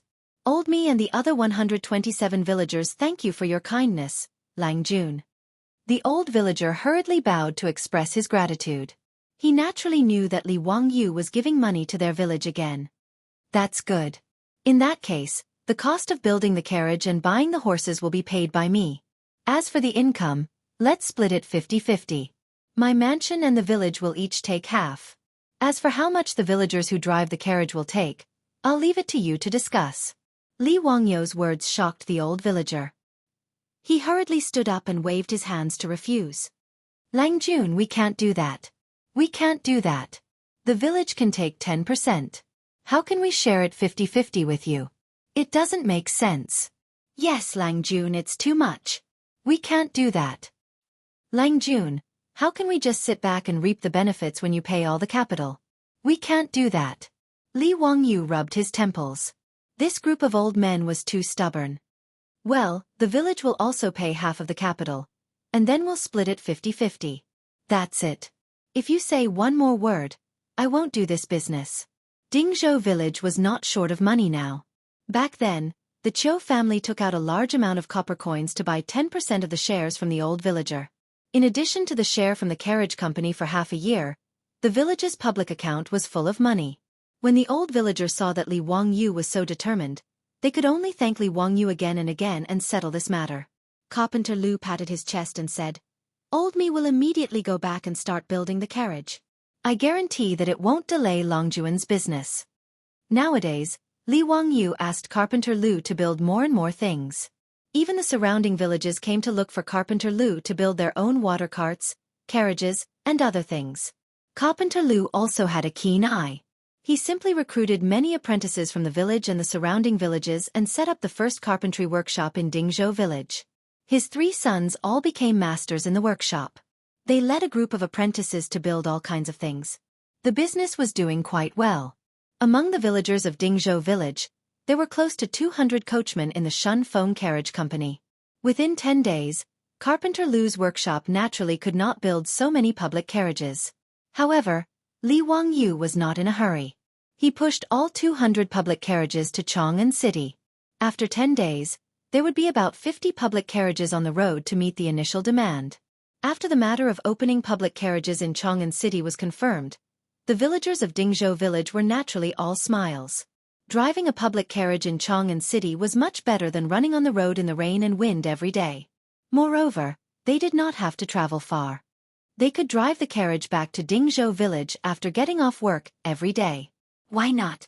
Li Wangyu also went to Chang'an City a few times in the past few days. He found Cui Zhua and Lu Deheng. The 3 of them followed the map of Chang'an City and planned a preliminary route for public carriage operation.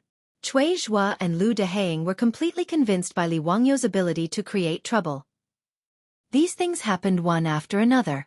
The storm of building toilets in Chang'an City had just passed a few days ago. This county earl who created a public carriage. However, Cui Zhua and Lu Deheng, the 2 county magistrates of Chang'an City, had to admit that Li Wangyu created good things. Not to mention the toilets. Since the 300 toilets were put into use, and with the supervision of the yamen runners and the marquis, the situation of people urinating everywhere was no longer there. There were no yellow and white things in the streets and alleys. Even the flies and mosquitoes had decreased a lot. This public carriage was even better. It only cost 2 coins to make it convenient for people to travel. Naturally, it was a good thing for the country and the people. However, the two of them did not understand why Li Wangyu had to define the route of public carriages with such strange names as First Road Public Carriage and Second Road Public Carriage. Li Wangyu was too lazy to explain. Of course, this was just his bad taste acting up. Li Wangyu was never tired of being able to bring about all kinds of shadows of later generations in the Tang Dynasty. Cui Zhua and Lu Deheng did not delve into why these public carriages had to be called First Road Public Carriage. They just raised a question, which made Li Wangyu depressed. County Earl Hu, most of the people here are illiterate. Even if you write Second Road on the carriage, I'm afraid it won't work, right? Not to mention the carriage stop you mentioned. No one will be able to understand the words on it. Li Wangyu was speechless. Damn, I forgot about this. Nowadays, illiterates were everywhere in the Tang Dynasty. Chapter 569. The earliest tram in China was put into use in Tianjin in 1900. At that time, the literacy rate of the people in Tianjin was not much better than that of the Tang Dynasty. Therefore, they did not use numbers to distinguish the lines, but instead used colors. Red, yellow, blue, green, white, flower and purple. 7 tram lines ran through the main bustling roads in Tianjin. As for the term certain road that people in later generations were used to, it actually originated from England and was translated from English as route. In the face of Cui Zhua and Lu Deheng's questions, Li Wangyu could only shake his head and suggest using colors to distinguish the public carriage lines. This made Cui Zhua and Lu Deheng applaud. The people were illiterate, so colors were the most convenient way to distinguish. After the three of them discussed, they arranged 3 horizontal and 3 vertical routes in Noda's Chang'an City, and a circular route between West City and East City. There were a total of 7 public carriage lines, which corresponded to the 7 colors of red, yellow, blue, green, white, black, and purple. After the discussion, Cui Zhua and Lu Deheng were responsible for arranging the bailiffs to post notices in each lane, informing the people that the public carriage was about to be put into operation and the route map of the 7 routes. This immediately became the hottest topic in Chang'an City. Everyone talked about the public carriage when they met. De Lang, have you heard? County Count who came up with something new again. I know. You're talking about the public carriage, right? Heh, this is something new. The county magistrate said that you can ride a horse carriage for 2 copper coins? Is there such a good thing? Won't County Count who suffer a loss? Who knows? Anyway, County Count who doesn't lack money. He can afford it.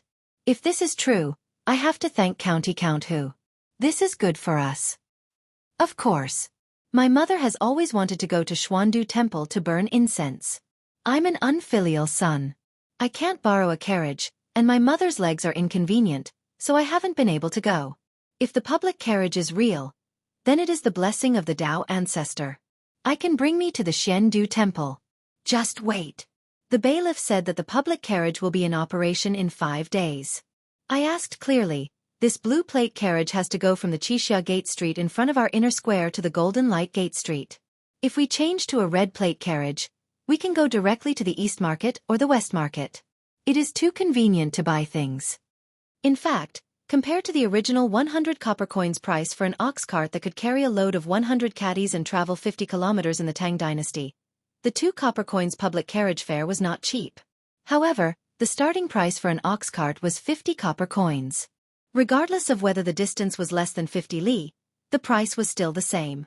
In this way, 2 copper coins for a ride in a carriage was much cheaper. The average monthly income of the people in Chang'an was consistent. 2 coins was not a low cost, but the enthusiasm and expectation of the public carriage did not diminish. Li Wangyu, on the other hand, was busy letting the villagers of Dingzhou village familiarize themselves with the route, giving them pre-job training, arranging for the purchase of horses, adjusting the public carriages. 10 days passed in the blink of an eye after a series of tasks were completed. Early in the morning drum of Chang'an City had just been beaten and the gate was opened. The old soldier guarding the gate saw many people pouring out of the gate and standing on the street outside the gate, looking around. Have they come? Have they come? Have you seen them? It can't be that early, right? The gate has just opened. Let's wait a little longer. Did the announcement say today? Yes, today is the day. The old soldier was puzzled. He went forward and asked, Everyone, what are you waiting for? Waiting for the public carriage. May I ask what a public carriage is? The old soldier did not understand and continued to ask. His words made the people around him laugh. This soldier, have you not been in Chang'an City these days? The old soldier nodded. A few days ago, I asked for leave to go back to my hometown to attend a funeral. I only returned to Chang'an City yesterday. No wonder you don't know about this. This public carriage is a new thing made by the county count. It is the carriage that carries passengers. It travels along 7 fixed routes in Chang'an City. Anyone who needs to take a carriage can wave for the carriage to stop. When they arrive at their destination, they can get off at any time. The fare is only 2 copper coins each time. The people in the square immediately explained enthusiastically. The old soldier was surprised. There's such a good thing? Does the county count have so much gold in his manor that he has nowhere to spend it? When I go off duty later, I'll give it a try. Haha, that's what everyone is thinking. Look, aren't we all waiting for the public carriage to arrive? Everyone raised their heads in anticipation. Suddenly someone shouted, "It's here, it's here!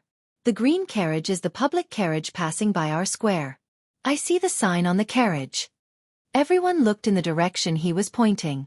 It was a 4-wheeled carriage that was slowly approaching. The carriage was taller than a normal carriage. There was a green sign on top of it. On the sign, there were 4 large words written in white, "Public Carriage." Naturally, this was Pai Lupi's handwriting. Li Wangyu had shamelessly printed the sign on the public carriage. Everyone hurriedly waved their arms, indicating that they wanted to get on the carriage.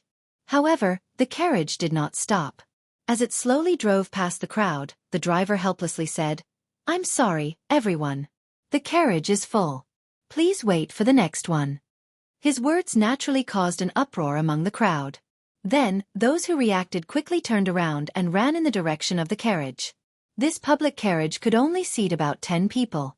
Just in front of their square, there were no less than 100 people waiting to try it. How long would they have to wait? Moreover, there were other squares in front of their square. They might as well run a few steps and stop the carriage in front of them. The people who managed to stop the public carriage with great difficulty excitedly raised 2 copper coins and asked the driver, "Is this 2 copper coins? I'm going to Shi City." The farmer of Dingzhou village smiled and nodded. "Yes, 2 copper coins. Just throw it in this box." At the entrance of every public carriage, there was a large locked box. There was a hole in the top for inserting coins. This was the money box that Li Wangyu had created. It was directly in place. No one is selling tickets. The people curiously threw in 2 Kaiyuan Tongbao coins and boarded the carriage. Even if there were no more seats and they could only stand in the middle of the carriage, they still enjoyed it. Regardless of whether they knew each other or not, they excitedly chatted about the novelty of this public carriage. The public carriage became popular on the first day of operation in Chang'an City. Carpenter Liu, his 3 sons, and a group of apprentices worked overtime for 10 days. But they only managed to build 50 carriages. There were a total of 7 routes in Chang'an City. On average, each route could only allocate 7 to 8 carriages. Even if all the carriages were filled, they could only transport 500 to 600 people at a time. There were millions of people in Chang'an City.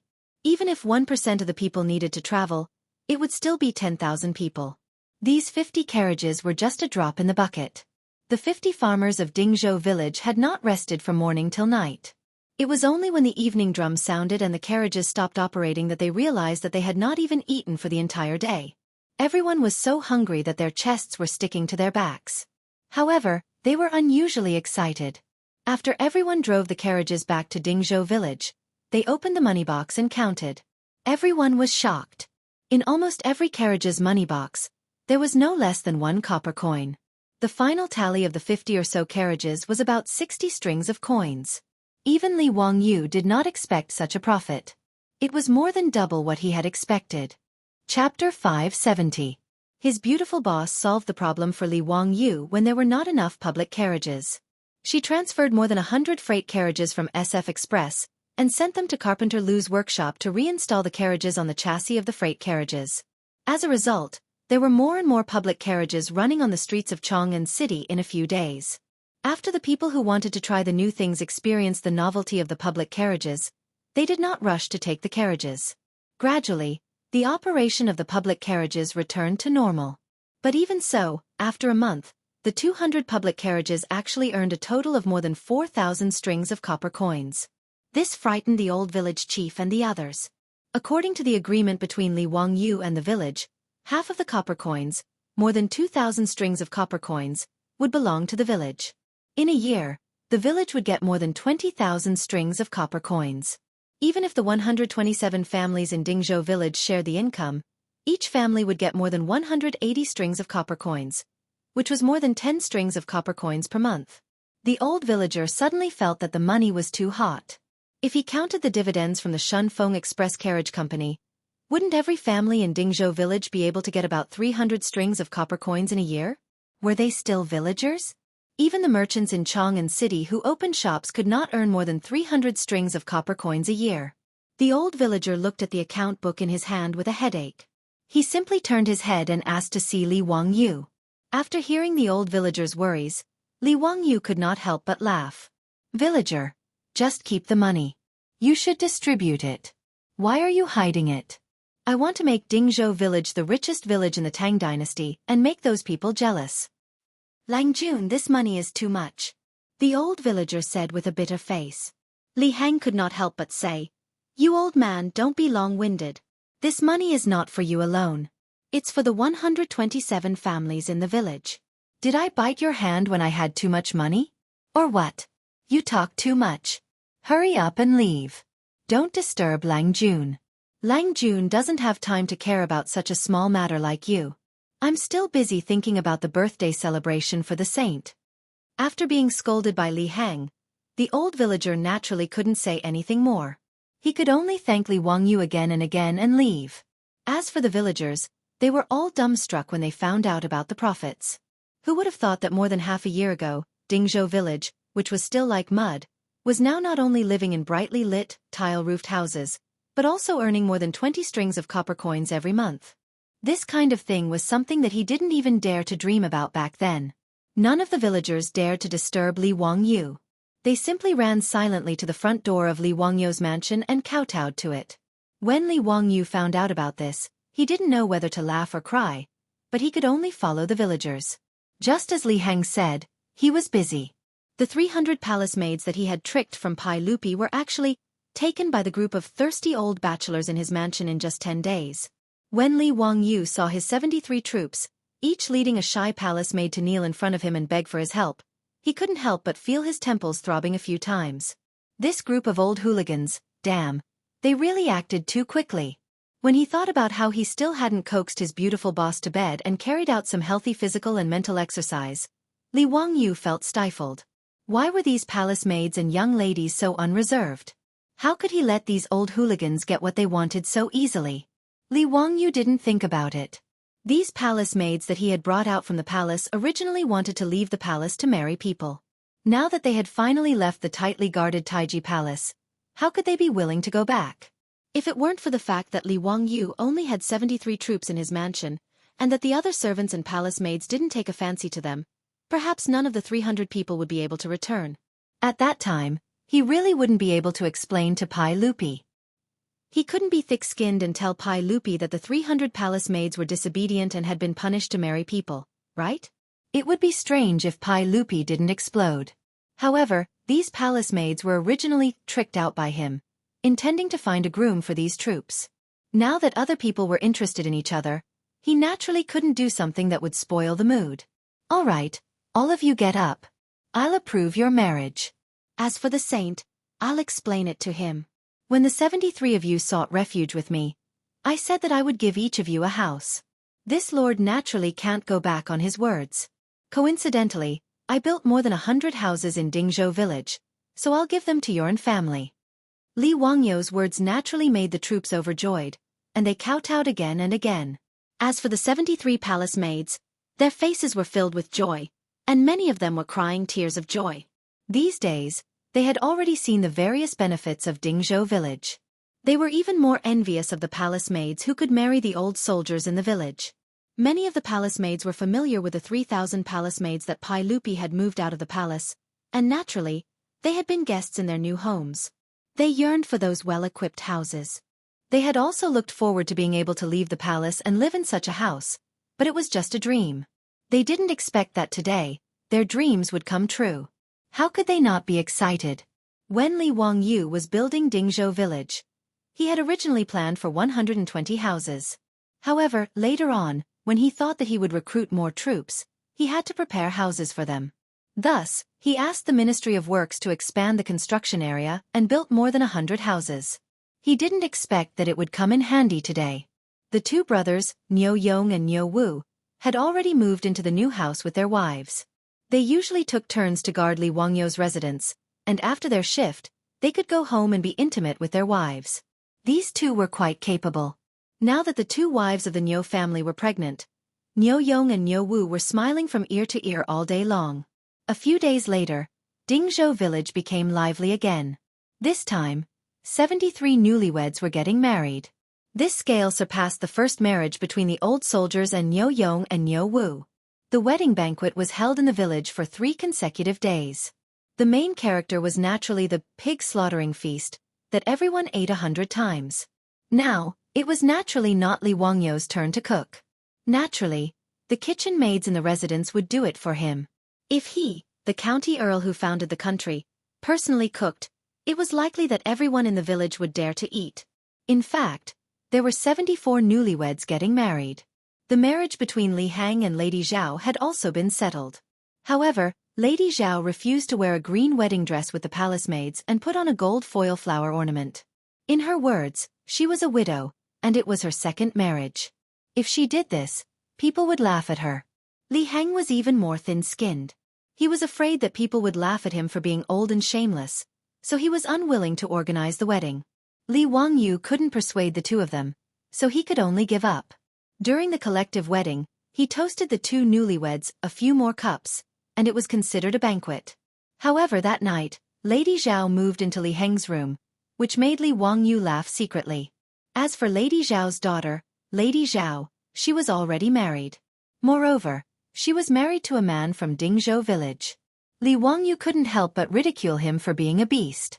Such a young girl actually got married to another man. After dealing with these trivial matters, Li Wangyu began to ponder about what kind of program he should let the remaining 227 palace maids rehearse so that they could open the eyes of these country bumpkins of the Tang Dynasty during Pai Lupi's birthday. Chapter 571. Li Wangyu racked his brains for several days and finally figured out what to let the 227 palace maids perform.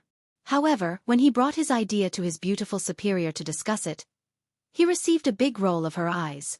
"Wangyu, are you sure you want to perform this for Li Shimin? Can they accept it?" Li Wangyu felt strange and asked back, "Why not?" The beautiful superior speechlessly put her hand to her forehead. "Okay, since you say it's okay, then it's okay. Hee, Chongqing, you have to do this.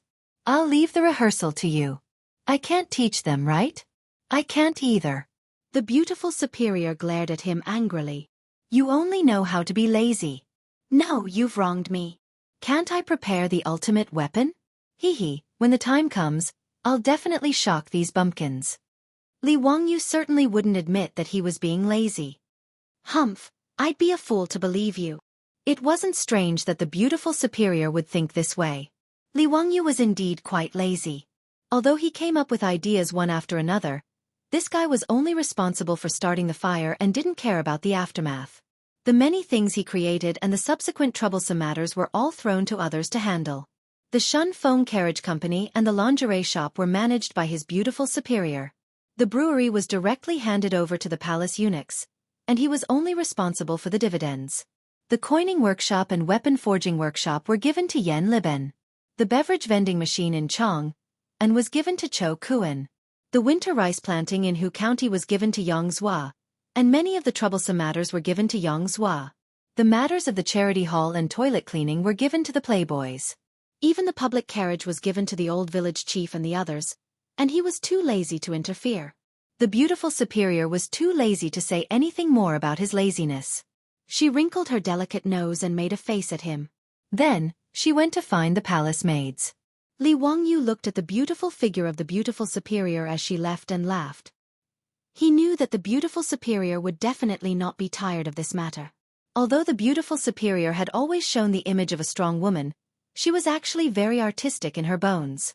Otherwise, she wouldn't have learned belly dancing back then and could dance so well. Besides, if he didn't hand this matter over to his beautiful superior and went to rehearse the program for the 227 beautiful and charming palace maids, he was afraid that he would be hunted down by his beautiful superior. Besides, he was not idle. He planned to make a secret weapon during Pai Lupi's birthday to shock the country bumpkins of the Tang Dynasty. This secret weapon was the fireworks. The earliest fireworks in China appeared in the Song Dynasty. During the Xuanhe period of the northern Song Dynasty, there were already large-scale fireworks. As for the explosive rods used in the Tang Dynasty to seal saltpeter into bamboo tubes, they were still a bit far from fireworks. The word fireworks in the Tang poems did not refer to the fireworks of the later generations, but to the beautiful scenery or brothels. For example, Li Bai's poem, My Old Friend Left the Yellow Crane Tower, fireworks went down to Jianghu in March. The fireworks in the poem were referring to spring.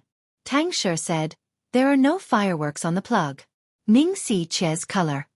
It was referring to the brothels. Fireworks were actually black gunpowder mixed with different metal powders. When the different metal powders burned and produced a chemical reaction, they would show different colors. Li Wangyu previously thought that the explosive rods were not lively enough. On a whim, he had already made black gunpowder.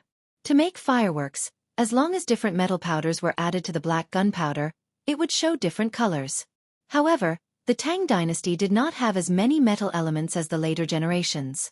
Li Wangyu could use them to make fireworks, so he could only make a few simple colors.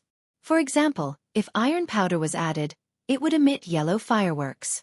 If copper powder was added, it would appear green. Even so, Li Wangyu felt that as long as he could make fireworks, it would be enough to shock Pai Lupi and the officials. However, how to make fireworks made Li Wangyu scratch his head. He only knew the general principle and had never really done it in the later generations. Fortunately, it was still early, so he was not in a hurry. He could slowly experiment. He led Niu Wu and Niu Yong to a secluded place in the mansion. After fiddling with it for a few days, Li Wangyu still could not make fireworks. This made Li Wangyu very depressed. Today, the fireworks experiment failed again. Li Wangyu simply gave up and ran to Dingzhou village to relax. He chatted and laughed with the villagers and ants along the way. He greeted them and chatted about daily life. He also taught the naughty children in the village a lesson. Li Wangyu's depressed mood improved again. He walked around the village with his hands behind his back. Unexpectedly, he saw his old butler Li Hang arguing with the old village chief. Li Wangyu was curious and secretly walked over. He wanted to hear what the two old men were arguing about.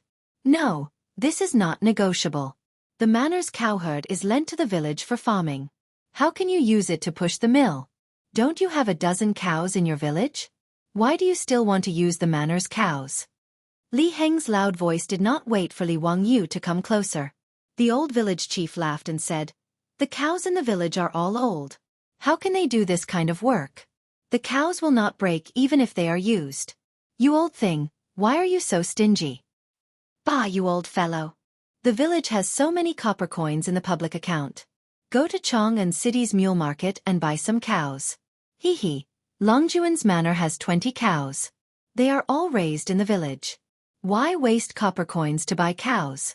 Even if you have some money, you don't dare to be so extravagant. The old village chief continued to persuade, why don't we pay Lang Jun the rent of the cows? Humph, who cares about your copper coins? You are an old farmer. Haven't you heard of it? In the winter of October, farming cows are cold. Building palaces is cold. Now it is already October. How can we still let the cows work? This is the time to conserve energy. Li Wangyu sneaked behind the two and listened to the conversation between the two old men. He could not help but laugh out loud. His sudden voice startled Li Heng and the old village chief. When they saw that it was Li Wangyu, they hurriedly saluted. Li Wangyu smiled and waved his hand. I say, you two, do you have nothing better to do? It's just a matter of a few cows. Is there a need to be like this? The old village chief laughed and said, Lang Jun, please don't laugh at us. Housekeeper Li is deliberately making things difficult for me. This old man is too petty. Didn't I win some money from him in mahjong yesterday? Is he deliberately going against me today? Li Hang was exposed by the old village chief in front of Li Wangyu. He could not help but blush. Nonsense. Am I such a stingy person? Humph. Yesterday I just had bad luck. What's there to be proud of? Not stingy. Just now, you said that old me could not use the cows to push the mill? The old village chief did not spare Li Hang and continued to expose him. Li Hang was so angry that he almost rolled up his sleeves and fought with the old man. Li Wangyu also knew that the two old men were purely teasing him. He was too lazy to care about them. Just as he was about to continue walking, he took 2 steps and suddenly turned back. Muramesa, are the rollers and mills in the village all pushed by big animals? The old village chief did not understand, so he nodded and replied, yes, this is thanks to Longjuan's 20 cows. Otherwise, the village's 10 old cows would not be willing to let them push the rollers and mills. In the past, when it was busy, the villagers pushed by themselves. Li Wangyu could not help but laugh. So that's how it is. Li Heng, we will not lend our cows to the village to push the mill. His words suddenly stunned the old village chief and Li Heng. Li Heng quickly said, Lang Jun, the village does not have big animals. How can we push the mill? Old slave was just teasing the village chief. Don't take it seriously. The old village chief did not know what to say. He could only rub his hands and look at Li Wangyu. He did not understand what he meant. Now the village was naturally not as poor as before. They could not afford to buy cows. The old village chief just did not understand why Li Wangyu suddenly said this. Li Wangyu laughed and said, Li Hang Muramesa, I have a way to grind rice and flour without manpower. Do you believe me? His words naturally made Li Hang and the old village chief look at each other. They did not know how to respond. Chapter 572. Li Hang and the old villager naturally didn't believe Li Wangyu's words. Millstone can grind rice and flour by itself? Wouldn't that be like becoming an immortal? The rollers used by farmers to grind rice were all made of heavy, large stones. They were composed of a roller and a millstone. They were specially used to remove the husks of rice and wheat. The stone mill was composed of 2 round stones. The grain would enter the middle of the 2 layers through the hole at the top and move out along the grain. When it rolled through the 2 layers, it would be ground into powder. These 2 tools were not light at all. Without 7 or 8 strong men, they couldn't be lifted. Without the use of manpower or animal power, Li Hang and the old villager couldn't imagine how to move them. If someone else had said this to them, the old villager would have spat on that person's face. Was he dreaming? Was he talking in his sleep? But these words were said by their own Lang Jun. The 2 didn't know how to respond, so they couldn't help but keep quiet with a bitter face. When Li Wangyu saw the 2 old men's wrinkled faces, he knew that they didn't believe what he said. He couldn't help but smile even more happily. What? You don't believe me? Well, why don't we make a bet? If I can't make the millstone that doesn't need manpower or animal power, I will personally cook a delicious meal and treat you 2 to wine. How about it? But if I can make it, hee. Li Hang and the old villager looked at each other and couldn't help but say, if you can make it, Lang Jun, what do you want? If you can make it, you old thing, obediently move out of the mansion and live in the courtyard. How about it? Do you want to bet? Li Wangyu gave the mansion to Niu Yong, Niu Wu, and a group of troops. Naturally, the mansion of the old housekeeper, Li Heng, was included. However, this old man was very stubborn. He said that he was the housekeeper of Lai Hot, so there was no reason for him to move out.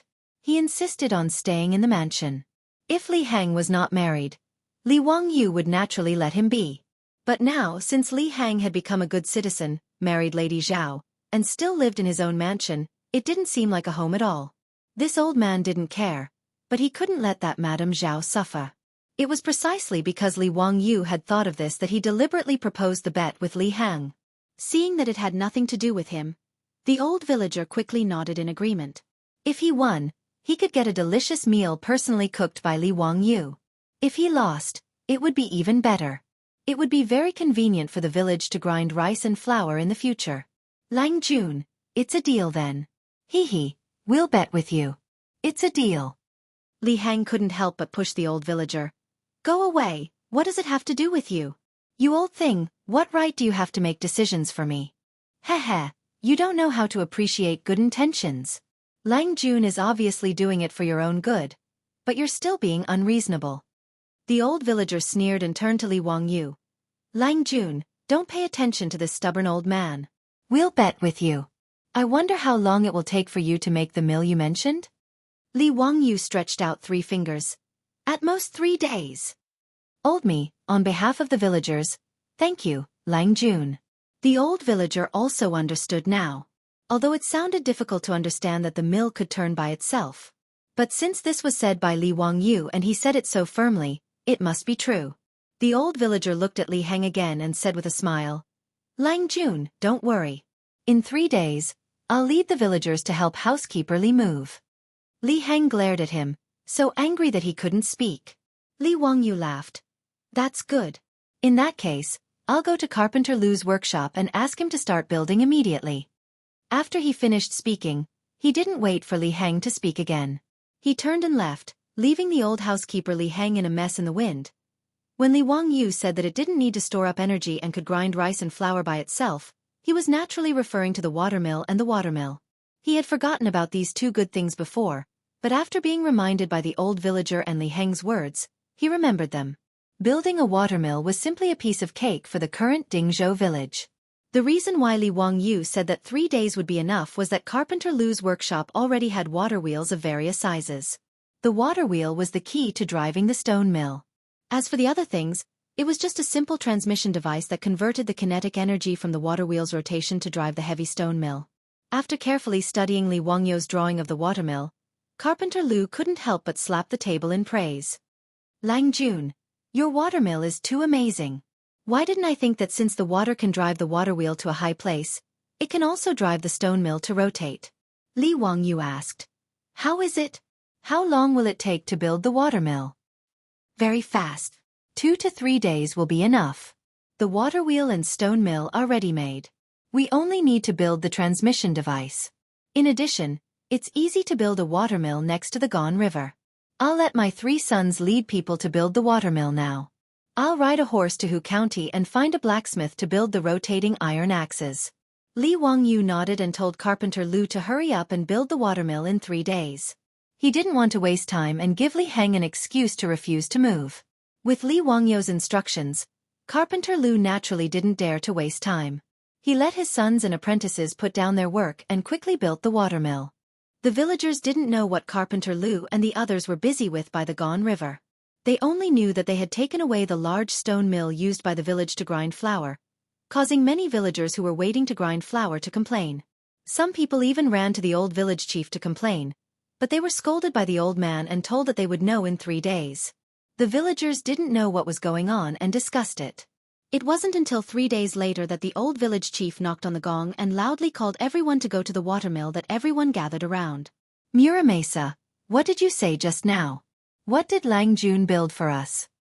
Water mill. You idiot. It's a mill that doesn't need human labor and animal labor. It can turn on its own.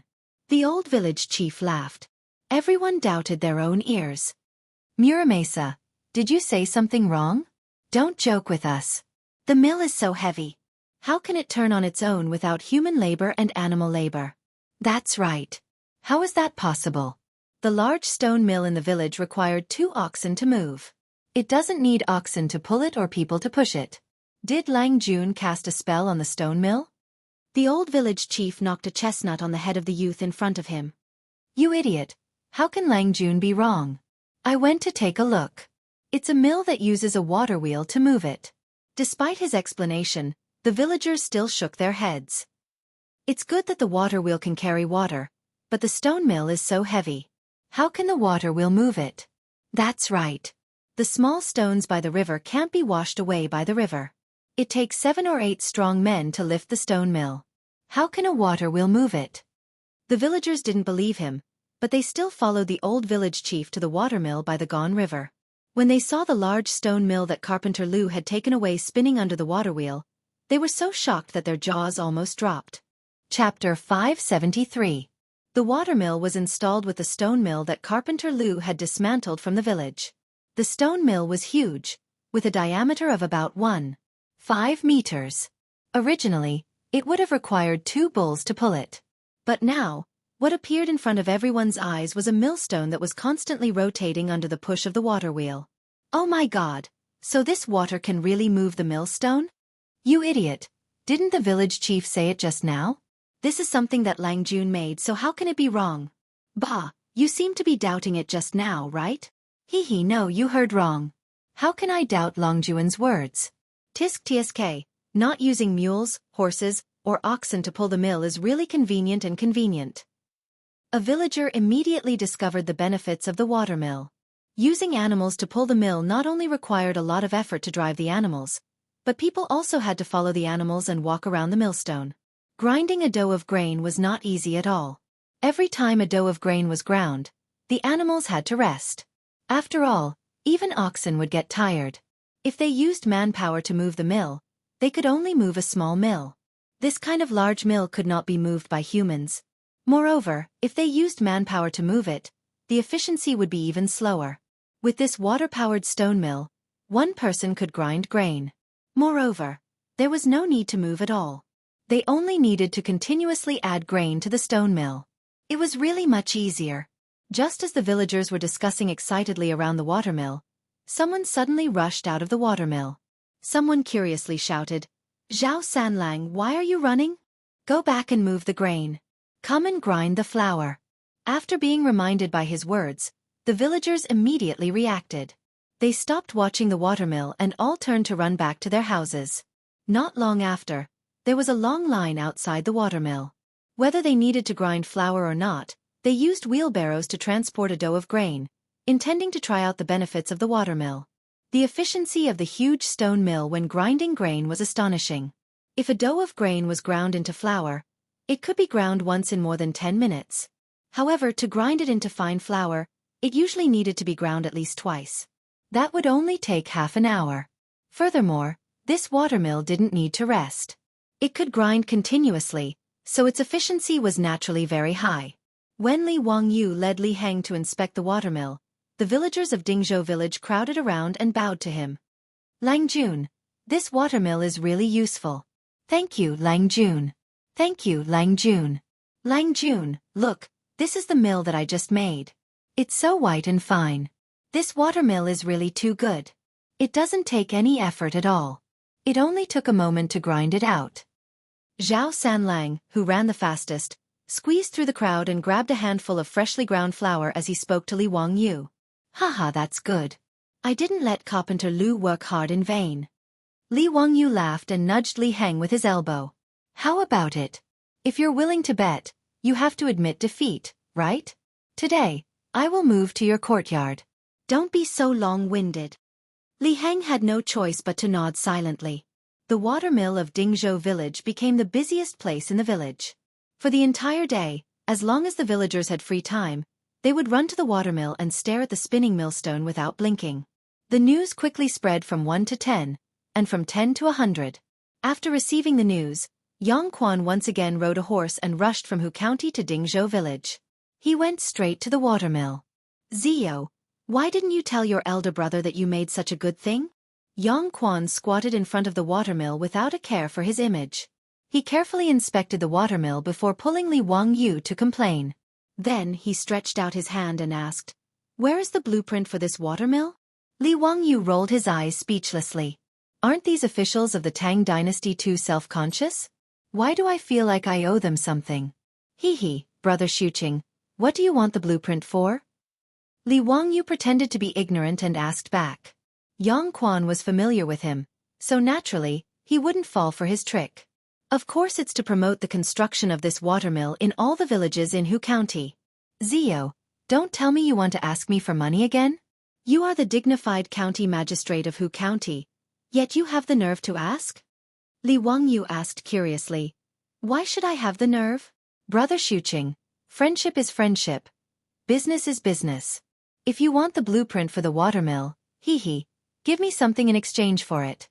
Yang Quan pretended to be angry and said, "All right, I'll give you this 100 or so catty. How about it?" Li Wangyu looked at Yang Quan from head to toe and shook his head. "No, you're too old. It's not worth much." His words almost made Yang Quan's nose crooked from anger. He breathed heavily and said, Tell me, what do you want to do this time? Li Wangyu was waiting for him to say this. He laughed mischievously and said, Not much, not much. I'm not greedy. Help me repair the road in exchange. How about it? Yang Quan was stunned. Repair the road? Repair what road?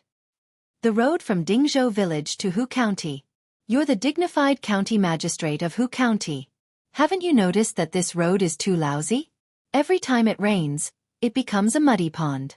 I can't even go out. That road should have been repaired long ago. Speaking of this matter, Li Wangyu had a stomach full of complaints. The road from Dingzhou village to Hu County was not an official road and lacked maintenance. Now, it was already in tatters. Moreover, the road was narrow and could only accommodate one horse carriage.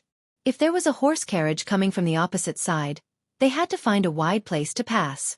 It was fine if they traveled on horseback, but if they sat in a horse carriage, they would feel dizzy from the bumps and it was really torturous. Now that Dingzhou village was getting richer and there were more and more horse carriages, it was time for the road to be repaired.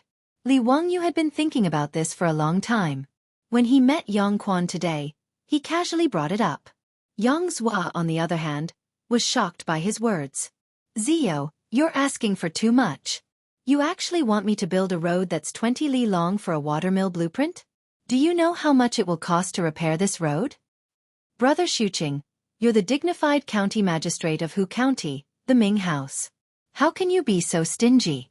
TSK, forget it. I know that you, the Ming House magistrate, are also poor. I won't bicker with you. I'll pay for the cost of repairing the road myself. However, you have to mobilize the laborers in the county to help me repair the road. Is that okay? When Li Wangyu ridiculed him for being poor, Yang Quan was speechless. However, he could agree to Li Wangyu's conditions. After all, the laborers recruited by the county every year were used to build and maintain various facilities in the county. Of course, it was also okay to let these laborers repair the road. Moreover, since Li Wangyu said that he would pay for all the expenses, Yang Quan had no reason to refuse. He pondered for a moment and nodded. Okay, I can agree to this condition. Seeing that he agreed, Li Wangyu quickly added, I want to double the width of this road. The county will have to settle the land that the roadbed occupies. You! Yang Quan almost wanted to blow his beard again. However, when he thought about it, there weren't many farmlands on both sides of the road from Hu County to Dingzhou village. Even if the roadbed was doubled, he estimated that the compensation from the county would only be around 100 mu. After doing this calculation, Yang Quan decided to endure it. In any case, this road really did need to be repaired. Especially now that Pai Lupi came to Dingzhou village from time to time, the road was too bad. It really couldn't be justified. Seeing that Yang Quan nodded in agreement, Li Wangyu opened his mouth to speak again. This time, Yang Quan couldn't hold back anymore. His saliva almost sprayed on Li Wangyu's face. Zio, that's enough. Li Wangyu shrugged. Hee, Brother Xuqing, why are you in such a hurry? I mean, I'll treat you to a drink. Chapter 574. At Li Wangyu's residence, Yang Quan drank and chatted merrily with Li Wangyu. After eating and drinking to his heart's content, he returned to the county office with the blueprints for the watermill. It was currently the slack season, so enlisting laborers wasn't too troublesome. Yang Quan didn't go back on his word. He quickly recruited 5,000 laborers from the county, and had the bailiffs and scribes lead them to begin repairing the road from Dingzhou village to Hu County. Although the laborers didn't need to be paid, Li Wangyu still had to pay for their meals. Li Wangyu naturally wasn't stingy with the copper coins. 3 meals a day, he provided the laborers with good food and drinks, including meat and fish. The laborers who came to repair the road were very grateful for County Count Hu's generosity, so they put in even more effort in repairing the road. 20 li wasn't very long. The 5,000 laborers were divided into 10 groups. Under the direction of the craftsmen sent by the county office, they started working in 10 different places. Each group of 500 people was responsible for repairing the road, and the distance was only 1 kilometer. In the Tang Dynasty, the most physically exhausting part of building roads was tamping down the earth.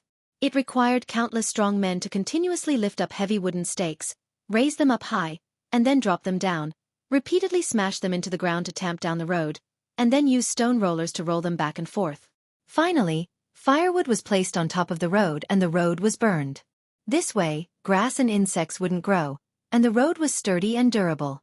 According to Xianxia and the craftsmen sent by Hu County to direct the construction of the road, this 20-li-long road would take 3 to 4 months to complete. A laborer's year of service was 20 days. Yang Quan estimated that they would need to recruit 4 or 5 laborers in shifts to satisfy Li Wangyu's needs. However, Li Wangyu didn't allow them to repair the road like this. He only had the laborers fill up the road and then use stone rollers to tamp it down. He also used 4-wheeled carriages to bring over crushed stones from the quarry and lay them on top of the road. Regarding this, the craftsman in charge of the road couldn't help but advise, "County Count Hu, this road isn't tamped down, but the speed is fast. But once it rained, the road would be washed away. Even if the road is paved with these stones, once those carriages are crushed, they will still sink into the stones. The road can't be built this way." Li Wangyu shook his head and smiled. "It's okay. I'm going to put a layer of mirage mud on the road. Isn't that enough?" "What? Spreading mirage mud on the ground? Isn't this too extravagant?" The craftsmen naturally knew what mirage mud was, but they had never thought of using such precious mirage mud on the road. In his opinion, wasn't this a prodigal son? The craftsman complained in his heart. In Chang'an, it was rumored that County Count Hu was a prodigal son. It seemed that the rumors were true. What was the difference between paving a road with mirage mud and paving a road with money? However, Li Wangyu was the one spending the money anyway. Since he was willing to spend it on this path, Blacksmith naturally couldn't say much. Besides, he was also very curious about what it would be like to spread the mirage mud on the road. What he didn't know was that in fact, Li Wangyu was also complaining in his heart that the Ministry of Works and the work supervisor of the Tang Dynasty were too unreliable. The method of how to fire the volcanic ash in place of cement had long been given to the Ministry of Works and the work supervisor. However, half a year had passed, and the production had not increased at all. Wasn't it just calcining lime and clay in a kiln? It was such a simple thing, but it took so long. This cement had not been popularized in the Tang Dynasty, and it was still a rare thing. Li Wangyu didn't know that although lime was not a rare thing in the Tang Dynasty, the production was not high. After all, lime could only be obtained by craftsmen mining limestone and calcining it. The efficiency of large-scale industrial production could not be compared with the efficiency of modern times. That was to say, County Count Hu was now influential enough, and Yen Liben was mediating for him in the work supervisor. Otherwise, even if he spent money, he couldn't get so much cement to pave the road. In order to build this 20 miles long road, Li Wangyu pestered and pestered endlessly. From the Ministry of Works and the General Supervisor, he obtained 20,000 stones of mirage mud. 20,000 dan, which was only 2,000 tons, cost Li Wangyu 10,000 strings of cash, which was equivalent to 5 strings of cash per ton of cement. Li Wangyu was very unhappy about this, but there was nothing he could do about it. In modern times, cement was only 400 to 500 strings of cash per ton, but these 5 strings of cash were equivalent to 20,000 strings of cash in modern times. It was really a sky-high price. As for the food expenses of the laborers, the cost of the materials for building the road, and so on, it added up to more than 10,000 strings of cash. Li Wangyu threw out more than 20,000 strings of copper coins for the short journey of 20 li, under the circumstances where the laborer didn't need to pay wages. Fortunately, he didn't lack money. Otherwise, he wouldn't have dared to build a cement road so extravagantly. The price was not cheap. In modern times, building a 4-meter-wide village road with concrete cost about 300,000 strings of cash per kilometer. And Li Wangyu spent 20,000 strings of cash to build this 10-li road, which was equivalent to 80 million in modern times. The cost of 8 million per kilometer was an astronomical price. With enough financial support and the laborers' hard work, a never-before-seen cement road appeared in the Tang Dynasty in a short 20 days. Huxian County Count Li Wangyu was squandering again. This news quickly spread through Hu County, and even into Chang'an and Pai Lupi's ears. Everyone had different reactions to this. Some shook their heads and sighed, some were envious, and some were expectant. On the day that the new road was completed, not only was Dingzhou village in an uproar, but the villagers of Hu County and the surrounding villages also flocked to see this squandering road. That's right, the 20-li road from Hu County to Dingzhou village was now jokingly called the squandering road by the people of Hu County. Spending 20,000 strings of cash to build a 10-li road was simply too outrageous. If this wasn't squandering, then what was? But when the people crowded around this squandering road, they were all stupefied. This was a road? It looked like a road paved with grayish-white stone slabs. This was truly beyond the imagination of the Tang people.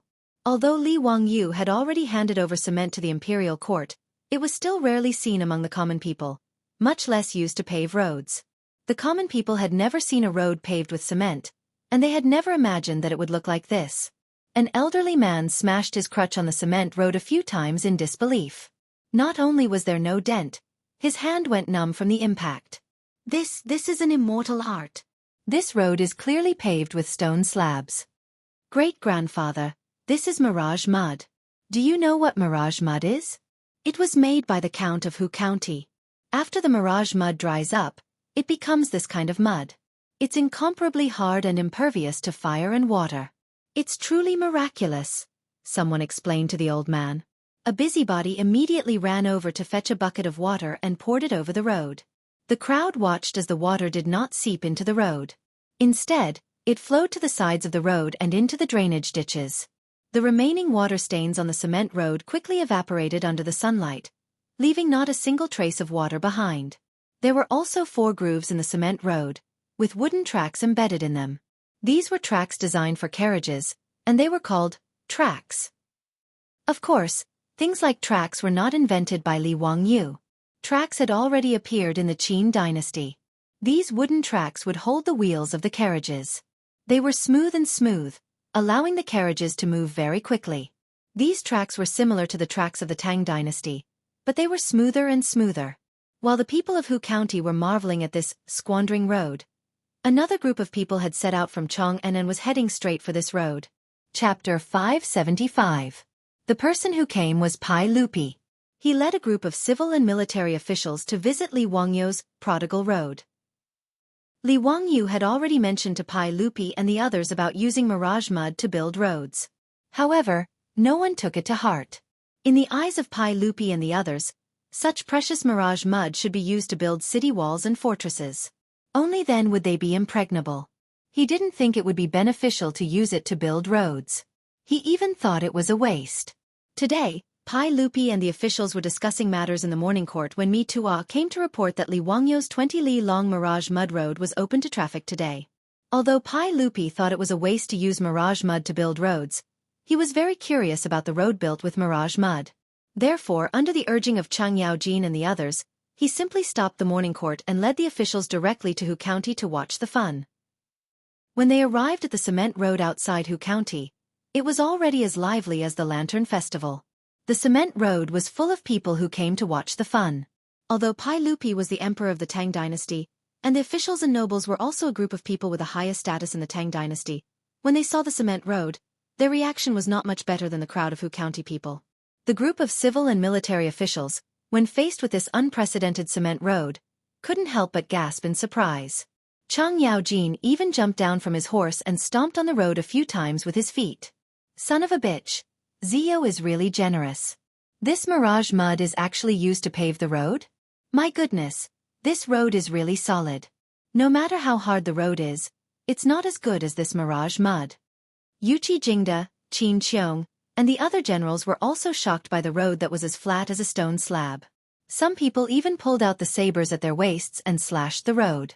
Duan Luan, the Minister of Works, carefully inspected the cement road beneath his feet. He then turned his head and called for a carriage. He had the carriage drive up and down the road a few times. After the series of tests were completed, he turned his head to Pai Lupi and praised, "Your Majesty, Count Huxian's mirage mud road is incredible." The road was flat, and the carriage was even faster than before. This subject has tested it just now. Compared to the official road, the speed of the carriage can be increased by almost 10%, and it is very stable. Not only does it save on horsepower, the carriage can also carry more goods. Amazing. Pai Lupi nodded. When Ziyu said that this mirage mud could be used to pave the road, I didn't think so. But I didn't expect that the road paved with mirage mud would be so incredible. It was really beyond my expectations. Duan Qing, the production of the mirage mud needs to be increased as soon as possible. Duan Luan smiled bitterly. Your Majesty, I naturally know the benefits of the mirage mud, but the production of lime is limited. This subject has already ordered people to do their best to mine the limestone and burn it. The main reason is that the limestone mine is remote and inconvenient to transport. Li Wangyu, who had rushed over after receiving the news to welcome Pai Lupi and the others, heard Duanluan's words and couldn't help but be surprised. In his memories, China was an important source of limestone. Almost every province and city had limestone mines. In particular, Guangzhou Road, which was located in the modern Xianxia province, had the largest limestone reserves in the country, close to 5 billion tons. Duanluan actually said that the limestone mine was remote and inconvenient to transport? Could it be that the limestone mines haven't been discovered yet? This was interesting. Li Wangyu rubbed his chin and felt that he could make a move. It seemed to be a good business. Not to mention the large mines far away, he didn't have enough manpower or machinery to mine them. However, Li Wangyu remembered that there was a limestone mine in Hu County.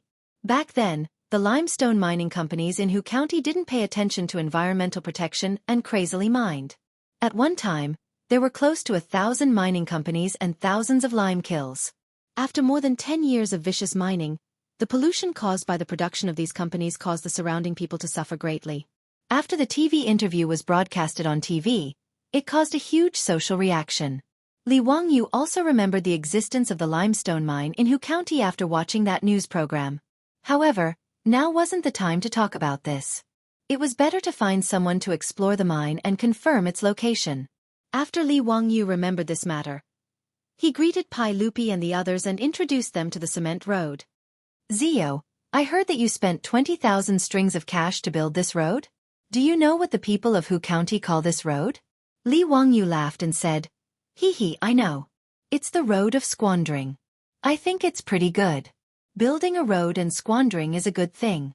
If Yang Mingfu, Chui Ming House, and Lu Ming House are willing, I'm even willing to use my own money to build the road from Hu County to Chang and into a mirage mud road like this. What does Uncle think? His words moved Pai Lupi. The road from Hu County to Dingzhou village was only 20 li. Moreover, only Dingzhou village and the villages along the road would benefit from it. However, if they wanted to build the road from Hu County to Chang'an, it would be too valuable. As the southern gate of Chang'an, Hu County was an important connection to Yizhou. Moreover, due to the high price of housing in Chang'an, many merchants set up their workshops in Hu County. Every day, countless carriages and caravans traveled between Hu County and Chang'an. In fact, after seeing the cement road built by Li Wangyu, Pai Lupi had already thought about how spectacular it would be if such a road could be built throughout the Tang Dynasty. However, 20,000 yuan to build 20 kilometers of road was such an expensive price that it directly discouraged Pai Lupi from building the road. How many official roads were there in the Tang Dynasty? If all the roads were to be built at this price, the Tang Dynasty would probably become the first dynasty to go bankrupt because of road construction. Now that Li Wangyu proposed to use his own money to repair the 80 li road from Hu County to Chang'an, Pai Lupi was naturally happy to see it happen. If 20 li cost 20,000 strings of cash, wouldn't 80 li cost 80,000 strings of cash? Moreover, the official road from Hu County to Chang'an was incomparable to the small road from Dingzhou village. It was at least twice as wide as the Mirage Mud Road in front of them. Based on this calculation, it would probably cost no less than 100,000 strings of coins to build this 80-mile-long road, or even more. Li Wangyu was willing to pay for this. Whether it was Pai Lupi or the civil and military officials, no one was unwilling. Yang Quan, Cui Zhua, and Lu Deheng looked at each other and immediately stood up. Your Majesty, we naturally agree. If the Count of Hu County is willing to pay for the construction of the official road from Hu County to Chang'an, we will take care of all the enlistment without any objections. Pai Lupi nodded slightly and looked at Li Wangyu. Zio, have you thought it through? Are you willing to pay for the construction of the official road from Chang'an to Hu County? Li Wangyu's smile became even brighter. Uncle, I naturally can pay for the construction. However, if I spend a lot of money to build this official road, there should be some benefits, right? Pai Lupi was slightly stunned. What benefits do you want? Not much, not much. I only want 100 copper coins. Chapter 576. Li Wangyu's words stunned Pai Lupi and the officials. They thought that there was something wrong with their ears. Only 100 copper coins? What the hell? What kind of condition was this? Li Wangyu calmly explained. Uncle, if I were to pay for the construction of this official road, the people would naturally be free to use it. However, shouldn't I pay a fee for the carriages of the merchants that come and go? Hee hee, 100 copper coins per carriage shouldn't be too much, right? His words made the officials and Pai Lupi even more confused. Many of them immediately began to silently calculate how much profit Li Wangyu could make by proposing this. At present, there were no less than 1,000 carriages going back and forth between Chang'an and Hu County every day. 100 copper coins per carriage really wasn't much. When Li Wangyu ate breakfast with Niu Yong, Niu Wu, and the others at Chongren Square, he spent more than 100 copper coins. The officials secretly pondered. Was it a lot to pay 100 copper coins to travel on such a flat mirage mud road? 1,000 carriages could collect 100 copper coins in a day. In a year, they could collect 30,000 strings of copper coins. Even if the road required 100,000 strings of copper coins, it would only take 3 years to recoup the investment. After that, it would be a net profit. The officials silently calculated in their hearts and suddenly realized that Li Wangyu wanted to build this road. The profits were too great. Wang Renyu, Zhang Yuanshou, and the other influential figures looked at each other and stood up to express their opposition. Your Majesty, you can't do this. How can the official road become a private road and collect fees? County Count whose words are incorrect. Your Majesty, you can't do this. If the official road becomes a private road, what kind of scandal is this? If you want to collect 100 copper coins per journey for 80 li, Your Majesty, how is this different from highway robbery? Nowadays, there are no fees on the official road. That's right, Your Majesty. How can we let County Count who exploit the people like this? The private road they were talking about was a privately built road. In the Tang Dynasty, privately built roads had already been charged for the passage of pedestrians. Pai Lupi was originally somewhat tempted, but after being persuaded by Wang Renyu and the others, he couldn't help but hesitate. Zio, 100 coins seems a little too much.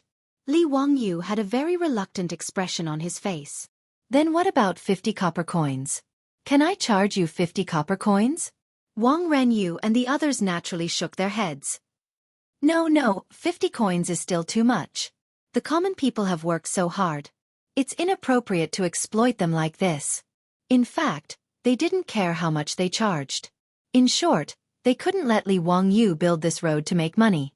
Even Wang Renyu, Zhang Yuanshou, and the others were already wondering if the counties where their families were located could use this method to build mirage mud roads and then charge a fee. This seemed to be a good deal. Although the initial investment was huge, they could reap rich returns for many years. Li Wangyu could only shrug his shoulders in response to Wang Renyu and the other patriarch's objections. If that's the case, then forget it. The money in my residence doesn't grow on trees. I can't just throw it into the water and listen to the sound. In fact, Li Wangyu didn't really want to build the official road between Hu County and Chang'an. Before the production of cement in the Tang Dynasty increased substantially and the price of cement lowered, the cost of building cement roads was too high. It was simply a thankless act. The purpose of his words just now was to plant a seed in Pai Lupi's heart. He wanted to let him know that building roads wasn't just a matter of losing money, but also had great potential. As the saying goes, if you want to be rich, you have to build roads first. This saying was absolutely correct. Li Wangyu felt that as long as he found the location of a lime mine in Hu County, the production of lime would naturally gradually increase. As the production of cement increased, wouldn't it be logical to use cement to build roads? He didn't think there was anything wrong with charging for road building. Although free things were good, seeing the profits would make the Tang Dynasty pay attention to road building. As for charging 100 copper coins for 80 li of road, it was indeed too expensive. In Li Wangyu's view, charging 10 copper coins for every 200 li of cement highway was quite reasonable. On average, 1 copper coin per kilometer was equivalent to 8 or 9 times the highway charging standard of later generations. Once several cement highways were built in the Tang Dynasty, the economy of the Tang Dynasty would inevitably become more prosperous and the national power would become more prosperous. This was all foreseeable. However, this matter wasn't urgent. It was better to take it slowly. Pai Lupi didn't mention the road building anymore. He and the other officials were in high spirits. They carefully observed the mirage mud road several times.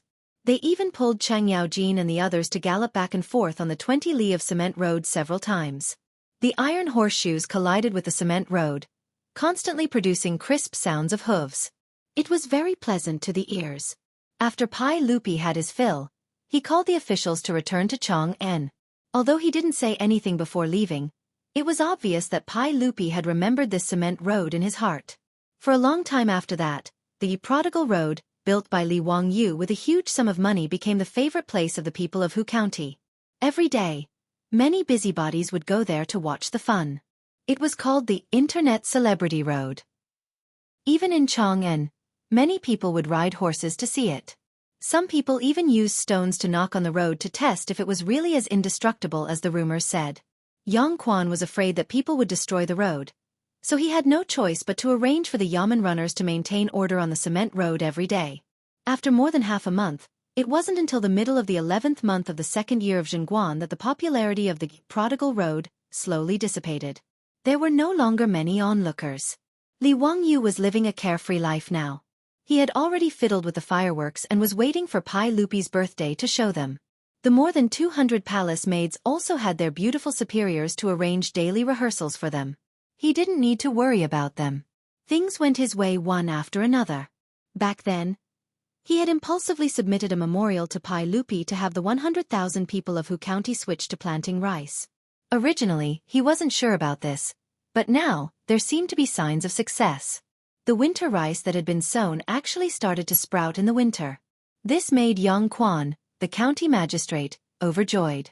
Every day, he would ride his horse to each village and personally go down to the fields to check on the rice seedlings. According to the estimates of the experienced farmers in the county, in another 40 to 50 days, the rice in Hu County would ripen and be ready for harvest. After receiving this news, Li Wangyu let out a sigh of relief. It was as if a stone had been lifted from his heart. To be honest, if these rice plants had failed, Li Wangyu really didn't know how to face the people of Hu County. It wasn't that he couldn't support the 100,000 people, but that he couldn't face the disappointed gazes of the people. However, Li Wangyu's leisurely days didn't last long. The old immortal son Simiao came looking for him. Trouble had come knocking. Chapter 577. On this day, Li Wangyu had nothing to do, so he led Niu Wu and a group of troops to watch the palace maids rehearse. Lang Jun, are you planning to let these palace maids perform this on the saint's birthday? I'm afraid it's inappropriate. Niu Wu didn't even blink as he questioned Li Wangyu's decision. Li Wangyu kicked him in the butt angrily. Please wipe the saliva off the corner of your mouth before you say something more convincing. Niu Wu hurriedly wiped the corner of his mouth with his sleeve, but found nothing. Lang Jun, you're lying to me again. Where's the saliva? Humph, is that so? Then I'll have Xie Sanyang take a look and confirm whether or not you're drooling. The Xie Sanyang Li Wangyu mentioned was Niu Wu's beautiful palace maid wife. These two wives of Niu Yong and Niu Wu were born in Taiji Palace. Not only were they good at singing and dancing, but they could also write and draw. In this era where illiterates were everywhere, they were already considered high-end elites. Their beautiful boss was getting busier and busier, so she naturally needed people to help her. Strictly speaking, Perrin and Aphrodite were still in the category of illiterates. Needless to say, Perrin was naturally illiterate. When she was with Li Wangyu, she learned a little. If it was according to the standards of the Tang Dynasty, Perrin was actually literate because she could write her own name. In the Tang Dynasty, it was recognized that those who could write their own name were not illiterates. As for Aphrodite, although she could speak fluent Chinese, she couldn't write. According to the standards of the Tang Dynasty, she was a standard illiterate. Even if she had received excellent education in Byzantium, it was useless. Therefore, Perrin and Aphrodite were still bitterly learning to read from their beautiful boss. Niu Yong's wife, Su Qiao, Niu Wu's wife, Xie Sanyang, and the dozen or so palace maids who married into Dingzhou village were in high demand in the eyes of their beautiful boss. What was the most precious thing in the 17th century? Talents. In the eyes of her beautiful superior, this group of palace maids who could write and calculate were the talents of the Tang Dynasty. Under her persuasion, all the palace maids abandoned their families and husbands, one after another. They no longer stayed in the courtyard to take care of their husbands and children.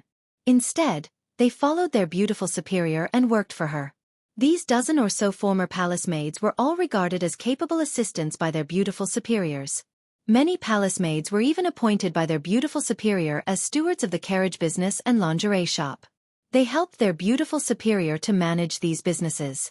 Every day, just like their beautiful superior, they took the carriage to and fro between Chang'an and Dingzhou village every day. In the Tang Dynasty, there were women who went out to work, but it was not the norm. How could this group of newly married old soldiers be willing to let their beautiful wives go out every day?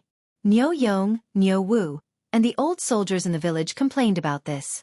They even complained to Li Wangyu in private a few times.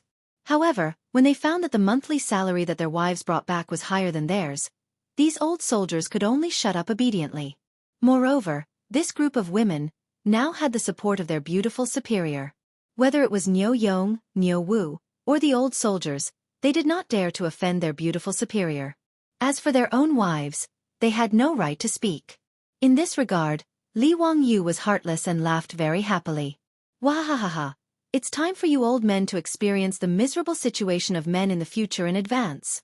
Now, when their beautiful superior went out, she was followed by a group of beautiful stewards and assistants. How impressive!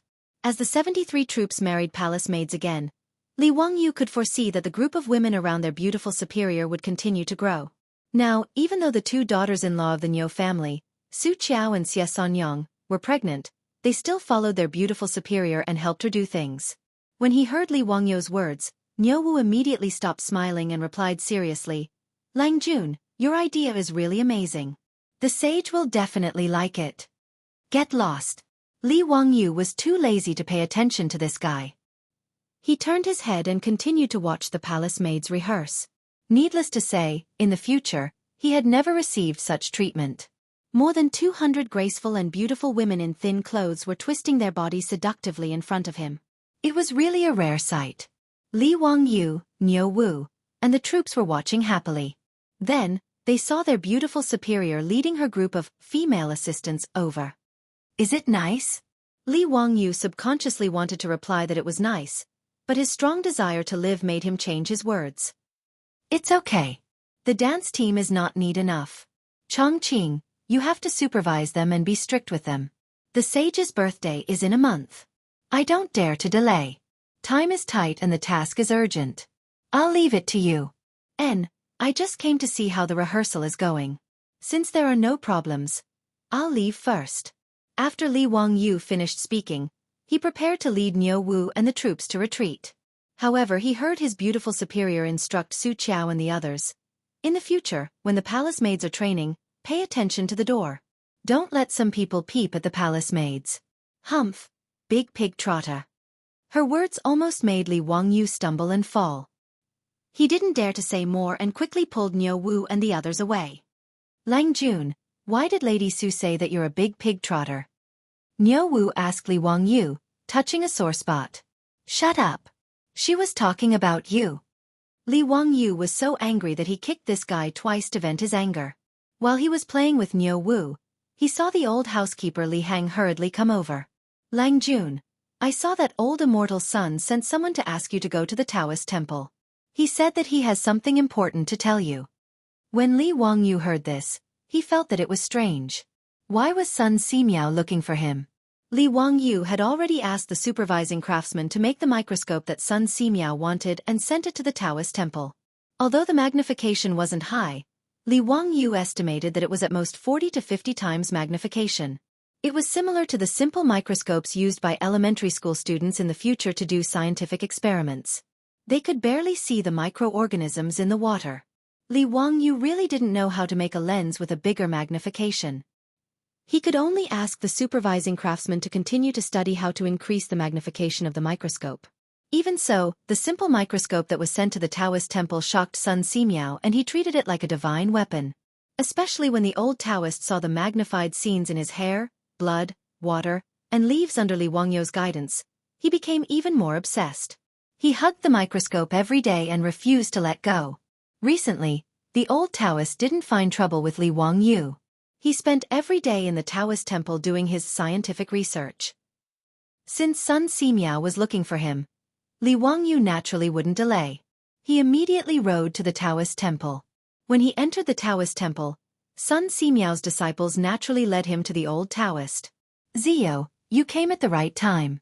Haha, the penicillin you mentioned before, this poor Taoist has made it. Sun Simiao's words struck Li Wangyu like lightning. What? Penicillin was made? Chapter 578. Sun Simiao's words made Li Wangyu's voice tremble uncontrollably. Old immortal son, what did you say? Penicillin is the miracle drug you mentioned. I made it according to your method, but I don't know how to use it. Zio, please explain it in detail, Sun Simiao said with a smile while twirling his beard. Li Wangyu fell to the floor, his lips trembling. It's really penicillin? Old immortal son, you can't joke about this. Have you tested the efficacy of the drug? The method of making penicillin that he gave to Sun Simiao was just something he learned from the TV series. Whether it was true or not, or if the scriptwriter made it up, he didn't know. The reason why he told Sun Simiao this was that he wanted to keep the old Taoist so that he and his beautiful boss could have a medical insurance. Secondly, he also had the mentality that Sun Simiao, the king of medicine, could really make penicillin. However, Li Wangyu didn't have much hope for this. After all, it was more than 1,000 years in advance. With the current technological strength of the Tang Dynasty, it was really incredible to make a miracle drug like penicillin. Therefore, when Sun Simiao said that he made penicillin, Li Wangyu lost his composure. Well, according to what Zio said before, I took out the infected filth from the patients and smeared it on the crystal. Penicillin was also smeared on it. Now that 7 days have passed, there is no penicillin in the areas smeared with penicillin. According to what Zio said before, this should be a success, right? I also looked under the microscope. The areas smeared with penicillin are indeed free of grape-like bacteria. Sun Simiao said and pointed to the microscope, indicating Li Wangyu to look at it himself. Li Wangyu didn't say anything. He rushed in front of the microscope and adjusted the eyepiece. On the crystal that was used as the objective lens, he could clearly see the boundary. The areas smeared with penicillin were clean, but outside were piled up grape-like bacteria. Li Wangyu remembered that this was Staphylococcus, the most common type of pyogenic coccus. There was no doubt that Sun Simiao's penicillin was effective. Li Wangyu's fingers trembled. Penicillin was a miracle drug that could save lives. This was especially true in the Tang Dynasty. Son, old immortal son, it's really penicillin. You really made it. Old immortal, you really are the king of medicine. Li Wangyu was so excited that he even called out Sun Simiao's honorific title. Regarding this, Sun Simiao only twirled his beard and laughed heartily. Zio, you're exaggerating. I'm not some medicine king. Ziyu, please tell us how to use this penicillin. Injections. Li Wangyu answered matter-of-factly. Sun Simiao was puzzled. What is an injection? Li Wangyu was dumbfounded. Injection was to use a syringe to inject medicine into the body. But in the Tang Dynasty, where would they find syringes and needles? The syringe was simple, so he could make do with a bamboo tube. Li Wangyu estimated that with Carpenter Lu's skills, it wouldn't be a problem to make some bamboo syringes out of bamboo. Although they wouldn't be as transparent as glass in the future, they could still be used. The troublesome part was the needles. This thing had to be hollow and so small. Li Wangyu wasn't confident that the craftsmen of the Tang Dynasty could make such a delicate needle. He could only go to the construction bureau and discuss with the craftsmen to see if they could make the needles. Li Wangyu pondered for a moment and was about to explain to Sun Simiao what a syringe was and what an injection was when he saw one of Sun Simiao's disciples hurriedly walk in. Grandmaster, there's a guest. Sun Simiao frowned unhappily. Didn't I say that there won't be any guests? Can't you see that I'm talking business with County Count Who? The disciple hesitated for a moment before continuing. It's Mr. Treasure. He said that he wants to reason with Grandmaster and seek justice for his disciple. Li Wangyu was confused. What kind of trouble did Sun Simiao get himself into? Why would someone want to seek justice for his disciple? Sun Simiao frowned. When did I bully his disciple? What justice do I want? Mr. Treasure said that Gung Hong, who was beaten to death by the sage, Gung Fengyu, was his disciple. Sun Simiao's disciple's words stunned Li Wangyu. Gung Hong, Gung Fengyu, had been beaten to death by the Pai Lupi because he had colluded with the aristocratic families to force the Pai Lupi to abdicate. What did this have to do with Sun Simiao? Who was this Mr. Treasure? Was he also a doctor? Li Wangyu felt that this name sounded familiar, but he couldn't remember. He asked Sun Simiao, "Old immortal Sun, who is this Mr. Treasure?" Sun Simiao shook his head with a bitter smile and explained, "Sigh, Mr. Treasure is also a famous doctor. His surname is Zhang, and his name is Treasure. His courtesy name is Tan, and he is from Liang. Mr. Treasure is now 70 years old. He used to be an official in the imperial court, serving as an official of the Honglu Temple. Now, he has resigned and returned home. I don't know why you are looking for me today. What does Gung Hong's death have to do with me?" Li Wangyu heard this and remembered that Zhang Treasure was also a famous doctor in the early Tang Dynasty. There were records of him in history, but he didn't expect Gung Hong to be his disciple. Old immortal Sun. There must be some misunderstanding? Maybe so. Zio, sit for a while. I will be back soon. Sun Simiao stood up and prepared to meet Zhang Treasure with his disciple. Li Wangyu thought that Gung Hong's death seemed to have something to do with him, so he stood up as well. Old immortal Sun, I will go with you. If there is any misunderstanding, I can help you explain. Sun Simiao didn't refuse. He nodded slightly and walked out. Li Wangyu quickly followed. Under the guidance of Sun Simiao's disciple, the two went to the Taoist temple's guest room. In the room sat an old man with white hair and beard. There were a few middle-aged men serving him. When the old man saw Sun Simiao appear, he coldly snorted. "Greetings, Taoist Sunday. I came here uninvited today to demand an explanation for my disappointing disciple." Sun Simiao wasn't annoyed by his attitude. "Mr. Treasure, there must be some misunderstanding. The death of your disciple, Gung Hong, has nothing to do with me." "How can it have nothing to do with you? It was you who misled the saint. That's why he beat my poor disciple to death in anger. As an elder, how can you deny it like this?" Li Wangyu was also confused. He couldn't help but interrupt. "Mr. Treasure, Gung Hong's death was entirely his own fault. What does it have to do with Old Immortal Sun? Even if Old Immortal Sun cured the Crown Prince's intestinal blockage, it has nothing to do with Gung Hong's death. How can Old Immortal Sun be blamed?" Zhang Baozong was very unhappy with Li Wangyu's words. "I'm talking to Taoist Sunday. Who are you to interrupt? Taoist Sun, is this how you teach your disciples?" Sun Simiao twirled his beard and smiled. "Haha, I can't teach a disciple like County Count Hu. Mr. Treasure, you have misunderstood. This is the founding county count of County Count Hu, Li Wangyu." "Oh, you are Li Wangyu? That's great. I don't have to make another trip. Today, I want to talk to you." After Zhang Baozong heard Li Wangyu's identity, he didn't change his attitude. Instead, he glared at Li Wangyu and became more and more impolite. Li Wangyu, on the other hand, was stunned. Wasn't this person taking him too seriously? What arrogance! Chapter 579. Li Wangyu naturally did not know that Zhang Baozong, as a famous doctor, was sought after by many. Moreover, he had once been an official of the Honglu Temple, a third-rank official who had retired. Naturally, he did not think much of Li Wangyu, a fourth-rank official who had founded the country. Zhang Baozong was now 70 years old and was known as a famous doctor, a godly doctor. This caused this old man to develop a bad temper.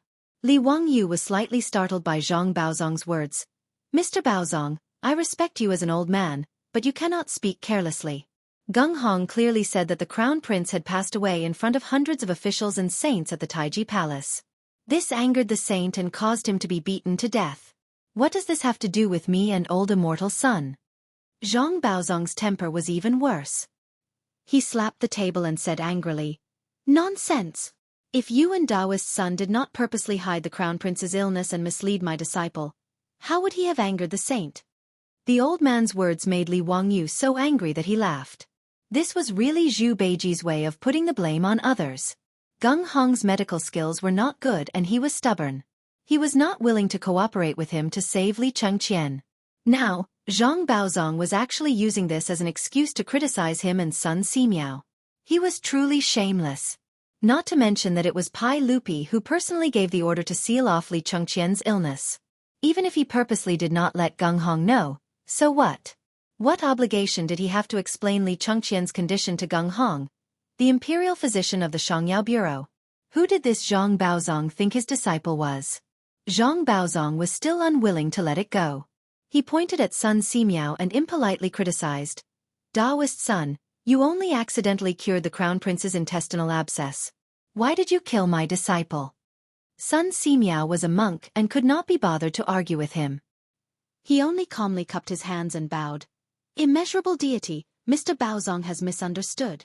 Misunderstood? What did I misunderstand? My disciple is the Daoist of the Medicine Bureau.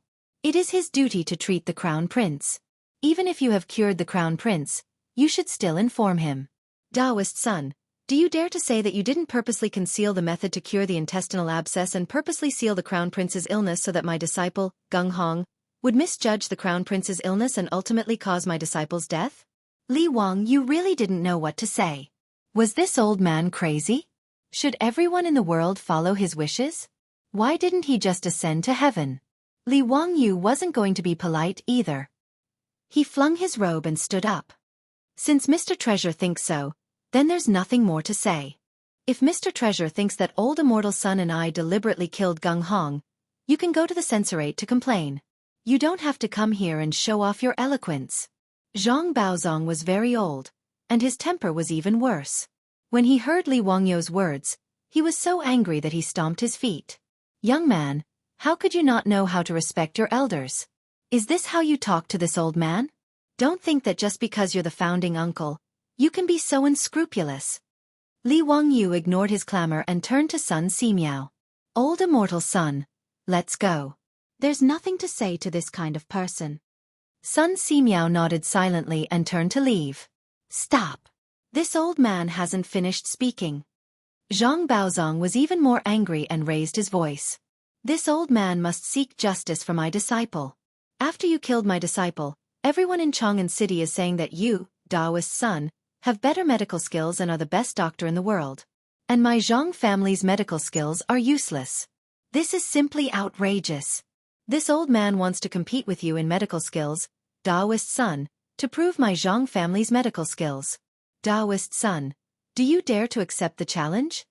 When Li Wangyu heard his words, he somewhat understood in his heart. This Zhang Baozong didn't want to seek justice for his disciple, Geng Hong. He clearly felt that Geng Hong didn't cure Crown Prince Li Chengqian and was beaten to death, which made his Zhang family lose face.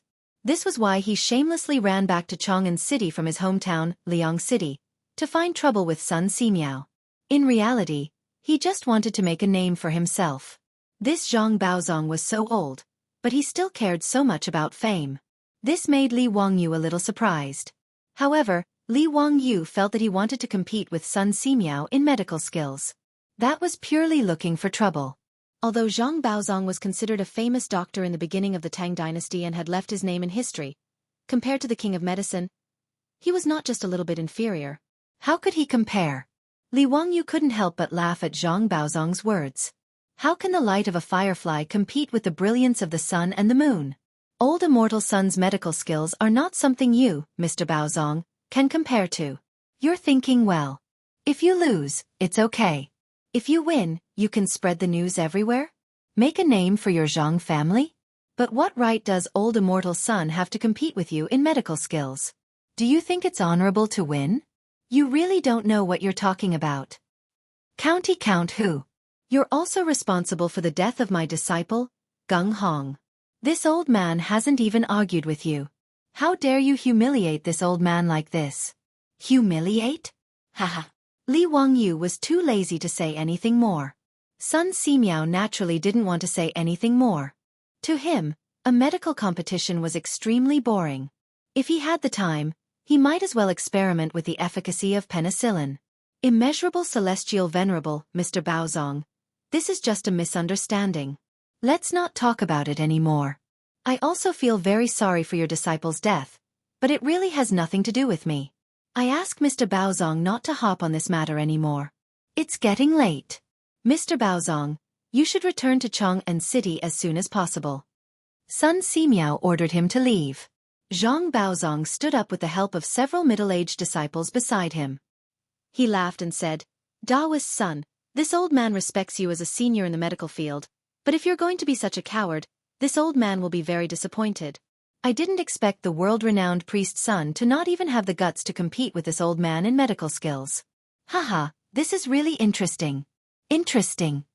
Sun Simiao wasn't moved by Zhang Baozong's mockery. He was almost 100 years old. What hadn't he seen? Zhang Baozong's provocation wasn't even worth mentioning. Sun Simiao's disciples and grand-disciples, on the other hand, glared at Zhang Baozong after hearing his words. But because of their status, they didn't dare to speak up. But while Sun Simiao could tolerate it, Li Wangyu couldn't. How could the medicine king, Sun Simiao, be humiliated by Zhang Baozong? Li Wangyu flashed in front of Zhang Baozong and said, "Haha, Mr. Baozong, it's not impossible for you to compete in medical skills. But I don't think you have the right to compete with old immortal Sunday. How about this? I also know a little about medical skills. Since you keep saying that I have to take responsibility for Gung Hong's death, then that's great. Let me and old immortal Sun's disciples compete in medical skills with you, Mr. Baozong. How about it?" "No," Sun Simiao said anxiously. Zhang Baozong curled his lips in disdain and said, "County Count Hu, when it comes to medical skills, you don't have the right." "Is that so? But everyone in Chang'an City says that I, Li Wangyu, am also a divine doctor. Go and ask the people. Do they know you, Mr. Baozong? It seems like I'm at a disadvantage if I compete with you in medical skills," Li Wangyu said mockingly. He wasn't wrong. Zhang Baozong's reputation was mostly among the court officials and aristocratic families. The Zhang family had never treated the common people. So how could they have any reputation among the common people? Li Wangyu's words almost angered the old man to death. Zhang Baozong stared at Li Wangyu and panted heavily. Chapter 580. Li Wangyu's words infuriated Zhang Baozong. Good. Since County Count Huxian says so, then this old man will compete with you first. I'll send someone to inform the patient. In 3 days, we'll take turns treating patients at the Imperial Physician Bureau. Whoever cures the most patients in 10 days wins. How about it? The Imperial Physician Bureau's Imperial Physician Medallion and Imperial Physician Deputy can bear witness. Li Wangyu naturally didn't object. He nodded with an expression that said, "As long as you're happy." Sun Simiao became anxious and tried to dissuade him. "Zio, why bother? This competition is meaningless. Don't fight with Mr. Baozong. Mr. Baozong, your disciple's death was a misunderstanding. It has nothing to do with me and Mr. Baozong. Let's just drop the matter of the competition." Zhang Baozong shook his head. "No. Since Mr. Baozong wants to compete with me, how can I drop the matter?" Li Wangyu also smiled and comforted Sun Simiao. "Old immortal Sun, I'll accept this. There's no need to worry." Sun Simiao saw that the two sides were determined to compete and could only sigh. Zhang Baozong turned to Li Wangyu and said, "Since it's a competition of medical skills, there needs to be a prize. If I lose, I'll immediately scram back to Liang and never treat patients again. I wonder what prize Mr. Baozong will offer if you lose?" Li Wangyu looked at him indifferently. "Mr. Baozong, what do you want? Why don't you just say it?" "Mr. Baozong, if you lose, have Lu Xinwei resign from his position as Imperial Physician of the Shangyao Bureau and recommend my disciple for the position. In addition, teach my disciple the method to treat intestinal ulcers." Li Wangyu couldn't help but smile at Zhang Baozong's words. "All right, no problem. However, since you want Brother Xinwei's position, I'll compete with Mr. Baozong with him. I'm sure Mr. Baozong won't mind, right?" As you wish." Zhang Baozong didn't seem to mind. Zhang Baozong naturally knew about Sun Simiao's disciple, Lu Xinwei. Although his medical skills weren't bad, Zhang Baozong believed that he could crush him in the art of medicine. Chinese medicine was extensive and profound, and it relied on the accumulation of experience. Especially in the Tang Dynasty, Chinese medicine did not have a strong theoretical system. Most of the time, doctors still relied on their own years of experience. This was also known as experimental medicine. Zhang Baozong was 70 years old this year. He had seen patients all his life, so his medical experience was naturally rich. Moreover, he was from a medical family. Through several generations of medical practice, he had summed up many effective treatment plans and secret prescriptions. This was also the reason why Zhang Baozong dared to challenge Sun Simiao. Although Sun Simiao was older, he might not have been practicing medicine longer than Zhang Baozong. After all, Sun Simiao was only from an ordinary farmer's family and did not have any family inheritance. He started practicing medicine at the age of 18 and started treating his neighbors in his 20s. He had been practicing medicine for more than 60 years. Zhang Baozong, on the other hand, started from the beginning. He memorized all kinds of medical books and the names of medicinal herbs. When he was 12 or 13 years old, he had already started to treat patients. Until now, he had been practicing medicine for more than 60 years. That was why Zhang Baozong was confident that his medical skills were not weaker than Sun Simiao's. In fact, he might even be stronger than Sun Simiao because he had his family's inheritance to rely on. As for Lu Xinwei, although he was the imperial physician of the medicine bureau, he was only in his 40s and had only been practicing medicine for less than 10 years. As for Li Wangyu, Zhang Baozong did not place him in his heart. Even if the rumors were amazing, and even if Li Wangyu started learning medicine in his mother's womb, Zhang Baozong did not feel that Li Wangyu had any profound medical skills. Actually, Zhang Baozong wasn't wrong about this. Li Wangyu naturally didn't know any medical skills. The reason why he dared to challenge Zhang Baozong was because he was relying on surgery, alcohol, and penicillin. If it wasn't for Sun Simiao coming up with penicillin, Li Wangyu would have no choice but to keep his mouth shut and ignore Zhang Baozong. But since he had a miracle medicine like penicillin, Li Wangyu would feel sorry for his identity as a transmigrator if he did not show off. It wasn't that penicillin could cure all diseases, but with the miraculous effects of penicillin and Lu Xinwei's medical skills, Li Wangyu didn't believe that he couldn't win against Zhang Baozong. It wasn't that TCM wasn't advanced or brilliant. At least in this era, TCM was far more advanced than any other medicine in the world. It was only in modern times that Western medicine developed along with anatomy, pathology, and pharmaceutics. In the 20th century, it was closely combined with modern science and technology. With the birth of systematic medicine, it developed into modern medicine. Even so, TCM didn't disappear. On the contrary, it continued to develop after introducing modern medical concepts. From this, one could see the greatness of Chinese civilization. As the saying went, TCM treated the root and Western medicine treated the symptoms. Naturally, TCM had its own unique points. But penicillin was a modern medicine that could directly destroy the cell walls of bacteria. Its effects weren't something that Tang Dynasty medicine could compare to. After all, the Tang people didn't even know what bacteria were. It was unrealistic to expect TCM to be able to quickly kill bacteria and reduce inflammation. Li Wangyu's eyes darted around before he said, "But if that's all there is to this competition, then it's meaningless. Why don't we increase the stakes? If Brother Xinwei and I lose, I'll kowtow to Mr. Baozong in front of all the officials and give you 10,000 taels of gold as compensation. But if Mr. Baozong loses..." His conditions naturally made Zhang Baozong raise his eyebrows. Whether it was 10,000 taels of gold or Li Wangyu kowtowing in front of everyone, it was very tempting to him. Zhang Baozong subconsciously asked, "What if I lose?" "Hee, if Mr. Baozong loses, you'll kowtow to Old Immortal Sun and take him as your master. You'll serve Old Immortal Sun in the Xianwei Temple. How about it? Mr. Baozong, do you dare to make a bet?" Li Wangyu's words made Zhang Baozong's teeth ache. He was already 70 years old and had countless disciples and grand-disciples behind him. Asking him to take Sun Simiao as his master? He couldn't bring himself to do that. Seeing Zhang Baozong remain silent for a long time, Li Wangyu couldn't help but chuckle. "What? Does Mr. Baozong not have the confidence to win against Brother Xinwei and me? If that's the case, then let's just forget about this medical competition." "Humph, County Count who? You don't need to use words to provoke me. I've lived for more than 70 years and have walked more bridges than you have roads.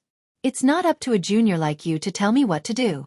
Since County Count who insists on giving this old man tens of thousands of taels of gold, how could this old man not agree? All right, we'll do as County Count who says. If I lose, I'll take Daoist Sun as my master." Seeing that Zhang Baozong had actually agreed to his conditions, Li Wangyu's smile grew even wider. "That's good. Then let's write down the terms of the bet so that no one will regret it in the future. That's how it should be. County Count who? You should prepare the gold early." Zhang Baozong didn't back down. Under Sun Simiao's witness, both sides wrote down the terms of the bet, signed their signatures, and slapped their palms together to swear an oath. They agreed to compete in the Imperial Medical Department in Chang, and 3 days later. Chapter 581. After Zhang Baozong left, supported by several disciples, Sun Simiao couldn't help but frown as he looked at Li Wangyu. Zio, why do you have to do this? Even I might not be able to beat Mr. Baozong with his medical skills, let alone Shen Wei. How did you and Shen Wei beat Mr. Baozong? Li Wangyu chuckled and said, Didn't you lend me the courage, old immortal son? Sun Simiao was confused. What does this have to do with me? Hee, if it weren't for you, old immortal son, how would I dare to make such a bet? Oh. Zio, you're so confident in this penicillin? It hasn't been used on patients yet. Sun Simiao still felt that this was inappropriate. Li Wangyu could only shrug. The Tang Dynasty didn't have the conditions for pharmacological experiments, so there was nothing to say. They could just do clinical experiments. Anyway, it couldn't be too bad. Just like when Niu Yong was injured. If he didn't have the cephalosporin, wouldn't he have to watch Niu Yong die from inflammation? Besides, there was a penicillin skin test, which could effectively prevent the patient from going into anaphylactic shock. Old immortal son, don't worry. I know how to use this penicillin. I'll go to Chang'an first and tell you the details when I come back. Li Wangyu didn't have time to talk to Sun Simiao. He just asked Sun Simiao to prepare the penicillin for him. He had to go to Chang'an immediately and find the craftsman to make the needles. Without the syringe, even the penicillin would be useless. After all, the penicillin produced by Sun Simiao was a medicine, not a pill that could be taken orally. There was no other way except for intramuscular injection. After leaving the Xianwei temple, Li Wangyu led Niu Wu and a few troops straight to Chang'an.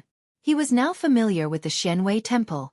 The officials and craftsmen in the Xianwei temple naturally knew that County Count who was here to make something new.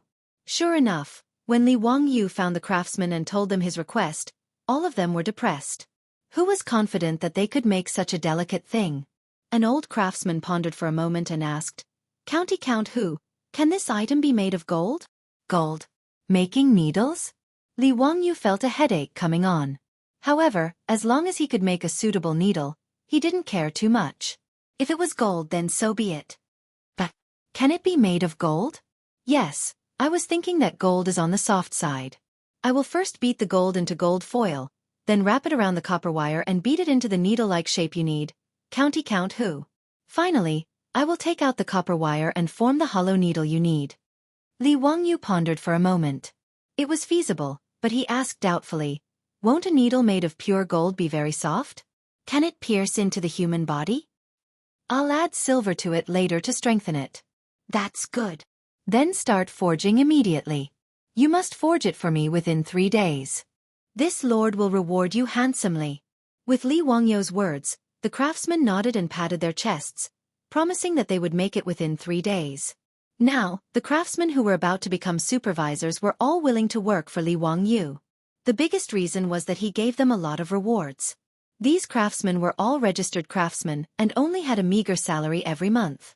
As for those craftsmen who helped Li Wangyu was never stingy with his money. He gave the craftsmen who helped Li Wangyu polish the microscope lens 100 strings of copper coins as a reward. With such a material incentive, these craftsmen were naturally willing to work hard for Li Wangyu. With the craftsman's guarantee, Li Wangyu was relieved. He ran to the Xianxia bureau and found Lu Shenwei, informing him of today's matter. When Lu Shenwei heard Zhang Baozong speak to his master in such a manner, he was so angry that he stomped his feet and scolded Zhang Baozong for being disrespectful. Zio, I will do my best in the competition with that old thief. I won't let my master be humiliated, Lu Shenwei said and then looked at Li Wangyu with some worry. However, Zio, you are still a bit rash. You shouldn't have made such a bet with that old thief. If you lose, it doesn't matter if I become the imperial physician of the Xianxia bureau or not. However, you will lose 10,000 taels of gold and even have to kowtow to that old thief. How can you accept that? Hee, brother Shenwei, that's why you have to win. Li Wangyu smiled. Lu Shenwei couldn't help but be a bit surprised. Zio, although I am confident in my medical skills, that old thief has been practicing medicine his entire life. His medical skills aren't inferior to my master's. I'm afraid. Li Wangyu's smile became even more brilliant. Brother Shenwei, do you remember why old immortal Sun went to Dingzhou village to build a microscope?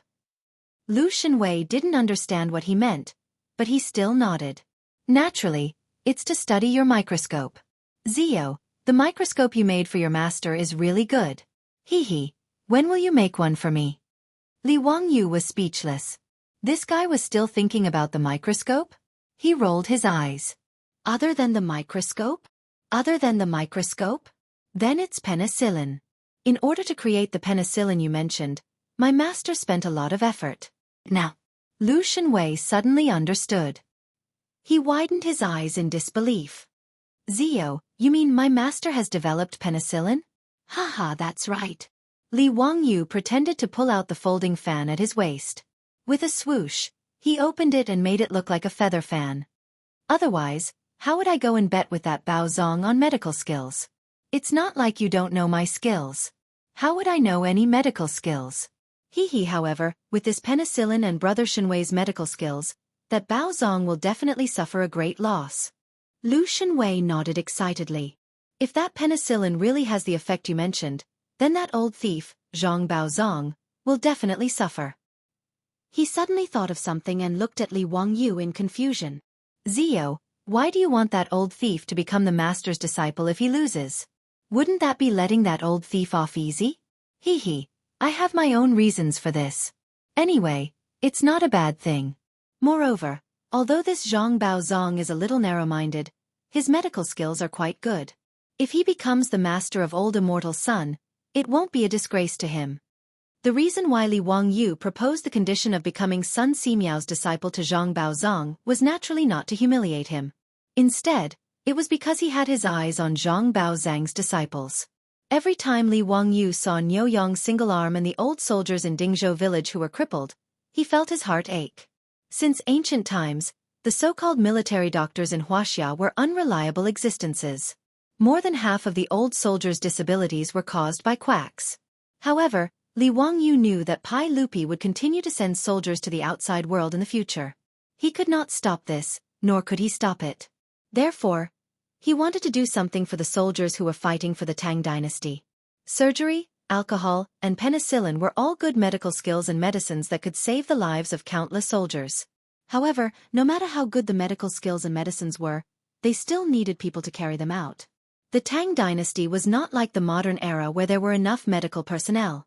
Therefore, besides thinking about Sun Simiao's disciples, Li Wangyu also thought about Zhang Baozhang's disciples. As long as Zhang Baozong kowtowed and became his disciple, wouldn't his disciples and grand-disciples all be brought in by Li Wangyu? However, Li Wangyu naturally would not tell Lu Shenwei about this. Lu Shenwei did not think too much about it. After confirming that he would compete with Zhang Baozong 3 days later, he simply took a leave of absence from the Xianxia bureau and ran back to Dingzhou village with Li Wangyu to consult his master, Sun Simiao, and sharpen his spear before the battle. 3 days passed quickly, and the day of the duel had arrived.